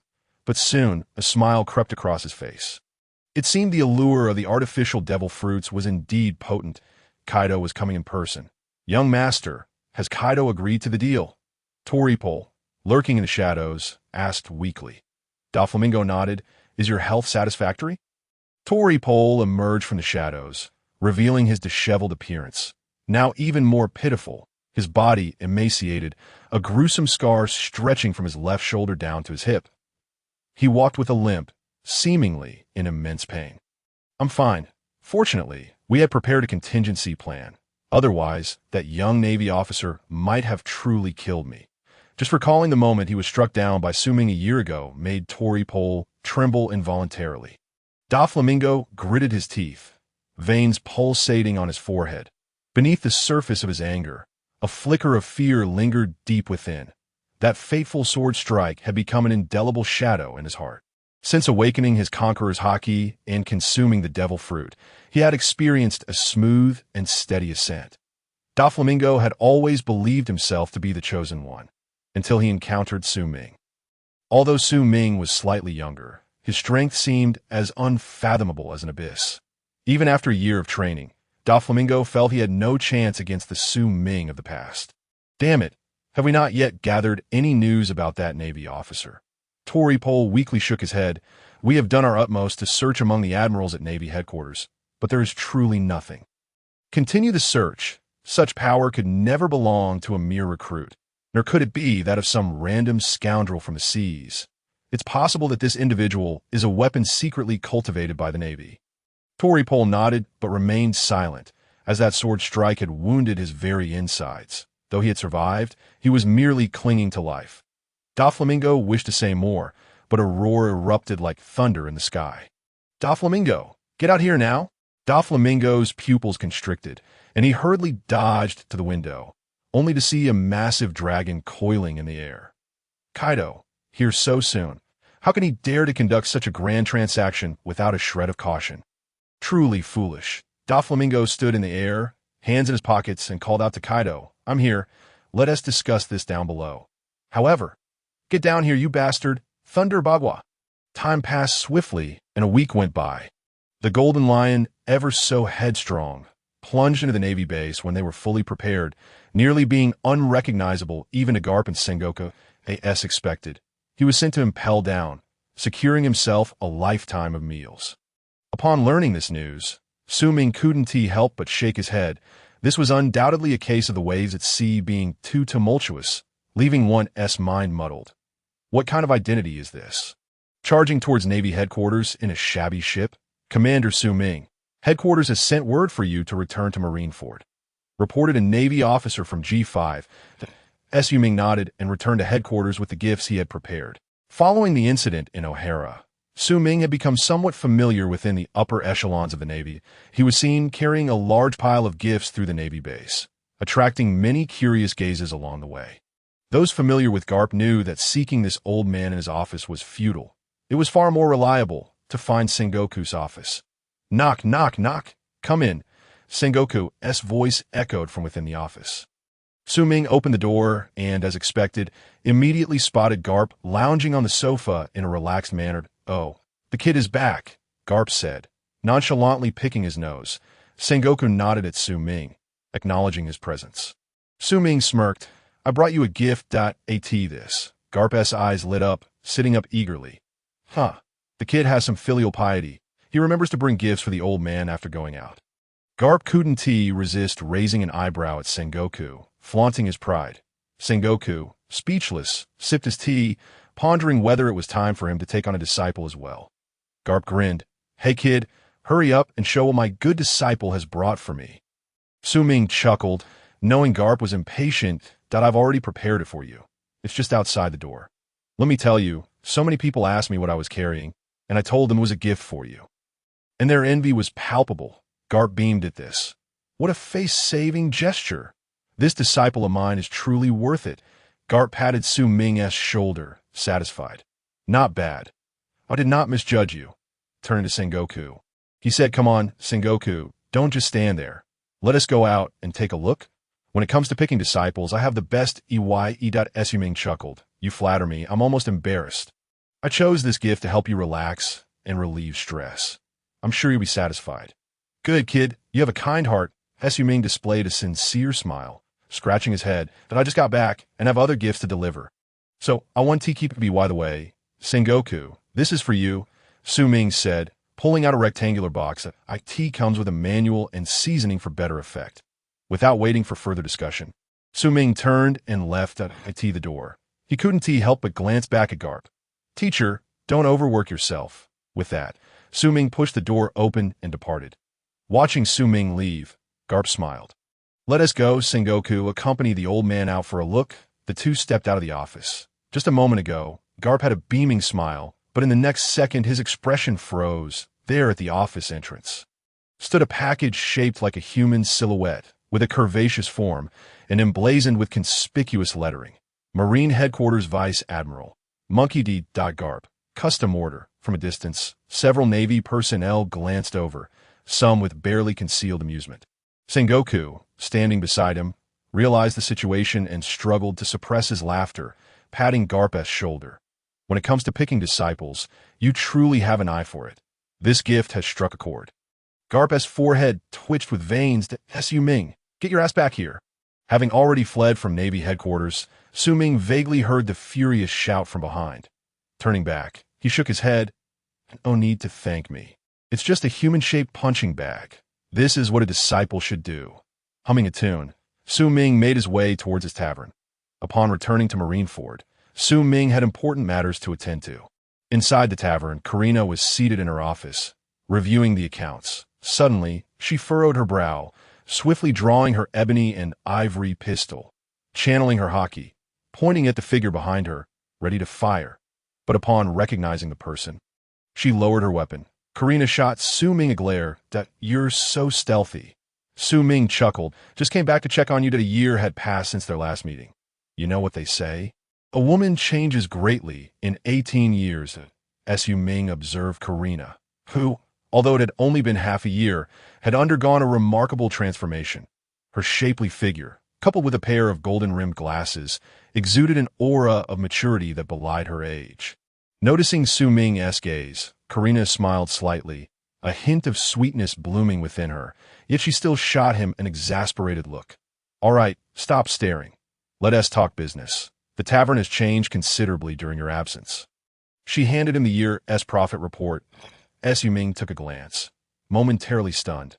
A small tavern has made a profit of 100 million berries in a year. This is no tavern. It's a money tree. Karina seemed to have anticipated Su Ming's astonishment. "I was just as shocked when I first learned the figure. However, this is Marineford, the home of the Navy, where residents tend to be stable and somewhat affluent. And let us not forget the Navy, which contributes significantly to this income. If it were in another location, the revenue would likely be a third less." That Su Ming nodded. "Even so, this is astonishing. I suddenly feel like there's no need to work hard anymore." Mimicking Garp's demeanor, Su Ming slumped onto the sofa, prompting Karina to stifle a giggle. "Well, now that you're back, you shouldn't be leaving anytime soon, right? The tavern has reached a certain level of operation, and it's hard to squeeze out more profit. Do you have any plans?" Karina clearly faced a developmental bottleneck. Su Ming straightened up, stroking his chin, and pondered briefly. "How about this? In a few days, I'll return to headquarters. Prepare a bit, and then I'll get back to you." Karina looked at Su Ming curiously. "Why not go back now?" Su Ming chuckled sheepishly. "That old man Garp has probably grown attached to the gift I sent him. I wouldn't want to disturb him." Karina rolled her eyes, fully aware that Su Ming was spouting nonsense. Who knows what mischief this guy was up to again. A week later, Tina and Smoker learned of Su Ming's return and made their way to the tavern. Inside a private room, Smoker and Tina sat across from Su Ming, watching him with a wary gaze. "What's the meaning of this, you two? I've only just returned after a year, and you're not welcoming me." Su Ming lamented, his face a mask of sorrow. Tina and Smoker shook their heads. They were welcoming indeed, but only on the condition that he brought no gifts. For the past week, Vice Admiral Garp has been relentlessly training with that wretched sandbag of yours in the courtyard. Fearing that no one would recognize his efforts, we simply cannot endure this any longer. The thought of the looks the naval personnel had given Garp a week prior sent shivers down their spines. They had no desire to experience such humiliation themselves. How had they not noticed before that this fellow was so cunning, the kind who could kill without wielding a blade, after a month of Garp's relentless efforts? The rumors surrounding him at the naval base finally subsided. Once the gossip settled, Garp's first order of business was to confront Su Ming, intending to give him a stern talking to. However, upon clashing with him, he realized that this kid had grown strong. He was no longer at a disadvantage in their skirmish. Of course, to appease Garp's ire, Su Ming deliberately took a few punches from him. After all, Garp would never truly go all out, and Su Ming's resilient physique could weather the blows with ease. Upon learning that the G5 base had been attacked by Kaido, Garp and Sengoku orchestrated some maneuvers to secure Su Ming a position as a colonel at headquarters, thus allowing him to reintegrate into the naval ranks. One day, in the office, Sengoku sat behind his desk, busily reviewing documents. When he looked up, he saw Garp and Su Ming, the elder and the younger, both with bubbles of mucus hanging from their noses, snoring loudly on the opposite sofa. That a surge of frustration welled up inside him. "Garp, Su Ming, is this too much? Do you treat my office like a hotel?" The two groggily woke up, murmuring, Is it time to eat?" Sengoku fell silent. "Enough, wake up." He suddenly regretted allowing Su Ming to return to headquarters. Garp had already been a headache, and now he had a disciple who seemed to be even worse. What had possessed him to bring these two into close quarters? Looking at Su Ming, Sengoku spoke sternly. "I have just received word that Kaido has been causing trouble for Don Quixote Doflamingo for some reason. The G5 branch was recently attacked by Kaido. Do you have any information about this?" Su Ming was taken aback. "Kaido is targeting Doflamingo. Could it be that Virgo's affiliation with him has been exposed so quickly?" This can't be good. How could it have been hidden? If Kaido finds out, Doflamingo is in serious trouble. Although Kaido was not yet one of the four emperors, Su Ming knew from their previous encounter that his strength was undoubtedly at the level of a vice admiral. The only reason Su Ming had managed to force Kaido back so easily was due to the heavy injuries he had sustained, coupled with the intimidation of the Eye of Death. Otherwise, the battle would not have concluded so swiftly. While Su Ming was lost in thought, Sengoku called out again, "Su Ming, I'm asking you a question. Do you know anything about this?" Su Ming shook his head. Adopting a nonchalant expression, "I have no idea. It's not my concern." Sengoku furrowed his brow, contemplating. Fine, let them fight it out. After all, neither of these two is a saint. Su Ming nodded in agreement. Indeed, let these pirates resolve their own conflicts. The Navy should refrain from interfering. He stood up, as if to excuse himself. You carry on. I'll step out for a moment. He pushed the door open and exited the office. Sengoku glanced at Su Ming's retreating figure. Garp, what has your disciple been up to lately? Has he been seen on any missions? Why does it feel like he's always busy? Garp shook his head in confusion. That I don't know. It's clear he's not working. This kid doesn't take his duties seriously. Upon leaving Sengoku's office, Su Ming coincidentally encountered a familiar face. Vice Admiral Mouse. Su Ming greeted warmly. Mouse smiled in return. Oh, it's Su Ming. I just got back and heard you've been reassigned to headquarters. I haven't had the chance to congratulate you as a Vice Admiral. Mouse addressed Su Ming as an equal. With no airs of superiority, Su Ming chuckled. There's no need for congratulations. I was quite comfortable in the East Blue. It's all Garp's fault. He insisted I take on some mission in the New World, forcing me to give up my leisurely position. Mouse wore an awkward smile. Well, as long as you're happy, if other naval leaders from different branches had heard this, they would have been furious. Su Ming continued, Vice Admiral Mouse, is there anything I can assist you with? Mouse shook his head. Not really. Su Ming grinned. It's been a year since we last met. I haven't had the chance to deepen my relationships with several of my seniors. Since I have some free time today, why don't we invite a few friends and go out for drinks? I know a great tavern. It's my treat. Mouse hesitated. Su Ming grabbed Mouse's arm. What's this? You're not looking down on me, are you? Mouse sighed, reluctantly nodding. All right then, I'll go along with your plans. Great. Let us invite Kazan, Fire Fist, Staloberry, and, Gion Tudot if I don't invite her. She'll surely complain later. Vice Admiral Mouse, today it's my treat, so bring along whoever you think is good company. I'll handle everything. Su Ming declared grandly, not allowing Mouse a moment to respond. Before turning to invite Fire Fist and Kuzin to the Nightshade Tavern, Su Ming made sure to send a message to Karina. Hey, Karina, go to newspaper office now, and remember to bring the camera. Also, gather all the liquor you can find. Trust me, tonight our tavern will be the talk of the town. Although Karina was unsure of Su Ming's intentions, she complied with his instructions. Over the past year, the Nightshade Tavern had expanded significantly, now capable of accommodating 200 to 300 patrons at once. Before long, the private rooms in the tavern's main hall were filled with Navy personnel. Su Ming took the microphone and cleared his throat. Ahem, everyone. Thank you for coming today to show me, Su Ming, some respect. Let loose, drink freely. I'll cover all expenses. The tavern erupted into cheers among the Navy. Long live Su Ming. What a generous brother. In the private room, Kazan, Mouse, Fire Fist, Gion, and other pillars of the Navy couldn't help but chuckle at the scene. Kazan remarked, It seems our Colonel Su Ming is quite well off. Let us not hold back and raise a glass in honor of his return to headquarters. As the drinks flowed, mingled with the rich aroma of wheat, the moment it hit their lips, everyone's eyes widened in surprise. What is this wine? How is it so delicious? Su Ming, returning, grinned. This is a new drink the tavern has launched, called beer brewed from wheat, and it's only available here.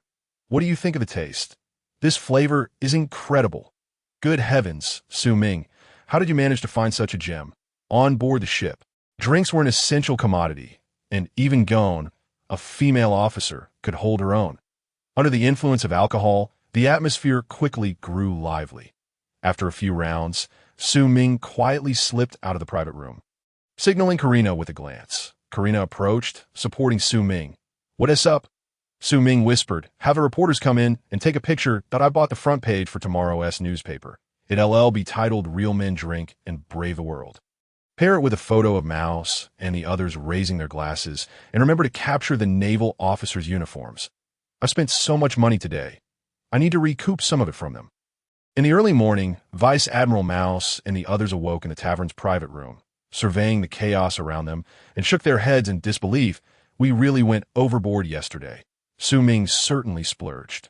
Fire Fist, wake up. It's time for us to head back to headquarters. Mouse nudged Fire Fist beside him.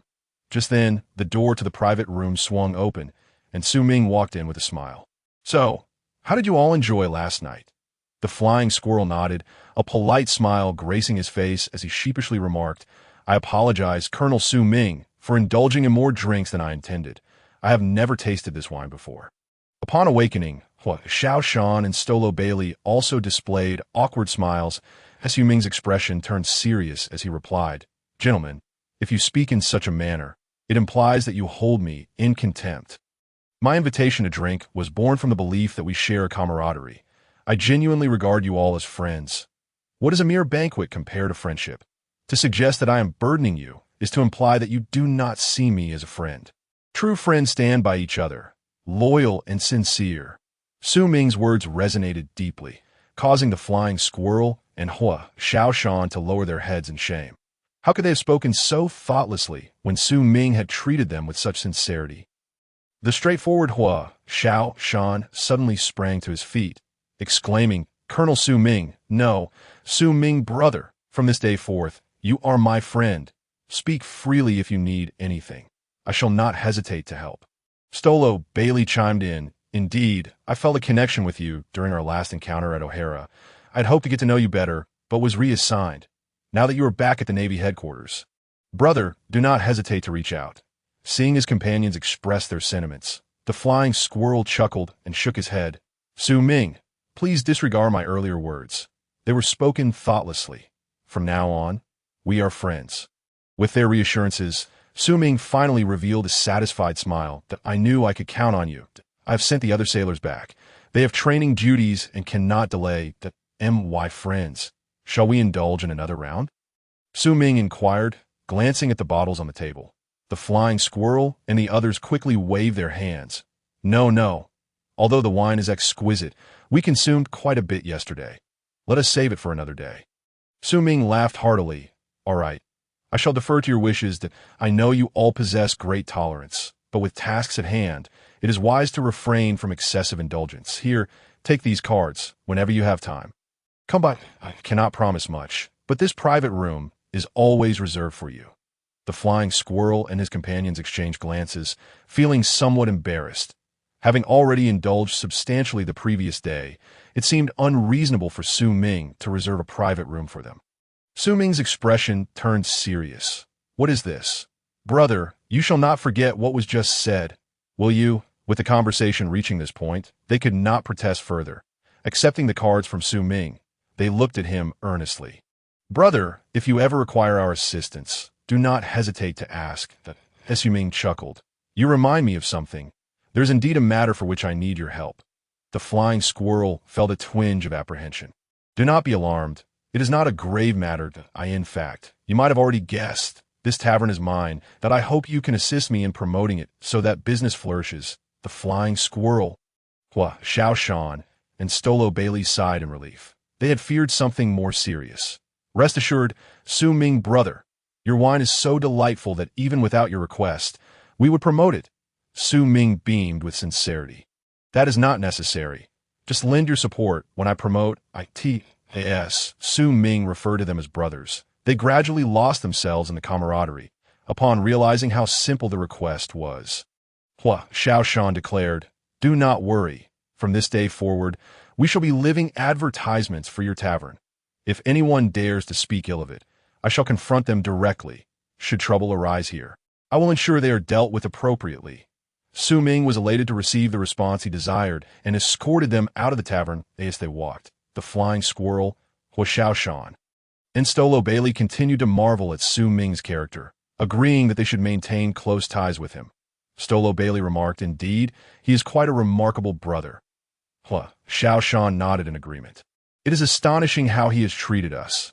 I feel guilty for accepting so much. The flying squirrel remained silent, sensing an underlying dissonance since leaving Su Ming's tavern. Suddenly, a gust of wind swept past, rustling a newspaper that nearly struck his face.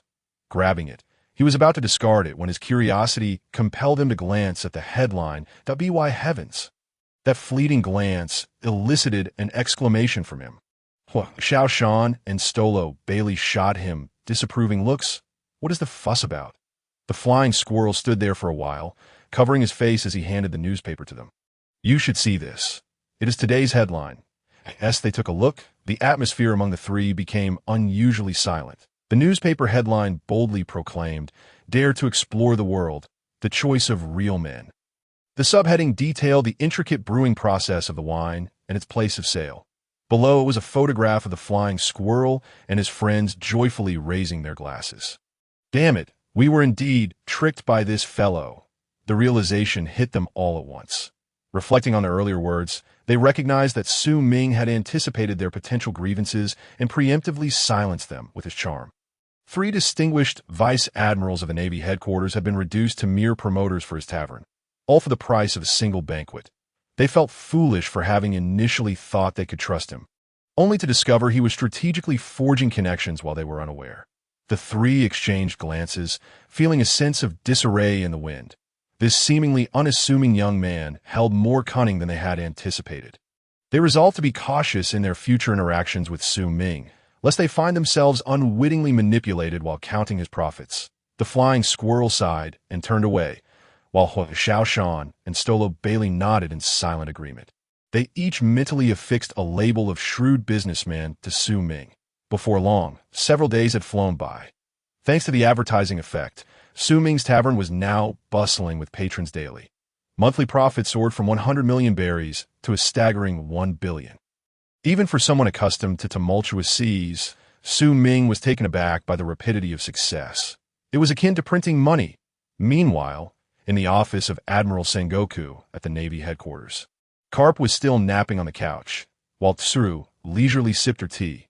Suddenly, the door swung open, and a sailor entered, dropping a stack of reports on a Sengoku's desk, the overwhelming scent of alcohol wafting through the air. As soon as the reports landed, the soldier collapsed onto the floor, falling into a deep slumber. Sengoku's forehead twitched in irritation. Can someone explain to me what is happening with the Navy lately? This is the 8th one this week.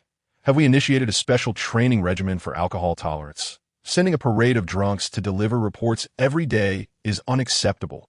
He yanked the soldier off the floor, pouring tea down his throat. As the soldier groggily awakened, he stammered, "What is happening? Stand at attention." Sengoku barked. The soldier instinctively straightened up, but his posture resembled a deflated balloon, swaying precariously from side to side.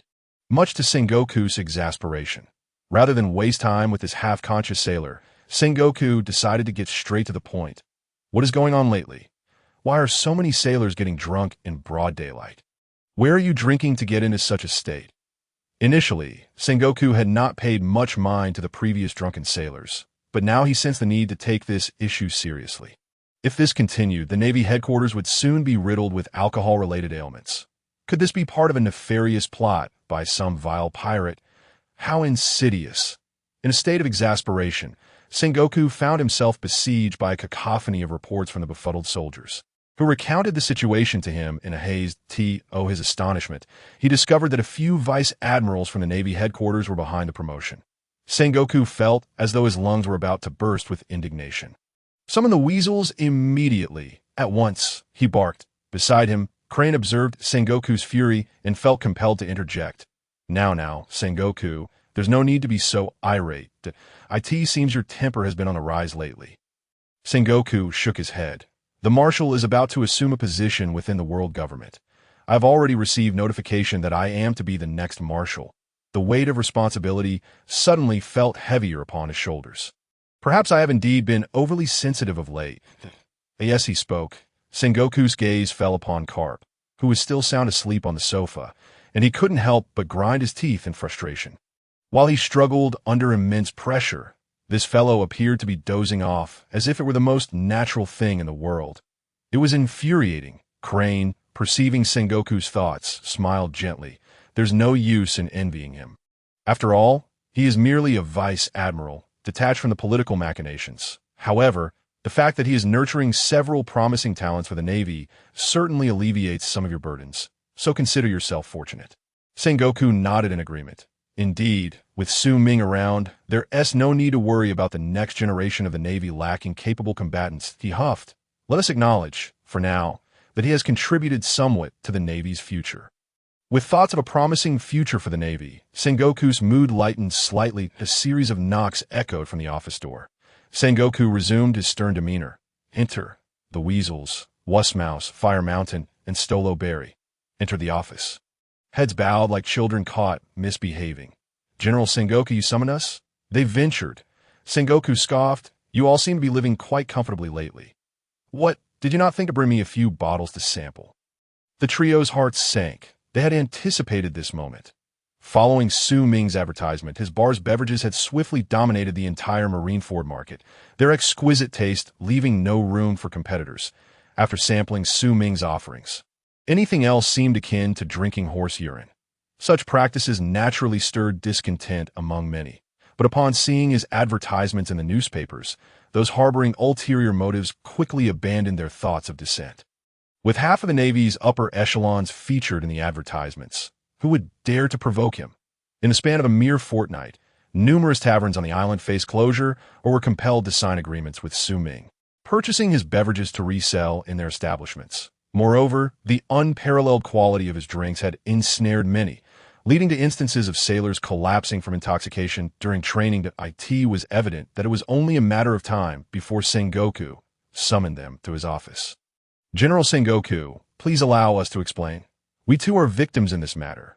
There are nefarious individuals within the Navy. Wussmouse, Fire Mountain, and Stolo Berry recounted the events to Sengoku in full.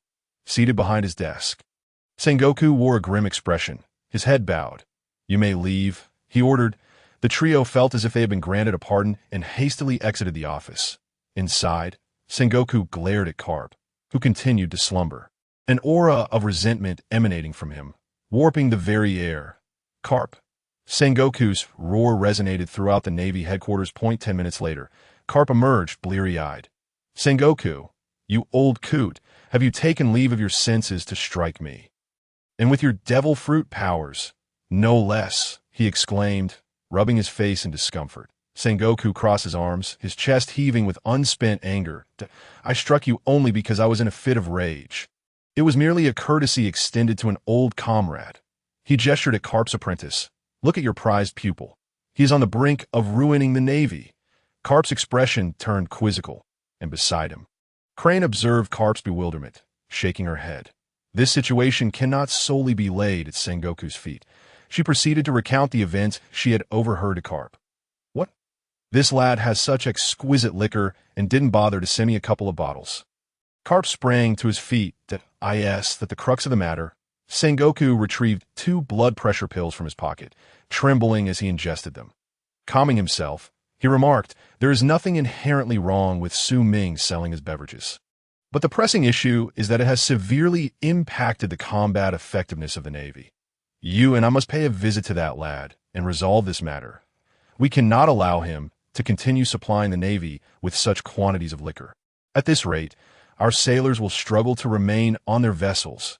At the Nightshade tavern, in his office, Su Ming was listening to Karina report on the recent profits if one wishes to amass wealth. Monopolization is key. Over the past fortnight, he had no idea how many small goals he had accomplished. A series of knocks interrupted his thoughts. Before he could respond, Karp and the others entered the office. Vice Admiral Karp, Vice Admiral Crane, General Sengoku. Karina bowed to them.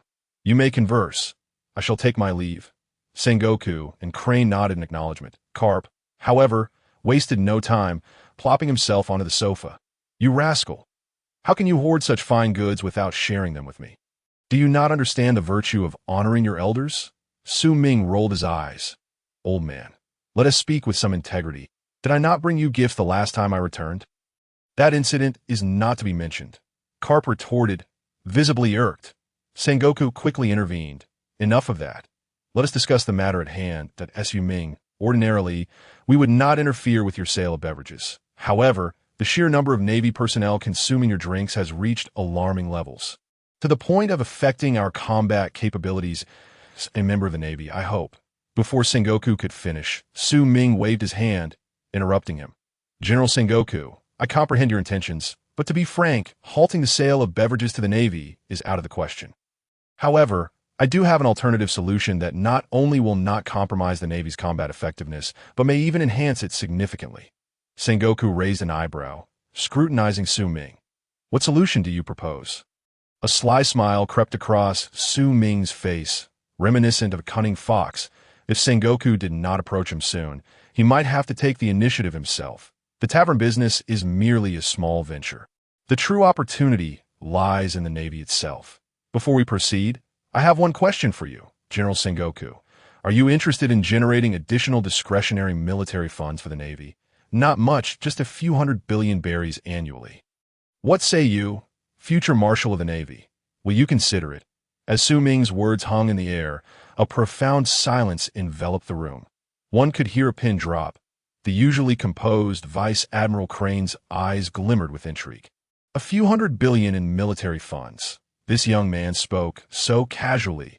Yet if he could indeed secure such an amount for the Navy, no, even 100 billion would enable the Navy to stabilize its headquarters while simultaneously suppressing piracy in a new world by a significant margin, potentially safeguarding 5 or 6 new nations. What plan do you have? Sengoku inquired earnestly as Su Ming's smile widened. Elder General Sengoku, Vice Admiral Crane, surely you have sampled my produced beverages. What do you think of their flavor? Crane chuckled. The taste is delightful. It surpasses that of many well-known islands in the New World. Indeed, after years of sailing through the New World, I have never encountered such a pure flavor. Karp chimed in. Su Ming's grin grew even more pronounced. This is the transaction I wish to propose to the Navy. When the Navy sets sail, rum is an essential military supply. Why beverages can easily replace rum, not only offering superior taste, but also longer shelf life. Most importantly, they are more affordable than our UMAS long as the Navy places orders with me. I can guarantee an annual provision of over 30 billion berries. Su Ming beamed at the 3 individuals before him. Inside the room, Sengoku, Karp, and Crane exchanged glances, then shook their heads in unison. Sengoku raised his head and sighed. Addressing Su Ming, youngster, you are underestimating the complexity of this matter. The naval budget is always allocated by the world government, and there are many intricacies involved that are beyond your comprehension. You should abandon this notion at once. Even Karp and Crane found Su Ming's perspective to be rather naive.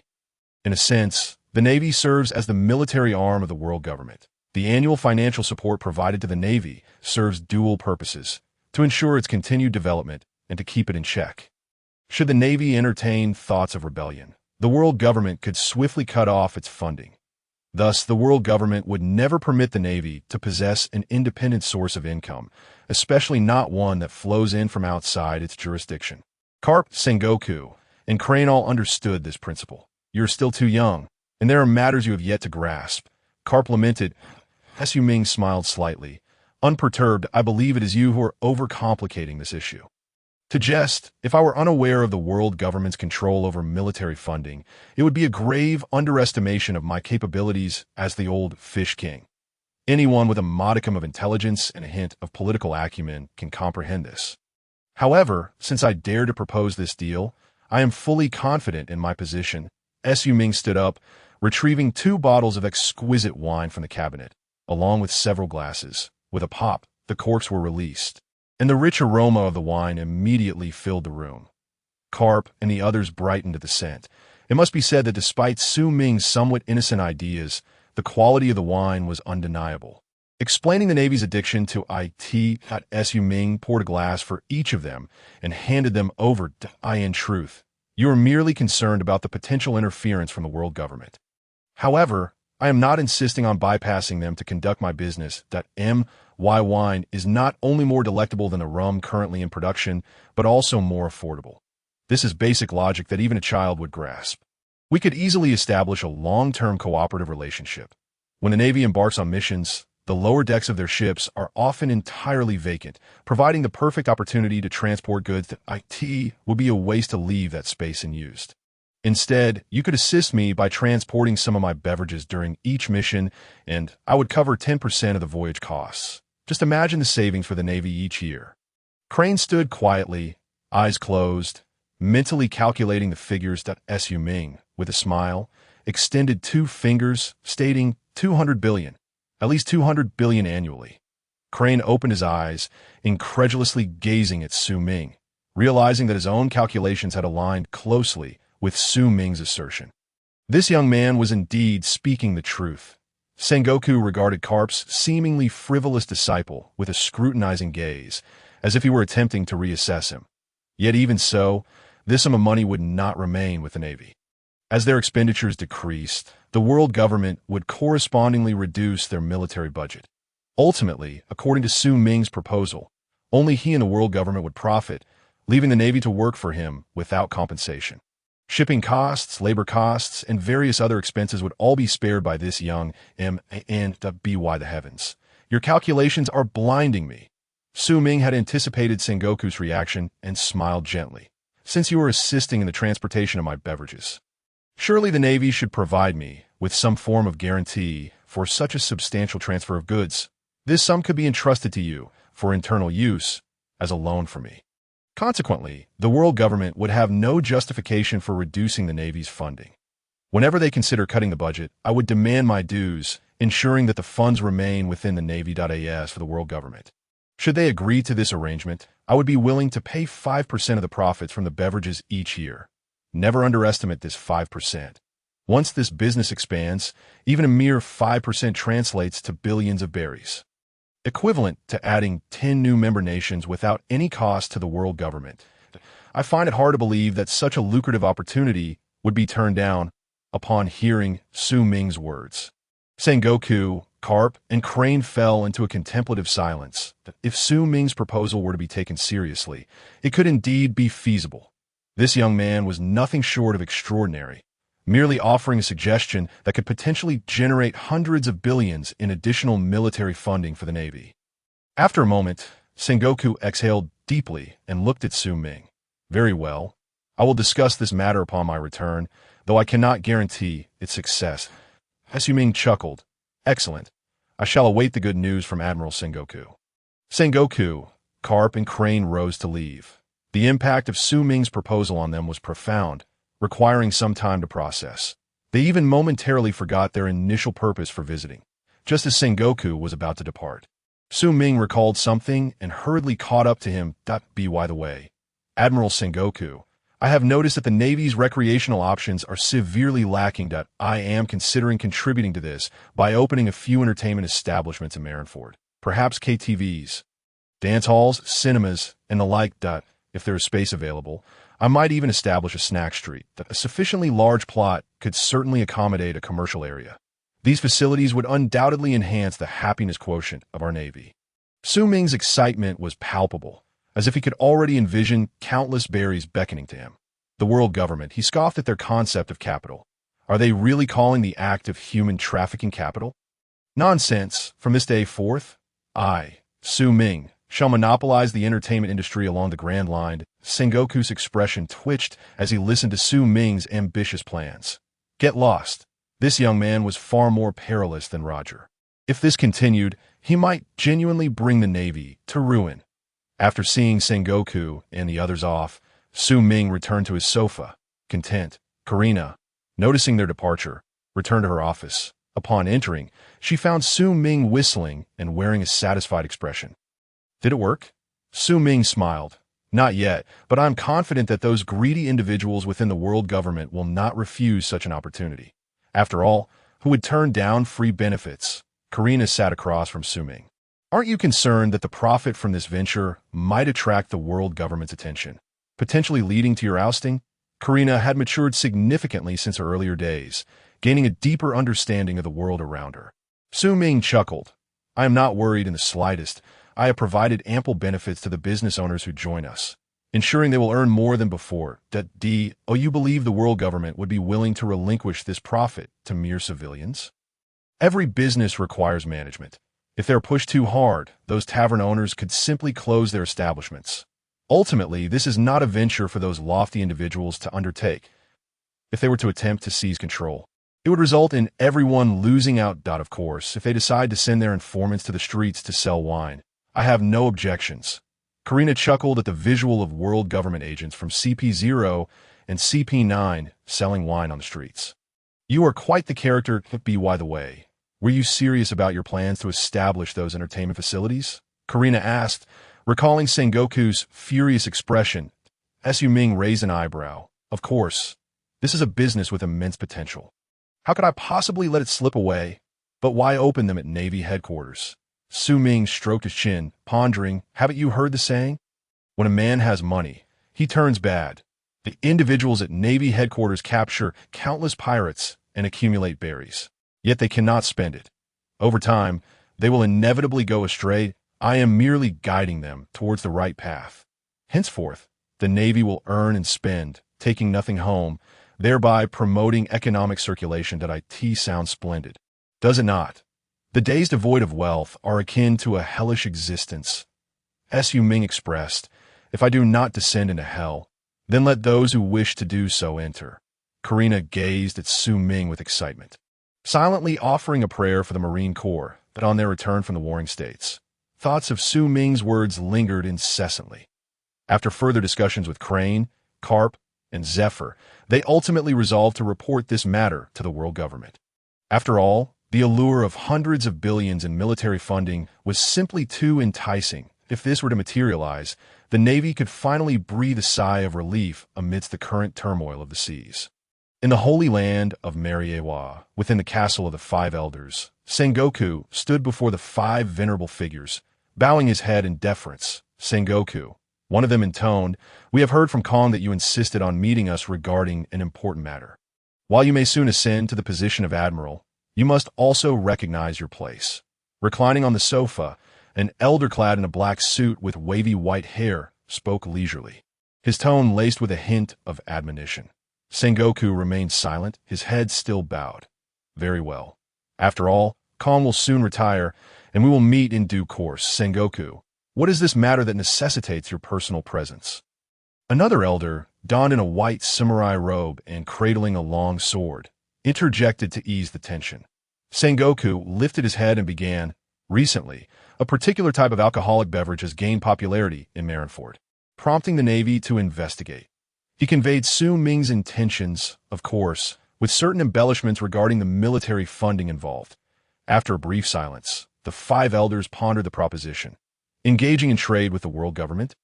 This is indeed the first time I have encountered such a notion. One elder, sporting a long beard and leaning on a cane, remarked with an inscrutable expression, revealing little of his emotions. It has been many years since I've heard anything so intriguing. Sengoku, that lad named Su Ming, is indeed part of our Marine Corps, is he not? He is also Karp's disciple. Sengoku nodded affirmatively. Karp's disciple is indeed far more amusing than he is. We can acquiesce to this matter. But we shall require 10% of the net profits. With the agreement reached, Sengoku departed from the holy land of Mariewa, his heart brimming with excitement. Once he had left, the elder in the wavy suit posed a question. Why did we agree to this? A mere child wishes to engage in business with the world government. The elder leaning on the cane chuckled and replied, did you not perceive that Sengoku brought not just the child's intentions, but also the backing of the higher-ups in the Navy? It is evident that the lad has likely offered some incentives to the Navy. Sengoku regards him with considerable esteem, and, as he is soon to assume the role of admiral, he has no need to quarrel over trifles with the upper echelons of the Navy. Furthermore, if this venture proves to be highly lucrative, we can always find a pretext to take over once the lad has established it. Let us consider it an opportunity for him to labor on our behalf. After the elder's remarks, the other four fell into silence, seemingly dismissing the matter as trivial. Sengoku swiftly relayed the news back. Without a moment's hesitation, Su Ming flatly rejected the proposal. What a joke! If they dare to demand 10% this time, what will they want next time? 100%? Nevertheless, Su Ming understood the necessity of conducting business. Having anticipated this scenario and prepared accordingly, since monetary compensation was off the table, he decided to offer something else He provided the world government with formulas for several currently popular yet commonplace alcoholic beverages. These recipes, which he had meticulously concealed, were now finally put to use. Upon receiving the formulas, the five elders expressed great satisfaction, believing they had grasped Su Ming's lifeline. Should this endeavor yield substantial profits, they could easily oust Su Ming and seize the benefits. However, what they failed to realize was that the true value lay not in the formulas, but in Su Ming's operational model. After entrusting Karina with funds to establish a factory, Su Ming once again resumed his role as a carefree overseer, relishing the rare moments of leisure. Ding! Congratulations, host. You have enjoyed an hour of leisure during working hours. Current rank, Colonel of the Marine Corps. Leisure points gained, 1,000 at current leisure points. 1000220. Congratulations, host. New permissions unlocked. Congratulations, host. The store has been refreshed. Open the store to view newly added items. Congratulations, host. Achievement function activated. Congratulations, host. Lottery upgraded to a new level. The Epic Lottery Wheel is now available. 10 legendary lotteries can be exchanged for one epic draw, but a series of system prompts echoed in Su Ming's mind, brightening his eyes and invigorating his spirit. After such a long wait, he had finally unlocked new features. The system's voice resonated in Su Ming's mind. His efforts in accumulating leisure points over the past year had not been in vain. The system's permissions had not only refreshed the shop, but had also granted him two new functions all at once: the Epic Lottery Wheel and the Achievement System. What does this achievement system entail? Ding! In response to the host, specific events completed will yield corresponding achievements, each granting distinct effects. Current achievements: Bumpy Road to Promotion, Mastery of Advanced Armament Haki and Observation Haki, with Navy rank below Brigadier General. Su Ming's eyelids twitched. This achievement should not be called Bumpy Road to Promotion, but rather Diving into the Sea. Who decreed that strength must equate to becoming a naval officer? And why grant an achievement for that? This doggone system is too much. Am I supposed to reward you? Even if Su Ming were to toil endlessly at the Marine headquarters, he would not ding. Effect of Bumpy Road to Promotion, while the host's military rank is below that of a rear admiral. Business luck increased by 100. Dang. Why didn't you say so earlier? Tomorrow, I will apply for a transfer to the logistics department. Who needs to be a so-called officer? I don't care for that. I could enjoy this buff for a lifetime. At that moment, Su Ming could only express his delight. Fortunately, the system was not a sentient being. Otherwise, it would undoubtedly point a finger at Su Ming, accusing him of exploiting a glitch. After briefly reviewing the new features, Su Ming grasped their effects. Completing various challenges would yield different achievements, with higher difficulty correlating to greater rewards. Supreme Throne. Collect all 3 ancient weapons to gain the passive Skill King's Pressure, which reduces the opponent's combat power by 40. However, such achievements were merely for contemplation. If he were to truly gather all 3 ancient weapons, the passive skill would be of little significance. He could simply unleash the king of the underworld upon his foes. At that point, who would not be daunted? The reduction in combat power would be far beyond 40% AS for the lower tier achievements in the system. Donut Slayer. Consume 500 donuts consecutively. Upon further consumption of donuts, the host will no longer experience satiety, but will instead regain stamina. For every 10 donuts consumed, 1% stamina is restored, with a cooldown of 1 minute. The stamina restoration effect seemed rather inconsequential, but the lack of satiety could be exploited to tease Karp. In summary, the achievements within the function were diverse and peculiar, and Su Ming was in no rush to complete them, that he recalled that the system had mentioned the epic lottery in the shop. He could indeed explore the newly refreshed system shop for intriguing items. Upon accessing the shop feature, Su Ming flipped through several pages, his eyes lighting up. The quality of goods added to the shop this time was significantly superior to the last. A spatial ring was priced at 500,000, capable of storing 10 cubic meters of lifeless items. The Great Swordsman Training Manual was offered at 200,000, containing a renowned swordsman's lifelong insights into the sword path, enabling even a novice to become a swordsman in 3 years and a master of iron slashing in 5. The Comprehensive Compendium of the Devil Fruits, priced at 100,000, chronicles a plethora of obscure devil fruits along with their true potentials. Upon glancing at it, Su Ming felt an overwhelming desire to acquire each and every entry. Alas, his financial resources were rather limited. After toiling to amass a modest sum of 1 million MOU points, he dared not spend a single one. Suddenly, Su Ming's eyes caught sight of a listing for sale. A manual on the advanced application of Conqueror's Haki, priced at 300,000, that detailed the progression to advanced Conqueror's Haki and encompassed all methods of its utilization. Su Ming had long considered his Conqueror's Haki to be a significant weakness. Despite his efforts over the past year to practice the Haki's binding technique, each attempt had ended in failure. Regrettably, Kaido was not yet the exceptional mentor he would become in the future, and he was currently embroiled in a fierce conflict with Doflamingo in the New World. Otherwise, Su Ming would have sought his guidance on the intricacies of Haki binding. Although Garp possessed knowledge on its usage, the act of teaching was a different matter entirely. After several attempts at instruction, Su Ming remained perplexed and had no choice but to temporarily abandon the endeavor. However, the manual and the system reignited a spark of hope within him. With 1 million MOU points at his disposal, he could redeem an epic lottery draw, but the likelihood of obtaining what he desired was uncertain. The advanced application of Conqueror's Haki was precisely what he needed at this moment. Su Ming resolved to play it safe and focus on mastering the advanced application of Conqueror's Haki. System redeemed the advanced Conqueror's Haki manual. As Su Ming focused his thoughts, a torrent of information surged into his mind, pertaining to the advanced application of Conqueror's Haki. It was as if enlightenment had dawned upon him.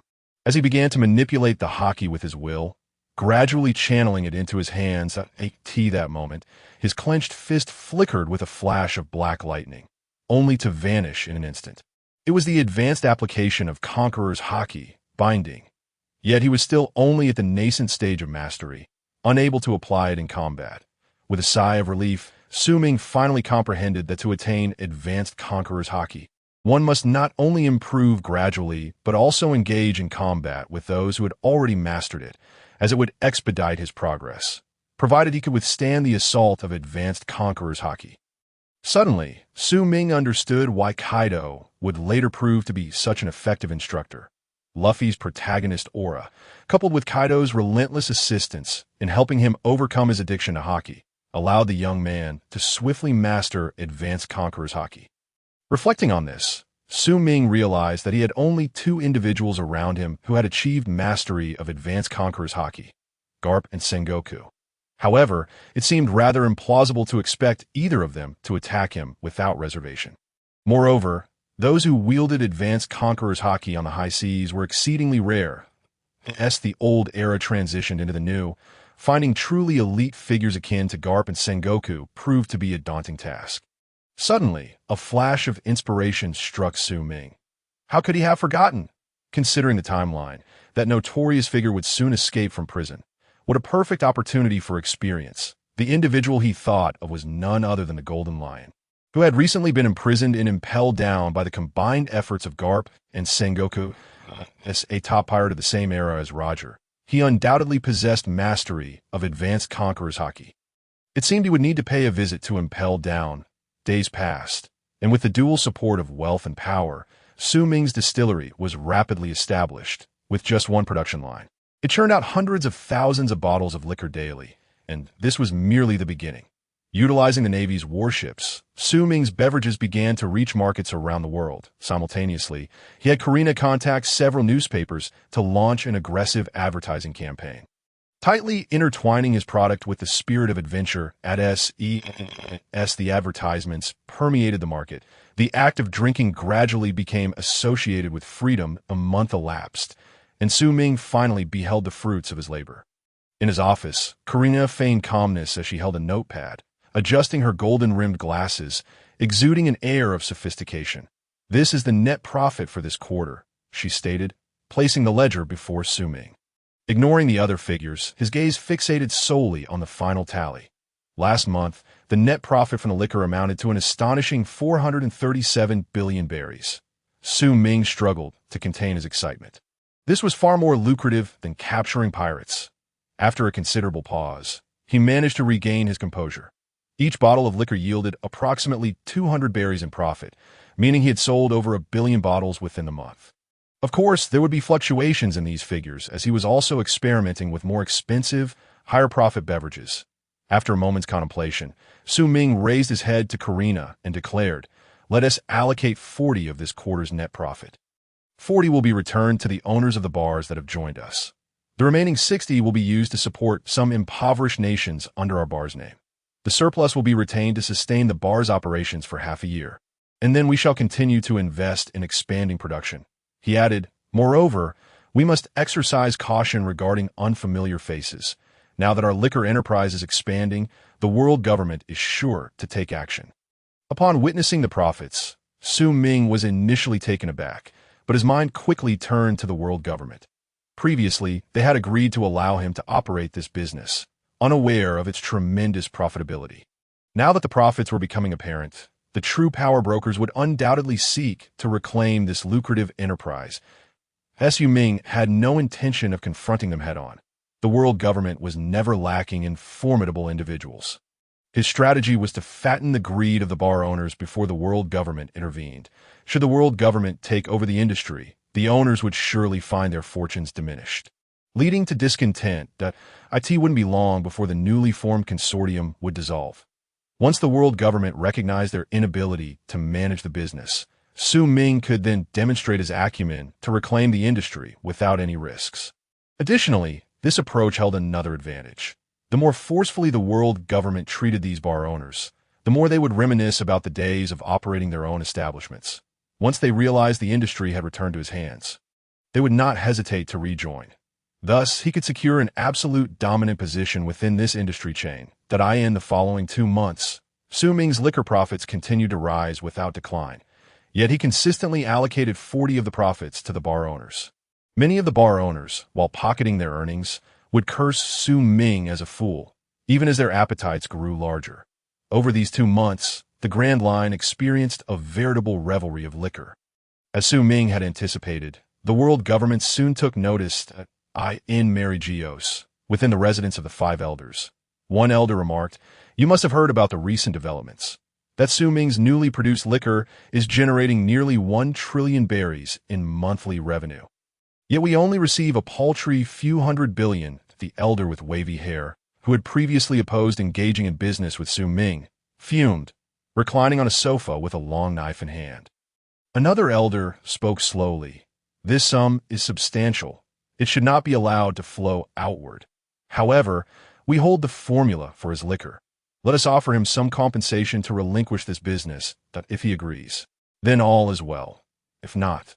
The elder slowly opened his eyes, a glint of coldness flashing within. Upon hearing this, the other elders exchanged glances, and after a brief moment of silence, one finally nodded, "Very well. Let us proceed as planned. This fellow appears to possess considerable strength. Let the Navy promote him to Rear Admiral AS for the liquor revenue. We shall forego it for these 2 months as compensation for him." In a mere exchange of a few words, several individuals swiftly concluded the matter, as if the industry that Su Ming had painstakingly built was inherently theirs. The news rapidly reached Su Ming's ears through Sengoku. In the naval headquarters within Sengoku's office, Su Ming sat on the sofa, savoring his tea. Sengoku, with a furrowed brow, gazed anxiously at Su Ming, having just conveyed the elder star's intentions to him. "Young man, you must not act impulsively. This concerns the world government. Do you understand?" He was deeply concerned that the impetuous Su Ming might, in a fit of rage, commit an indiscretion. If that were to happen, there would be no turning back. However, after a considerable wait, Su Ming remained unfazed, leisurely sipping his tea. If there was anything peculiar, it was his extraordinary consumption of donuts. He had already devoured 3 large bags. Sengoku suspected Su Ming was using this as a means to suppress his anger and dared not speak further. After some time, seeing that Su Ming exhibited no extreme reactions, Sengoku finally inquired, "What are your plans?" Su Ming turned to Sengoku, reluctantly setting down his donut, and remarked, "What can I do? They're the world government. My slender arms cannot wrestle with their mighty legs, so I must concede." Upon hearing Su Ming's words, Sengoku breathed a sigh of relief. "Do not take it too hard. There will be compensation. You could be promoted to Rear Admiral." "And absolutely not." Sengoku had barely finished his sentence when Su Ming abruptly stood up, his demeanor more agitated than when he heard of his industry being seized. What nonsense! I have confidence in the liquor industry.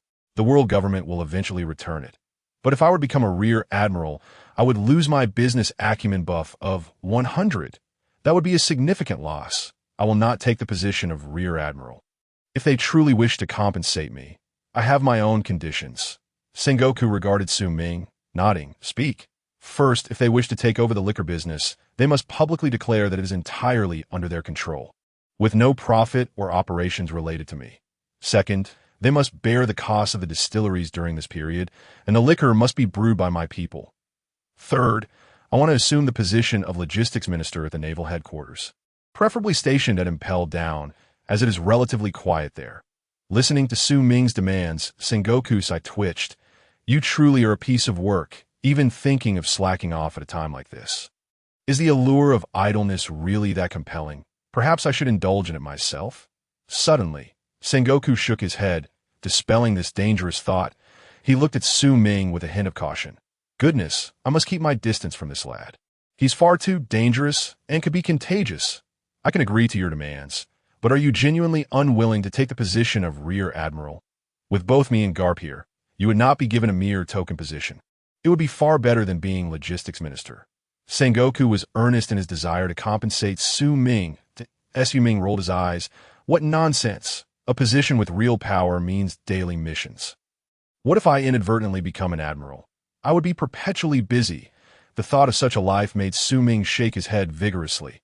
Ridiculous, an admiral? Not a chance. I refuse to become a rear admiral. I intend to further my studies at Impel Down. The talents there are exceptional, their conversation delightful. I absolutely adore it. Faced with Su Ming's insistence, Sengoku found no grounds to refuse. Very well, if that is your wish. However, you cannot simply lounge around as logistics minister. You cannot keep thinking about slacking off. The position of warden at Impel Down is currently vacant. You will take it for a while.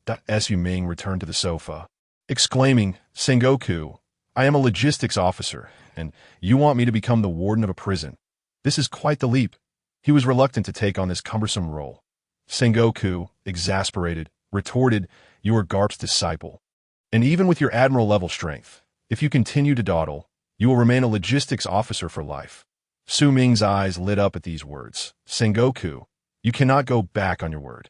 If I continue in this manner, you cannot assign me to another position. Sengoku observed Su Ming's excited expression and felt a pang of heartache. Hurry and take up your post in the realm of promotions. Su Ming was indeed a chip off the old block of Garp. While others would fight tooth and nail for such positions, it became a burden for this master and disciple, seeing Sengoku's resolute stance. Su Ming pouted. Very well, what a hard lot I have, having my industry seized and still needing to work for them. Su Ming grumbled as he exited Sengoku's office. Sengoku watched Su Ming's nonchalant demeanor, his blood pressure rising, nearly grinding his back teeth in frustration. Garp, you truly have acquired a remarkable disciple. You must reimburse me for this month's blood pressure medication, as a Marine Admiral and the next candidate for Fleet Admiral. Why must he plead for promotions? In the entire Navy, only Garp and this rascal posed such challenges that a moment later, Sengoku calmed down. Yet it was indeed impressive that this young man had refrained from any extreme actions. The world government was becoming increasingly outrageous. Sengoku harbored a growing discontent towards the world government. In the face of immense profits, these individuals were no different from pirates. Upon returning to the tavern, with newfound wealth, Su Ming naturally sought to expand. After lavishly spending 100 million berries, his tavern consequently became the most luxurious bar in all of Marineford. Haki not only sold liquor, but also featured performances of song, dance, and magic from time to time. That a large space was allocated for a dance floor, with the first and second floors entirely separate to cater to walk-in customers and those who preferred a less crowded atmosphere. The third floor was relatively quiet, solely for drinking or discussing matters in private rooms. All of this was designed by Karina according to Su Ming's vision. Although the world government had seized control of the liquor industry, the bar's business remained unaffected. Daily, a substantial sum of berries continued to flow into his pockets. Sengoku promptly conveyed Su Ming's conditions to the Elder Stars, upon hearing that Su Ming's demands were so straightforward. The Elder Stars expressed their surprise. The Elder Star, leaning on a cane, looked at Sengoku and asked, "Did he truly say this? Just these 3 conditions? Nothing more?" Sengoku nodded, confirming that Su Ming had indeed stated thus, and that he would transfer the liquor industry to the world government as long as these 3 points were agreed upon. The Elder Stars exchanged glances, a silence enveloping the room. This outcome was somewhat unexpected. Initially, they had thought that, given the immense profits at stake, if Su Ming were unwilling to relent, they might resort to extreme measures. After all, thousands of billions of berries were worth far more than an admiral or fleet admiral. Eliminating a marine talent would not be a loss. But now, very well, since this Su Ming is so accommodating, it would be unwise to press him too hard that we can agree to his conditions. Sengoku, how well do you know this young man? Please elaborate. The Elder Star with a long blade suddenly spoke. Sengoku pondered for a moment. As Su Ming is quite young and possesses formidable strength, conservatively estimated to be above the elite rear admirals in the headquarters. However, he tends to be somewhat laid back and avoids trouble, not particularly concerned about titles. Yet he is not without intelligence. He understands the consequences of his actions. Overall, aside from his laziness, he exhibits commendable qualities. Inside the room, the Elder Stars exchanged subtle glances and nodded. This young man shows promise. He is worth cultivating. Sengoku was taken aback. Has this young man already caught the Elder Star's attention? Very well, if there is nothing else. You may leave, we have matters to discuss. Sengoku nodded and exited the room. Inside, the slightly portly Elder Star inquired, "What do you all think of this Su Ming?" The elder with the long sword slowly opened his eyes. Indeed, he is the individual we require. One who understands the art of retreat and will not trouble the world government. This situation reveals that he still holds a measure of respect for the world government. As for his disposition, a degree of laziness might actually be advantageous. Such a temperament is often best suited to handle certain matters, potentially diffusing conflicts. The elder with the long sword bestowed a high appraisal upon Su Ming. "So, shall we promote him to admiral?" The elder with wavy hair surveyed the others. The remaining elders contemplated the notion it may still be a tad premature. After all, Sengoku has assigned him to impel down. So let us set this aside for now. The next marine admiral has already been determined. Very well, once we have fully taken over the liquor industry, we can allow Sora to step down.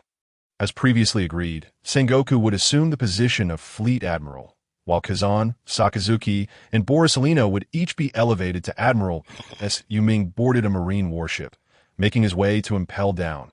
The marine stationed at Impel Down had already been informed in advance. Upon hearing that the marine headquarters had dispatched a new warden, they eagerly gathered to welcome him. They observed the warship gently docking at the port. The deputy warden Magellan led the Marines of Impel Down in salute. They awaited to see what manner of individual this new appointee from headquarters would be, especially considering that Impel Down was notorious for housing some of the most vicious pirates at sea. Each warden of Impel Down was known for their formidable strength. However, as the gangway was lowered, Su Ming appeared before them clad in a light beach outfit. Yawning up Magellan's eye twitched. They sent such a frivolous young man to serve as warden of Impel Down. Magellan could scarcely believe his eyes. Surely, this was not some form of gilded appointment. What on earth was headquarters thinking? In a place like Impel Down, where even the slightest misstep could lead to disaster, they had dispatched this dandy. Headquarters had truly lost their minds. Even the other Marines stationed at Impel Down wore expressions of confusion, unable to accept the reality before them. Before Magellan could fully process the situation, Su Ming had already descended the gangway and approached him. Over the past year, Su Ming had grown considerably, now towering over 2 meters in height. Yet, standing before Magellan, who was quite tall himself, he appeared far from imposing. Su Ming, somewhat exasperated, remarked, "What are you all waiting for? No one else is coming. It's just me that if you want to welcome me. Now is the time." The gathered crowd finally confirmed that the seemingly unhinged young man before them was indeed the newly appointed warden of Impel Down. Bang! The door to Sengoku's office was kicked open with great force. "Sengoku!" Karp stormed in, his face a mask of fury. Showing no regard for pleasantries, he advanced, seizing Sengoku by the collar, his eyes wide with intensity. "You will explain this to me." What on earth is happening? Karp had just returned from a mission and immediately sensed something was amiss. After a few inquiries, he discovered that the world government had forcibly seized Su Ming's liquor business. The compensation offered to Su Ming was paltry at best. He was merely appointed as the warden of Impelled Down, while Karp typically did not involve himself much in Su Ming's affairs. The young man was still his prized protege, and he would not stand idly by while others bullied him. Sengoku sighed. Karp, you must calm down. This decision was reached after consultation with Su Ming. Nonsense. Do you think I'm unaware of what goes on because I don't pry? That liquor business was Su Ming's labor of love, and the world government seized it at the first sign of profit. What good is having you as an admiral if you cannot even protect your junior officers? Very well. If you won't take action, I shall. I'm heading to Mariewar right now to demand an explanation. Karp's agitation was palpable. Su Ming is a Marine. Is this how the world government treats its own? Sengoku shook off Karp's grip and spoke in a raised voice. Enough, Karp. You must remain composed. Do you truly believe we have the power to dictate this matter? Such a substantial sum of money. How could the world government simply ignore it? If we insisted on allowing Su Ming to retain control of the business, what do you think would transpire? Karp fell silent. Both he and Sengoku had served the Marines and the world government for decades, and they understood the inner workings all too well. The members of the world government were far from benevolent. Should Su Ming insist on maintaining control over the business, the inevitable outcome would be a complete rupture of relations with the world government. To that point, Su Ming's name would likely find its way onto the bounty list. Karp lowered his head, refraining from further rebuking Sengoku, and turned to leave the office. Karp, where are you going? Sengoku inquired, furrowing his brow. Karp replied without looking back, to see that young man he is my disciple, and during such a tumultuous time. As his mentor, I ought to provide him with some comfort. Sengoku did not press further, nor did he attempt to impede him in their confrontation with the world government.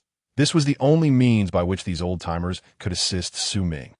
At Impel Down, more than half a month had passed since Su Ming's arrival. Karp's dog-headed warship docked at the pier that a guard marine, upon recognizing Karp, sought to inform him, Vice Admiral Karp, you've arrived.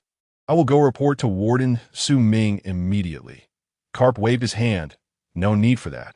I shall go myself. Where is he? The guard hesitated, uncertain of how to respond. Karp frowned. What? Do you expect me to search for him myself? His massive fists clenched, cracking ominously. The guard marine, sensing the tension, quickly clarified, no, it's not that. Warden Su Ming is on the first floor of Impel Down. Humph.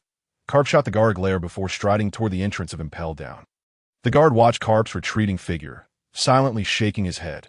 Warden, I have done my utmost. Karp faced no obstacles as he swiftly made his way to the first floor of Impel Down. The atmosphere was stifling in the enclosed environment. In observing the dim, chaotic surroundings, Karp couldn't help but feel a pang of sympathy. This young man, who had previously enjoyed life in the headquarters, spending his days in his bar, or at least in the headquarters dormitory, was now confined to such a place. He would likely find it quite uncomfortable. After all, he was still his disciple. Karp thought of Su Ming enduring hardships and felt compelled to visit him more frequently. In the distance, he could faintly hear Su Ming's voice. Karp quickened his pace. As he turned the corner, the scene on the first floor of Impel Down came into view, leaving Karp momentarily speechless. The carefully cultivated emotions he had been nurturing were instantly obliterated. Before him lay Su Ming lounging in a rocking chair, flanked by two youthful and beautiful female guards, one feeding him fruit while the other fanned him with a handheld fan, seemingly in utter bliss. Opposite Su Ming, Magellan and Hannibal were plastered with sticky notes all over their faces. Su Ming abruptly sat up, exclaiming, "Royal flush! Pay up! Pay up!" Magellan and Hannibal wore expressions of pain as they lamented. Warden Su Ming, isn't that enough? Over the past half-month, you've won our entire salary for the next 6 months that we can't work like those two behind you. Please spare us, if this continues. We'll have to survive on the wind from the northwest. Upon arriving at the Push City, Su Ming was struck by the overwhelming sense of idleness that enveloped its inhabitants, aside from tormenting prisoners. There seemed to be little in the way of entertainment, and such a prolonged existence in monotony would undoubtedly take a toll on the mental and physical well-being of these naval officers. Resolutely, Su Ming decided to contribute to the mental and physical health of the Navy stationed at Push City by introducing some simple leisure activities from his past life. One such pastime was the popular card game Do Diju. With the introduction of recreational activities, it was reported that many of the more sadistic sailors had discovered new forms of amusement. Among them was a certain individual named Yuji Shilio, who had recently become utterly engrossed in mahjong, often squeezing in a few rounds even during work hours. Su Ming sternly reprimanded him for this, subsequently winning 3 months' worth of his wages. Upon hearing the comment from Magellan and Hannibal, Karp's forehead became lined with dark creases. His earlier concerns seemed somewhat unfounded, as it appeared this young man was thriving, seemingly without any need for oversight. Moreover, he was being attended to by a young and attractive female prison guard who provided him with fruit and massages. "Why don't you return to headquarters while I remain here?" Karp exclaimed. The worried expression on his face vanished, replaced by one of displeasure. Upon hearing a familiar voice, Su Ming turned swiftly and, in a flash, clung to Karp's leg. "Teacher, you must intercede on my behalf. You have no idea of the hardships I endure here. That old coot Sengoku has been bullying me in your absence. This simply won't do. I must take a leave of absence, at least a year, to soothe my frail and helpless spirit." Karp closed his eyes, veins throbbing on his forehead. He was now genuinely convinced of Sengoku's earlier claims that this young man had voluntarily come to this place. In his nature, this lad had forsaken a splendid opportunity for promotion merely to indulge in laziness, opting instead for the trivial position of director of Push City. Had Sengoku known Karp's thoughts, he would have certainly protested vehemently. "You underestimate this young man. He is not merely exchanged for the position of director of Push City, which still entails some responsibilities. This scoundrel is aiming for a logistics role. An entirely inconsequential position. I only pulled this young man along out of regard for you, Karp, but that's as far as it goes. I cannot compel him any further. 2 months swiftly passed. Su Ming had completely acclimated to life here. For someone who relished idleness, this was akin to paradise. Beyond his regular training, he engaged in using his advanced observation Haki to play cards, reaping the wages of those beneath him. Each day unfolded in blissful ease that if one were to point out any discontent, it might be with the Golden Lion. This individual seemed utterly disinterested in escaping. Outside an independent cell on the 6th floor of Push City, Su Ming pondered, observing the emaciated figure of the Golden Lion clad in prison garb, unable to suppress a frown. It had been quite some time, yet this fellow showed no signs of making an escape. Was he lacking the necessary tools? Although he had begun to wield Conqueror's Haki, he still lacked the finesse needed for proficient use. The Golden Lion was a crucial source of experience for him. The continued inactivity of this individual left Su Ming feeling somewhat disgruntled. "Hey, are you really planning to stay here for the rest of your life? Shall I lend you a hand?" Inside the cell, the Golden Lion appeared momentarily stunned before a realization struck him, and he burst into laughter. "Kid, I understand your intentions, but don't underestimate me. If you wish to ally with me, we'll discuss it after I've escaped." Su Ming's lips twitched slightly. He could hardly be bothered to explain. "Who would want to ally with you? I am currently on a promising path within the Navy, able to lounge about and draw a salary, while Karina manages the family business. Only a fool would choose to follow you into a life of piracy." However, it seemed from the Golden Lion's words that he too did not wish to remain confined here, which brought Su Ming some relief.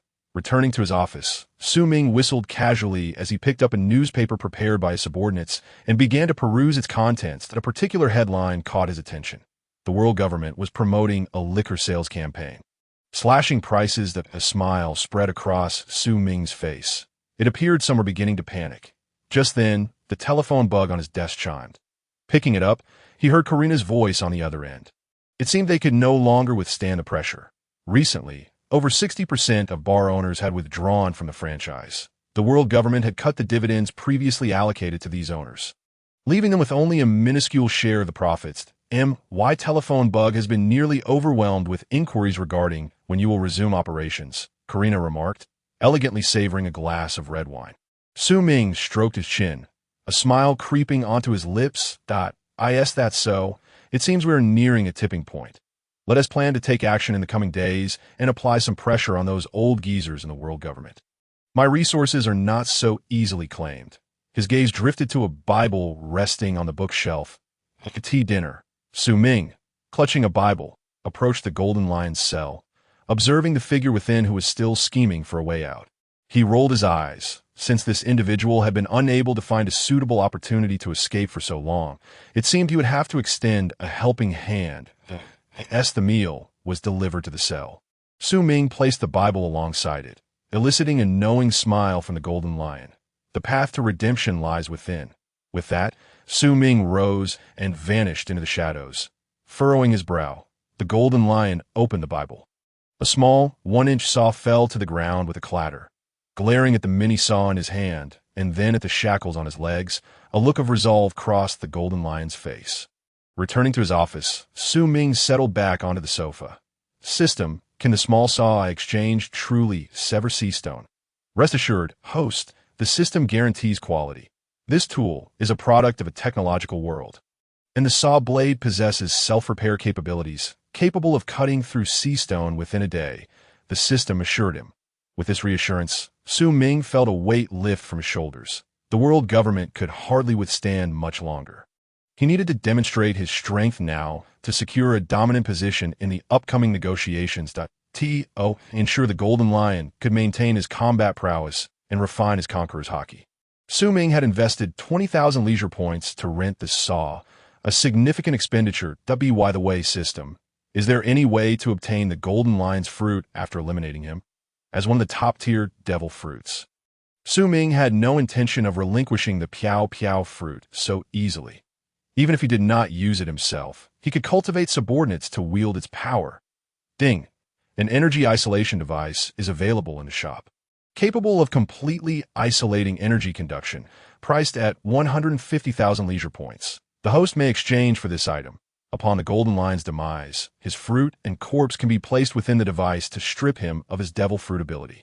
Such a thing truly exists. Su Ming had merely asked out of curiosity, astonished that the system indeed offered such an item. However, the price of 150,000 leisure points was quite steep, considering the capabilities of the Piao Piao fruit. Su Ming gritted his teeth. Exchange, with a thought, a rubber ball-like object materialized in his hand. Energy isolation device. Single use crushing the device will activate. Su Ming tucked it away, planning to act after the Golden Lion had severed the sea stone shackles in a couple of days. Suddenly, an urgent alarm blared throughout Push City. The guards mobilized en masse. This is bad. The Golden Lion has escaped after severing his legs. A naval officer shouted anxiously from below. Upon hearing this, Su Ming felt a wave of frustration wash over him. What a crafty little rascal. If I had known you were so determined to sever your legs, I wouldn't have spent 20,000 points to procure such an impressive saw for you. Yet, lamenting this was futile. Shiki had already fled. Grabbing the lightning blade resting on his desk, Su Ming vanished in an instant, leaving behind a trail of flickering arcs of electricity. Outside Push City, Shiki cackled. Ha ha ha! I'm free. You can keep the legs as a token of gratitude for your care during my captivity. As he spoke, a flicker of resentment flashed in the depths of the Golden Lion's eyes. A dignified pirate of the seas, reduced to severing his own legs to escape. Such a fate was undeniably humiliating. Just then, a familiar voice resonated behind him. I say, you haven't managed to escape yet. The Golden Lion whirled around abruptly, and there, suspended in midair, was Su Ming, bearing the thunder gift with an expression of amusement. A sinister grin spread across his face as he cackled. So it's you. Brat, your arrival is quite fortuitous. I, the Golden Lion, am not one to forget a kindness. Since you wish to join my ranks from this day forth, you shall be the captain of my 1st division. His laughter echoed triumphantly. Su Ming, observing the Golden Lion's demeanor, could only facepalm in disbelief. Suddenly, he grasped why this fellow had been captured.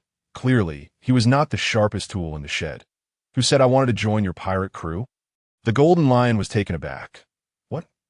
You don't wish to join me, yet you helped me escape? Upon hearing the Golden Lion mention this, Su Ming felt increasingly vexed. If I were to mention that Saw could. In fact, sever sea prism stone, you wouldn't be upset, would you? The Golden Lion fell silent, glancing at his empty stumps, creating a rather awkward atmosphere. After a moment, the Golden Lion managed to catch his breath. He was convinced that Su Ming's words bore truth. For the saw had indeed cut through his legs with an unexpected ease. He had thought it was merely his survival instinct at play, only to realize he had misjudged the situation entirely. Damn it, you could have been clearer. Who would have thought such a small saw could cut through sea prism stone? The Golden Lion inhaled deeply, feeling wrong but refraining from voicing it. He looked at Su Ming and said, "It matters not.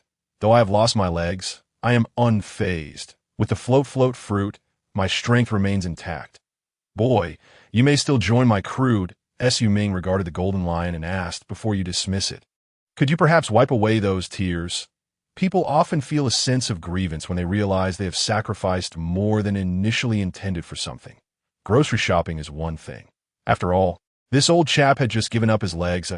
Su Ming empathized, just as he contemplated offering a few comforting words to this nearly 50-year-old disabled man. His expression shifted suddenly. Within the range of his observation Haki, he detected that the Navy had caught up to them, just a kilometer away from impelled down. Clang. The thunder gift erupted from its sheath, aimed squarely at the Golden Lion. "Silence, you wretched pirate, escaping impelled down without permission. And now you dare to recruit me, an esteemed Navy officer, as your subordinate. Do you even realize the gravity of your crimes? Get lost." Before the Golden Lion could react, Su Ming delivered a swift strike imbued with arcs of electricity. The Golden Lion hastily defended himself. In the heavens above, thunder and blades clashed repeatedly. On board the warship, Magellan, Hannibal, and Shiryu of the Rain observed the scene unfolding in the sky. That. Our director, he's astonishingly powerful. Even the notorious Golden Lion was being thwarted. For the past couple of months, Su Ming had garnered a reputation among his colleagues in the prison as a frivolous young master, spending his days indulging in pleasure and shirking responsibilities. Initially, there was some dissatisfaction with Su Ming, but once he engaged in battle alongside the Navy, they realized he was commendable in most aspects, apart from his lack of work ethic. At least he didn't display the bullying habits typical of military offspring. And over time, they came to accept him. Yet today, the carefree young officer they had once known had revealed himself to be a top-tier naval force. Magellan nudged Hannibal beside him. "Pinch me, would you? Is this real?" The battle between Su Ming and the Golden Lion raged on in the air. "You are quite formidable, but I shall ask you once more. Do you wish to join my crew?" Su Ming's response was a swift draw of his blade. The Golden Lion's lips curled into a cold smirk. "Very well, I understand. Let me show you true power." With that, black lightning crackled around the two famed swords, Sakura Tin and Deadwood, as he unleashed his advanced Conqueror's Haki. "Boy, prepare to perish." Using his legs as blades, he struck down fiercely. Su Ming's gaze remained locked onto the descending blow, channeling his own Conqueror's Haki into his blade. However, compared to the Golden Lioness, the manifestation of his Haki was less pronounced. Boom! Thunder roared through the skies, and the clash of black and white resembled an apocalyptic scene. The clouds parted around Su Ming and the Golden Lion, as if the very heavens were being cleaved in two. On the deck, Magellan, Shiryu, and the others trembled at the sight. What kind of power is this? The two attacks had yet to collide, and yet the impact was palpable. Crash! Su Ming's blade, though infused with Haki, could not fully withstand the Golden Lion's might, sending him careening hundreds of meters before finally halting. Su Ming lowered his head, clutching his chest. The Golden Lion's cold chuckle echoed. "Surprising, you possess Conqueror's Haki as well, and you have brushed against the threshold of its advanced form. Alas, today you shall still succumb to my blade, even if you do not perish. You will be grievously wounded." Learning of Su Ming's Conqueror's Haki extinguished the Golden Lion's hopes of recruiting him. Once a person made a decision, it was nearly impossible to reverse, and, sharing the same Haki, subduing another was no easy feat. He simply lacked the time for such endeavors. Before the Golden Lion could launch another attack, Su Ming slowly raised his head, removing his hand from his chest. The Navy uniform he wore had been torn, yet beneath it he bore only a faint white mark from the Golden Lioness strike, with not a drop of blood in sight. What? How can this be? Even if his attack had been partially mitigated, how could this youth's defenses remain unbroken? Su Ming chuckled softly. After such a lengthy period, his physical prowess was finally beginning to reveal its true potential. Due to his growth-oriented talent, Su Ming's defensive capabilities had initially been lacking. However, through persistent training, his strength, defense, and recovery had all seen tremendous improvements. The Golden Lion strike had been significantly reduced, and what remained was insufficient to breach his defenses. With that, Su Ming felt utterly unconcerned. Gazing at the Golden Lion, Su Ming revealed a rather unkind smile as he surged forward once more. With each clash, Su Ming's advanced Conqueror's Haki continued to evolve. Eventually, in a fleeting moment, he successfully mastered the advanced form. Sensing the terrifying power coiling around his blade, Su Ming looked at the Golden Lion and said, "Thank you. Had it not been for you, I may have struggled to fully grasp the advanced Conqueror's Haki for quite some time. Therefore, today, I shall personally see you off." Su Ming slowly closed his eyes, his right hand forming a sword-like gesture as he traced it along the blade. Thunder rumbled incessantly in the sky. Even someone as formidable as the Golden Lion Shiki felt a surge of lethal danger at that moment. The thunder gift extended, radiating arcs of lightning. Su Ming's eyes snapped open, and with a firm grasp, a sword of lightning materialized in his hand. Ghost sword technique, phantom blade dance. With the advanced Conqueror's Haki enveloping his sword aura, he unleashed dozens of slashes in a heartbeat. The Golden Lion, exerting all his strength to defend, still found himself struck, blood spraying forth in a dazzling display. Gritting his teeth, the Golden Lion glared at Su Ming with fury. "Damn it! How can you be this strong?" However, Su Ming's onslaught did not cease there. He hurled the lightning sword, which arced through the air, connecting with the sky's thunder. A blinding bolt of lightning cascaded down, manifesting in 24 uniquely shaped lightning swords surrounding the Golden Lion. Su Ming's voice rang out once more. Extreme ghost sword technique, storm style. The gleam of the sword accelerated from a slow pace to a swift slash, piercing through the chest. The radiant blade obstructed the view of the surrounding navy, providing Su Ming with the perfect opportunity to retrieve the fruits and energy disruptor he had prepared in advance. As the final sword strike fell, the vitality of the Golden Lion was irrevocably extinguished. Seizing the moment when everyone's attention was diverted, Su Ming discreetly stowed away an oddly shaped fruit. He hoisted the corpse of the Golden Lion and descended onto the deck of the warship. The Navy personnel instinctively cleared a space for Su Ming, their gazes now devoid of their previous nonchalance. Director, Magellan approached, whispering urgently. What is it?" Su Ming replied, turning to Magellan. Magellan pointed at the lifeless body of the Golden Lion. "He is dead?" Su Ming nodded. "Indeed, he is. Would you like to verify?" "No, Director. If you say he is dead, then he must be dead." Magellan quickly waved his hands, his eyes filled with reverence. This was the Golden Lion, a legendary figure capable of contending with the Pirate King, Roger, yet he had perished so easily. Not only Magellan, but also Hannibal, Rain S. Shirley, and the other Navy officers who had come to pursue him shared similar expressions towards Su Ming. Could it be that their usually carefree and seemingly unperturbed director was, in fact, a formidable rival to the Pirate King, Roger? Perceiving their thoughts, Su Ming smiled lightly. The Golden Lion severed his own legs, significantly diminishing his combat strength. Coupled with the prolonged torment he endured and impelled down, his power was reduced to a mere fraction. My victory was largely fortuitous. Moreover, your pressure behind the scenes contributed to his disarray. Make sure to summon the reporters from the newspaper shortly. We must expedite a report. This is an excellent opportunity to garner credit, I assure you. Once this article is published, you shall not only evade punishment, but might even receive additional bonuses for several months. Ensure the body of the Golden Lion is preserved, as there will be individuals coming to investigate. After concluding his remarks, Su Ming yawned. "I'm quite fatigued from the fight. I need to rest. You all can handle the newspaper communications." He then added, "And Shirley, for heaven's sake, refrain from playing cards all night. Look at those dark circles under your eyes. Do you not realize you might drop dead from exhaustion?"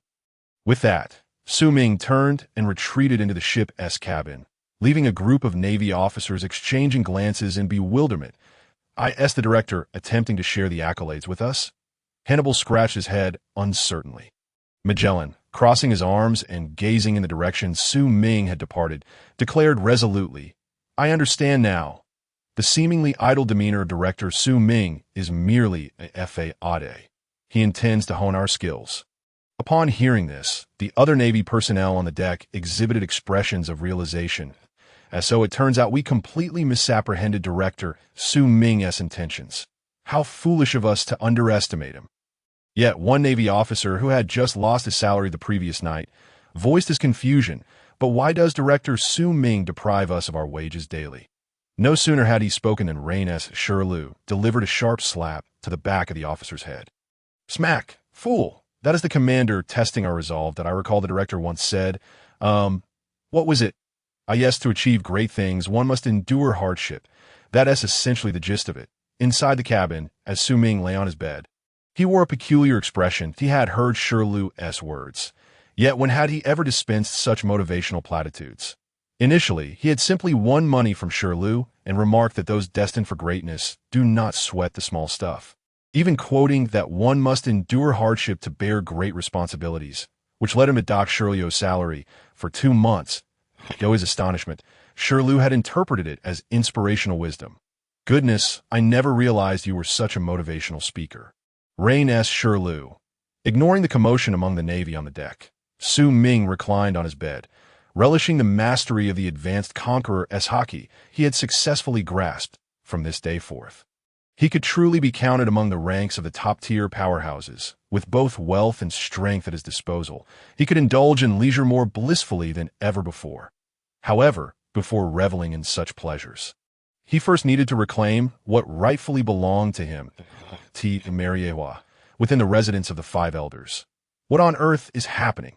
Why has that previously flourishing enterprise under Su Ming's management turned into this? One of the Five Elders, leaning on a cane, held a financial report just submitted by his subordinates that IT indicated that last month's profits amounted to 41.2 billion berries, a staggering tenfold decrease compared to the profits during Su Ming's tenure. This was simply absurd. Were it not for Su Ming having handed over a complete industrial chain, they would have suspected him of secretly harboring ulterior motives. The curly-haired elder glanced over the financial report and sighed. "It's those bar owners. Since we took over, they have all withdrawn from the industry." Hearing this, another elder, somewhat portly, furrowed his brow. Could it be that Su Ming is behind this? The curly-haired elder shook his head. "No, it's not his fault. It's the bar owners demanding excessively high profits. Those wretched commoners dare to vie for a share of the world government as interests. If we were to concede to their demands, they would claim over 60% of the industry as profits.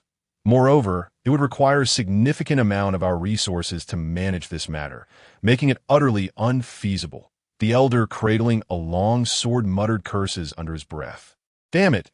At this rate, what difference is there between our profits now and those when that lad was running things?" The group fell silent, realizing they had toiled for 2 months without earning a single berry, while also alienating a multitude of individuals. With the world government directly overseeing the liquor business, naval funding was now off the table, leading to considerable dissatisfaction among high-ranking naval officials such as Sengoku. As Su Ming was a disciple of Garp, with the potential to attain admiral-level strength, his loyalty to the world government would undoubtedly wane following this incident. Over the past 2 months, they had devoted most of their efforts to this industry only to achieve such dismal results. Inside the room, the Five Elders lapsed into silence. After a while, the elder with the cane suggested, "What if we hand this industry back to that lad?" No one responded. The current situation was akin to being caught with one's pants down. Having lost face, who would dare approach Su Ming to take on this mess? After a lengthy pause, the curly-haired elder spoke again. "Perhaps we should have Sengoku gauge that lad's thoughts. However, we absolutely cannot accept a mere 5% profit. It must be at least 10. If he agrees, we can return the industry to him." All right. Suddenly, the telephone bug on the table began to ring. The curly-haired elder answered it, and as he listened to the news, his expression grew grave. After hanging up, the other elders looked at him as he solemnly stated, "I fear we must revise our plans. The Golden Lion has perished, and it was Su Ming who killed him. His current strength, without a doubt, must have reached the admiral level. We can no longer disregard his feelings as we did previously. We need to expedite the resolution of the liquor industry issues. Otherwise, we might find ourselves facing another Rock's pirate crew in the New World. While the distinction between admiral-level strength and near-admiral-level strength may not seem significant at first glance, there exists a considerable gap. To attain admiral-level prowess, one must exhibit exceptional mastery in observation Haki, armament Haki, or physical combat. Take Kizuru, for instance, whom Zephyr has consistently looked down upon, often emphasizing his reliance on his devil fruit abilities. Yet in pure physical confrontations, Kizuru could still effortlessly overpower many elite vice admirals within the headquarters. The same can be said for swordsmanship. To compete with the likes of Rayleigh, the Dark King, one must possess extraordinary skill. Of course, whether or not there was an element of performance in this remains uncertain. In the office, the 5 elders all wore frowns. The recent report indicated that the Golden Lion had severed his own legs in an escape attempt. Although the official report stated that the Navy and Impel Down had jointly engaged in the pursuit, in reality, it had been solely Su Ming's effort. The curly-haired elder spoke in a grave tone. This troublesome lad seems to possess a temperament akin to Garp. Such individuals are often the most difficult to manage. Desiring neither rank nor any particular possessions, one might indeed resort to betrayal if pressed too harshly, potentially turning against the Navy. The seas are already tumultuous enough. We cannot afford to have such individuals on our opposing side. Upon hearing this, the remaining few of the 5 elders exchanged glances. As for the liquor business, let him keep it. After all, it holds little value in our hands, and it could serve as a means to win him over. However, the benefits acquired by the world government must not merely be a mere 5%. Such terms must be improved at T-Naval headquarters. Following the tumultuous events at Advanced City, Su Ming, as the current director, was obliged to return and provide a thorough explanation. Yet upon pushing open the door to Sengoku's office, he sensed an unusual atmosphere within. Sengoku, Garp, Zifa, and Tsuru were all present there. What is the occasion? Su Ming felt somewhat awkward, thinking he had intruded upon a meeting. However, Garp called out, "Come in, kid. We've all been waiting for you." With that, Su Ming stepped inside. Though he usually sauntered in leisurely, the number of esteemed individuals present today made him feel somewhat constrained by the window. Tsuru regarded Su Ming with curiosity, a hint of amusement playing at her lips. Zifa stroked his chin, wearing an expression of admiration. Sengoku sat behind the desk, resting his chin on his hand, expressionless as he observed Su Ming. Only Garp remained comfortably seated on the sofa, persistently indulging in donuts. Half-jokingly, Su Ming remarked, "Why not just tell me directly what's the matter? With all this staring, I might suspect you harbor some ill intentions." Garp rolled his eyes, saying, "All right, kid, enough with the jesting. Let us get to it. What exactly happened with the Golden Lion? Moreover, the world government has instructed Sengoku to convey that your liquor business may continue, but you must relinquish an additional 10% of the profits." Upon hearing this, Su Ming finally grasped the situation, letting out a sigh of relief. "Ah, I thought it was something serious. You should have said so earlier. All this mystery is unnecessary. The Golden Lion severed his own legs, and we, the valiant Navy of Advanced City, intercepted him. However, that fellow was exceedingly fierce, and in a moment of misjudgment, he was killed. This must be deemed self-defense. We cannot impose punishment. Otherwise, you high-ranking Navy officials would surely lose the people's trust." Su Ming spoke earnestly. In the office, aside from Tsuru and Garp, Sengoku and Zifa both bore expressions of exasperation. Sengoku, gritting his teeth in anger, said, "You little brat, after all the care we've given you, you think us fools. Do you really expect us to believe that it was merely an accident? Did you think the Golden Lion was a mere rabbit? Speak plainly. What transpired?" Sengoku struggled to contain his fury. Garp clapped his hands, having finished his donuts, and said, "All right, kid, feel free to speak. There are no outsiders here. We all know the Golden Lion's strength. While we anticipated that you would eventually rise to such a level, we did not expect it to happen so swiftly. Moreover, you aided the Golden Lion in his escape. Did you not? Do not presume your actions can remain concealed. Without us old-timers, do you think this matter could be kept from the world government? Yet, you are rather ruthless, forcing the Golden Lion to sever his own legs to keep him under control. Su Ming chuckled awkwardly. Well, mainly, it was his own bravery. All right, I admit it was I who killed him, primarily to hone my Haki.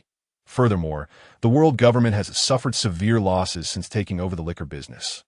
Given the nature of those individuals above, they would undoubtedly return it to me that if I do not demonstrate my strength now, who knows how they might exploit me. Hearing Su Ming's words, the others in the office nodded in agreement, recognizing the validity of his reasoning. Saru, intrigued, looked at Su Ming and asked, "So, have you figured out how you will negotiate with the world government?" Su Ming smiled slightly. "First, let us hear what the world government has to say. They must have already instructed Sengoku to relay their message." Sengoku rolled his eyes and huffed. "You little rascal, the world government has stated that while they are willing to return the liquor business to you, the previous profits were simply too low and must be increased to 15%. Su Ming scoffed. "Ah, truly the world government's consistent style, always demanding more. Please inform those esteemed individuals that I am open to negotiations. But I must meet them in person. Should they refuse, I would rather not take over the liquor business. After all, I am not in dire need of money." Garp shot a glare at Su Ming. "Watch your words, kid." That Su Ming's statement carried a hint of threat. The last pirate crew to threaten the world government, the Rocks Pirates, had now become a matter of history. Su Ming chuckled. "It's all business. After all, equality is essential for longevity. Chasing after opportunities is not true commerce. Previously, when the world government sought this industry, I handed it over without a second thought. Now that they cannot manage it and wish for me to take over, I must negotiate terms that I am not a pirate. Must all profits be confiscated?" Su Ming spoke with an air of nonchalance, yet Sengoku and the others discerned the underlying implications of his words. While Su Ming may not be a pirate, should the world government persist in their oppressive ways, it could very well lead to that outcome. To that point, should he venture to the New World, he would continue his enterprises, and the world government would reap not a single cent. Looking at Sengoku, Su Ming calmly stated, "Sengoku, please convey this to them. Regardless of the circumstances, I am still a member of the Navy. My gains can also benefit the Navy, cannot they? If I am not mistaken, the additional military funding during the world government's takeover has vanished, has it not? Sengoku, as you are soon to become the Fleet Admiral, should you not consider matters from the perspective of the entire Navy? Understand that while that military fund may merely be a figure to you, distributed below, it could equip numerous bases and protect countless islands from pirate incursions." Su Ming shook his head, feigning a look of regret. Sengoku fell into deep contemplation upon hearing Su Ming's words. In just a few exchanges, Su Ming not only articulated his stance, but also effectively aligned the Navy with his cause. Internally, Su Ming smiled subtly, as this was precisely the effect he sought to threaten the world government alone would be futile. He needed to firmly bind the vast organization of the Navy to his side. Only then could he possess sufficient leverage for negotiation. Mary Geos. Within the meeting room of the five elders, Su Ming curiously assessed the five elders before him, who in turn scrutinized him with equal intrigue. "So, you are Su Ming?" The elder leaning on a cane inquired in a deep voice. Su Ming smiled and nodded, bowing slightly. "Indeed, I am Su Ming, the logistics minister of the Navy. It is an honor to meet you." "Esteemed gentlemen," one of the elders remarked, "Sengoku mentioned that you insisted on meeting us in person."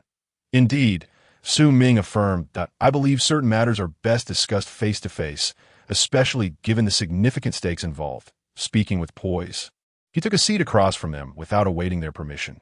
The elder seated on the sofa, clutching a long sword, furrowed his brow slightly at Su Ming's audacity. Su Ming continued, "To ensure the longevity of our business, fairness must be guaranteed. That I trust that you gentlemen would not wish for such a promising venture to be short-lived. To kill the goose that lays the golden eggs is never a wise course of action." Su Ming gazed at the elder cradling the long sword with a knowing smile. Tension began to envelop the office. The five elders exuded an almost imperceptible pressure directed towards Su Ming. Unfazed, he remained composed. A flicker of electricity flashing in his eyes, as the sword at his waist emitted a faint hum, subtle yet resonant. It felt akin to an invisible blade poised to strike. Suddenly, with a resounding crash, a vase positioned between Su Ming and the five elders shattered without warning, shattering the stalemate that had settled between them. "So, is true that you killed the golden lion," one of the elders remarked. One of the five elders spoke in a low voice. That Su Ming merely smiled, choosing not to respond, as he understood that they were testing him, attempting to ascertain whether he truly possessed the prowess of a great general before deciding on their attitude toward him. These cunning old fellows were clearly not the type to act without first seeing the rabbit. The curly-haired elder waved his hand, instructing the servants to remove the shattered vase, and soon the room was cleared, leaving only Su Ming and the five elders. "Now that we are alone, young man, feel free to express yourself," one of them said. "However, let me inform you in advance that the conditions set by the world government remain unchangeable. A mere 5% profit is absolutely unacceptable. We require a minimum of 15%. The stout elder's demeanor was resolute. Su Ming raised an eyebrow, understanding their stance. "However, I must be frank. I cannot acquiesce to such demands." "What?" The elders could scarcely believe their ears. "If you refuse, what brings you here? Are you merely seeking amusement at our expense? If that is the case, then this young man is truly courting death. For the authority of the world government is sacrosanct, and the five elders are not to be trifled with." The atmosphere in the room grew tense, and the elder gripping a dagger opened his eyes wide, his murderous intent laid bare. Unfazed, Su Ming smiled gently. "Please remain calm. Though I cannot consent to your request, it does not mean we cannot engage in further discussion. There are myriad ways to negotiate benefits.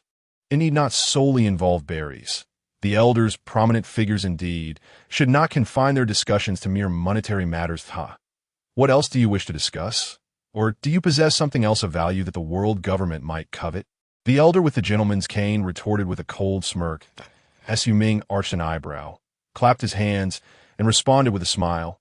"As a matter of fact, I do have something capable of altering the very fabric of our world." As soon as the words left his mouth, the eyes of the elders fixated intently upon Su Ming. "Young man, think carefully before you speak.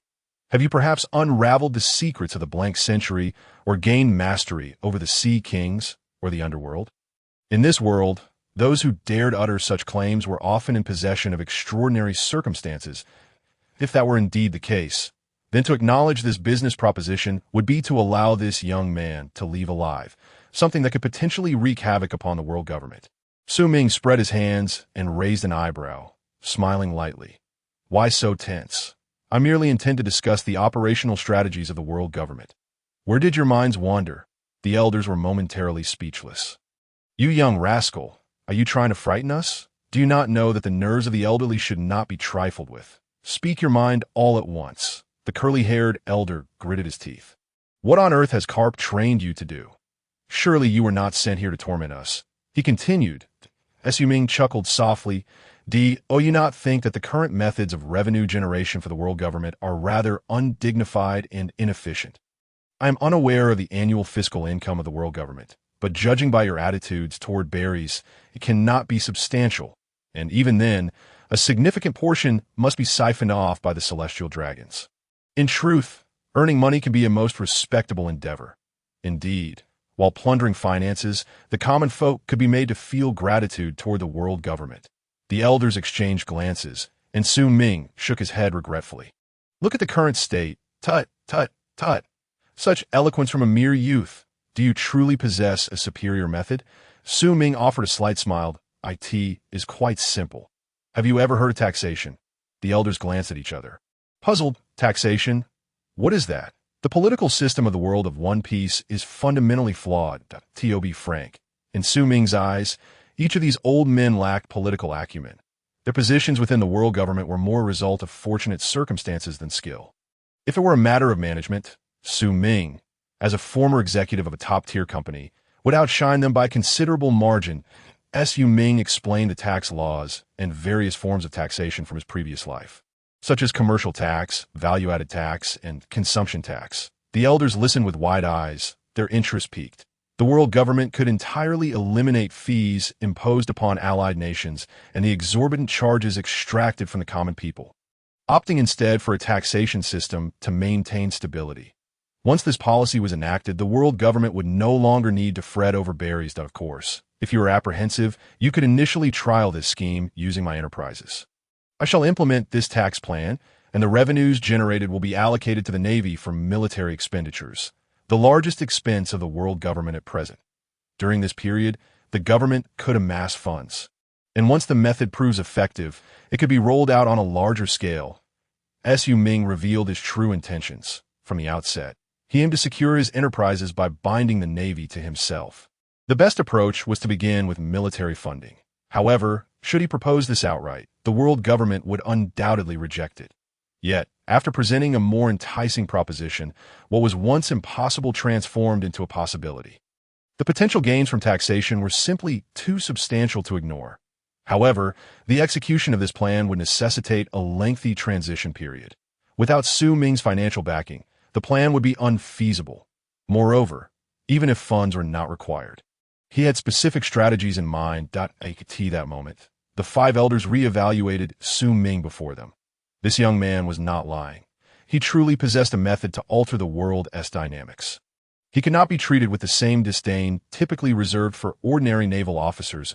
In the room, the five elders regarded the composed Su Ming across from them. After a lengthy silence, the elder with the cane finally spoke again. Su Ming, would you consider taking up the position of admiral? Su Ming was momentarily taken aback, quickly shaking his head. No, I would rather not. The elders stared at him in disbelief. Why not? This is a position many dream of attaining. You are still young. Becoming an admiral now could lead to you becoming the Fleet Admiral in a few years. Just give us a nod. And the admiral's position will be yours as long as you serve the world government faithfully. The position of Fleet Admiral will be yours for the taking.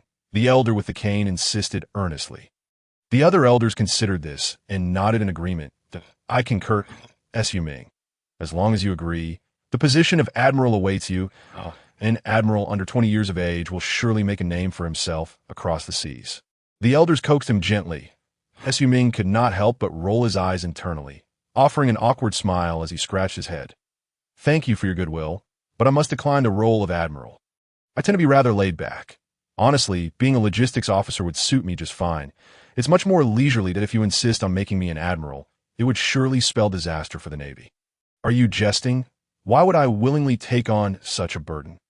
Having just established a cooperative relationship with the five elders, as long as this business persisted, these old fellows would not dare to raise their voices in front of him. Yet, should he become an admiral, the dynamic would shift, and he would become subordinate to them, at their beck and called as for the position of Fleet Admiral. That was even less of a concern for him. Had he not witnessed the turmoil that erupted between Kazan and Sakazuki over the Fleet Admiral position post-War of the Best? Why would he seek out such tribulations for himself, seeing that the five elders were not ready to abandon their pursuit? Su Ming let out a sigh. I understand your intentions. Some matters need not be articulated in detail. We can establish an agreement, as long as the world government does not undertake any reckless actions against me. My enterprises will remain under its banner. As for the role of admiral, I must decline. Surely there are numerous suitable candidates within the Navy headquarters. Kazan, Sakazuki, and Polysolino, for instance. Su Ming shrugged casually. Upon hearing Su Ming's words, the five elders exchanged glances and sighed. Very well, today's discussions must remain confidential, though we hope you will honor your word. The Navy will discuss matters with Sengoku, while the world government will dispatch supervisors to scrutinize the flow of military expenditures. Su Ming smiled faintly, nodding in agreement, adding that he plans to establish some entertainment facilities on various islands along the first half of the Grand Line. He requested that a few individuals relay this to their subordinates for convenience. The slightly portly Gorosei nodded and turned, assuring him that they would attend to it. Unbeknownst to them, the Gorosei had entirely laid aside their pretensions in Su Ming's presence, engaging with him as equals. Su Ming rose and once again bowed respectfully to the group, who also stood in response. Although no overt action was taken, the gesture carried significant weight. As Su Ming exited the office, the Gorosei exchanged glances, acknowledging the perilous nature of this individual, more dangerous than Roger, Rox, or the Golden Lion. The 5 Gorosei swiftly assessed Su Ming, who had appeared harmless during their conversation, yet had casually proposed a plan capable of rectifying the world government's financial issues. Moreover, Su Ming possessed numerous means of generating wealth. The most troubling aspect was his apparent indifference to everything. He could dismiss power and status with ease. The positions of Admiral and Fleet Admiral were presented before him, yet he had declined without a moment's hesitation. As for women, this young man, with such strength and wealth, hardly seemed to lack for companionship, should they eliminate him or attempt to win him over. With someone like Su Ming, there were only 2 approaches: either align with him or ensure his total disappearance. The Gorosei member wielding a long sword contemplated the formidable strength Su Ming exhibited, suspecting that he was likely more than just an admiral. The group fell into silence once more.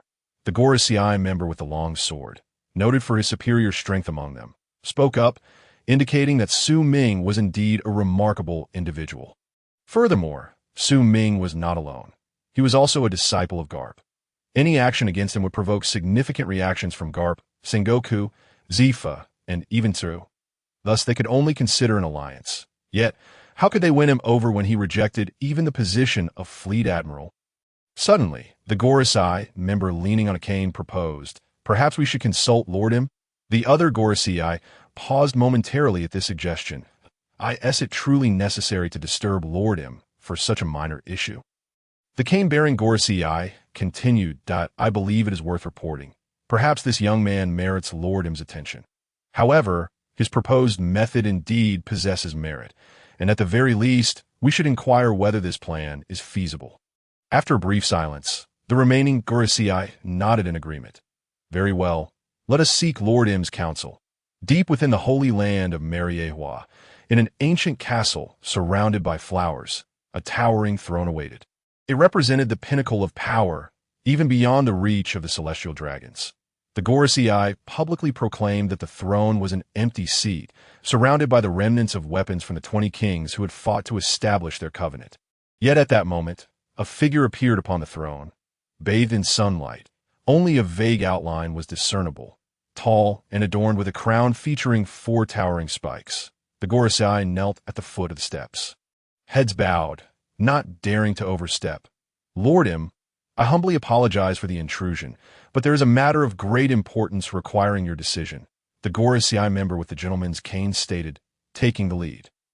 Slowly opened his eyes, the red pupils emanating a chilling gaze akin to ice frozen for eons.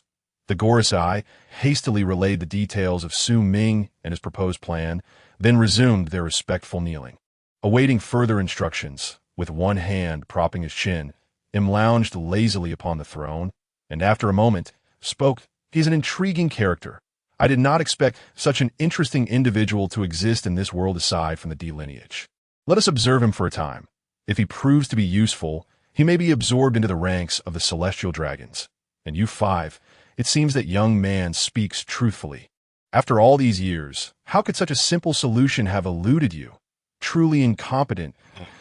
The Navy headquarters in Sengoku's office, he had just concluded a call with a complex expression on his face. Tsu, seated on the sofa, observed Sengoku's demeanor and inquired, "What is it?" "That was a call from the Gorosei, wasn't it?" Sengoku nodded, affirming, "Indeed, the Gorosei has just issued a directive." "What directive?" Tsu asked with curiosity. "From today onward, Su Ming will be fully responsible for the Navy's military budget. The world government will send oversight personnel," Sengoku explained. Haru's expression shifted in surprise as she set her teacup down, inhaling deeply. "I didn't expect this. It seems he has truly succeeded. So, does this mean his liquor business is restored as well?" She mused.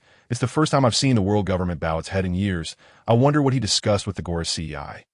Sengoku stood, moving toward the office door. "What he said is of little consequence now. I must step out. How infuriating it is that I, his superior, must go to meet him personally." Sengoku felt a twinge of frustration. During the call, the Gorosei had specifically instructed that Su Ming must not be treated as an ordinary member of the Navy and that sufficient respect must be maintained. Is this even reasonable? As a vice admiral on the cusp of becoming fleet admiral, I am to show respect to a mere logistics officer of colonel rank. Upon hearing this, Sengoku nearly choked on his own blood in disbelief. This idler had truly overstepped his bounds at Marineford. In the office, Karina pushed open the door to find Su Ming leisurely holding a wine glass, humming a tune in bliss. "Have you finished your discussion with Admiral Sengoku?" she asked with a smile that Su Ming raised an eyebrow, turning to Karina with a grin. "Indeed, from today onward, the Navy's military budget is under our control. The stockpiled liquor from the past few months can now be sold en masse. Additionally, the world government has given the green light for the entertainment ventures we proposed." While the Gorosei were preoccupied with seizing industries, Su Ming had not been idle. He had amassed a considerable stockpile of liquor, poised to flood the market and allow his bar and specialty drinks to dominate. 2 months passed in the blink of an eye. With the support of the Gorosei, Su Ming enjoyed a life of leisure. On nearly every island along the first half of the Grand Line, Nightshade bars flourished. The beverages produced by Su Ming became essential for every seafarer. As for Su Ming himself, he spent his days idling and collecting profits, teasing Karina, Guion, and Tina after training sessions.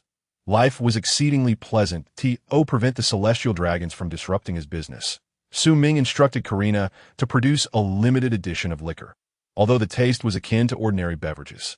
The packaging was exquisite, subtly branding these drinks as symbols of status. Upon hearing this news, the wealthy and gullible celestial dragons eagerly inflated the price of this limited liquor to exorbitant heights, each bottle reaching an astounding value of 1 billion berries, more outrageous than even the devil fruits. When Karina first heard this, she was left dumbfounded. She could hardly fathom how a beverage costing 300 berries, with an additional 100 berries for packaging, could be sold for 1 billion berries. In response, Su Ming merely smiled and released 2 more advertisements, announcing that this limited liquor consisted of 24 varieties, with one released each year in decreasing quantities. Furthermore, each bottle would bear a discreet anti-counterfeiting mark. Collecting all 24 bottles would grant one a supreme membership card for Nightshade Bar, ensuring free lifetime access to its services. Nonetheless, the foolish and wealthy celestial dragons in Mary Geos have little to occupy their time. So why not allow them to revel in the joy of card collecting while simultaneously amassing wealth? As Su Ming anticipated, the world erupted in excitement following the announcement.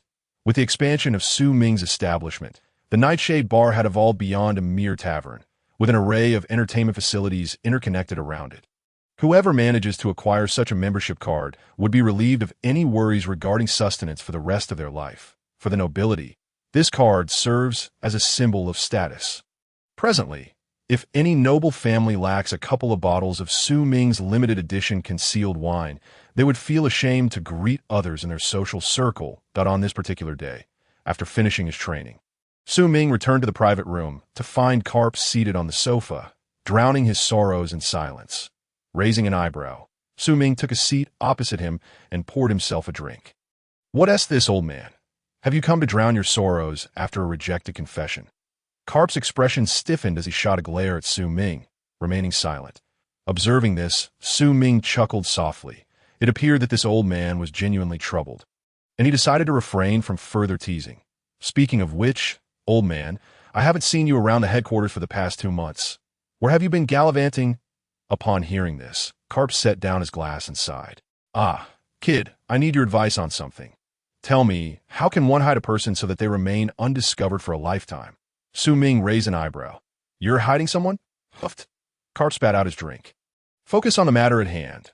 Su Ming let out a dry laugh, placing his glass down as he scrutinized Karp's expression, calculating the time and guessing the source of Karp's distress. Roger's bloodlines. Only this matter could provoke such a look from the usually carefree Karp. Contemplating, Su Ming stroked his chin and mused, "If it were me, the first step to hiding someone would be to ensure they are perceived as dead in the eyes of others." Karp was taken aback. "Dead?" Su Ming nodded. "Indeed, a person who is considered dead will attract no further attention to that point. You can hide them away, and as long as they don't self-destruct, they shall remain undiscovered for eternity." Karp's eyes lit up. This kid was a veritable genius at hiding people. How had he not thought of that before? Ace's troublesome identity could be alleviated if the Navy declared Roger S. child to be deceased. Who would pay attention to a mere child named Ace then? Just as Karp was about to rise, Su Ming interjected. However, this method has its drawbacks. The person being concealed would no longer be who they are. Karp's enthusiasm waned. True, while this could save Ace's life, it would also mean that to the world, he would no longer be Roger's son. Karp sank back onto the sofa, sighed deeply, and downed the remaining liquid in his glass before fixing his gaze on Su Ming.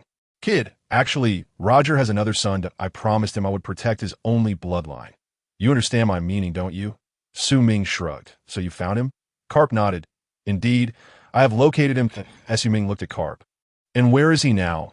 He is my grandson, and I intend to safeguard him. What do you think? Su Ming stroked his chin and fell silent for a moment. That I think you old rascal, are quite crafty. Wishing to take advantage of Roger, Karp remained silent. After considering Su Ming's suggestion, Karp ultimately could not reach a decision. In his heart, he still wished to preserve Ace's identity. It was a promise he made to Roger. To this, Su Ming could only shrug, expressing his inability to assist in the private room. Karp stood up. You clean up and accompany me to the East Sea. Su Ming was perplexed. What do you mean, huh? I want to see that little brat and inquire about his intentions. You should come along to clarify the stakes involved. Su Ming rolled his eyes at Karp. Old man, are you trying to frame me here? You can play the good cop while I take on the role of the villain. Dream on. Karp retorted that I'm not going. Let whoever find him do so, changing his surname and then making him aware. What if the child resents me when he grows up? Karp's face turned stern. Are you sure you want to go? Su Ming stared at the ceiling. If you want me to be his grandfather. I'll go. Karp, suddenly regretting having been too lenient with this kid during training, thought to himself, damn it, this kid is growing too fast. I didn't even have the chance to let him experience the love and iron fist properly before he became unmanageable. Suddenly, Karp had a thought. Such a pity. Before coming here, I discussed with Sengoku whether to promote you to the rank of Rear Admiral without a title. Ding, reminder to the host. If the host's rank is elevated to Rear Admiral, the daily fish catching points will increase correspondingly, and the achievement buff effect will remain as a Rear Admiral. You can earn 2,000 fish catching points per hour. With a rush of wind, Su Ming appeared before Karp. Seizing his hand, old man, don't be silly. I'm quite adept at persuading rebellious teens. Let us go to the East Sea. I can hardly wait to meet my great-nephew. I'll prepare the ship right now. But remember, upon your return, you must grant me Rear Admiral privileges, though I want to fulfill any obligations. Su Ming darted out of the private room like a gust of wind. Karp watched as Su Ming vanished, his eyelid twitching. Who said this kid doesn't care for power and status? It's not that he doesn't. He simply despises the hassle. Just look at how he behaves when he's not burdened with responsibility. He'd probably want to be the Fleet Admiral. Instead of taking a military vessel, they boarded Su Ming's private merchant ship to the East Sea to avoid drawing attention. Yet, even then, they encountered a familiar face at the port. That a young man, clad in a trench coat and slightly older than Su Ming, stood waiting. Karp furrowed his brow. Humph, this brat is here too. Su Ming inquired, intrigued. My son, monkey dragon. Su Ming's eyes brightened. The figure at the port was none other than the future leader of the Revolutionary Army. Monkey Dragon. Su Ming was exceedingly curious about him, as much of his background remained shrouded in mystery within the manga, especially regarding the tattoo on his face. Turning to Karp, Su Ming suddenly said, By the way, old man, lift your foot. I want to check your shoe sole. Karp was taken aback, but complied, raising his foot. Su Ming shook his head in disappointment. The sole of Karp's shoe did not match the tattoo on Dragon's face in the future. Suddenly, Su Ming noticed a pair of slippers discarded nearby. The imprint on the bottom precisely resembled Dragon's tattoo. Goodness, if he wasn't mistaken, these slippers would eventually belong to Luffy. Observing Su Ming's gaze, Karp hurriedly concealed the slippers behind him. You little brat, don't even think about coveting my slippers. I still hope to pass them down to my future grandchildren. This was a treasured item. He had worn them when he enlisted in the Navy. Su Ming's mind raced. Isn't this the exclusive weapon of the future Yonko? The supreme black slippers? How fortunate I am to witness them now. And judging by Karp's expression, it seems these slippers are intended to be passed down through 3 generations. Even when he's gone, the slippers remained. It all makes sense now. With an awkward smile, Su Ming reassured, No worries, I promise not to snatch your cherished item. Once they disembarked, Karp led Su Ming to Dragon's side. Humph. You do remember to greet your old man? Dragon's demeanor appeared somewhat reticent, his face practically emblazoned with the words, I have my concerns. Let me introduce you. This is my disciple, Su Ming, who now holds the position of logistics minister in the Navy. Mentioning this title made Karp feel a twinge of frustration. He had intended to cultivate a great naval officer, but had instead produced a nouveau riche. Su Ming nodded at Dragon, acknowledging him. Yet Dragon, who hardly spoke to Karp, addressed Su Ming directly. Su Ming, the mastermind behind the Nightshade bar, I have long admired your reputation that I heard that the Golden Lion fell at your hands. Your strength at such a young age is truly impressive. Su Ming raised an eyebrow. Well, this fellow seems to possess quite a bit of knowledge that it appears that although Dragon has not joined the Navy, he has certainly not been idle outside. Upon hearing this, Karp burst into hearty laughter. Dragon's praise for Su Ming filled him with a sense of pride. All right then, no need for further words at the moment. I must first check on that rascal Ace. You two seem to have plenty to discuss, so carry on. After speaking, Karp turned back to Su Ming. I'll be looking for you later. Do help me persuade that child. Su Ming smiled slightly. As long as you speak, old man, everything will be fine.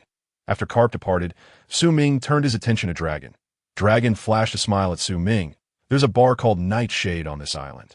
If it isn't too much trouble, may I join you for a drink? Su Ming shrugged. In the private room of the Nightshade bar, Dragon sat across from Su Ming, if not for witnessing it firsthand. It would be hard to imagine that the establishment covering the entire first half of the Grand Line was owned by a mere youth of under 20. Su Ming rolled his eyes. If you continue this way of conversing, I might have to start charging for the drinks. Dragon laughed heartily, setting down his glass, his demeanor gradually turning serious. I have visited O'Hara Island. Su Ming narrowed his eyes.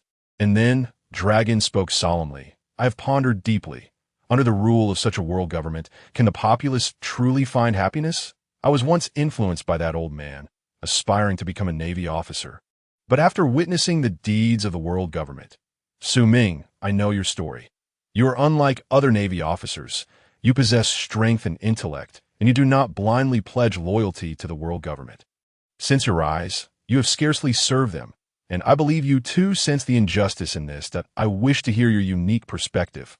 How can we steer this world onto the right path and towards happiness? Su Ming was momentarily taken aback. Can I say that the reason I Haven T serve the world government is simply that I prefer to slack off, if you were to voice such thoughts? It would surely infuriate this ambitious young man.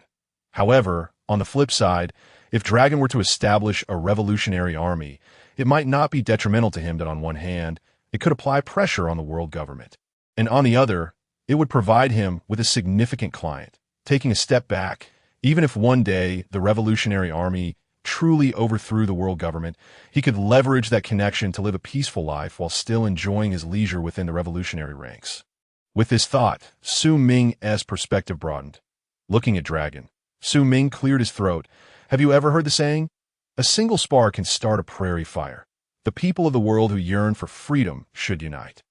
The strength of one is ultimately limited, but the power of the collective is boundless. Dragon's eyes brightened.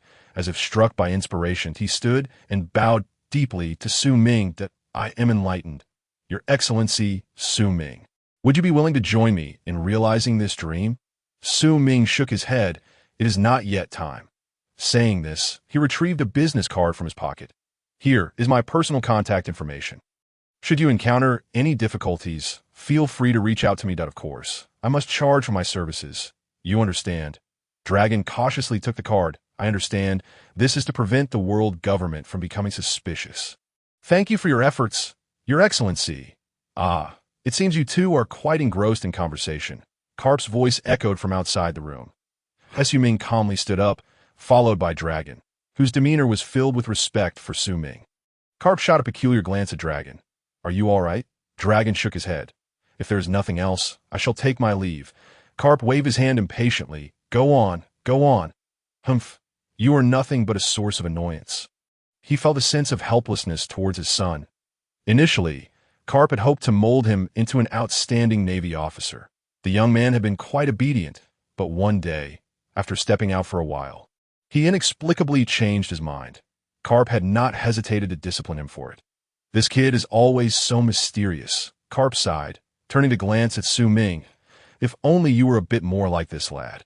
Although he enjoys slacking off, at least he has become part of the Navy. Since you two share common interests, do help me persuade him to choose the right path, Su Ming blinked innocently. Rest assured, old man, I will definitely guide him onto the right path. Karp nodded. With you advising him, I feel reassured. Su Ming chuckled awkwardly. Shifting the topic, have you seen Roger's child?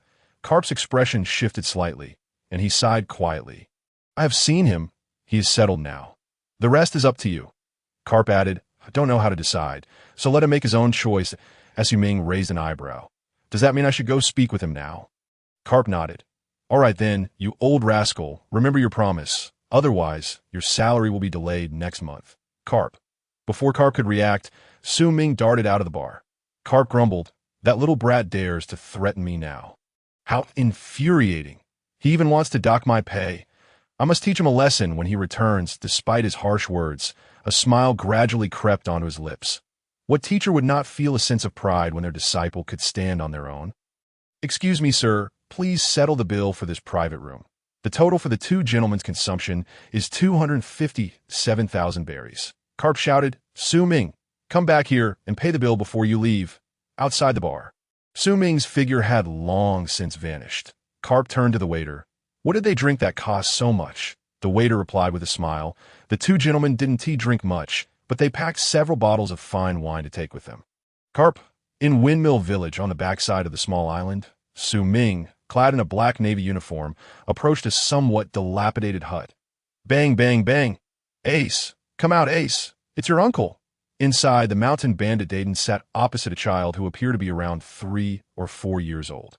Children in the world of One Piece seemed to mature more quickly, and since Ace was a late-born, he was capable of independent thought despite his young age. Outside the door, Su Ming's voice echoed persistently. Ace furrowed his brow, his little face flushed with anger. Damn it! Seizing a metal rod while Dayton was distracted, he jumped down from the dining table and rushed outside. The door swung open, and a metal rod swung towards Su Ming's face.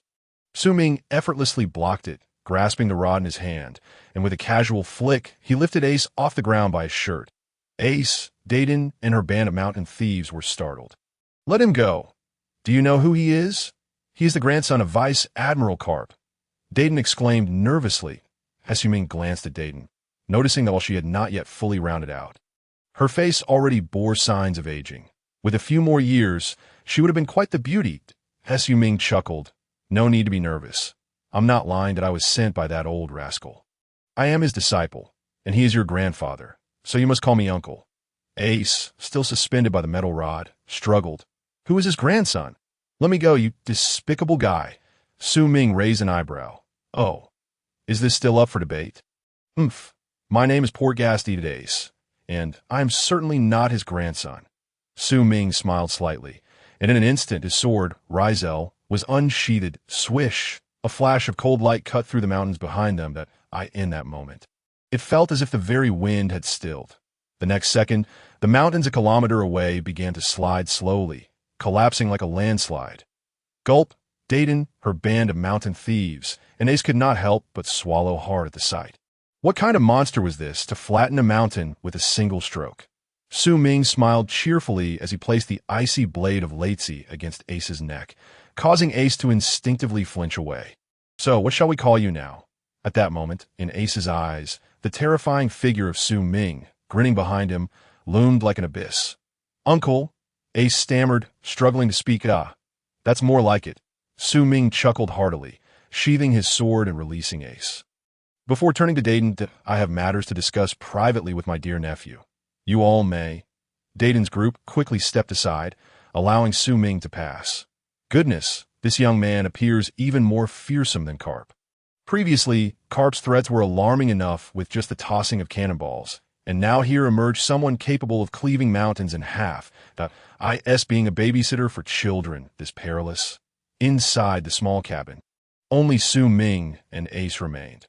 Although Ace had verbally conceded, his body clearly resisted, crossing his arms and pouting, refusing to look at Su Ming. Su Ming paid little heed to the boy's demeanor. From the looks of you, I presume you have come to understand your lineage. Ace's expression subtly shifted as he retorted. I told you, my name is Portgaston. Su Ming shrugged and sighed. Alas, what a troublesome child you are. Since that is the case, I shall be straightforward. I possess a method that will allow you to live without bearing the weight of Joel D. Rogers' legacy. The price, however, is that you will forever relinquish this name. Yet you seem to harbor a dislike for it, making it rather fitting for you. What do you say? Su Ming leisurely sipped his tea, speaking nonchalantly. Ugh, what is this awful tea? It reeks of stale rice husks. With newfound wealth, Su Ming's palate had become increasingly refined. Opposite him, Ace cast his gaze downward, his youthful face torn with inner conflict. Clearly, he did not genuinely consider Roger inconsequential, for otherwise he would not feel compelled to explain himself to anyone. After all, he was his biological father. Su Ming rose to his feet. You have 3 days to ponder this. Once you have made up your mind, you may speak with Karp. With that, Su Ming departed the small cabin without lingering. Outside, Dayton's group stood at attention, resembling soldiers under inspection. Su Ming shook his head as he vanished into the forest point. 3 days swiftly elapsed. Su Ming and Karp stood at the harbor, gazing toward the trash heap of Windmill Village.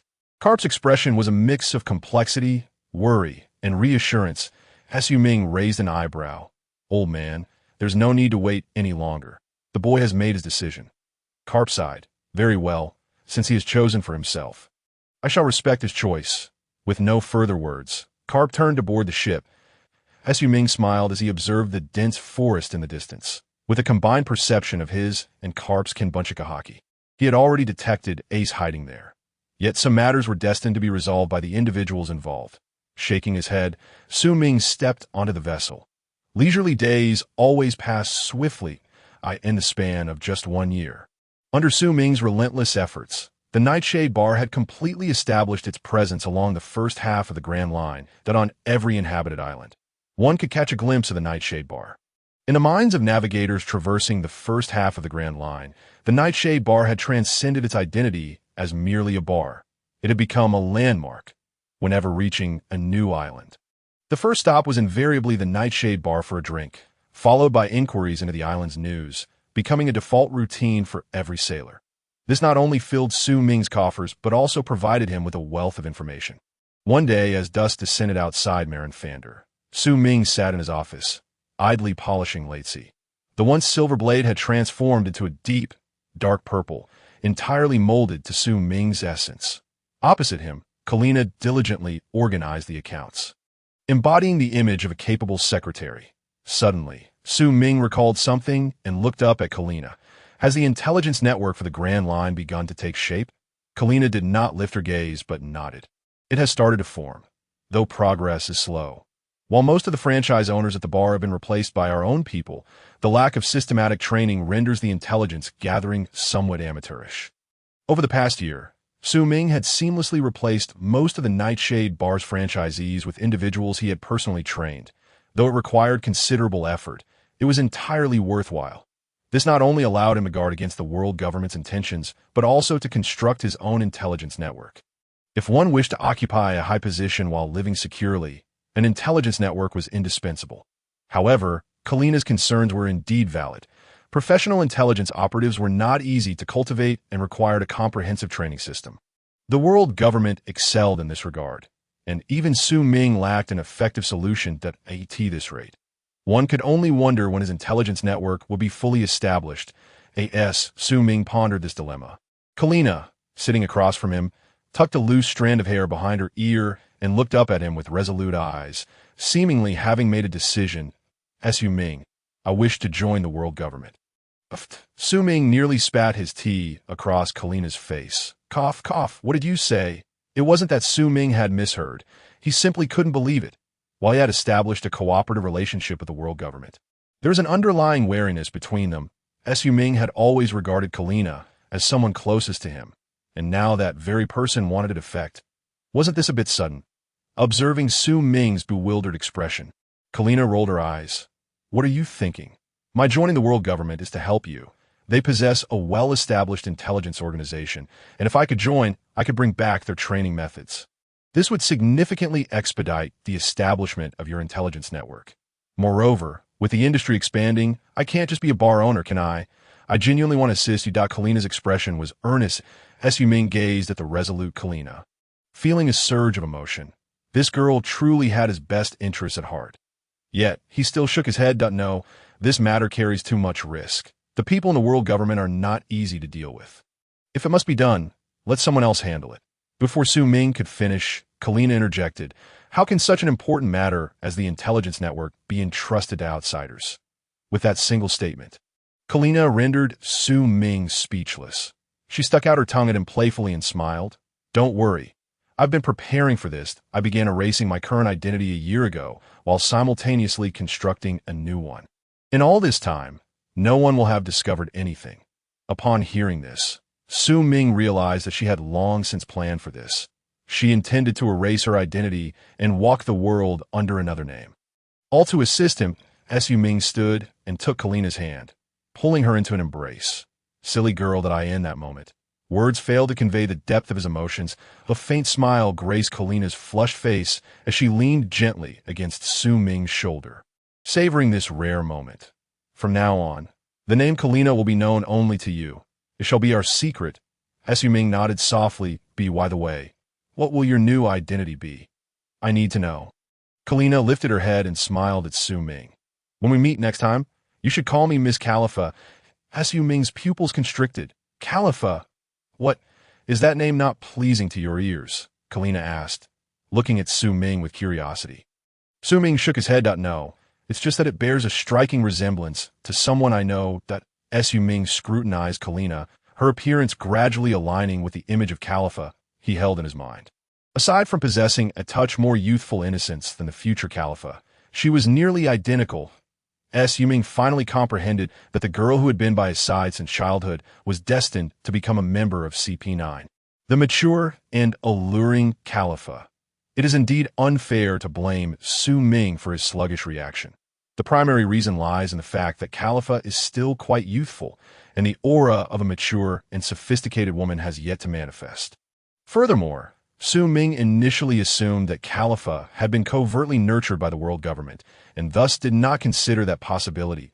In retrospect, it appears that his actions, akin to a butterfly flapping its wings, have inadvertently altered the course of Califa's fate, which should have been discovered by the world government. Califa, however, paid no heed to Su Ming's words and continued to cling to his arm. Gradually, she pressed her soft, rosy lips against his, the cool, delicate sensation enveloping him entirely, leaving Su Ming to understand that Califa's intentions were not to be rejected. The clouds on the horizon slowly obscured the moonlight, after a lifetime of relying on one another. The two finally crossed that threshold, evading the scrutiny of the examiner's time and again. The tranquil night was profound and lengthy. Following her farewell to Su Ming, Califa promptly executed her premeditated plan to join the world government. Su Ming, however, was not concerned about her potential hardships. By now, Califa had already mastered the dual-color Haki, and she had not neglected her physical and firearms training. With her current abilities, confronting a rear admiral from the headquarters would pose no challenge for her. In the Navy headquarters, within the office of the logistics minister, a bellowing voice echoed from outside. Su Ming, you little brat, I know you're in there. Come out. As Su Ming sat idly in his office, he recognized the familiar voice of Karp booming at the door, soon followed by the sound of the door being kicked open.